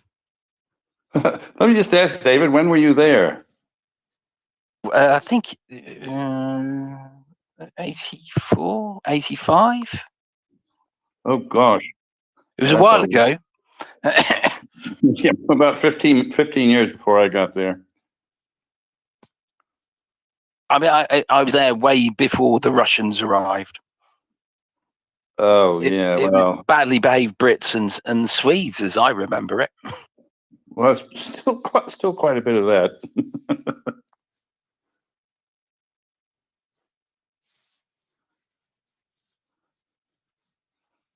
Fact, when I think about it, it was that long ago. I still had hair, and I was still young.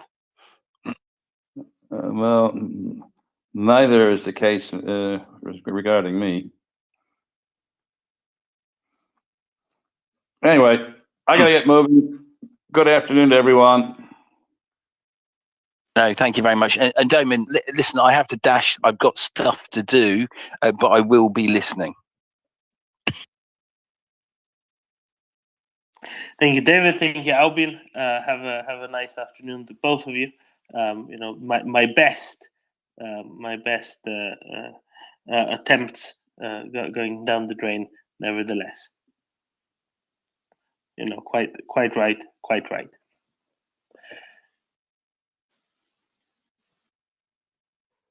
Anyone interested in latest numbers on Russian battle losses? Do you mean the 4,000 tank day being reached? Yes. Yeah, we went through it early on in the morning, but I think that by this point, people will have woken up. Good morning, America. Today is the day that 4,000 tanks in aggregate has been reached on the Ukrainian General Staff reports, with 9 tanks reported destroyed yesterday to make a total of 4,006, along with the 9 tanks, 21 armored vehicles, IAVs, etc., as well as 32 units of tubed artillery and 1 of rocket artillery destroyed. 32 units of tubed artillery is a lot. That is, well, let's just leave it at that. It's a lot. Again, Ukraine has been powering through Russian tubed artillery rather strongly recently. Last month was by far the record month at 553 units reported destroyed. This far, 2/3 through June, they're already at 446. Though the record before May was October last year, 333. So June is already only 2/3 in, very solidly in second place ever, and is on pace to get to close to 700. So vastly exceed the May number.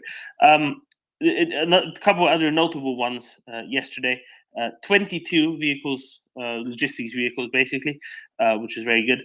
8 pieces of special equipment, which ties for 4th highest, seeing that there was one day with 10 and I think 2 with 9 previously, and there were previously 8 as well as 540 personnel for around 222,000 exactly registered thus far on general staff reports.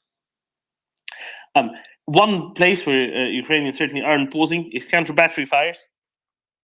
In January, destroying things far behind the Russian front lines.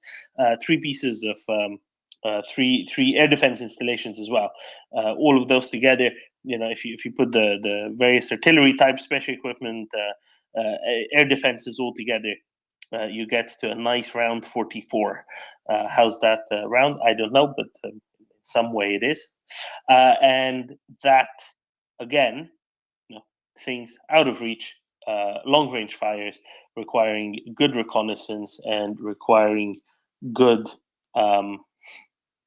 requiring good targeting, and those are very valuable things, which Russia's artillery army makes it far more difficult for them to go and proceed. There we go. That's a little note on that. Thank you, Edward. Yeah, thank you, Damon. Do we have any numbers on Russians surrendering? No, Ukraine doesn't publicize numbers when it comes to surrenders. Systematically doesn't. So anything will come effectively anecdotally. Part of this is because you don't want to, Ukrainians don't want to show, specific numbers of how many they have captured, because that can be used or indeed not used in negotiations with Russians for release of their own prisoners. Remember, it's not always a 1-for-1, right? These can happen imbalancedly and quite often do. That's part of it. The other part of it is you don't want to publicize very large specific units having surrendered altogether, because that makes them targets for the Russians and perhaps less wanting to go back. And as a consequence, that weakens the negotiating position as well, at least a little bit. That's why you don't get publicizing of such numbers. What you can look at, and I think that's quite interesting, is there's a Polish journalist, Marek Meissner, who came out with a very interesting note this morning, effectively saying, look, Russia, they ask for food. They clearly haven't eaten in quite a while with the way they behave once they get food. They speak of starvation, and I think it's a kind of a self-selecting thing. I don't think this is homogeneous. I don't think this is true across the front line, but it's definitely true. In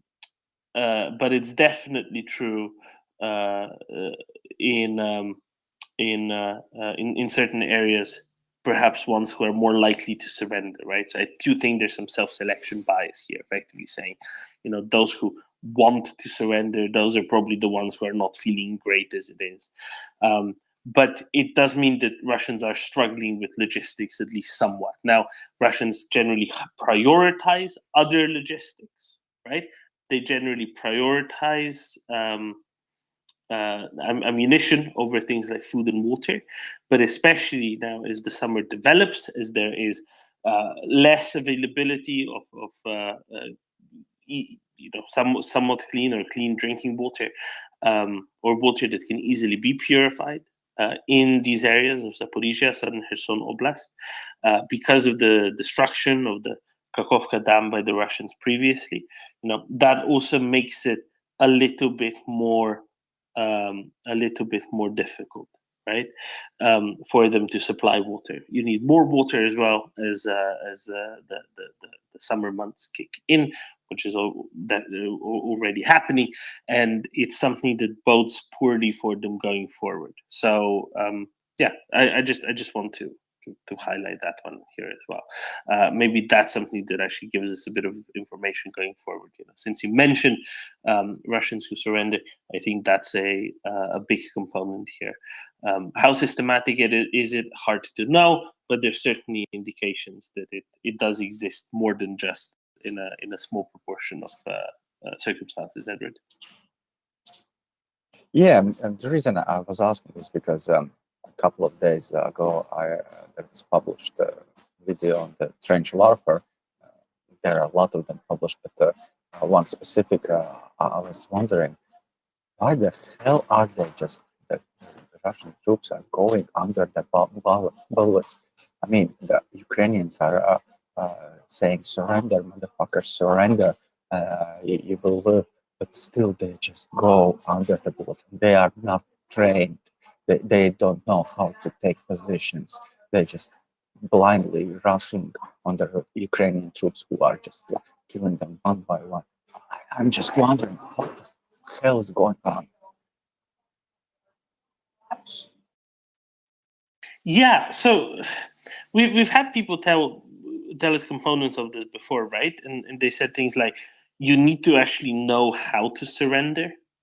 So that being a part of it. The rest of it is, there are barrier troops, which basically prevent those who might retreat from retreating. They are also told, at least in some cases, that there are snipers trained on them, and if they do surrender, they will kill them after they've surrendered from their own side. So that can make it a little bit more difficult. It doesn't always make it impossible. The most important component, I think, is what the Russians tell, and maybe Laughing Tom is going to expand on this, is what the Russians tell their own troops of what's going to happen to them in the Ukrainian captivity. And basically, Russians project a lot, right? So in some cases, soldiers will have seen what Russians do to Ukrainian captives, and that has been discussed in quite some detail, but let's say that it involves torture, mutilation, deprivation at every level and every way imaginable. And indeed, if you're at all a good human and haven't read about this, way beyond what you think is imaginable, because your imagination doesn't stretch to such levels of cruelty. And basically, Russians tell their own soldiers, the Ukrainians are going to do to you, if you surrender, something like this or even worse. And that makes many not surrender. So that's a big reason why some groups of Russians will refuse to surrender, and will rather die rather than to surrender. There's also quite a lot of this mythology within Russia that drives this. You'll be familiar with this, right? That those killed in battle, live forever. Life in Russia kind of sucks as it is, so maybe it doesn't feel so bad for many of them to do it. Tommy, please expand. Actually, I want to talk about something totally different, a bit of news from Bulgaria, so you can keep going. Oh, okay. Well, then that's about as far as I'll go on it, Edward. Anyway, so unless you have a sub point on it, let's go and talk about my favorite hamster.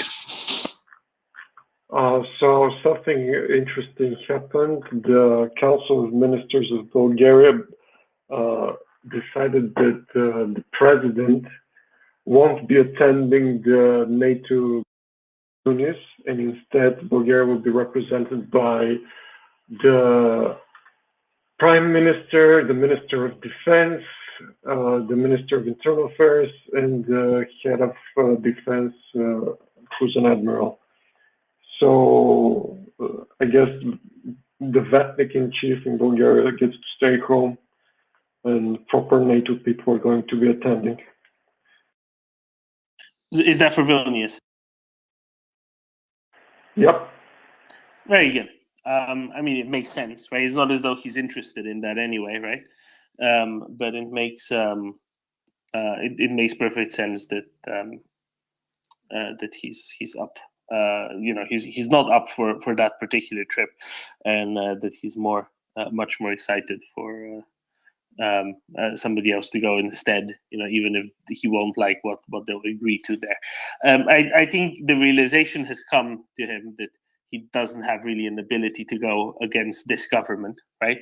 Seeing that is the two by far largest parties that have come together to do this finally after 5 elections in 730 days, and also that there's a sea change happening anyway, and it would happen regardless, and they might as well do it. Maybe he's actually hoping that the rest of NATO is going to hold them back compared to what they seem to be intent on doing themselves.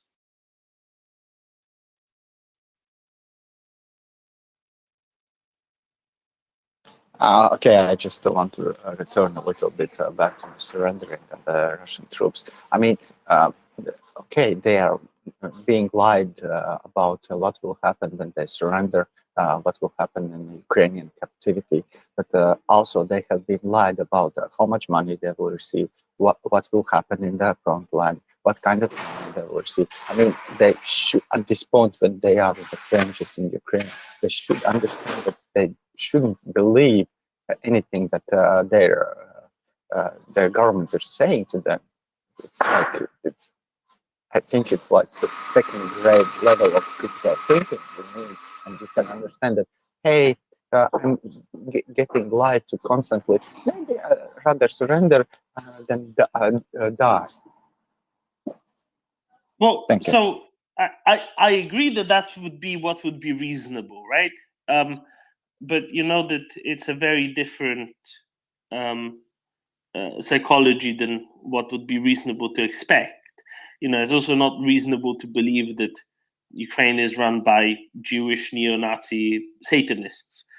That's also not reasonable to believe, and yet they fell for that one.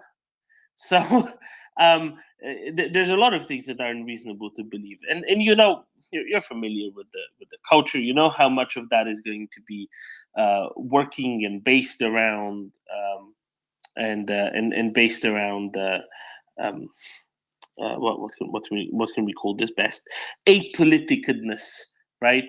Where there's a rejection of interest in the whole fire hose of nonsense that gets being fed through domestic messaging or domestic facing propaganda, and then you just go along with whatever works with them, because you know that if you express yourself too much or you think for yourself too much, you will be hit with something worse going forward. And between that and the nihilism that basically says, well, everywhere is awful, everything is awful, and we can't do anything about it, there's still a greater degree, at least often or usually, of belief that at least the Russian awful is the better awful, and that they're more likely to be the correct interpretation. And of course, as you see, it's a varied result, because it's not non-surrendering, it's just fewer than we think that would be sensible, right? So clearly it doesn't work on everyone, and it's not a general thing. I think it depends on the unit by unit thing. I think some squads and platoons might figure stuff out a little bit better than others. I think that's probably a big component of it as well.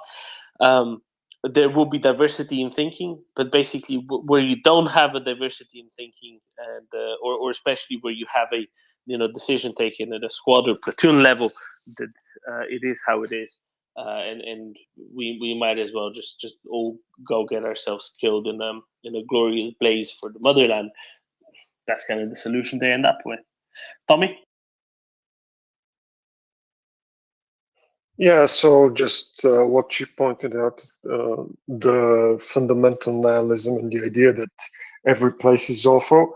And you should also understand that they haven't just been lied about this, they've been lied regarding every social program, every community initiative, everything that happens in Russia overtly, like they declared it's going to be a community initiative, and when you go to apply, it's actually some scheme to steal taxpayer money, and you can't get anything from it. And then you have to pay bribes to the health professionals, everything like that.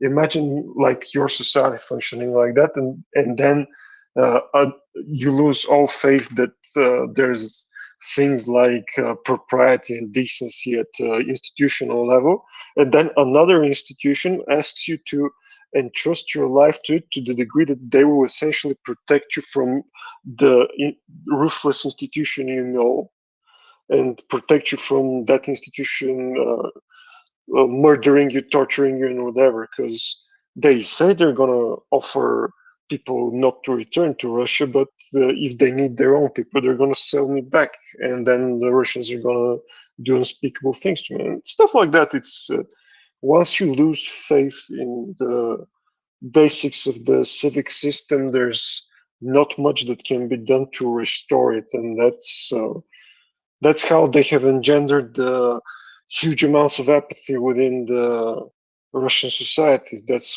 how people describe themselves as apolitical and so on, because they instinctually they have been beaten back away from normal thinking and decency so far that they instinctually uh, deny their how should I say it, prerogatives and obligations as citizens, because they view all institutions as just fiction for the powerful to remain in power. They don't view them as something that serves them. And so all institutions are a tool, and you're just submitting yourself to a different tool that will sell you out just as easily. And you won't risk your life for that. That's the psychology behind it.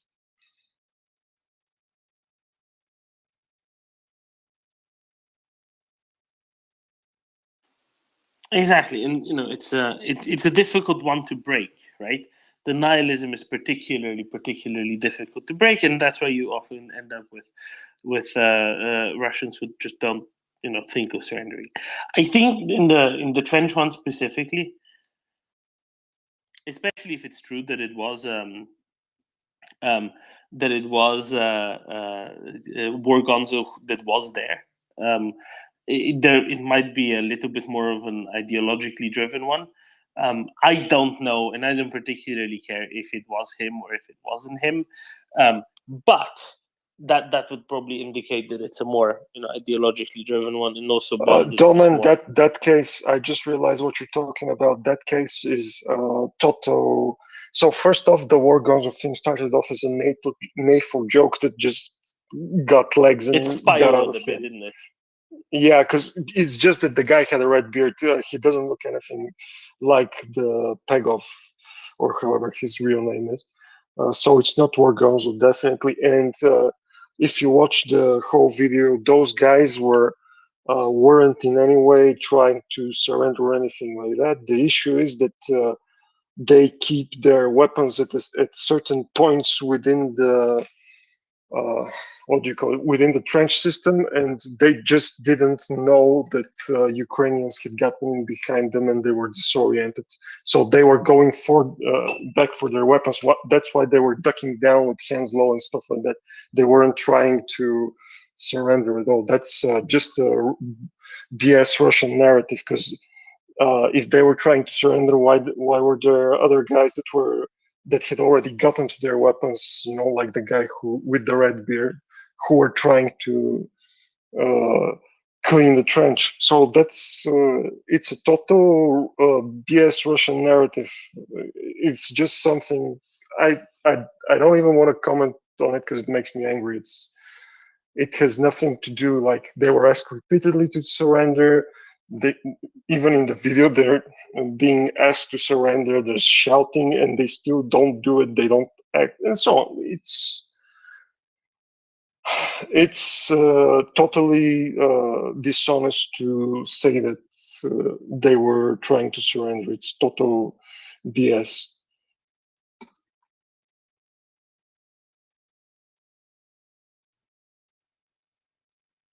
Do you know there's this thing called, I don't know what it's called in English, but it's like basically they put the guns barrel to barrel with the stocks on the ground like a little tripod or whatever you want to call it. That's the kind of thing I'm talking Like about. a teepee. Yeah, they cross them together or they leave them on a small rack or something similar. So that's how they stored their weapons, and they were going through those weapons in the middle of the trench system. And that's why they were all low like that. It doesn't remotely make sense. If they were trying to surrender, why were they going backwards into the trench instead of towards the units in front of them that are also calling for them to surrender, of whose position they know, by the way? It's all those little things that seem to get missed in the Russian so-called analysis of the event. It's complete fugazi. It's a scam. It bears no connection to reality.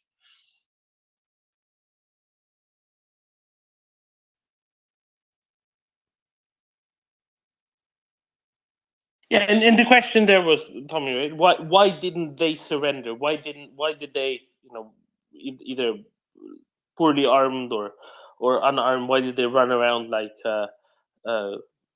they did confusedly around the trench system looking for weapons? Why didn't they in that case surrender? Right, that was really the question. I think that has something to do with, yes, being disoriented, but also probably not wanting to do that, right? Otherwise, Honestly, lie on floor, hands on back of head, saying, yeah, I honestly, surrender, I Domen, surrender, would be the most sensible approach.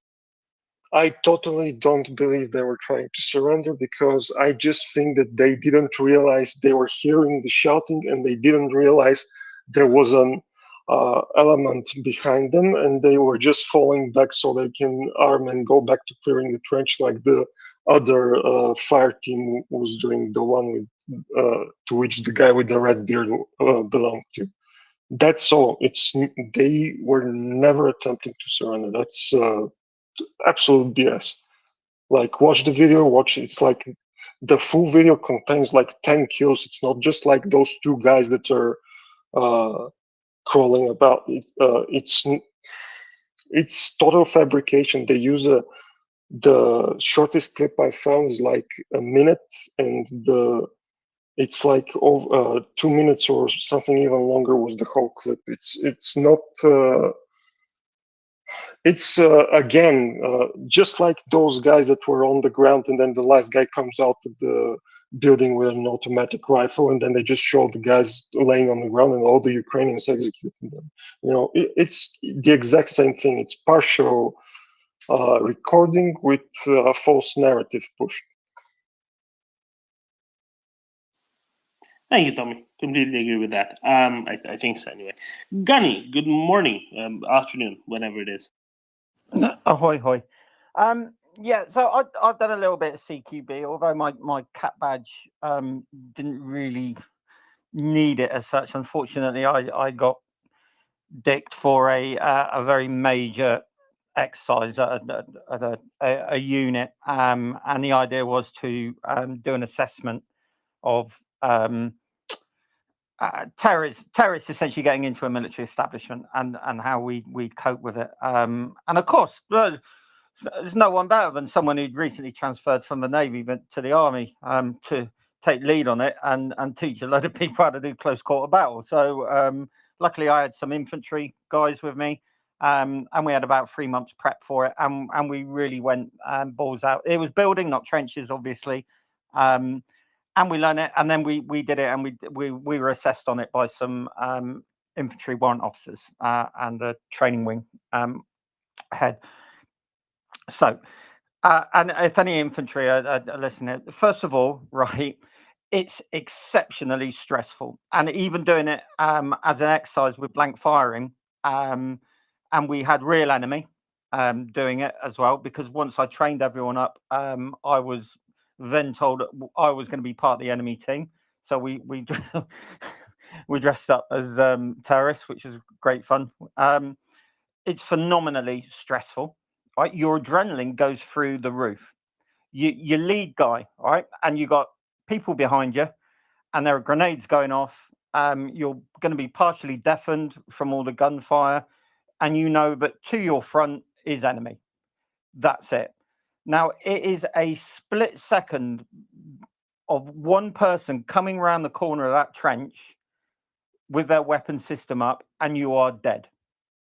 And probably the guy behind you if he can't see round you, because it's very narrow conditions. Therefore, if everything to your front is enemy, and you see something even approximating a human being suddenly appearing, you are putting rounds down before their full body might be in full view. You kill everything, because your choice is adhere to the armchair school of close quarter battle on Twitter, and let someone come around the corner, assess whether they're carrying a weapon system, assess if the weapon system is pointed away from you, assess their state of mind, look at their face, decide, does he want to surrender, ask very nicely, get on the ground, get on the fucking ground, or you kill him. And that's what happened. You kill him. Doesn't matter if they're unarmed. The circumstances of them not having a weapon system, it just means either they dropped their weapons and they ran, but you can hear them shouting, give it up, or they might have been running just because they were stupid and they didn't keep their weapon systems with them, and this went wrong. Personally, I suspect there was a Ukrainian team working another part of that trench system, and these boys simply decided, not for me, and ran. So what if they're unarmed? I have no problem with that at all, because in real life, and not Medal of Honor, you do not stop and assess and decide whether you will be within the bounds of the Geneva Convention before you start firing your weapon. You kill them. Unless there are conditions specifically, i.e. they're down on the ground. Okay. If they're down on the ground, head over there, and they're obeying orders. Okay, well, you could have argued then, had they gone round the corner, 3 Russians down on the ground, hands over the back of their heads, clearly not armed, and then they shot them anyway, then you might be within the territory of, was that absolutely necessary? But this wasn't. This was human beings running at you, clearly wearing military kit, gunfire, grenades going off, smoke, lots of shouts, lots of screams, ding, ding, ding, down you go, ding, ding. Make sure you stay there. Move on. Next one. Ding, ding, ding. Down you go. Ding, ding. Stay there. Don't like it. Sorry, but that's the realism of this. There have been complaints about when these boys went down. They did a double tap, make sure that they stayed down. You don't know if he had a grenade in his hand. This thing happens at lightning speed. So yeah, put a couple more rounds down into him. Move on. Next one. Finish them, move on. That's the brutality of this. And to be honest, it's been the usual suspects. And when you see the Twitterati going on about this, whose opinion do you take? Infanteers who just nod, smile, and go, "Yeah, like that. That's smart. Good moves. Happy. Yeah, good. Yeah, nothing to see here. That's just a professional team trench clearing." Or do you take, a shelf stacker with his fist up his backside, screaming Geneva Convention, execution of prisoners, yada, yada, yada. As with all things about this war, I would just take the opinion of the professionals over anyone else. And it just looked to me, really, a really, really tough, scary, adrenaline pumping operation that they just cruised through seamlessly. Looked really, really good to me. I was really impressed with it, and I can tell you what, when you actually do it, even as I say, even on an exercise, we had to clear a free floor building, and I was mega fit then. I mean, I was a real gym bunny, and we only had lightweight body armor on, weapons and helmets. I was absolutely chin strapped. You know, we were finishing and we were drenched in sweat because we had to clear every single room.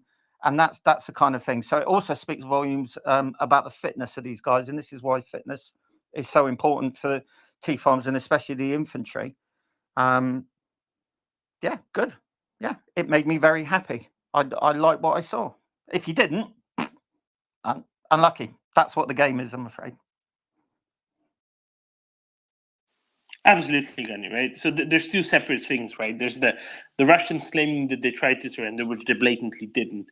The other question is, what was going through their minds that they didn't, seeing that, you know, they weren't clearly equipped to counter this? Wouldn't have been more wise for them to, you know, lie on the ground, hand behind head, and saying, I'm out, don't shoot, whatever, if in appropriate circumstances. And that leads to bigger structural problems. But also, Gani, maybe you can expand a bit on this. We've heard from people previously that you in Western militaries you get trained how to both take prisoners, but also how to surrender in the first place. No, you don't know. We don't train to surrender. It's kind of a bit pointless, really, wouldn't it, mate? Right, fellas, this is how you give it up. But you train in the laws of armed conflict. Everyone in Western militaries will do something like we used to call it mats and whips, training in the law of armed conflict. We used to do something called judgmental assessment, where you're put through a program where if you're doing security in the UK, what's a good shoot, what's a bad shoot. There used to be something called DCCT ranges, so you would be put through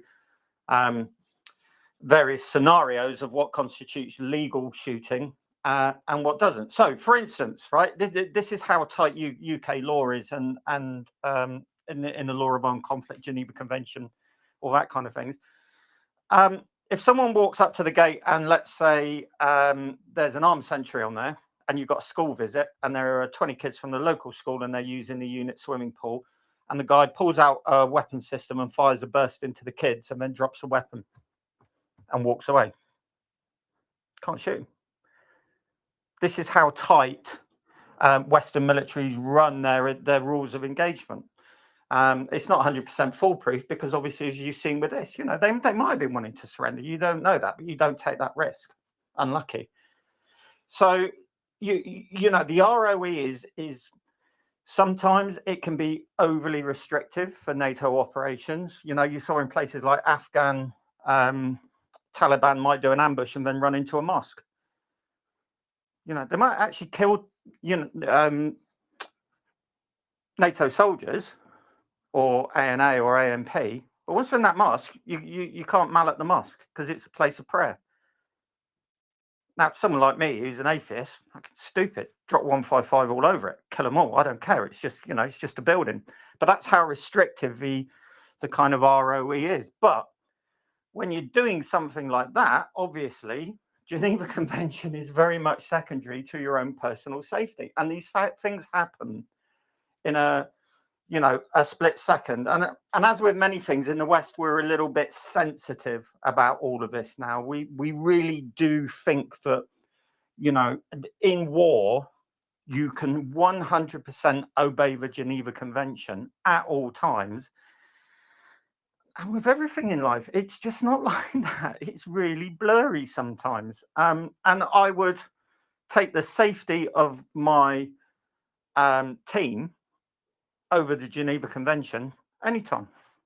And if that means if two people are running towards me, and in that split second, and bear in mind, I've got less than a second to assess helmets, body armor. One of them's looking at me, the guy at the front, can't see any weapon system in his hands. Is he surrendering or has he got a grenade in one fist?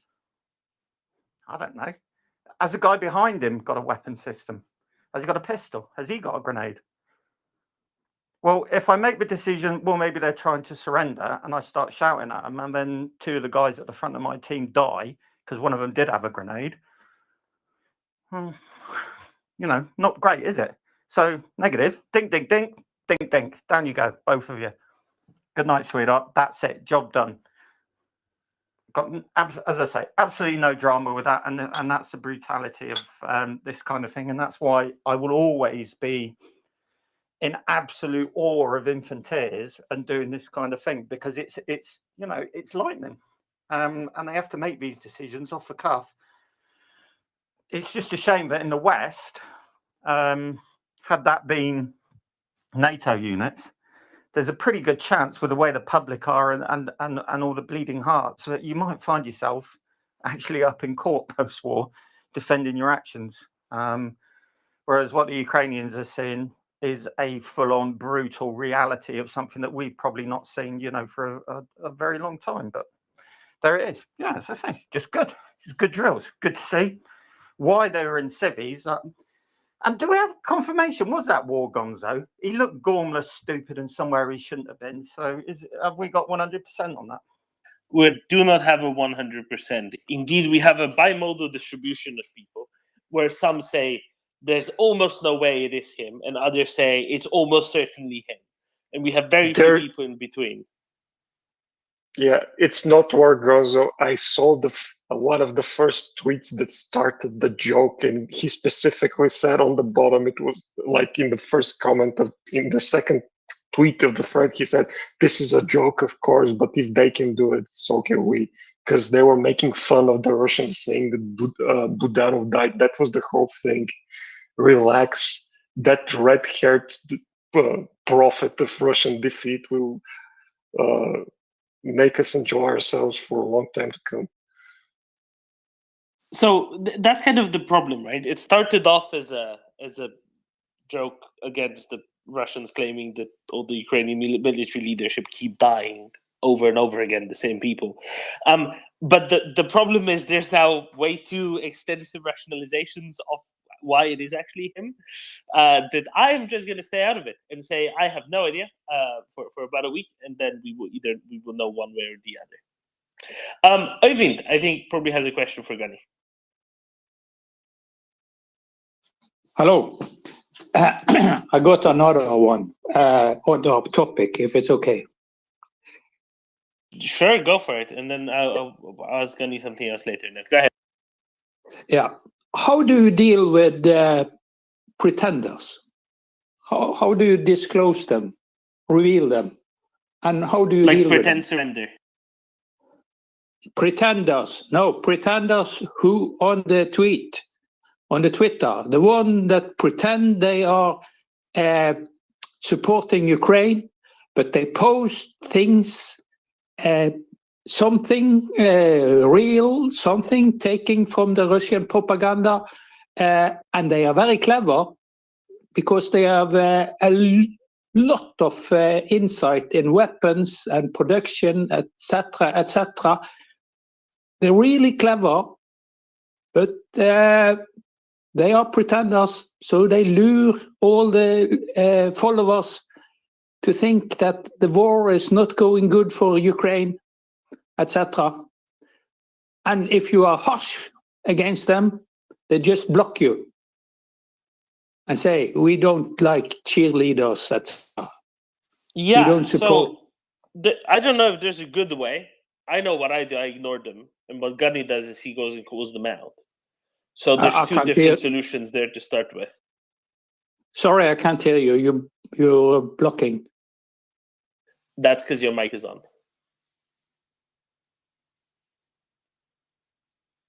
I think you I'm can sorry, hear me now. but No, it's Oyvind. It's because your mic is on. You're blocking the transmission yourself. Okay, now you'll be able to hear me. So yes. So oh my god. So there's different ways of doing this. Simple. Domin, let me make this clear to our Norwegian friend. Oyvind, shut your microphone when Domin talks, then you can hear him. You do not need to confirm, just listen to him. Exactly. Thank you, Axel. So there's different ways of going about this, Oyvind. So what I do is I ignore them. What Gunny does is he goes and calls them out. There's no other real way of dealing with it because you can't control who's on the internet. But what is worthwhile doing is remembering sort of patterns, and then it's easier to recognize patterns going forward in other cases. because and now he's left us. Because then you don't fall for it the next time, not as easily. Got any more advice? You like dealing with people on social media so much so that you're just churning through accounts.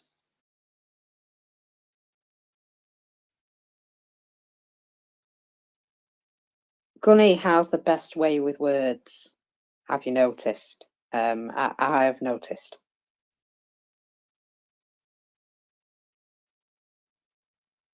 There's a certain creativity in.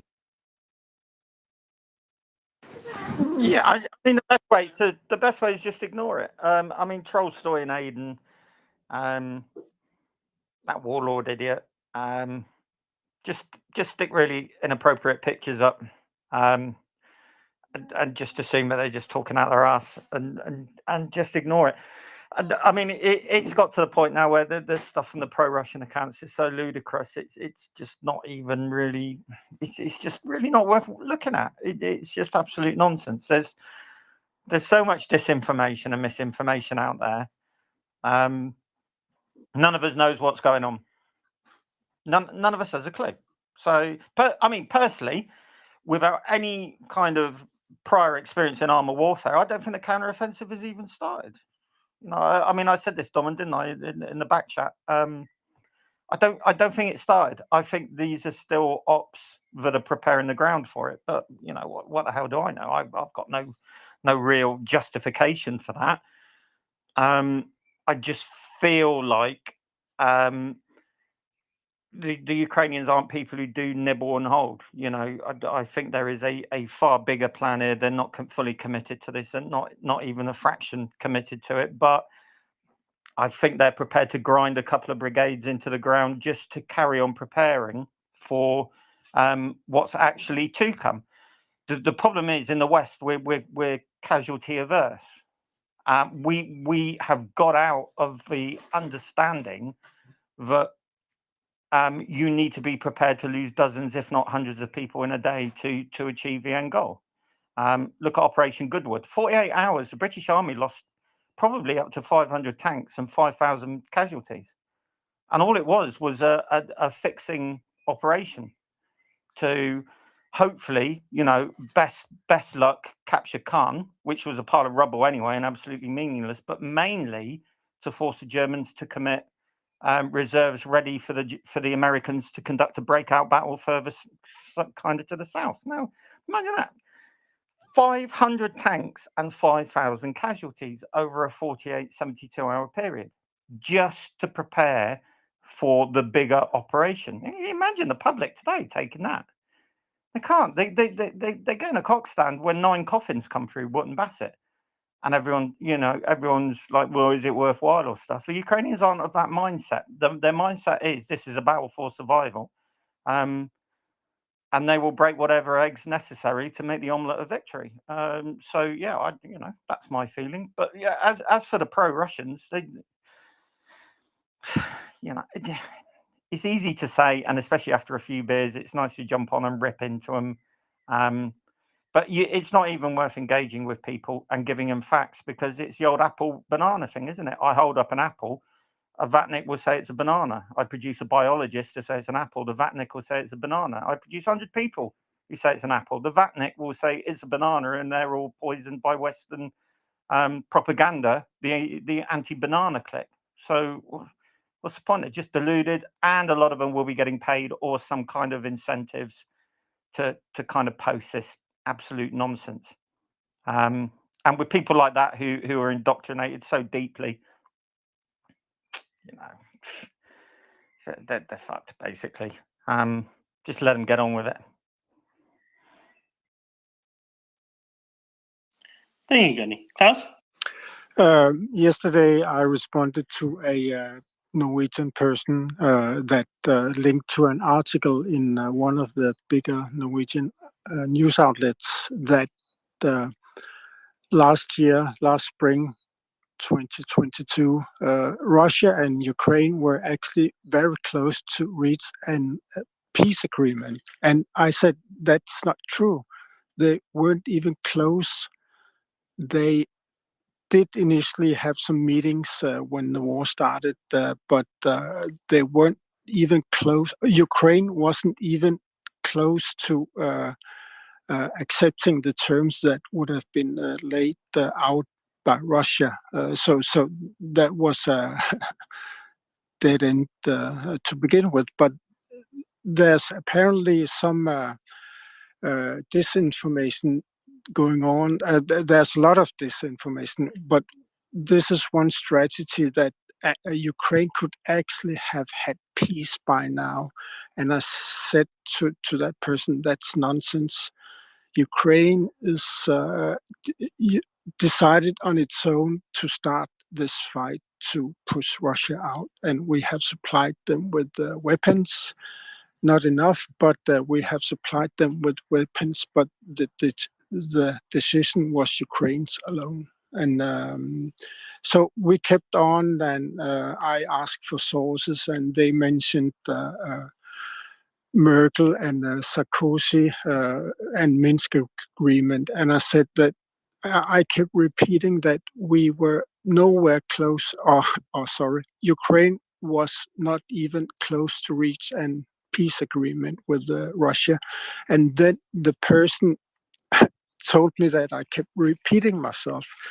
And I said that is deliberate, because one strategy they have is they start with one thing, then they pile on with other disinformation, and then the discussion is derailed. So I just kept on repeating that it's nonsense what they're saying. So thank you.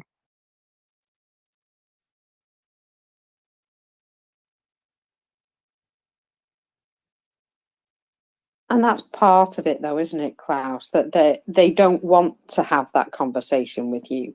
They want to derail it in a different direction, and start with all the whataboutism and all that palaver, which obviously we know is their tactic. Laughing Tommy, go ahead. Yeah, so just to point out, when somebody's spreading propaganda, their objective is not to convince people that know the facts, know the true story and stuff. Their objective is to convince everybody who is uninformed or who has some personal connection to the issue on the other side. So it's ineffective, and this has been shown by study after study. It's ineffective to try to argue with somebody who's engaged in propaganda, because you're trying to come at fact at somebody who's fighting a battle of loudness with the weapon of truth. It's not the appropriate weapon for the battle. That's why, by the way, NAFO is so effective, because what they do is they basically drown out the idiots with just sheer volume, and don't allow them to spread their BS talking points. Because if you get into the argument, they'll just do what Klaus pointed out. They'll just keep supplying you with BS point after BS point after BS point, and you can keep knocking them down all day. But in the end, it just looks like you're actually both equal in the argument to third parties, and those third parties see that engagement, which pushes the social media further. So even more people see it, and those people confuse both sides of the argument as equally valid, and they're by far not. It's not. What was the Mark Twain quote? Never get into an argument with a stupid person, because he'll take you down to his level and beat you with experience. It's or something like that. I'm sorry if I misquoted. It's the same thing. The appropriate answer to propaganda is ridicule, and if not outright ignoring them. It's not trying to win the argument, because the argument is by nature unwinnable. Danny? Yeah, and just a reminder, look, even the pro accounts, so the pro-Ukrainian accounts who bang stuff out, you've got to be really careful about what you trust. because a lot of them aren't informed either, and a lot of them will be talking nonsense. So, for instance, I don't know, let's say someone tweets about that supposed Russian divisional sized attack over the past 48 hours, and they rattle off a load of names, and they say that, you know, that's an awful lot of units for that kind of frontage. It looks pretty overwhelming, and I base this on the fact that this unit, you know, 133rd motorized rifle, there's 161st motorized rifle, the 3rd tank, all of these units are involved, you know, and it looks like the Russians are really going for it. Well, my questions would be, well, first of all, where did you get this? All right. And secondly, the 163rd motor rifle, do you know what their strength is on paper? It sounds impressive, but we've already seen Russian battalions strength approaching kind of 100. That's not a battalion. Right? 100 people is not a battalion. That's not a normal battalion strength. What are they equipped with? They got BTRs, they got BMPs, or are they on foot? Who's making up that battalion? Is it conscripts, or is it a veteran unit that's kind of been fleshed out, pulled off the line, and then redeployed? What's their supply situation? How many ration packs are the guys carrying? What's their fitness state? How many rounds of ammunition is each soldier carrying? What kind of personal weapon systems are they carrying? Who's the commander? Who are the company commanders? Who's the battalion commander? Is he an idiot? Is he pretty smart? Is he someone who's been on the go from day one and has got a bit announced about him? Or is he some idiot who's just been pulled out of a staff college who's absolutely useless? So when you can rattle off brigades and regimental formations and everything like that, but unless you are attending evening prayers at Ukrainian Army HQ every night, you've got no idea what those units are like. And whilst it looks very good at playing Panzer General 3D, having all these battalion and regimental and brigade flags and being able to pull up their strength, in reality, what you see as a motor rifle regiment might just be a collection of conscripts, maybe a few veterans, all on foot, many of whom not even with proper uniforms, as we saw in that trench thing, carrying badly looked after AK-47s, maybe one grenade between 4 people, and then the picture becomes very different looking, doesn't it? So just be aware as well that, you know, the Ukrainian fanboys, a lot of them, it sounds very good, right? And some of them do bang out some fairly interesting stuff, but a lot of it is just regurgitated from other sources. And so when it comes to assessing the strength of say a 3 battalion Russian attack on the line, great, it's got a name. It's called a motorized rifle battalion or a motorized rifle regiment. But that's not the full story by any stretch of the imagination. None of us knows on here, unless we're either in the Ukrainian frontal positions getting good intel, or we're that Ukrainian divisional commander getting the intel. As for the rest of it, mate, it's just guesswork. So I would treat everything on Twitter with a little bit of suspicion. And if you do deep dive into some of them on either side, you inevitably come up with the fact that a lot of it's nonsense. Just gonna have to wait and see. That's how it works. The ones I'm the most fascinated by, Gunny, and I know you've had your run-ins, are ones who try to kind of swamp lots of information to look like they're really super clever, but really are spreading really odd things and then pepper it with ideas like, you know, a T-62 is way better than a Leopard 2.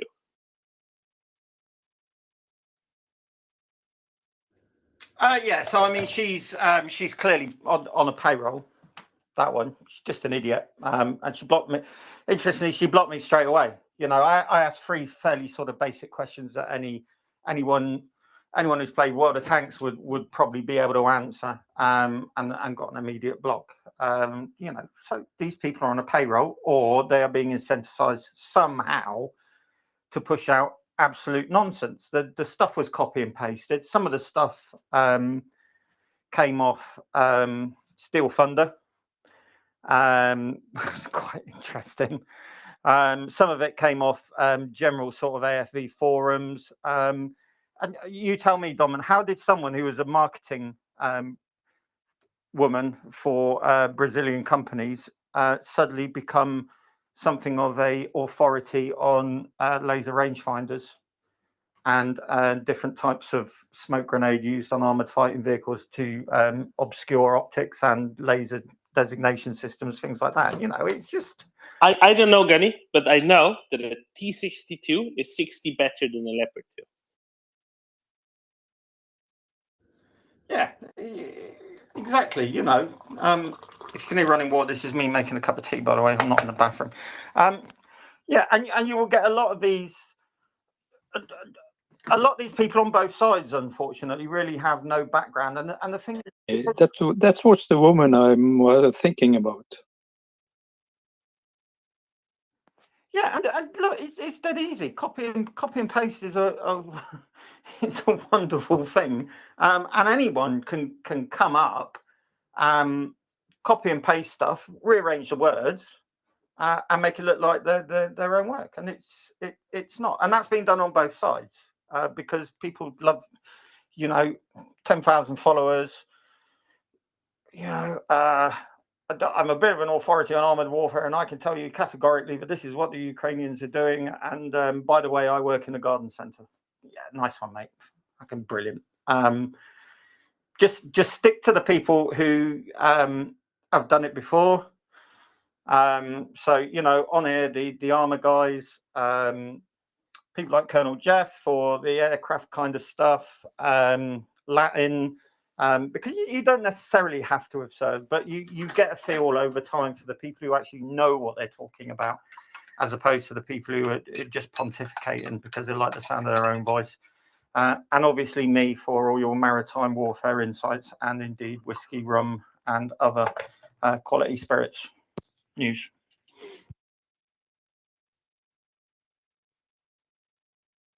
Now, one thing we can talk a little bit about is that big ammo depot down in Rykov, and this is what I'm trying to get your thoughts on, Gunny, because I have not heard them yet.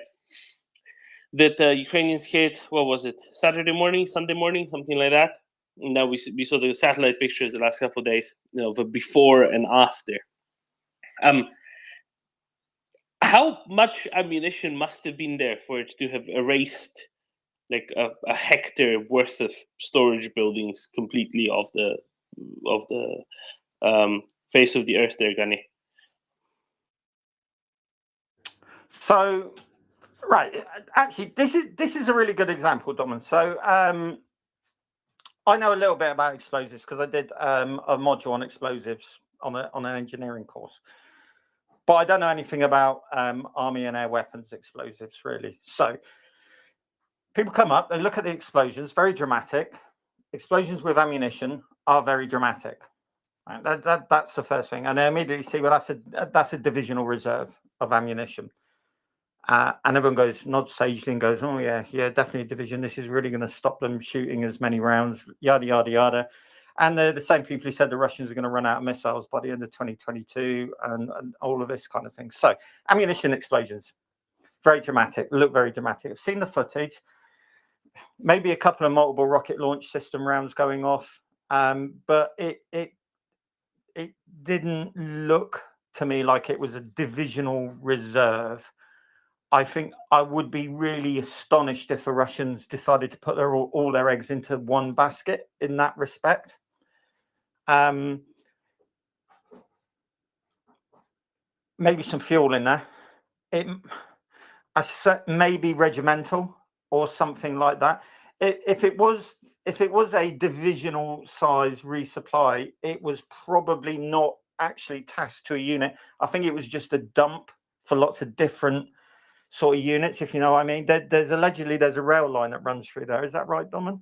The rail line is about 50 meters from where the storage was, and they seem to be using a warehouse that I think was an either agricultural or industrial warehouse next to it, like a warehouse system. And all of the warehouses in the satellite imagery are erased off the face of the earth. I guess you haven't seen the guys walking past it on the other side of the rail tracks afterwards, taking a video of it. And it's like a post-apocalyptic landscape. It took out the electrification over the railway, presuming that wasn't out before already. You can see that in the video of the guys walking past it afterwards. Yeah, I saw that. So yeah, I mean, it looks dramatic. I think it's probably just a transport hub rather than a, you know, they're not so daft that they're going to forward deploy divisions worth of ammunition in one massive place. So I think it's just a logistics hub,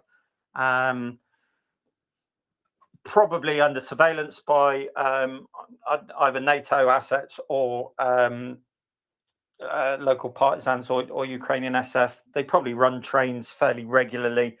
In fact, they probably run trains fairly clockwork. And they timed it for a hit just as something was pulling in. So divisional, no, probably not. I don't think we'll ever find out how much was there, but probably just a logistics hub. There was probably fuel there as well, probably rations, all that kind of stuff. And it was just a kind of place where you offload off a train and then you send it off to its different destinations. From what I understand, it's not had a massive impact on Russian artillery at the moment. They've got a hell of a lot, unfortunately, and it's going to take more than that to kind of slow down Russian prolific use of artillery. What's interesting is it comes on the back of what you said about 32 guns past 24 hours in a day. Yeah. Yeah. So what it feels like is we see changes in targeting priority at every sort of 24-hour cycling. So they'll go after EW and air defense systems one day, then they'll really make a punt at artillery systems and logistics the next day, and then they kind of rotate round. Of course, the thing with the artillery, you have to be a little bit careful. One thing the Russians are using a lot of is the old 100, I think it's 100mm towed anti-tank gun. They're trying to backfill anti-tank capability with these things. I think it's based around a D10T gun. So towed anti-tank guns, and of course, if you hit that, it might look like artillery to you because it's got a trailer, you know, and it would be quite difficult to sort of tell that from a distance between that and a 152. But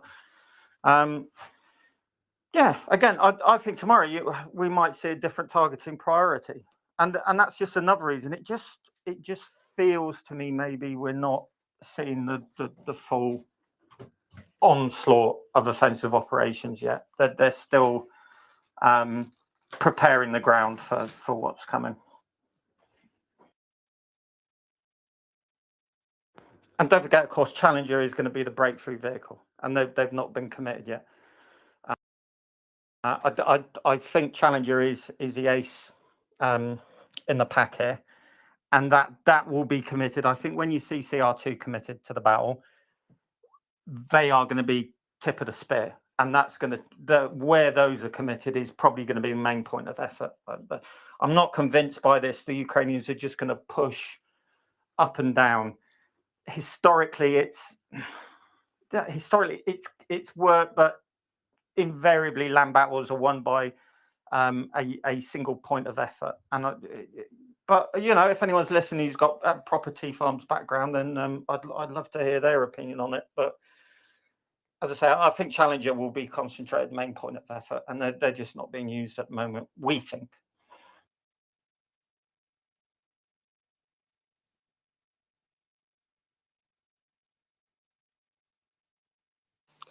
Yeah, and I don't think that until those are deployed, you can say that everything's been done that can be done, right, in order to ensure a breakthrough. So that's maybe kind of like the minimal argument of why we don't think that this is the main effort yet. Clyde, go ahead. Yeah, just a question for Gunny. I saw Trent Tolenko's posts for what it's worth, and he said something about he thought it was theater level air, logistics hub or whatever, and it would be 2 weeks before it was felt at the front. I think is what he said. I'm easy to be corrected, but I know nothing about this myself, but I have been taking. Then you have one thing in common with Trent, Clyde. And if you have one thing in common with Trent. What's that? You said that I that don't you have, I that you don't know much don't about know this anything myself. about. No, you said you don't know much about this yourself. That's fine. And I said, then you have one thing in common with him. Okay, I just didn't know what.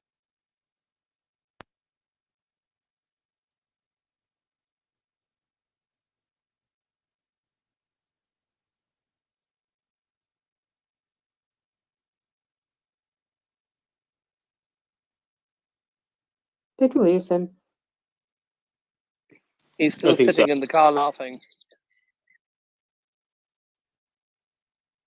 Go ahead, Ben. Yeah, you know, reputation's built on tires, isn't it? Really, I would say so. Say you're a battery commander and you got a battery of 6 152mm guns, and you're doing fire missions all day, and you're firing let's say 100 rounds a day. So obviously you're getting replen every day because you're not going to have 1,000 rounds stacked up behind the guns. So someone is going to be bringing you ammunition to do those shoots every single day, and then suddenly the source of your ammunition resupply gets whacked. So you either got to get the rounds from somewhere else, or your ability to do fire missions drops considerably, either because you have to husband what you've got around the battery, or you simply run out. You keep shooting until you run out of ammunition. So again, we don't know.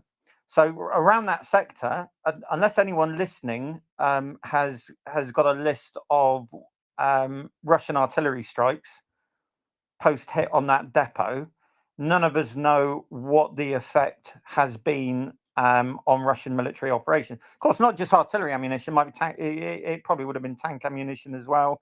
As I say, could have been fuel there. Could have been rations. Not as unimportant as you think, right? Because we already know in the lines they're already in clip. These were fundamentally unfit people who won't be getting nutrition at all, and that has a cumulative effect within itself. So 2 weeks, I think you'd see an effect within 24, 48 hours, unless their logistics system is so robust that they've just kind of taken it on the chin, and they've got a workaround, and they've got other depots full of ammunition, and they're still managing to do resupply. But the bottom line is we don't know the effect because none of us is in that divisional sector on the Ukrainian side. So none of us can say, oh, actually, you know what? Russians are firing a lot less. This has really hurt them. Or, yeah, they're just firing as normal. So it's lovely blowing up logistics hub, but they've clearly got enough ammunition to absorb the pain of that.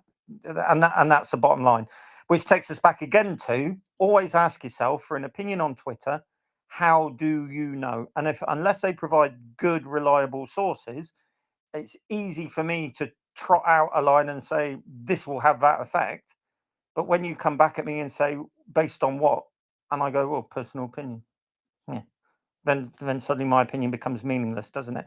Which is why I caveated why I think the counteroffensive probably hasn't started yet. But you always caveat it with, it feels to me maybe we are seeing, or I've got no background in it, but I think this, and this is the reason why. And they're probably better people to listen to than the maps and flags and trust me, bro gang.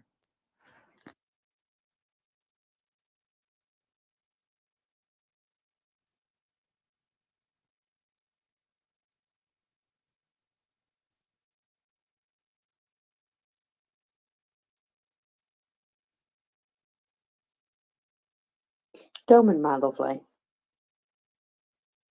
I have a tale of woe. Is it that time of day? Excellent. Yes, it's that time of day, and I have a delightful tale of woe from our friend Chris Owicki. Now, War Translated this morning posted a video of some men being held in the basement of a building, which appears to be a bit basically a prison for refuseniks.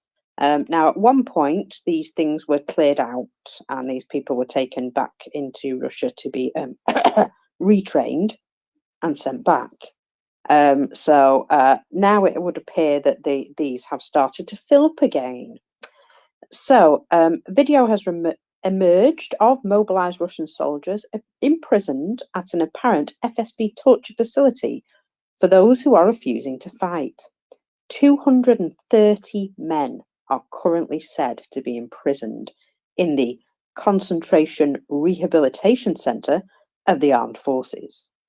So, since as early as November 22, there have been persistent reports of Russian refuseniks being imprisoned and tortured in the basement of the House of Culture.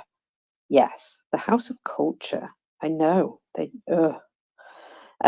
is a Soviet-era cultural center in the village of Zaitsev. Rabbit.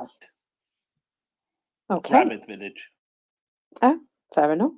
And it's in Ukraine's occupied Luhansk region. So the video shows dozens of men imprisoned in near darkness, illuminated only by a single light bulb, and somebody's got a flashlight. They lie on the floor or sit on fixed chairs, likely brought down from the House of Culture's upper floors.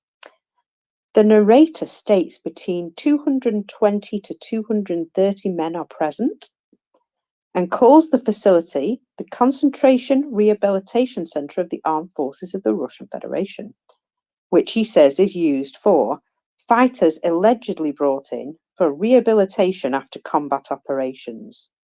He gives a sardonic description of their conditions. "We sleep here. It's very comfortable and warm," says the narrator.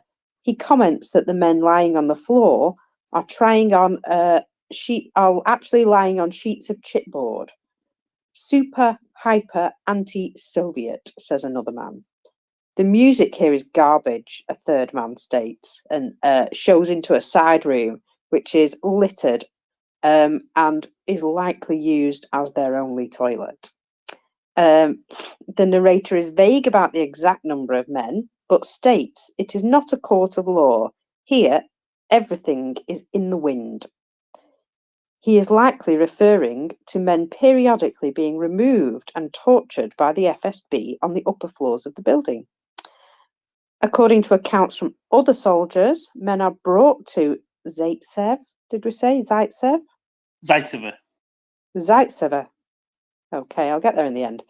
From detention facilities operated by military prosecutors in nearby Troitsky and Restream, I'm going with that, where political officers try to pressure or persuade refuseniks to return to their frontline duties. Those who still refuse are apparently taken to Zaitsev to be worked on by the FSB. One man, Dmitry Karpov, a Russian soldier later captured by Ukrainians, states that he was imprisoned there, tortured with stun guns, and starved for 15 days in November 22 before being dumped elsewhere. One soldier who was imprisoned in November was able to text his wife. Some men managed to keep their phones with them, God knows how. But his text read, "My beloved, we are sitting in the basement. Our food and water is restricted.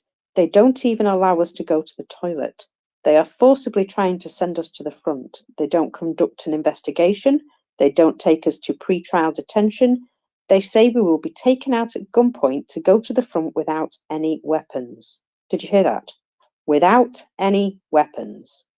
That's going to help. Anyway. He says, "Perhaps I'll see you, in which case, goodbye. I love you all. I'm tired of being silent now." So he then states that Colonels Rumyantsev and Doroshenko are to blame for everything. So let's just have a little look at who these guys are. So Colonel Vladimir Vitalyevich Rumyantsev is the Deputy Commander for Military Political Work, i.e. the Chief Political Officer of the Russian Army's 1st Tank Army of the Western Military District. And you know what his job is, Doman? Know what his job is? His job is direct traffic. No, sorry, that's the other rabbit. I don't know. What's his job? He is the chief morale officer, which I just find a beautiful thing. There's so much irony in that. So one of the guys who's directly involved with this horrendous situation is their chief morale officer. He doesn't really understand the meaning of morale. What? No, I understand. Beatings will continue until morale improves. Of course. Yes, how very Soviet. Then we look at Doroshenko.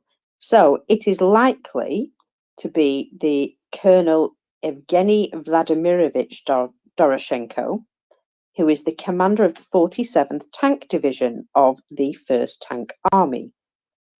It appears that Rumenentsev is directly responsible for organising the torture of the soldiers, while Doroshenko has overall command. The wife who received that message from text from her husband, silly girl as she was, wrote an appeal to the Russian army informing them of the illegal treatment of her husband and her comrades. Can you guess what kind of good that did? It made the treatment worse. They changed the treatment, but they made it worse. Well, something like that, yes. So after we wrote appeals to the military unit, everyone in the basement was checked and all phones taken away. They now sit in their own excrement and are starved. And afterwards, the commanders pull them out and just say, go and fight. According to the wife, some of the men being held were subsequently made to dig trenches and sleep in the open air in the fields during the Ukrainian winter. Now, we do actually remember seeing guys curled up what would appear to be very, very hypothermic in shell scrapes over the winter, didn't we? And we were like, why? Why are these guys being left out here? And that actually might be why, because they refused to fight and they were virtually just abandoned. So the wife said that they tried to send them warm clothes, but it didn't work because the warm clothes never reached them. Isn't that a shock and a surprise? Well, I'm shocked. Absolutely, entirely, thoroughly shocked. And also, just for context, Zaitsev, that's in the north of Luhansk Oblast. We've heard from there before exactly about these things. We've heard about the school in Zaitsev where they were being kept.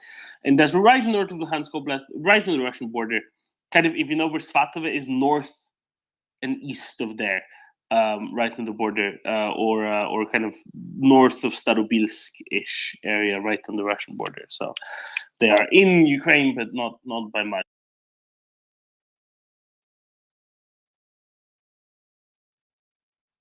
Yeah, but I mean, one of the things which I just found a bit ironic as well is they've chosen a cultural centre to propagate this horrific culture that they have. So I can explain that a bit too. So in the Soviet days, every town, every village would have they called it Dom Kultury. It was literally it's called House of Culture. That's the direct translation. So those are literally everywhere, and that was kind of like the community hall might be something you might be familiar with, Mockers, or like a church hall. Yeah, church halls and things like that. Yeah, So- they're usually used for nice things. Yeah, so it's kind of the flexible, community space where shows are put on or drinking parties can happen or whatever else. But that's kind of the multi-use, multifunctional space through which communist propaganda would have been disseminated, stuff like that, right? But those exist in every village, and that's usually the biggest building in a village. That's also where any local meetings would take place. Maybe a little bit less in the Soviet Union, but more elsewhere. More in other communist countries had a slightly different system, right? Where they would pretend to have a say in how things are run. And then there would be a motion which would be sent in from somewhere else, and then everybody would raise their hands, and they'd be like, the proletariat in this village is being very good at being the proletariat, and they agree with everything the great glorious Soviet from above those out, and stuff like that. So that's the sort of things that would happen. And yeah, I guess they often do have basements indeed, which are now being used like this. Yeah, some morale. Just amazing when your chief morale officer is the guy who's in charge of torturing people. Just, yeah. Beatings will continue until morale. I don't know what what else I can say here. This is the recipe.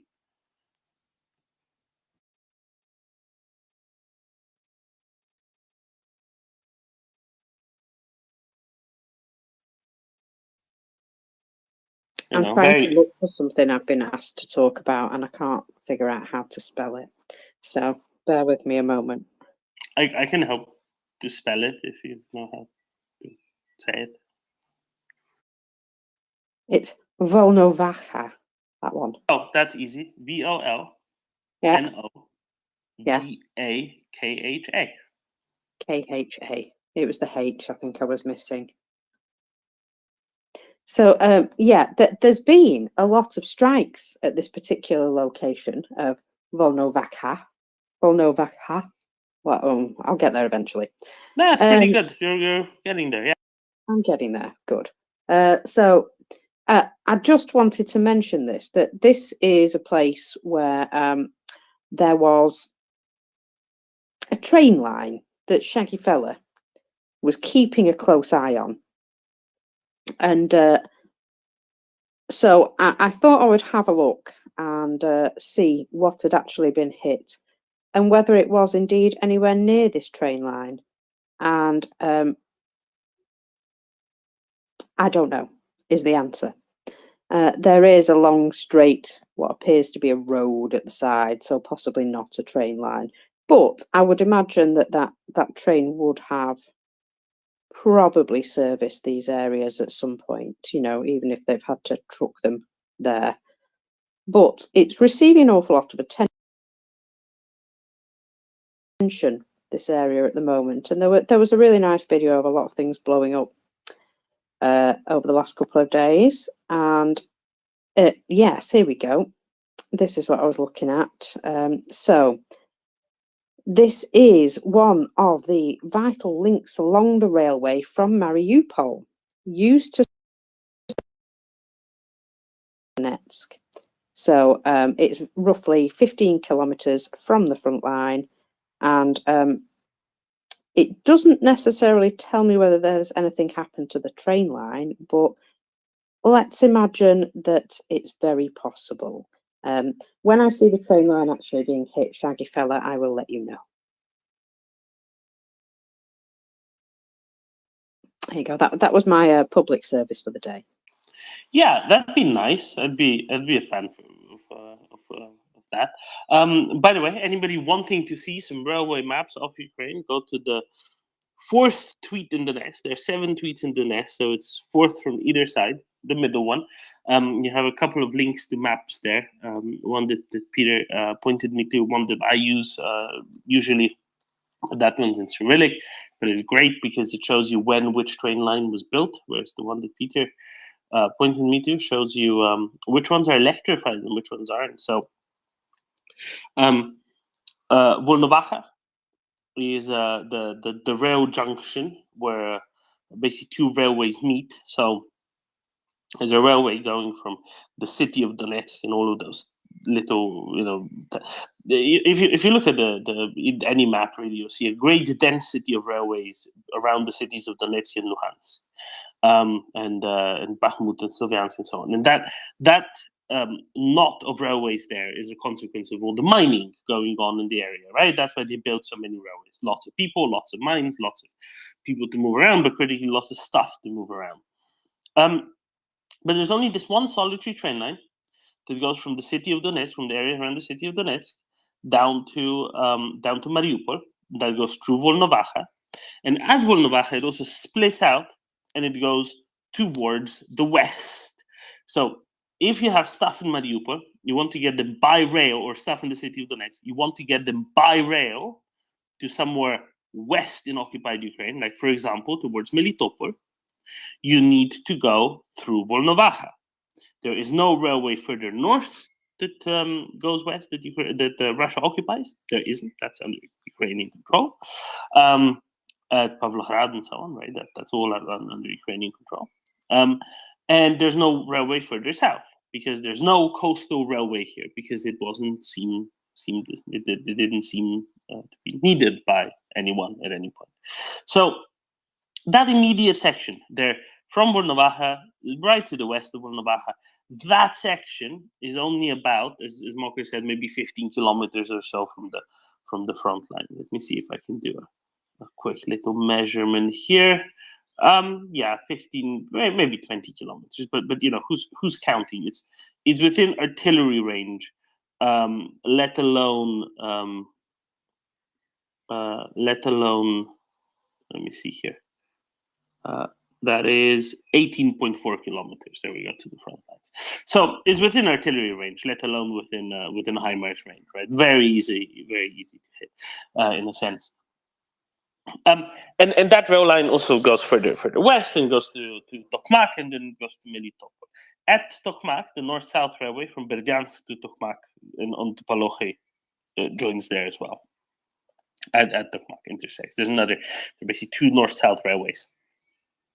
One from the city of Donetsk to Mariupol, the other one, let's say, within the occupied territories, let's say from Palokhy to Berdyansk, broadly speaking, north-south. So if Russians want to use Mariupol as a port to which they get stuff delivered from, say, Yeisk or Taganrog or Rostov or wherever else, if they want to move it on by rail, they can't really because Volnovakha is just too close to the front lines. It's not a secure route, right? So they need to truck it on the road that kind of hugs the coast, goes past Berdyansk and then on to Melitopol. If they want to move stuff into Berdyansk, it's a little bit easier because at least Tokmak isn't within that easy artillery range quite yet, but hopefully soon it will be, right? That's because Tokmak is currently, I'm going to say about 26 kilometers to the front lines, 27 kilometers to the front lines, something like that. So, you know, that's on the limits of artillery range, so it's much less likely to get hit. So they might be able to use it somewhat. But as far as we know, they still mostly use road connections. This is why Russians were so interested to push the front line further north to the city of Zaporizhia, or at least very close to the level of the city of Zaporizhia, along this whole sector, right?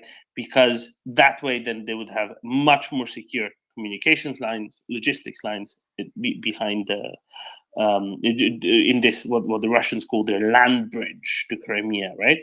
But now they don't, and that's limiting them quite substantially. And that's why Shaggy is very interested in this section between Volnovakha and Palokhy, because if that was taken properly out, it would be, you know, completely impossible for Russians to use it. Right now, the state of it is uncertain, let's say, but at least there's a good chance. I'd argue that they're not getting to use it, or at least use it an awful lot. Otherwise, they wouldn't have been pushing as much as they were at Vuhledar over the winter, the night of the year, which is winter, over the winter, to great attrition of their tanks and IAVs, but very, very little success. So I'll kind of leave it at that, I guess. Why were we there, Mockers? I completely forgot. What's about Volnovakha? Getting hit by some HIMARS, isn't it? Yes, it was getting hit, and Shaggy wanted to know if they'd hit the railway section yet. I have no specific reports of that railway section, unfortunately. But what I do have is some reports of movement of the armed forces of Ukraine. There is a statement here from the Deputy Minister of Defense of Ukraine, stating that armed forces have had success in the Luhansk region and they are entrenched on the occupied borders. And also, Tokmak, we did mention that a minute ago, didn't we? There have been 3 large booms reported in Tokmak over the last few hours. Did they come a knocking? Well, you know what it's like. It's the find out section now, and so they're finding out.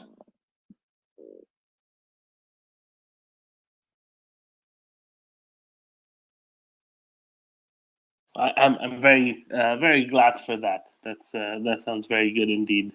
It's always good when something like that happens, really. And I'm a great fan of Russians indeed going ahead and finding out.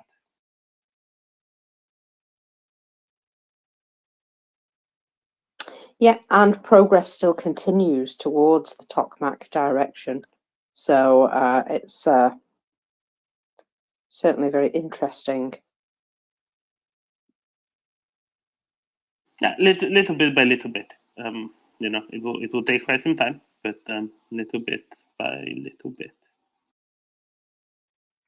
Yes, but each time I hear news, I usually hear some positive news. So I'm enjoying getting the news at the moment.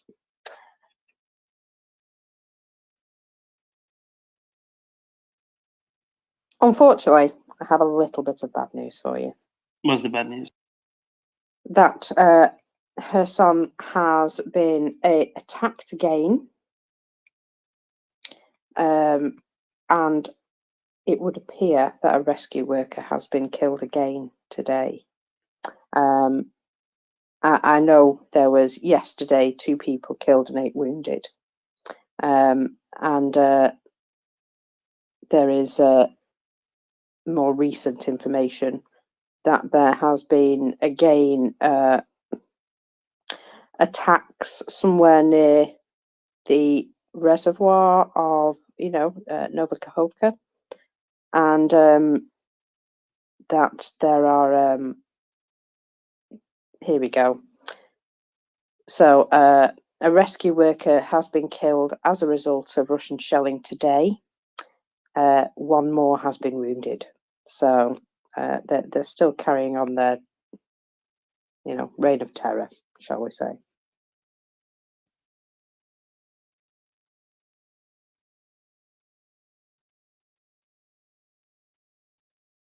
I get really frustrated when these things end up being, under investigated, underexposed. When the Russians shelling evacuation relief efforts after the disaster that they've caused is somehow reasonable, semi-ignored, perfectly considered perfectly normal. That I think is is one of the big problems here, because it's just treated as, oh, but it's in a war zone. Yeah, sure, it's in a war zone, I guess, but I really don't think that that's a good enough excuse here in any way, to any level. Really, all it does is it says, do we really care about this? Should we really care about this? Why not just sweep it under the rug of, oh, but it's a war? And I don't agree with that, not even slightly. No, you can't both say at the same time, well, it doesn't really matter, and also say at the same time, yeah, but they should have been more careful and not gotten themselves into a war, as many like to say, or not having tried hard enough to get out of the war quickly enough. Anyway, doesn't really matter. Just a note. Laughing Tommy?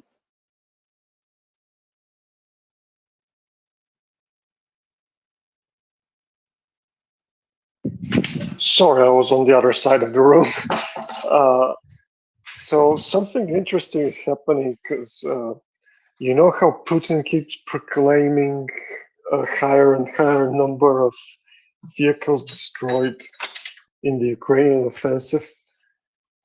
What's going to be funny now is up to now they had the guy from the Ministry of Defense with the glasses, whatever his name was, I can't remember it right now. The guy who announced that that Russians destroyed Bradleys back in September, right? Yeah, same guy, you know, 2 Spider-Mans, 10 Transformers, whatever the hell he decides to report on the day.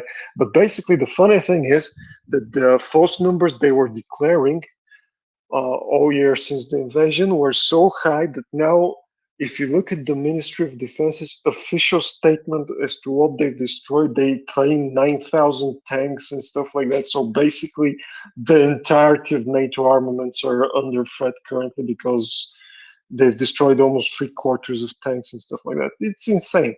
But now Putin has been bringing up numbers. Today he has another update. So he's saying 245 Ukrainian tanks and 680 armored vehicles of various types. So if he keeps going at that same clip, he's going to be in the exact same ridiculous position as the Ministry of Defense itself. And the funny thing is that this time he doesn't have, like, you can say that your Ministry of Defense is incompetent and they have been misleading you and so on, but now he's putting on all of these BS numbers on himself. So now he's showing himself either gullible and incompetent, which is proven wrong, to everybody that surrounds him, or he's personally taking on the lie, which is in sharp contrast to the tactics that are usually used by the regime, because usually you have a scapegoat guy like the Konashenko or Kirilenko, how the hell he's called, with the glasses. So this is very interesting how it's gonna go for him.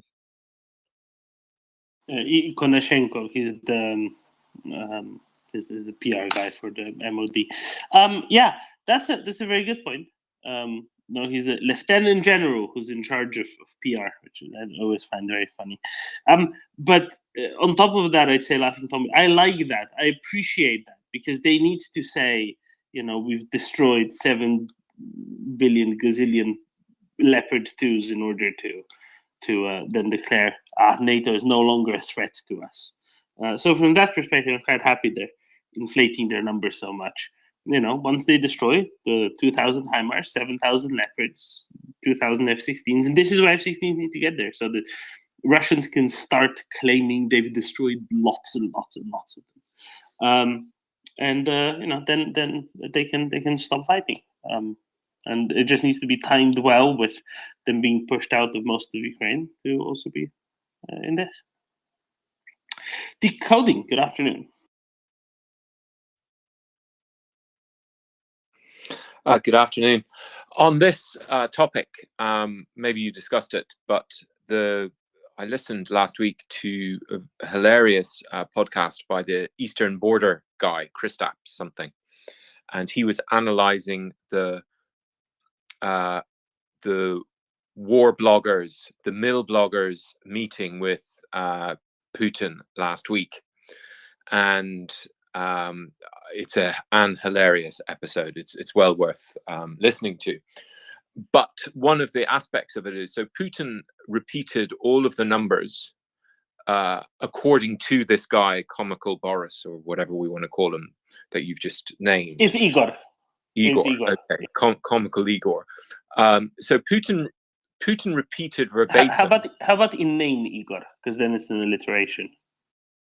Inane Igor. Well, you know, I'm referencing the first Gulf War, which given I know. our audience is perhaps a cultural reference which will animate them. But anyway, so Putin was repeating those numbers, and so the podcaster suggests, I think it was his suggestion, rather than maybe the mill bloggers have come to this conclusion as well, that Putin is getting his information directly from the TV show.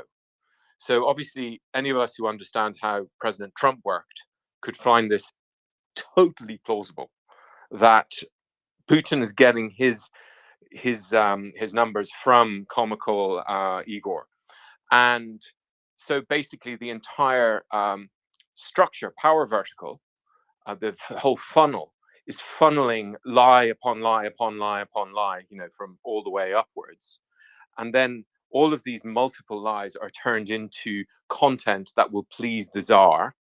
And this is shown on TV because this is the only way. Some of us might remember that when Trump's advisors wanted to change President Trump's mind, they would call into Fox News, and they would get people to call into Fox News because he wasn't reading his briefing papers.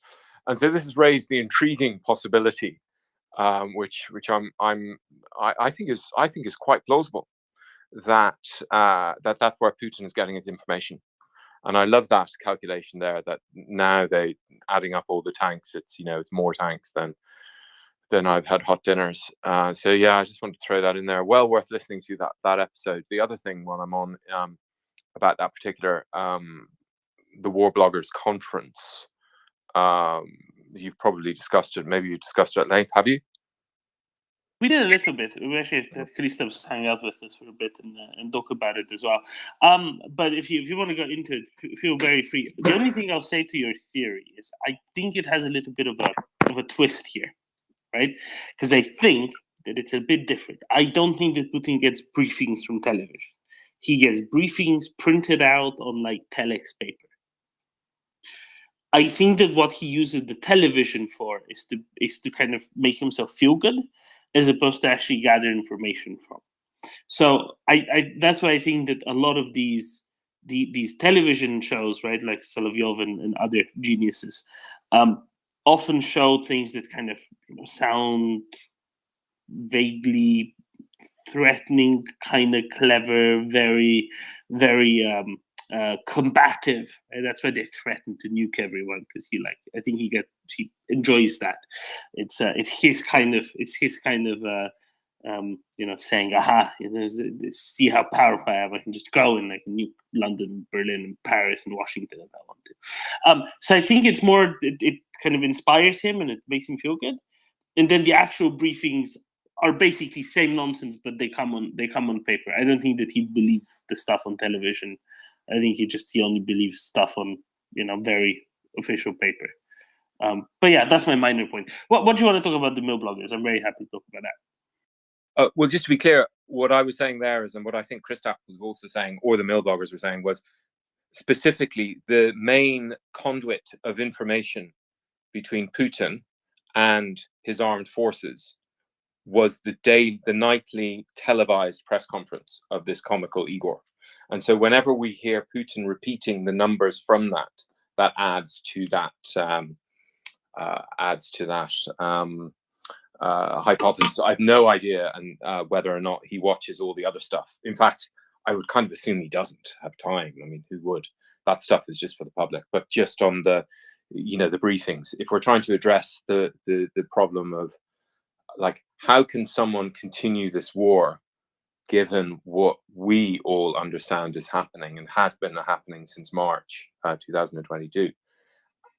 This is one potential hypothesis, which has some merit, given the war bloggers had this conference in which, because we remember the one last September, which was forced upon Putin, and they were going to speak truth to Putin about what was going to happen. And then, as Christoph described at this time, they didn't get a word in edgeways. It was all Putin telling them the truth according to comical Igor. He stuck completely to that script. I'll leave it at that, but that's all I had to say. But yeah, it's well worth listening to. It's great if Christoph is here. Out. Cheers. Yeah, that I think I agree with. I think it also speaks quite in favor of my of my theory of how Russians might quit the war effectively once they are on the brink of having lost. Because if Putin says, well, we might no longer control these territories, and we might no longer have the ability to take them or whatever, but hey, we've destroyed 17 gazillion Brazilian tanks and planes and everything else. Well, at least NATO is diminished to a nothing, having sent all of their equipment to the scrapyard in Ukraine, and Ukraine must be kind of not too well off at this point after all this fighting. And we can kind of say, well, we'll try again in a few years. How about Kazakhstan for a change? I think he'd get kind of tired of the whole thing and want to go for something else, maybe. But in the process, of course, with all of these gestures of goodwill and tactical retreats and what do they call it now? Flexible defensive line. I think that's because they've run out of things to call their retreats. And this one they can just keep reapplying. Yes, this is all a part of the flexible defensive line. No individual gestures of goodwill, just lots of implementations of the flexibility, demonstrations of the flexibility of their defensive line, which then can just flex itself back to where the Russian borders are. Tommy. I'm just saying that Latvia has pledged to transfer the entire helicopter fleet it has to Ukraine. That's directly from the Prime Minister. I thought they already did that. I thought they already sent all of their helicopters. Did they have any left over? Maybe. I'm checking up on numbers of kit right now. Is the Latvian Prime Minister in London for the conference? Is that why this got brought up again? Yep. Aha. Okay. So I don't think it's news. I think it's just a statement of we're doing real well. Believe us. Look what we did. We sent all our helicopters. Okay, that's fair enough. And it's true. I mean, Latvia and Estonia sent pretty much most of their armed forces equipments. And just like, well, you've taken all the VDV out of Pskov, so we don't need these right now. You do to fight the VDV from our border. Fair enough. Very good. Well done, Latvia. Also well done, Estonia, etc. Hope Bulgaria gets to that level, because if it does, Ukraine will have enough equipment. Lexicon, go ahead. We don't have many heroes. No, I just meant other stuff, equipment generally. Hi. Oh, hi. Good morning. Yeah, I had been talking about the Mill Bloggers Conference a while ago. I heard somebody mention it a few days ago as well, talking about who these people are, what you'd call the owners of the, however many it was, couple dozen, several Telegram channels that are the most informed, and that do tend to be the ones that say what they actually have seen. I mean, they're there across the spectrum. There's all sorts of stuff, and everything's taken skeptically by us. But my view of this, I had felt like talking about it a bit more, but I don't know if it was. I don't think we did talk much at the time, but I think that this was an extremely foolish step of Putin's. Well, the way he handled it, I agree. It was one of those things where you pretend that you're having your ear down to the ground and hearing what the masses are thinking. And although these people are hardly the masses, but you're finding out, okay, you're going down to see your officers in the field and asking them. And there actually are some transcripts available. I can't remember now. Somebody who, one of the awful Russian channels says that he's published a transcript, but I haven't looked that up. At any rate, I find it extremely funny when he starts so they ask him these sycophantic questions. They may be bold when they're writing their stuff, but in the room, they're not so bold. So they send him softballs. And they ask him things like, what are Ukrainian losses and so on, or losses since the offensive. And so he does that little thing where you kind of roll your eyes back a bit to check into your brain all the information that you have. And he comes out with the thing about 160 tanks at that time, he was saying. And then he also checks his memory again and says 360 other armored vehicles. And what I found extremely intriguing is that he is telling the couple dozen people who actually know because they look at it. He's who know that this is the same date that Prigozhin says the Ukrainians have lost 2 Leopard tanks. At any rate, they know, and they know that he doesn't know, and he doesn't even care to know that they know that he doesn't know. So I just find this that whole event stands out in my mind. And I'm not a person who even looks at these mill bloggers, haven't tried to figure out how to, but I just think that we should mark an interesting time from the turn from that time, or among several perhaps, where the informed people in this numbers game just absolutely know flat out for a fact that the president has no clothes whatsoever. And these guys talk to each other. I just would love to be listening to the chatter that went on after that meeting and has gone on ever since. And I mean, they knew this beforehand, I'm sure.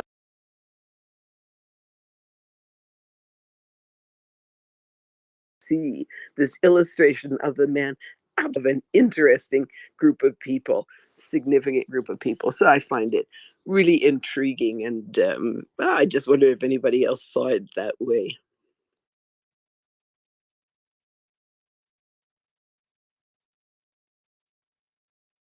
Tommy?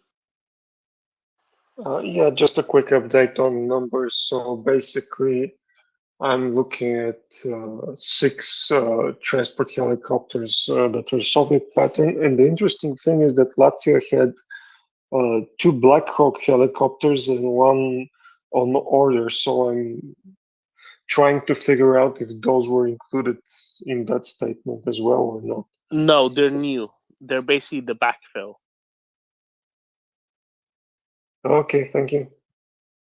There might have been some that were already planned for them to get before, because they were moving on to Western types. But I think they might have gotten in just before, but they're basically backfill. Yeah, Lexicon on the mill blogger.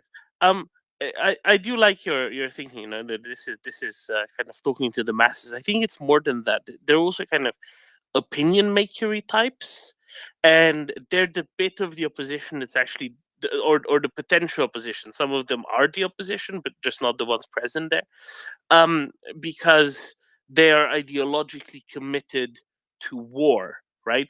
Putin is ideologically committed to Great Russia, but I think that he and many people around him are a lot more flexible in exactly how that's achieved. Whereas a lot of people who started off among the Vayenkors, right, or mill bloggers, are the most ideologically pro-war possible, right? And they kind of see that as the only aim. If you think like different power centers within Russia, if you think, for example, the oligarchs, they don't particularly care for war by and large. They just want to make money and have big yachts, and Russia great is good and fine, but really they care about their yachts more than they care about what Russia great, as long as they can keep extracting mineral resources and other things and selling them to the world for as much money as possible, and they get to stay in power without somebody switching them out, right? So it really depends, and these are just the ones that are the most committed to it, and this is where also a lot of these anti-corruption things stem from, because some among them actually recognize that part of the reason why Russian military has not been successful in Ukraine is corruption. But of course, corruption is the one of the pillars. It's not one of the pillars, it's like 3 of the pillars of the Putin regime, right? So you can't just have a Kremlinite regime like this without corruption. So that actually makes them dangerous if they were to go far enough with this. So I think that's maybe worthwhile remembering as well. In this way, he at least keeps some of them close, and also signals to them, hey, don't stray, don't cross me here, which I think is also an important component because several from this group previously already have, right? Like Sarah-Face Girkin, like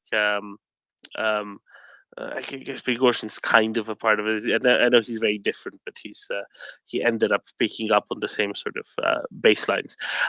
The thing is, they only represent a very, very small proportion of the population. The vast majority of the Russian population is very flexible as to what happens. Apolitical. They don't really care. They're very happy to. They cheer for whatever the current thing is. Turn with the wind, right? So if Putin says, we have now defeated Ukraine after they withdraw from Ukraine, and now we will fight the Martians, they'd be like, yes, let's take it to the Martians. Let's colonize Mars. Let's beat all the Martians, whatever it is, right? Or the Martian Nazis or whatever the Russians would have said. And most of the population would go very happily with that. There's only a very small proportion who really, is completely committed for good on this. And they're kind of following these no bloggery types to a considerable degree. Decoding. I see 100% of these Milblogger types as 100% employees of the Russian state. So they're civil servants. It's new bottles for old wine. They're propagandists. That's their job. Christoph points out that each of them had to do 2 weeks COVID quarantine yet prior to meeting Putin. Yet there was no difference in the content they were spewing out in their Telegram channels. According to which, they're in the trenches and embedded with the troops. So this is a complete shadow play, 100% shadow play, along with Gherkin and all of that. The spectrum, and we know this because none of them are joining the revolution in Shebekino. None of them are promoting the Russia's Legion. So the characters they're playing are characters who, some of whom at least, would be joining that revolution, and yet they're not. And that is just more evidence to me, not that I needed it, that they are. This is all part of a spectacle, a play within a play. And I share Lexicon's view. I think that was a bit of a watershed. I'd love to see the transcript to it. I haven't seen the transcript because I'm not sure how much of this was Christop's analysis, or is there evidence that the war bloggers themselves publicly said that they now realize the emperor has no clothes. I suspect not, because if they did, then that would be evidence against my supposition that they are 100% state employees who stay within certain bounds. The bounds being the war is good, it's great, it's making Russia stronger. We can debate about how some of the tactics are done, but the strategy, etc. And so, I share with Lex, and I think that was a bit of a watershed. And I think an interesting story is the individual psychology of the war bloggers who are state employees, but they realize that the cause there, the emperor, he's a total doofus, I think is the technical term. He literally doesn't know what's going on, bunker grandfather, and he showed that to the entire world. So out. So I still think they're important, right? I agree with you that this is mostly a GRU thing in the first place. But I'd say this much: they're important to manage the opposition, right? They are effectively the leaders of those who might feel very ideologically committed, and therefore it's important that they're on side, unlike Girkin, who might or might not be. I'm not sure where he is exactly now, but I think he still is on side, except he pretends not to be, because maybe that's a better way to manage any dissent within the country, right? Any particularly strong ideological dissent that tries to outflank Putin on the extreme, right? Because those are the only ones that are both committed and likely to want to lead to a change. And from that perspective, it's important to manage them well. I don't think that they said it outright about the emperor has no clothes, the Tsar has no clothes. This would not bode well for them. Yeah, let's carry on. Let's go to Lexicon, then to Daniel. Lexicon, go ahead. No, they will have said none of this outright. Well, in the meeting, apparently he actually talks about how much he's learning from them. That's why I'd love to see the transcript, because I don't know when they get a word in, but you do hear him in the bits that I should go back and look. But anyway, bits I saw then. Oh yes, I'm fascinated to learn this from you. Oh well, I hadn't heard this at all. So there are some of those moments. I don't know what they were that he hadn't heard. But no, I just think that these are people, to what extent they, I don't know about being paid, but they certainly derive the favor of being allowed to go on and say all sorts of outlandish things. And yes, lots of them, they are the war rooters. But I just think among themselves that they must be saying, did you hear that? And there's various sort of clicking of tongues, and among the Twitterati, they always had these with different forms of technology. Sometimes there was a gray literature that was we probably look on as in a more positive light than these folks. These are hardly any sort of rebels or anything. It's just I guess what I'd see is an extension, maybe a watershed moment in extending the degree of the cynicism, the realization that in fact, all the more so because they're pro-war, that they're being led by a lot of people who haven't any idea what's really going on or how to go about it, how to improve what's happening. I mean, these are the ones who are sending little warning signals about not everything going according to plan or something, or not everything going well, whether they mention the plan. So I think, it's, and they get heard by various other Twitterati who are interested in finding out such things, finding out about fracture points that exist, about places where things just does not compute. So, I don't know, because who knows how all this system works. But and so they're one kind of wing in the castle, or a few wings. But I do think, I would say that it's very stupid of Putin to do things like this. And he's got to know he's making up numbers. I don't know that anybody exactly fed him 160 and 360 and so on. So I wonder if there's even a niggling feeling in the back of his mind. Ooh, ooh, I kind of let that one, I kind of slipped up in trotting out those numbers of mine. Oh, well, whatever, they'll swallow it. So, I think it's complicated. I think that some of them have some degree of fancied autonomy to write what they want to because they're in the back channels and they've got an audience and all that. But I think anyway, a real crack is showing in the edifice, in just the holding of that meeting and the what went down in that meeting. Yeah, I think I will try and find see if that transcript can be hunted down. Cheers, Lexicon. Daniel, go ahead.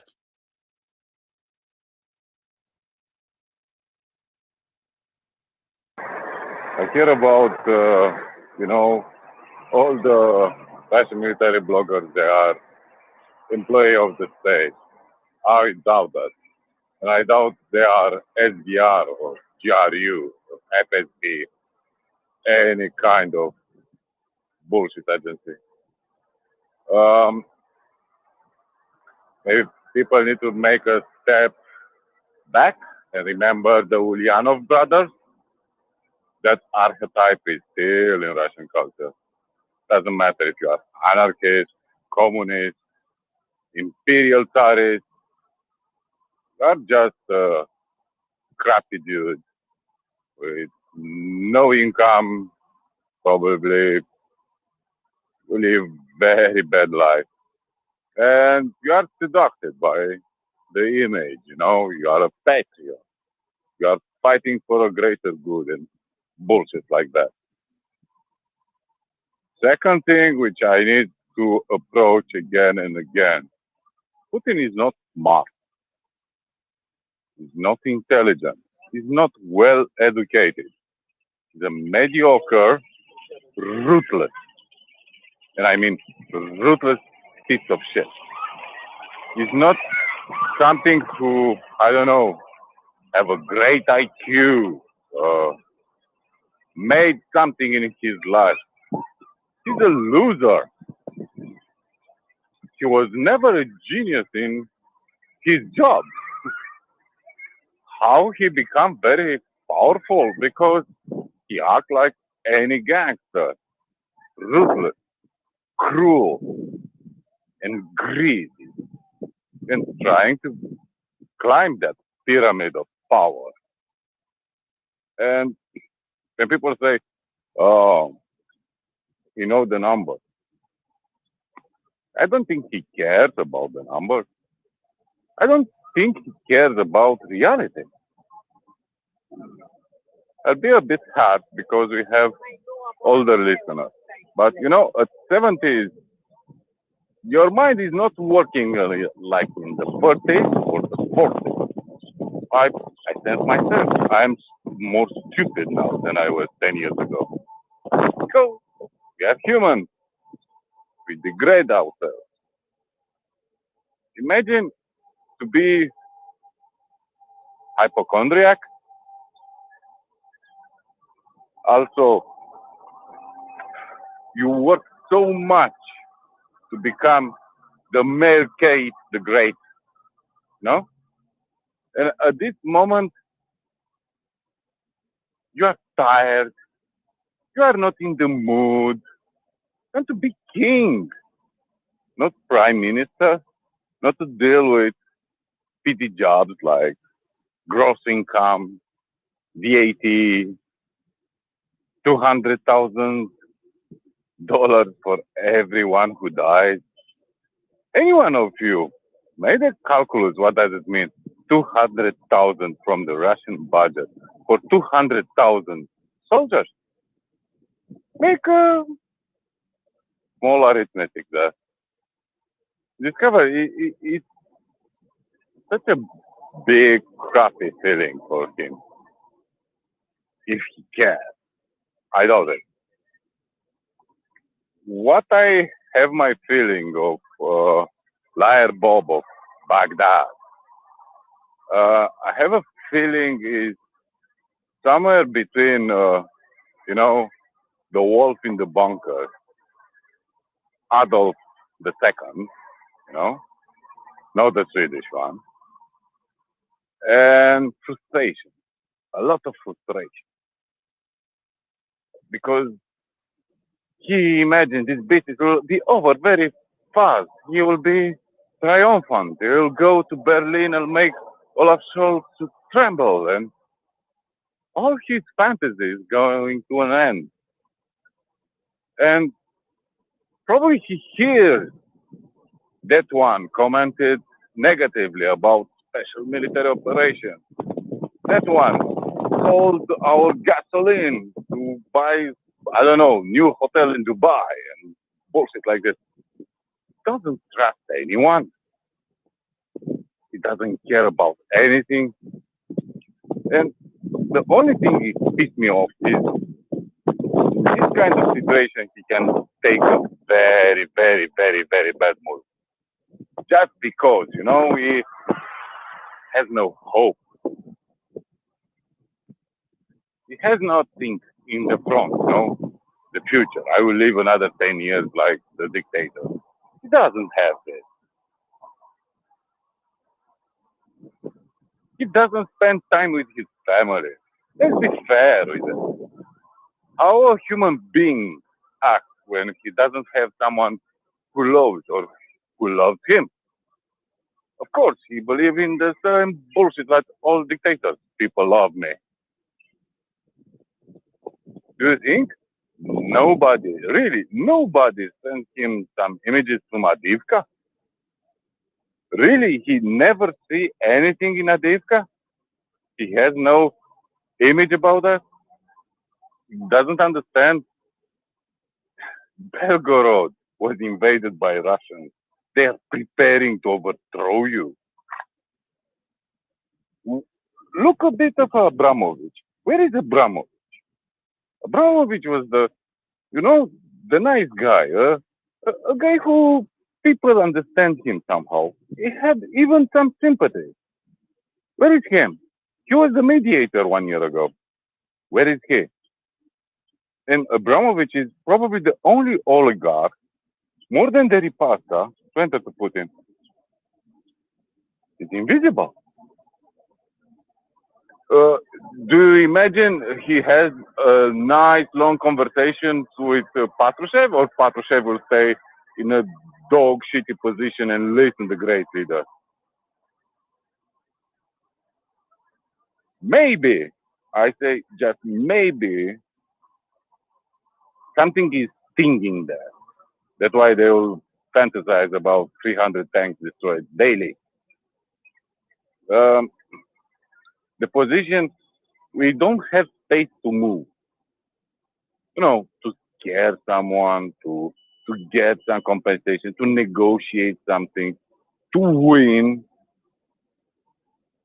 Maybe he's in that corner where it's like a rat in a trap.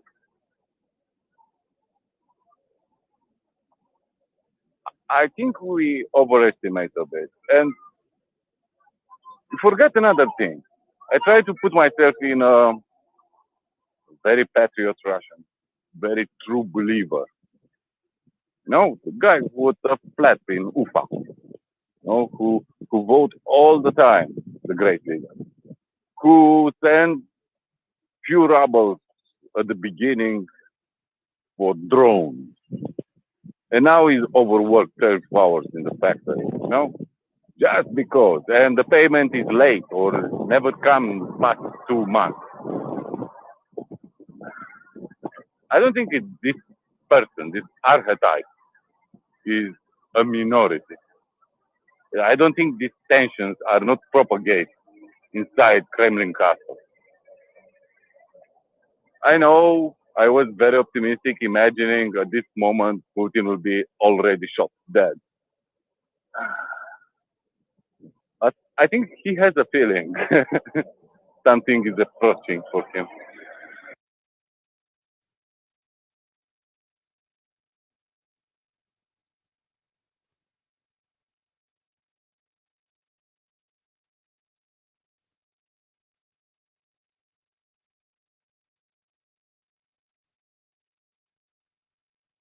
Thank you, Daniel. And Go on, Doman, speak. no, sorry, I was trying to read something at the same time, and I thought I had another second. Thanks, Daniel. So you to distill part of what you said, and I used the word distill advisedly, seeing that there's a refinery on fire downwind from you, Daniel. Why did you set a refinery on fire? Is that you're saying that they're independent? You're basically saying that their independence is much greater than we were to think, that they're much less connected with the MOD. All of these people going around. Wouldn't you think that there would be more kind of expressions of let's say alternate opinion beyond these very fragmentary ones, if that were true? The image of Versailles, which I still put it in our audience. People searching for favor from the king, fighting for the favor, try to understand or maybe to sense where the direction is going. I think it's a very nice 18th century overpose of this picture. It's very, very close to that. And I think everybody around everyone in the circle of power, and just these morons, military bloggers. Some have probably even military experience. Some are probably agents, but I think all discourse, all the discussion, you see any triumphalism there? I don't. I see a lot of petty action, a lot of nothing happens. How is nothing happens when I send you that link? Yeah, Dagestan in Chechnya, full covering the land of Zaporizhia. Even if you want to cover everything, right, and disinformate your population, there are images. There are their drones who record that image. They permeate at some level in the society. They rotate maybe 1 million soldiers there. It is something like a bloody coincidence. MOD going to recruit every people from jail. Everyone. I mean, everyone. So the conscription will be not the civilian population, but the people in labor camps. Wonderful idea. Wonderful image. Would be great. So people commented about that special operating forces fighting in trench. Oh, that was professional. Imagine they are in a dead end. Like I said, I expect children in the trenches, women in the trenches. I expect all the madness you can imagine. And everybody goes to him for answers, for direction, for instruction. And the people, this man is bored, is wasted, they're energized. Don't watch out he smiles when you see, I don't know, the Grand Sheikh of United Arab Emirates. Wow. I think maybe even he knows he lost. Not think. Maybe has a feeling, a bad feeling. And MOD, sorry, I'm pretty sure they are good generals, good colonels, good majors. Not a majority, but they are a core. They are not interconnected. They suspect everyone is a total competition there. But most of the army is in deep doo-doo. No tanks, no IPVs, no BMPs there. And they lose what they fight in Zaporizhia with all the reserves, all the aviation. Few companies, few battalions from 3 brigades.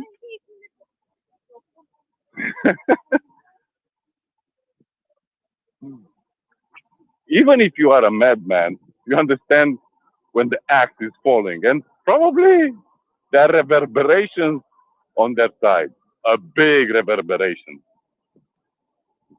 How do you say they will retreat and say they destroyed 9,000 NATO tanks? They can do it in October, November. Now, I don't see this escape. You're saying there's no more way back? There's no more way back to that? Yeah, like that. I hate comparison with Nazi Germany. Even they try to emulate harder and fail because they are Russian. But it's that moment when the Grand Führer ordered the German army to destroy German infrastructure. I think it's that point. Or maybe earlier, before Market Garden. That position when you understand, man, Italy, south of France, north of France, no chance. And you start wandering in the clouds, speaking bullshit, moving imaginary troops. You took the command like a great leader. Oh man, I bet who will kill him is very personal. very close to him. And he will do it just from desperation. Just desperation. We have no chance. Nobody talked what the Chinese did yesterday after Blinken visited them. Everybody talked, wow, Biden said the Chinese leader is a dictator. Really? Look what they did to the Russians. Somebody said today on Twitter, the decisions on this planet are in 3 places: Washington, Beijing, and Brussels. Where is Putin? Xi Jinping bitch? I don't think so. He's not even a client. He's nobody. He's a dead man. He can walk tomorrow, today, but he's nobody. And Russia is defeated. The conscience of the Russians is defeated. I don't think any Russian is normal people. I don't mean that pensioner of 70s who say, kill the Ukrainians, destroy their children, bomb their cities. They are mental. Too much vodka, dinner and breakfast. But most of the reasonable human beings, they know what they love. And they know very tangible. Because you cannot make abstraction. Life is good, like they said 1 year ago. Oh, sanctions, I don't feel it. Oh, I don't feel it's a war. Really. If you go in the hospital and they don't have anything, they don't have doctors. They don't have nurses. If you go to store and, you don't get washing cream, which you can buy. You don't get a car. No, we don't feel anything. And your neighbor, you hear crying the mother because, the child coming in the coffin. These things are so complex, so different. And we judge things like, we'll nuke Ukraine. We'll nuke London. Come on. They are human beings. They are not totally stupid, even full brainwashed. They are not at the level of North Korea. Let's be fair. They know they lost. What is very, very, very hard is to accept when to say stop it. And when the elite say, like you said, yacht is more important than Mother Russia. I want something. I want to go to Dubai and not watching over my shoulder. Is Budanov coming? Today was strike with drones in Moscow. Again. Not one. Okay? This is happening. Bombardment on Belgorod, Kursk, Bryansk is daily occurrence. Yeah, we start Everybody knows. talking about it. That's how normal it is. Nobody talks. Nobody talks about this. Nobody. No? Nobody talks. Sometimes you hear, Ukrainian troops bombarded, I don't know what city in what oblast, and nobody was hurt. They attacked civilian infrastructure. Try to portray things like terrorists. Man, they cannot secure their border. Can't. Tell me all the responsible for, I don't know, Western military district. He doesn't know what shit is in this position now. How much winning to assess every day. Do you imagine when the ammo dump is going in flames, he's saying, we are winning, or electronic warfare, or I don't know, some antennas, communication headquarters going in flames, or he discovered his adjunct is dead. And they will say, we'll win because 662 is better than Leopard 2, right? Let's be fair. They are not stupid. Tactics, they're stuck. Doctrinal, they're stuck. The technology is very backward. Economically, they are in deep doo-doo. They count on Eritrea and Nicaragua to be their friends. And don't forget about that. In Syria, VKS is bombing Syria just for frustration, Maybe that people get some experience. drop bombs better than in Belgorod. Really? I love my airsoft. It's so funny and ridiculous, but it's not. You know, people complaining. You know, in Belgorod, in my house, they broke my windows. They come in my home. They mess all around. They steal my television and my stereo, and these are Russian soldiers in Belgorod. And See, the one thing I think that you say, oh, how to decide when to give up, right? That I think that's the really important bit. The thing is, I think the decision point eventually kind of comes somewhat naturally, and that decision point effectively comes at the point when you have lost anyway. So do you see what I mean? If once they have been, and this is why Ukraine needs all this stuff, because it actually needs to push Russia out of Ukrainian territory. But at that point, you can go and start declaring whatever, because you have nothing left to lose, because you've already lost everything. So at that point, nothing. You can't do anything else but to declare victory. there are two aspects here, Doman. First, yesterday was a Kremlin order. Nobody will publish anything about law. Nobody. Any Russian losses. Any, small piece in a local paper will not be published. So the losses not will be secret like declared at the beginning of the war. Nobody will publish anything. Your family cannot say, Ivan died 2 weeks ago and we put him in the hole and the priest come there. Total banning. And the new instruction is, don't post this, post positive news. No? How good it is. Look, we can buy, I don't know what shoes made in Shenzhen, something bullshit like this. And the second thing in this, we can't say that is not truth. Our truth is better. We killed 2 million Ukrainians. We destroyed their country. But they still fighting us. They still get land. Let's say all the proofs they have, all the videos, all the images. Look, 500 timers, all destroyed. Doesn't matter. Yeah, you doctor the image. Perfect. How do you justify you lost territory? And not only in Ukraine, but in Russia. How? Because RBK and Free Russian Legion will go again in Bryansk and Kursk. They will bring again havoc there. How can you justify that? If you are winning, if Ukraine is destroyed, how can you justify that? One appeal I saw at all propaganda, I mean real propaganda. I'll look at Solovyev, for example. They cannot explain something. Why people, they are not scared of them?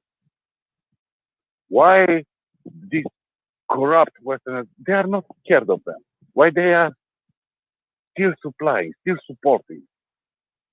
If they are winning, right? If you buy your Kool-Aid, how can you explain this? I can say, yes, we're winning, but we retreat gloriously. And like you said, the Ukrainian army followed us in panic, something like that, right? It's a good meme, but, they teach this at schools in Russia. They love STEM, science. And most of them have very hard exams about that. So we cannot say we are winning, but we are retreating gloriously. We are winning, but our heroes don't deserve any words. No more flags on the schools. No? No more general bullshit lieutenant was killed fighting glory, the horde, pure love, Ukraine. No more, nothing. I enjoy this stuff. When Russia burned, I enjoy it.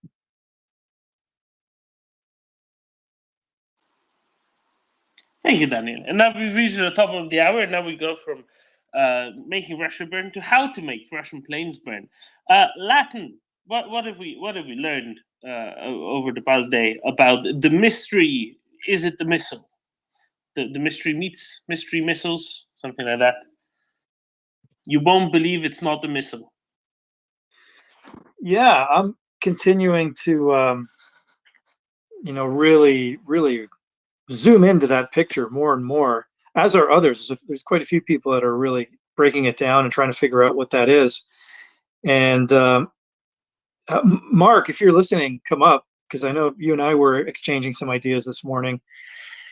Anybody else who's been looking at it, I'd be interested in hearing what they have to think, but what they have to say. But yeah, it's possible that it's a missile, and it's possible that it's an ECM pod.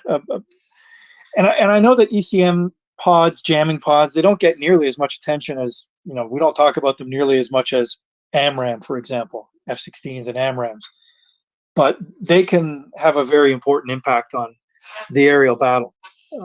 Some ECM systems, I would put a lot of money on the Western ECM systems doing really well against Russian Air Force right now.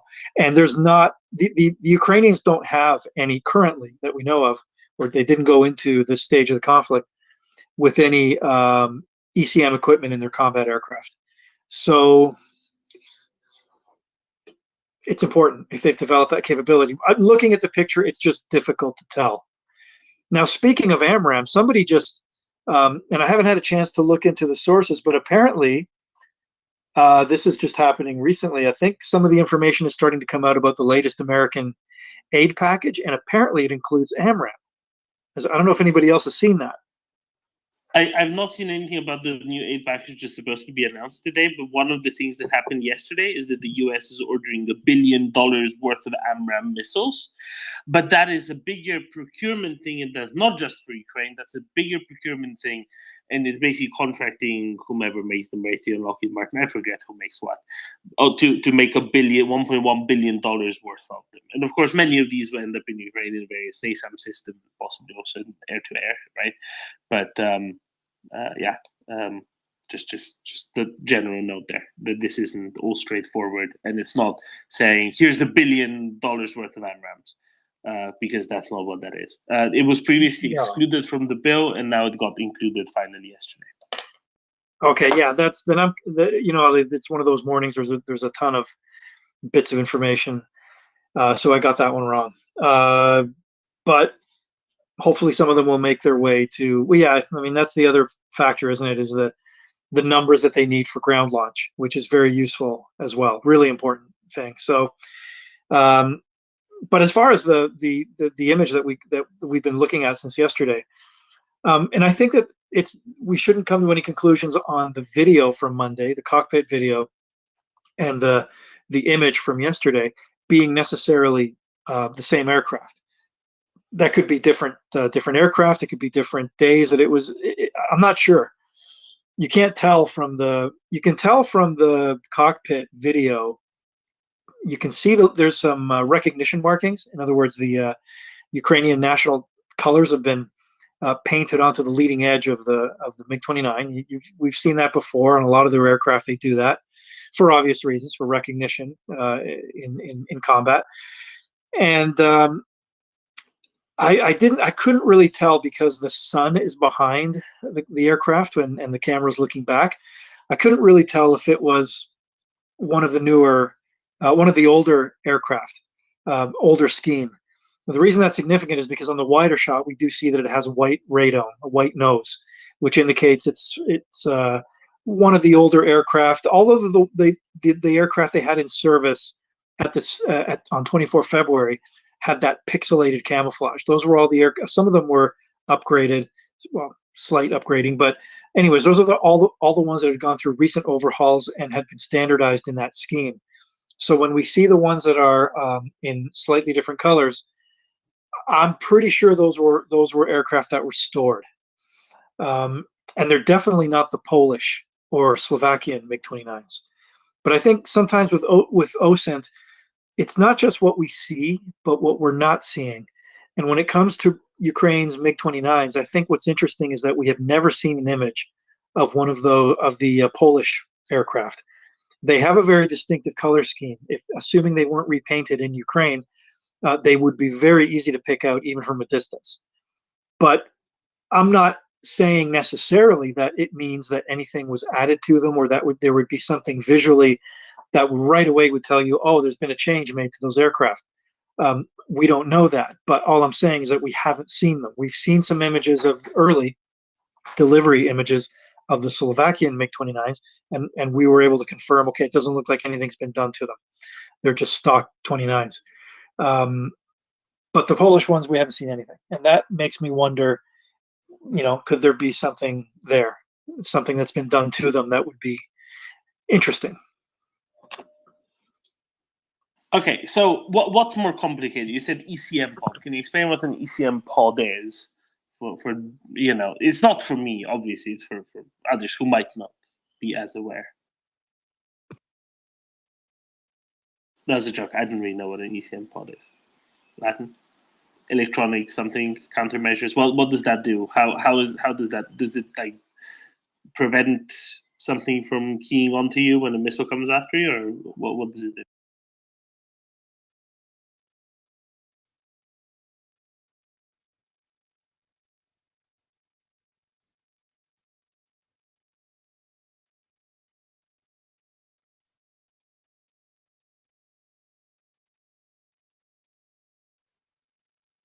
I get the feeling you were asking a question there, Delman. I was asking Latin to tell us about ECM pods, but I don't hear. Yep, sorry, just that There we something. Yeah, something was distracting me. The jamming pod is a term that also could be used, and it's kind of easier to help understand what they do. But essentially, they jam enemy radar, whether it's the radar on a missile battery, the radar on the missile itself that's been fired, or the missile or communications as well between opposing aircraft. Just to give a few examples, jamming pods are some of this type of equipment can be internally mounted, but typically it's carried on pods. And the Americans have quite a few that have made their way through NATO. That's one of the biggest sources in the West. The other big source I would look at would be Israel. They produce some very good equipment that their Air Force uses. Ukraine there was buzz, let's call it that way, and some images that were coming out before 24th of February about development of ECM pods in Ukraine. It doesn't appear that any of those actually reached a production stage. I posted on my thread about this whole thing some images that I pulled earlier in the year that they look like computer-generated images of these Ukrainian pods on an Su-27. But again, they were not. It's concept only. I don't think they ever made it beyond just a concept and mock-ups, digital mock-ups of what they might look like. Now, does that mean that there's a possibility that whatever was going on there, that they may have tried to because you got to think that kind of capability, especially since the Ukrainian Air Force is lacking it, would be a real priority for them to get something that was effective to jam the Russians. And I'll say also that earlier in the war, one of these little details that gets lost, one of the Russian jamming pods that they typically carry on the wingtips of their more advanced fighters, one of those was captured intact when an Su-30, I think it was shot down. A lot of intel that would have been very valuable to Ukraine and its allies. That might have also played a role in anything that was being developed. So that is a real possibility because I asked you this morning, Doman, how granular do you want to get on this, right? If just hit the brakes anytime. But when you look at it, the answer really is always very. Very, Yeah, very I what? don't want to go granular. I want to go powdered. Okay, and I'm glad you're in on this, Axel, because I want to believe that it's Iris-T is part of what we're seeing here. But having said that, the video and the image from yesterday may not be the same thing. So it could be a case of not either or, but both. The reason I have my doubts about the image from yesterday being a missile rail is twofold. One is because if you look at it carefully, and compare it to the almost identical angle and sun angle of another image that on the thread, I put them side to side. So one of them is yesterday's image. The other is a rail on an F-16 for an AMRAAM. It's much cleaner. There's no clutter on it, and you can also see a hard edge on it, which is where the hardware exists for the missile to actually slide onto when they mount it. On the image from yesterday, what we are referring to as a rail looks a little bit too smooth and rounded, and evenly colored all the way around. And as well, in the middle, you probably notice that there seems to be some kind of a device that initially, when I looked at it, I thought, well, those look like bomb shackles or what's called a sway brace. It's something that when you put a bomb in, the armorers, they tighten it with a screw. I'm sure you know about this. Actually, you must have seen it in use to prevent the ordnance from moving around when the aircraft's flying. But when on closer examination, I came to the conclusion that those 4 bits that are sticking out of it are too big. For my eye, they look too big to be. Can you guys hang on for a sec? Hang on. Yeah, it sounds like you had something very important to deal with there, Latin. If you need a moment, I can go to Raver for a minute. So go ahead, Raver.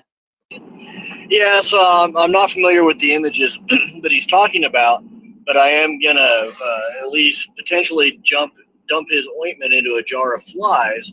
One of the big problems with the MiG-29 and why it's not going to be able to mount Western missiles or ECM or anything like that without some serious work is power generation. The big difference between 4th and 4.5 gen fighters isn't the airframes. They're nearly identical. It's the power generation to power all the electronics. And I'm not sure that the MiG-29 has an inherent capability to generate enough power to run a modern Western ECM pod. They don't have any organically. It was never designed into the airframe, and they've got a relatively low power, short range, day fighter radar. So there's just not a lot of capacity there to be sticking on a bunch of the G-Whiz technology without a lot of work to increase the amount of power it can generate. Raver, the German MiGs were substantially fiddled with. Yes, but we're talking about the Ukrainian MiGs. The German MiGs are the Polish MiGs, which are now the Ukrainian MiGs, at least a few of them.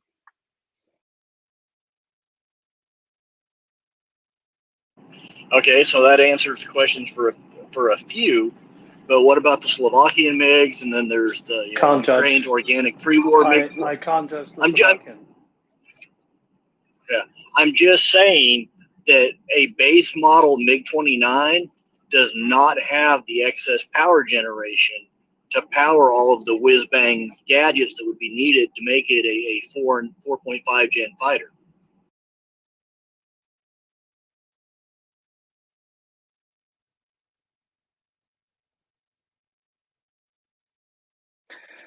Marcus, I don't disagree with you, River, at all. I'm just highlighting that there's a few of them which are as capable as Latimer I would like them. But having said this, Marcus, is it true that not only the cat has melted, but also Doman's audio? Yes, Doman's audio went a bit wonky, so he's just recycling himself. But yes, my cat has indeed melted. Latin, we'll go back to you now. Whew. Okay, thank you, Marcus. Yes, I had to attend to something. So, yeah, Raver, I heard part of what you were saying. I know Goldman probably can answer that question better in terms of, because I know that is always an issue whenever you're modifying equipment is power supply. So I'm not 100% sure that. I'm just saying that what I see there is not consistent necessarily with the missile rail. And I think that when you compare it with the AMRAAM rail on an F-16, side to side on that, and I was lucky enough to find the same angle, it's pretty clear when you see them side to side. Now, again, that does not mean that there are no new missiles being used by the Ukrainians, because the cockpit video from the previous day, in my mind, and some of the frames that I isolated there, clearly does show a missile being fired. And I think it is a new weapon. So yeah, I think like I said, I'll go back to what I said. It's not a case of either or. I think it could be more than one thing happening here.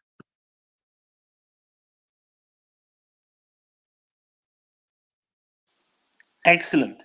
All right, thank you, Latin. Shall we go to Hop and then to Skolman? Is that? And after that, I have a Brookfield question for you, Doran. A Lusitania question. Oh my, 1915, right? Hop, go ahead. I'm going to throw something else out there. I've been trying to wheedle this out myself, and I put a picture up on the Doolittle Air Wing for you guys to look at.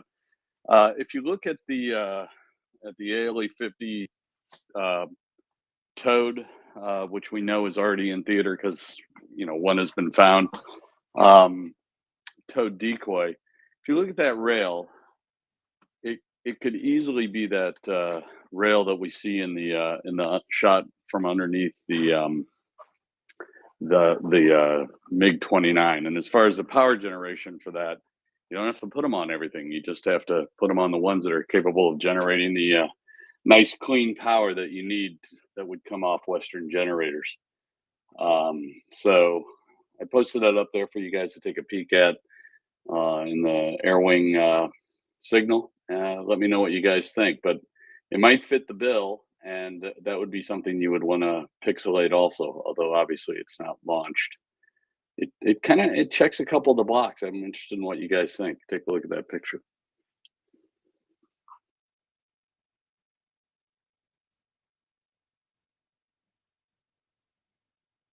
Sloman?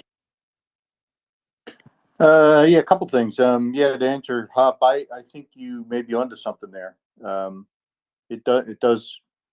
I wouldn't discount it. It certainly looks like it could be.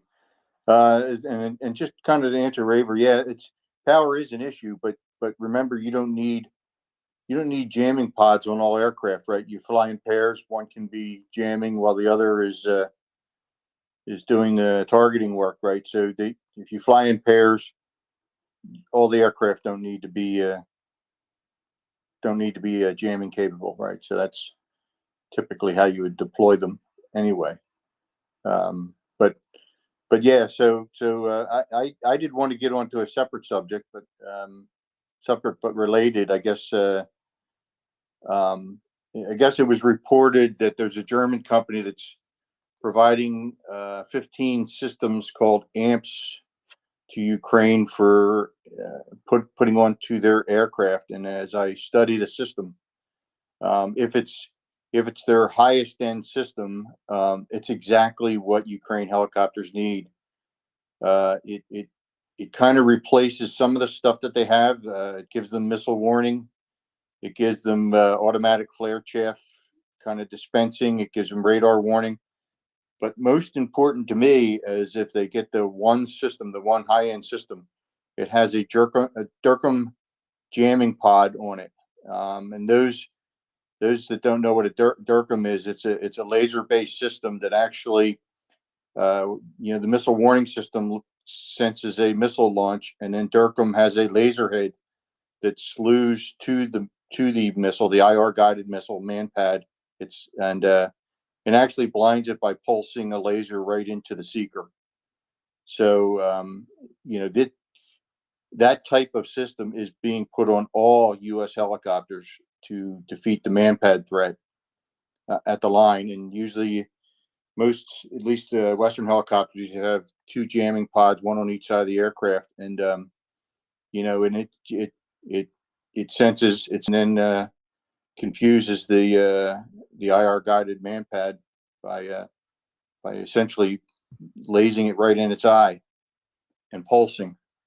So Goldman, is it incorrect if I use the term disco light to help people understand how this kind of works? Yeah, it is. It's Dazzler, disco light. Yes, it's essentially confusing it by putting a laser right in its eyeballs, right? So and pulsing. So it is the system that the U.S. developed to defeat manpad threats, right? So Durkheim is the prior generation. Kirkham is the lighter weight, more lighter weight system that's now being put on all U.S. Army helicopters. But it is exactly what Ukraine needs to be fighting at the front against man-pad threats. It is exactly what they need. And it will beat man-pad threats, and it can defeat multiple man-pad. That's the beauty of it. You know, when you punch your flares out, you know what I mean? If the launch comes a couple seconds afterward, you may not be able to release another set of flares. It has 2 jam heads. It works very quickly, and it can move from target to target while it's coordinating with the missile warning system.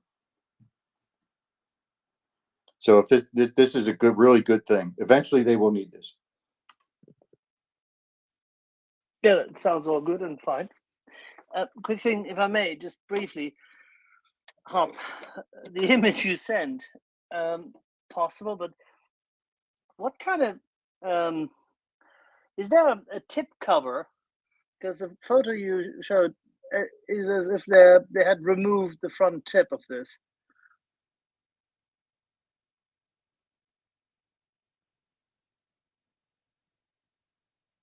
Is Hop still there? No, he just dropped. I think he'll be back. There we go. He's on his way back. Give it 15 seconds and he'll be with us. Hey guys, I'm in the middle of something. Those sort of poles that you see sticking off the front of that, I've never operated with an ALE-50. I'm not really sure what those do, but I think it's just got a small aerodynamic cap on it. I don't feel like the cap is necessarily critical to the. No, I don't disagree with this. I'm just saying, would there normally be a tip cover on it? Because if there was a tip cover on it, then the size of what you show with the photo would fit what we saw on the other image. Because it had a slightly, very, very light and not like a flat hat kind of slightly rounded tip cover. Everything else is the same. I wish I could answer that for you. I don't know. But you're talking about the decoy itself, not the rail it's on? Yeah. Yeah. I don't know. I'm sorry, but I was also thinking. But otherwise, the proportions between the decoy and the rail look similar. Yeah, and the rail looks proper. I mean, obviously, we're looking at it on an F-16 wing, but if you think about it on one of those interstations on a MiG-29. The way I think the shape is about right from the angle of the picture we had that we saw earlier. It just might be it, and I'm pretty sure we know they're in theater, so I wouldn't go 100%, but I'd say better than 50-50. It could be this.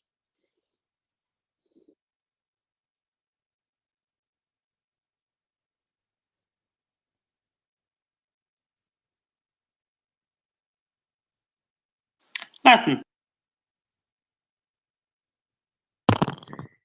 Couple of things. First, I wanted to echo what Goldman said because I noticed it as well when I first saw that news this morning.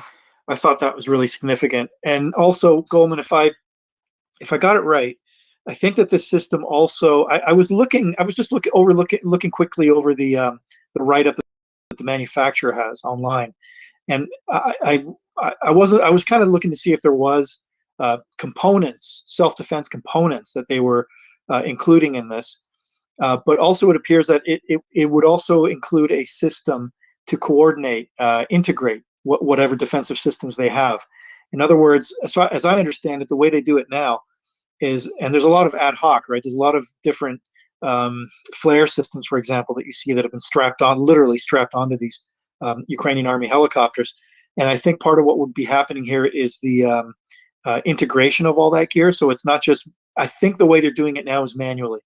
When they're in the certain portion of their flight where they, where the threat is highest, they just start pumping them out. I think that's how they do it. But I know that more advanced systems they'll detect and classify threats and use, like, it's kind of like that, right? Yep, correct. I mean, and to be honest with you, all the different manufacturers fight over who's going to be the integrator, right? Everybody first order wants to get, ALE 47. They want to get the dispenser. They want to get the RF countermeasure. They want to get the IR countermeasure, and then they all fight over who's going to be the integrator. And they will then integrate the system, and then each of them has their own classification detection, and then launch, and then they'll usually have a they'll put a little display in the cockpit somewhere for the pilot, right? So it usually comes as a system that can be added on to piecemeal as things evolve, and it will integrate the dispensing system, the the RF countermeasures, the IR countermeasures if you're using something more than chaff and flare. It'll integrate the missile warning system all into one system, and then give the pilot a kind of a display, usually to in the cockpit to kind of manage things. You can put them on automatic, or you can put them on selectable. They're very selectable modes depending on what you want to do, what the pilot wants to do. So that's the way these systems usually come, and it looks like that's what these guys do. There's virtually everyone, all the electronic countermeasure companies in the West offer their own integrated system that then piecemeals other components from other piecemeal other components from other manufacturers into the overall architecture, right? So it looks like this German company does the same thing. That what I would expect Raytheon and Northrop Grumman, you know what I mean? So, there's multiples in the United States that kind of do that integration and allow you to kind of select the countermeasure system you want to add to the system.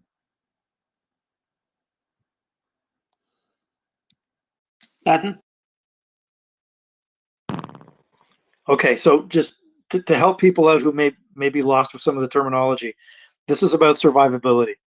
This is about increasing the effectiveness of self-defense systems of a helicopter when you're close to a threat like a manpad, which the Ukrainian helicopters are in that situation regularly on a daily basis. These and the system that Goldman was talking about earlier, that disco light, is kind of the next generation beyond infrared flares. Those bright flares that you see aircraft and helicopters pumping out usually from the side or bottom of the aircraft. And so it is really taking the defensive systems of the Ukrainian Army aviation to a NATO standard, as I understand it, because that's kind of the standard. We still use flares, but the system you're talking about, Goldman, is really what you'd see on prominently on a Black Hawk, for example, or on an Apache. Yeah, most up till the last probably 5 years, you would typically see them, a DIRCM on specialty aircraft like SOF aircraft or something like that. The common Army aircraft, like Chinook and Black Hawk, are just getting these systems now. It's the next generation of the system. DIRCM is kind of a first generation system that got put on those kind of specialty aircraft that were flying in a high threat environment. But now they're being added because of the asymmetric battlefield. They're being added to all helicopters, frankly, in the Army. Apache, Black Hawk, they're all getting one system. Yep.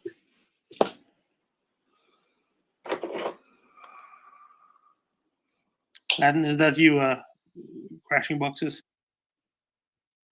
Oh, I'm just working on something while we talk. Can I just make a quick follow-up? I see Raver has his hand, but Yeah, I wanted to just follow up. Okay, I just wanted to follow up on Hop. If you're still with us, can you give me a signal there? You with us still? He looks like it. Okay, well, I'm assuming he's there. Yeah. Okay, so this I'm having a look now, going over to Signal to look at what you posted there. So I'm seeing kind of like three components here, right? I'm seeing a rail that at first glance kind of looks like similar to an AMRAAM rail, but maybe a bit thicker. And yeah, you're right. In the general, especially the rounded front of it, looks very similar to what we're seeing in the Shadow on the MiG-29 image. So in overall size, dimensions, shape, I would say, yeah, very similar. So what is the cylindrical device that's hanging off it? I believe that is the container for the actual towed drone. I think it's reeled out from inside of there. Okay, and so we know that these are being that these have been delivered to Ukraine. We found somebody showed a picture, and wow, boy, guys, help me out here. 6 weeks, 8 weeks ago, one was found on the ground in Ukraine, maybe by the Russians. Was that disproven as having come from someplace else? Because I haven't heard any more about it since then. There was some talk that that picture was from a different conflict, but then again, who knows? I'm asking myself right now if this is, because this is an F-16. You can see the wingtip rail of that has an AMRAAM on it to the left of the picture. The box between the wing and the where the pylon would be, I'm wondering if that's a flare dispenser or a power supply. Not sure, but I mean, it really looks to me like the rail itself is a standard AMRAAM rail, unless I'm mistaken, because that can carry quite a few things, right? Standardization. But this towed decoy that you're talking about, would it typically be carried in twos, or I mean, aren't towed targets and I know towed targets typically it's just one. Do you know if these would be one or two? To the best of my knowledge, and that's pretty limited, and that's just from talking to a guy who was a weapons school guy, is I think they would only carry one. They're fairly precious assets, and they like to distribute them, between a number of aircraft. But that's from what I understand, talking to him a couple of years ago about these, that's a USAF.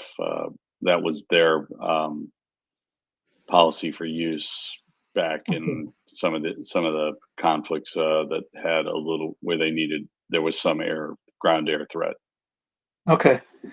I mean, it does look to me like, I mean, I don't know if it looks to you like first of all, I keep emphasizing this, and it looks like a standard AMRAAM rail that it's on, and that is basically the shape that we're looking at in the picture, except that I don't know if you've had a chance to. I'd love to hear your feedback on it, but have a look at my thread if you haven't had a chance yet, where I put the two pictures side by side, the exact same angle on an F-16 AMRAAM rail right next to the picture from yesterday. And when you put them next to each other, you can really make out the difference in that the bottom of the AMRAAM rail is so completely flat. You can see the sharp edge, plus that the rail itself, the metal parts there that hold the ordnance in place. And it just doesn't look like that on the MiG-29. It looks more rounded. It looks like, that's why I'm also saying right now that I think potentially some kind of an ECM pod. And then there's that piece in the middle that I can't quite make out, that darker colored piece. So it continues to be a mystery. But I'm sure the Ukrainians the Ukrainian Air Force wants us to be thinking about this, because they put out an ambiguous picture on purpose.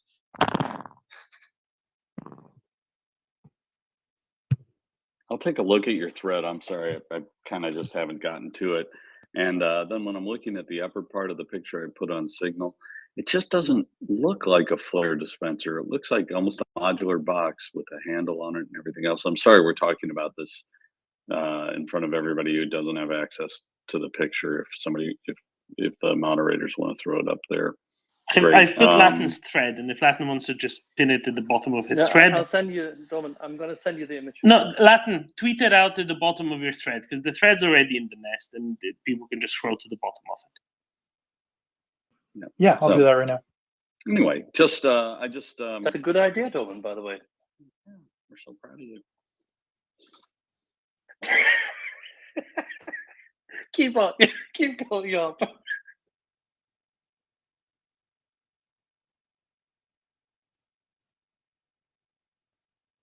Huh? Oh, I'm sorry. I just I had to swallow my coffee before I spit it out.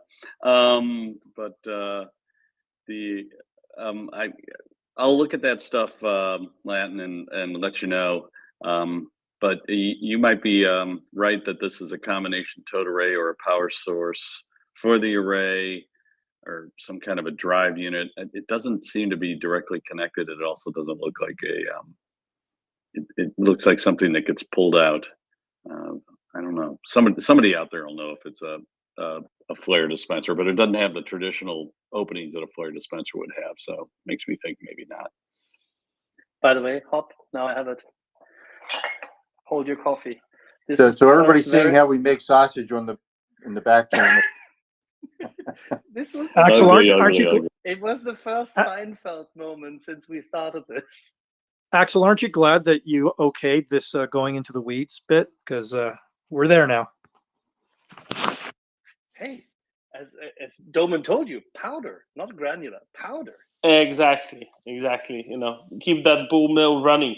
On that, let's jump to Raver, and then you guys keep worrying along. Raver. Okay, so a couple of things. On that decoy that was found on the ground, I was under the impression that was some sort of an autonomous decoy to help, like the Storm Shadow, achieve penetration, not a defensive decoy that would be towed behind a manned aircraft. If I'm wrong there, hey, great, I learned something. But yeah, I thought that was a penetration aid. And then recently the Pentagon announced that, hey, we've been overbilling the accounts for what we've been giving to Ukraine, and there's suddenly $6 billion available. Is any of that convertible to cash to say, like, upgrade Kiowa Warriors, which we've now made surplus, and provide those to Ukraine to give them some longbow capability? Over the hill Hellfires would really improve helicopter survivability for Ukraine. Just on the technical, I don't think it's convertible to cash. It has to be allocated with other presidential drawdown stuff, but it means more presidential drawdown stuff is available to be sent by value of $6 billion.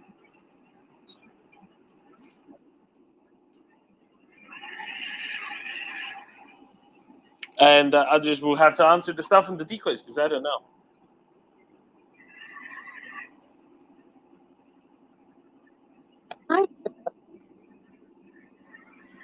I was just thinking that, providing a bunch of Kiowa Warriors would be relatively low cost, simple, and highly effective.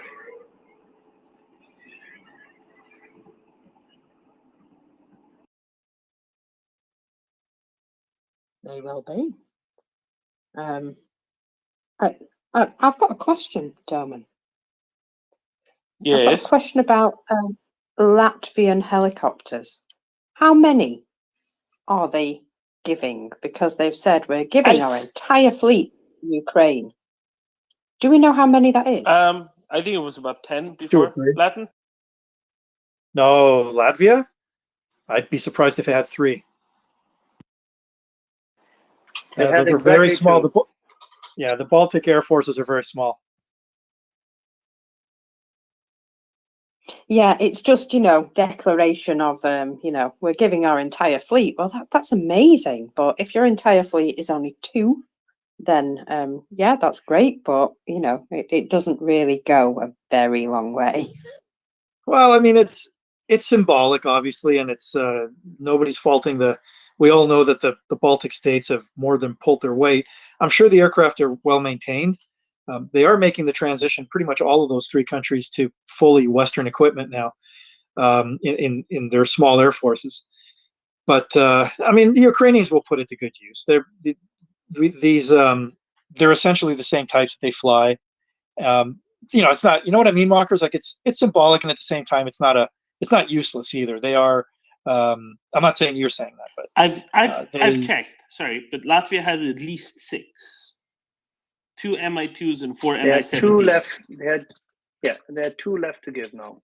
Okay, so they have 8 altogether. The statement that came from the Prime Minister today is that they're giving the entire fleet, and they started off with 8 then, right? And then 2 plus 4 plus 2.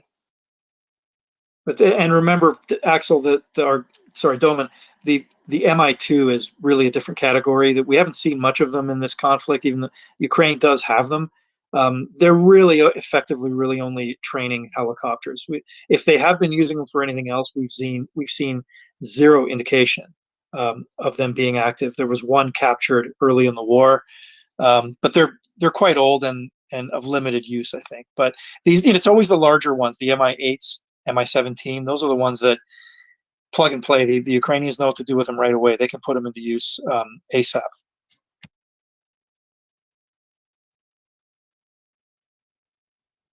Thank you. It's just, yeah, I've seen this declaration and I thought, well, that's brilliant, but I didn't really understand what it amounted to. But in total, 8. So 8 of various types. So that's what I wanted to know, really. Thank you. Latin. So if it's okay to go back to obsessing over that MiG-29 image, I had an exchange with Gunny, and Gunny, if you're listening, please, no, I don't see him. It'd be great to see him come up because he had some thoughts about what it could be. I think everything, kind of brainstorming it right now is a useful exercise to try to figure out what it is. I mean, bottom line is whatever it is, they're using it, and good for them. And we may not find out exactly what it is for a long time. But Gunny was suggesting that again, if anybody wants to look at it, it's on the thread or on the Ukrainian Air Force Twitter from yesterday. So they don't post more than usually once or twice a day. So it should be pretty easy for you to find it and be able to zoom in on it. But in what looks like the middle of the, can I get granular again? Yes. Is that okay? Yes. Okay. Because I've got this totally in my brain right now because I've been looking at it for more than 24 hours a lot. If you look at it, there is initially, the MiG-29s have, in most configurations that they have, the pylon attaches to the wing through what I could describe as kind of like smaller pylons. They're like stubs. There's space in between them. There's one further back and one forward near the leading edge of the wing. You can clearly see that those are still in place because in the shadow, there's just and you can see it on the other 2 pylons that would carry a missile. You can see some light coming through, some sunlight coming through. So above that, or I should say below that, if the aircraft is on the ground, there is what appears to be another attachment that they put on, which to me looks similar to what they use when they use an external tank on the MiG-29s. So it's essentially a rectangle, but it's not really a rectangle, but it has the leading edge is swept slightly, and you can see the shape of it clearly in the shadow. Then we get into the interesting bit, because I think up until those 2 components, it's probably standard equipment from the MiG-29. But then you have 2 other layers that are where we're trying to figure out what it is. You have what we've been referring to as the rail, which is the longer piece, and you can see in the shadow that it's only slightly longer than the pylon itself, than the weapons mount itself. And again, what I mentioned before about, I'm unclear still, not willing to commit as to whether that is actually a missile rail or some other kind of device, for the reasons I already explained. Then in the middle of that, so the very last thing that seems to be attached to this whole setup is something that is darker in color, appears to be rectangular, and has 4 squares sticking out of it on the side. At first look, they look like sway braces, what's called a sway brace, which is the thing that prevents a bomb, let's say, from moving around when it's mounted on a weapons station. The problem is that they look a bit too big to be that. And also they're very clean. And a sway bar has, a sway brace, correction, has a screw. It has a fairly large screw on it that the armorers turn to press against the bomb to hold it in place. You don't see any of that there. That's why I started thinking maybe they're aerials. And that's where Gunny was saying, could it be that this is some kind of data link antenna, external data link antenna that the Ukrainians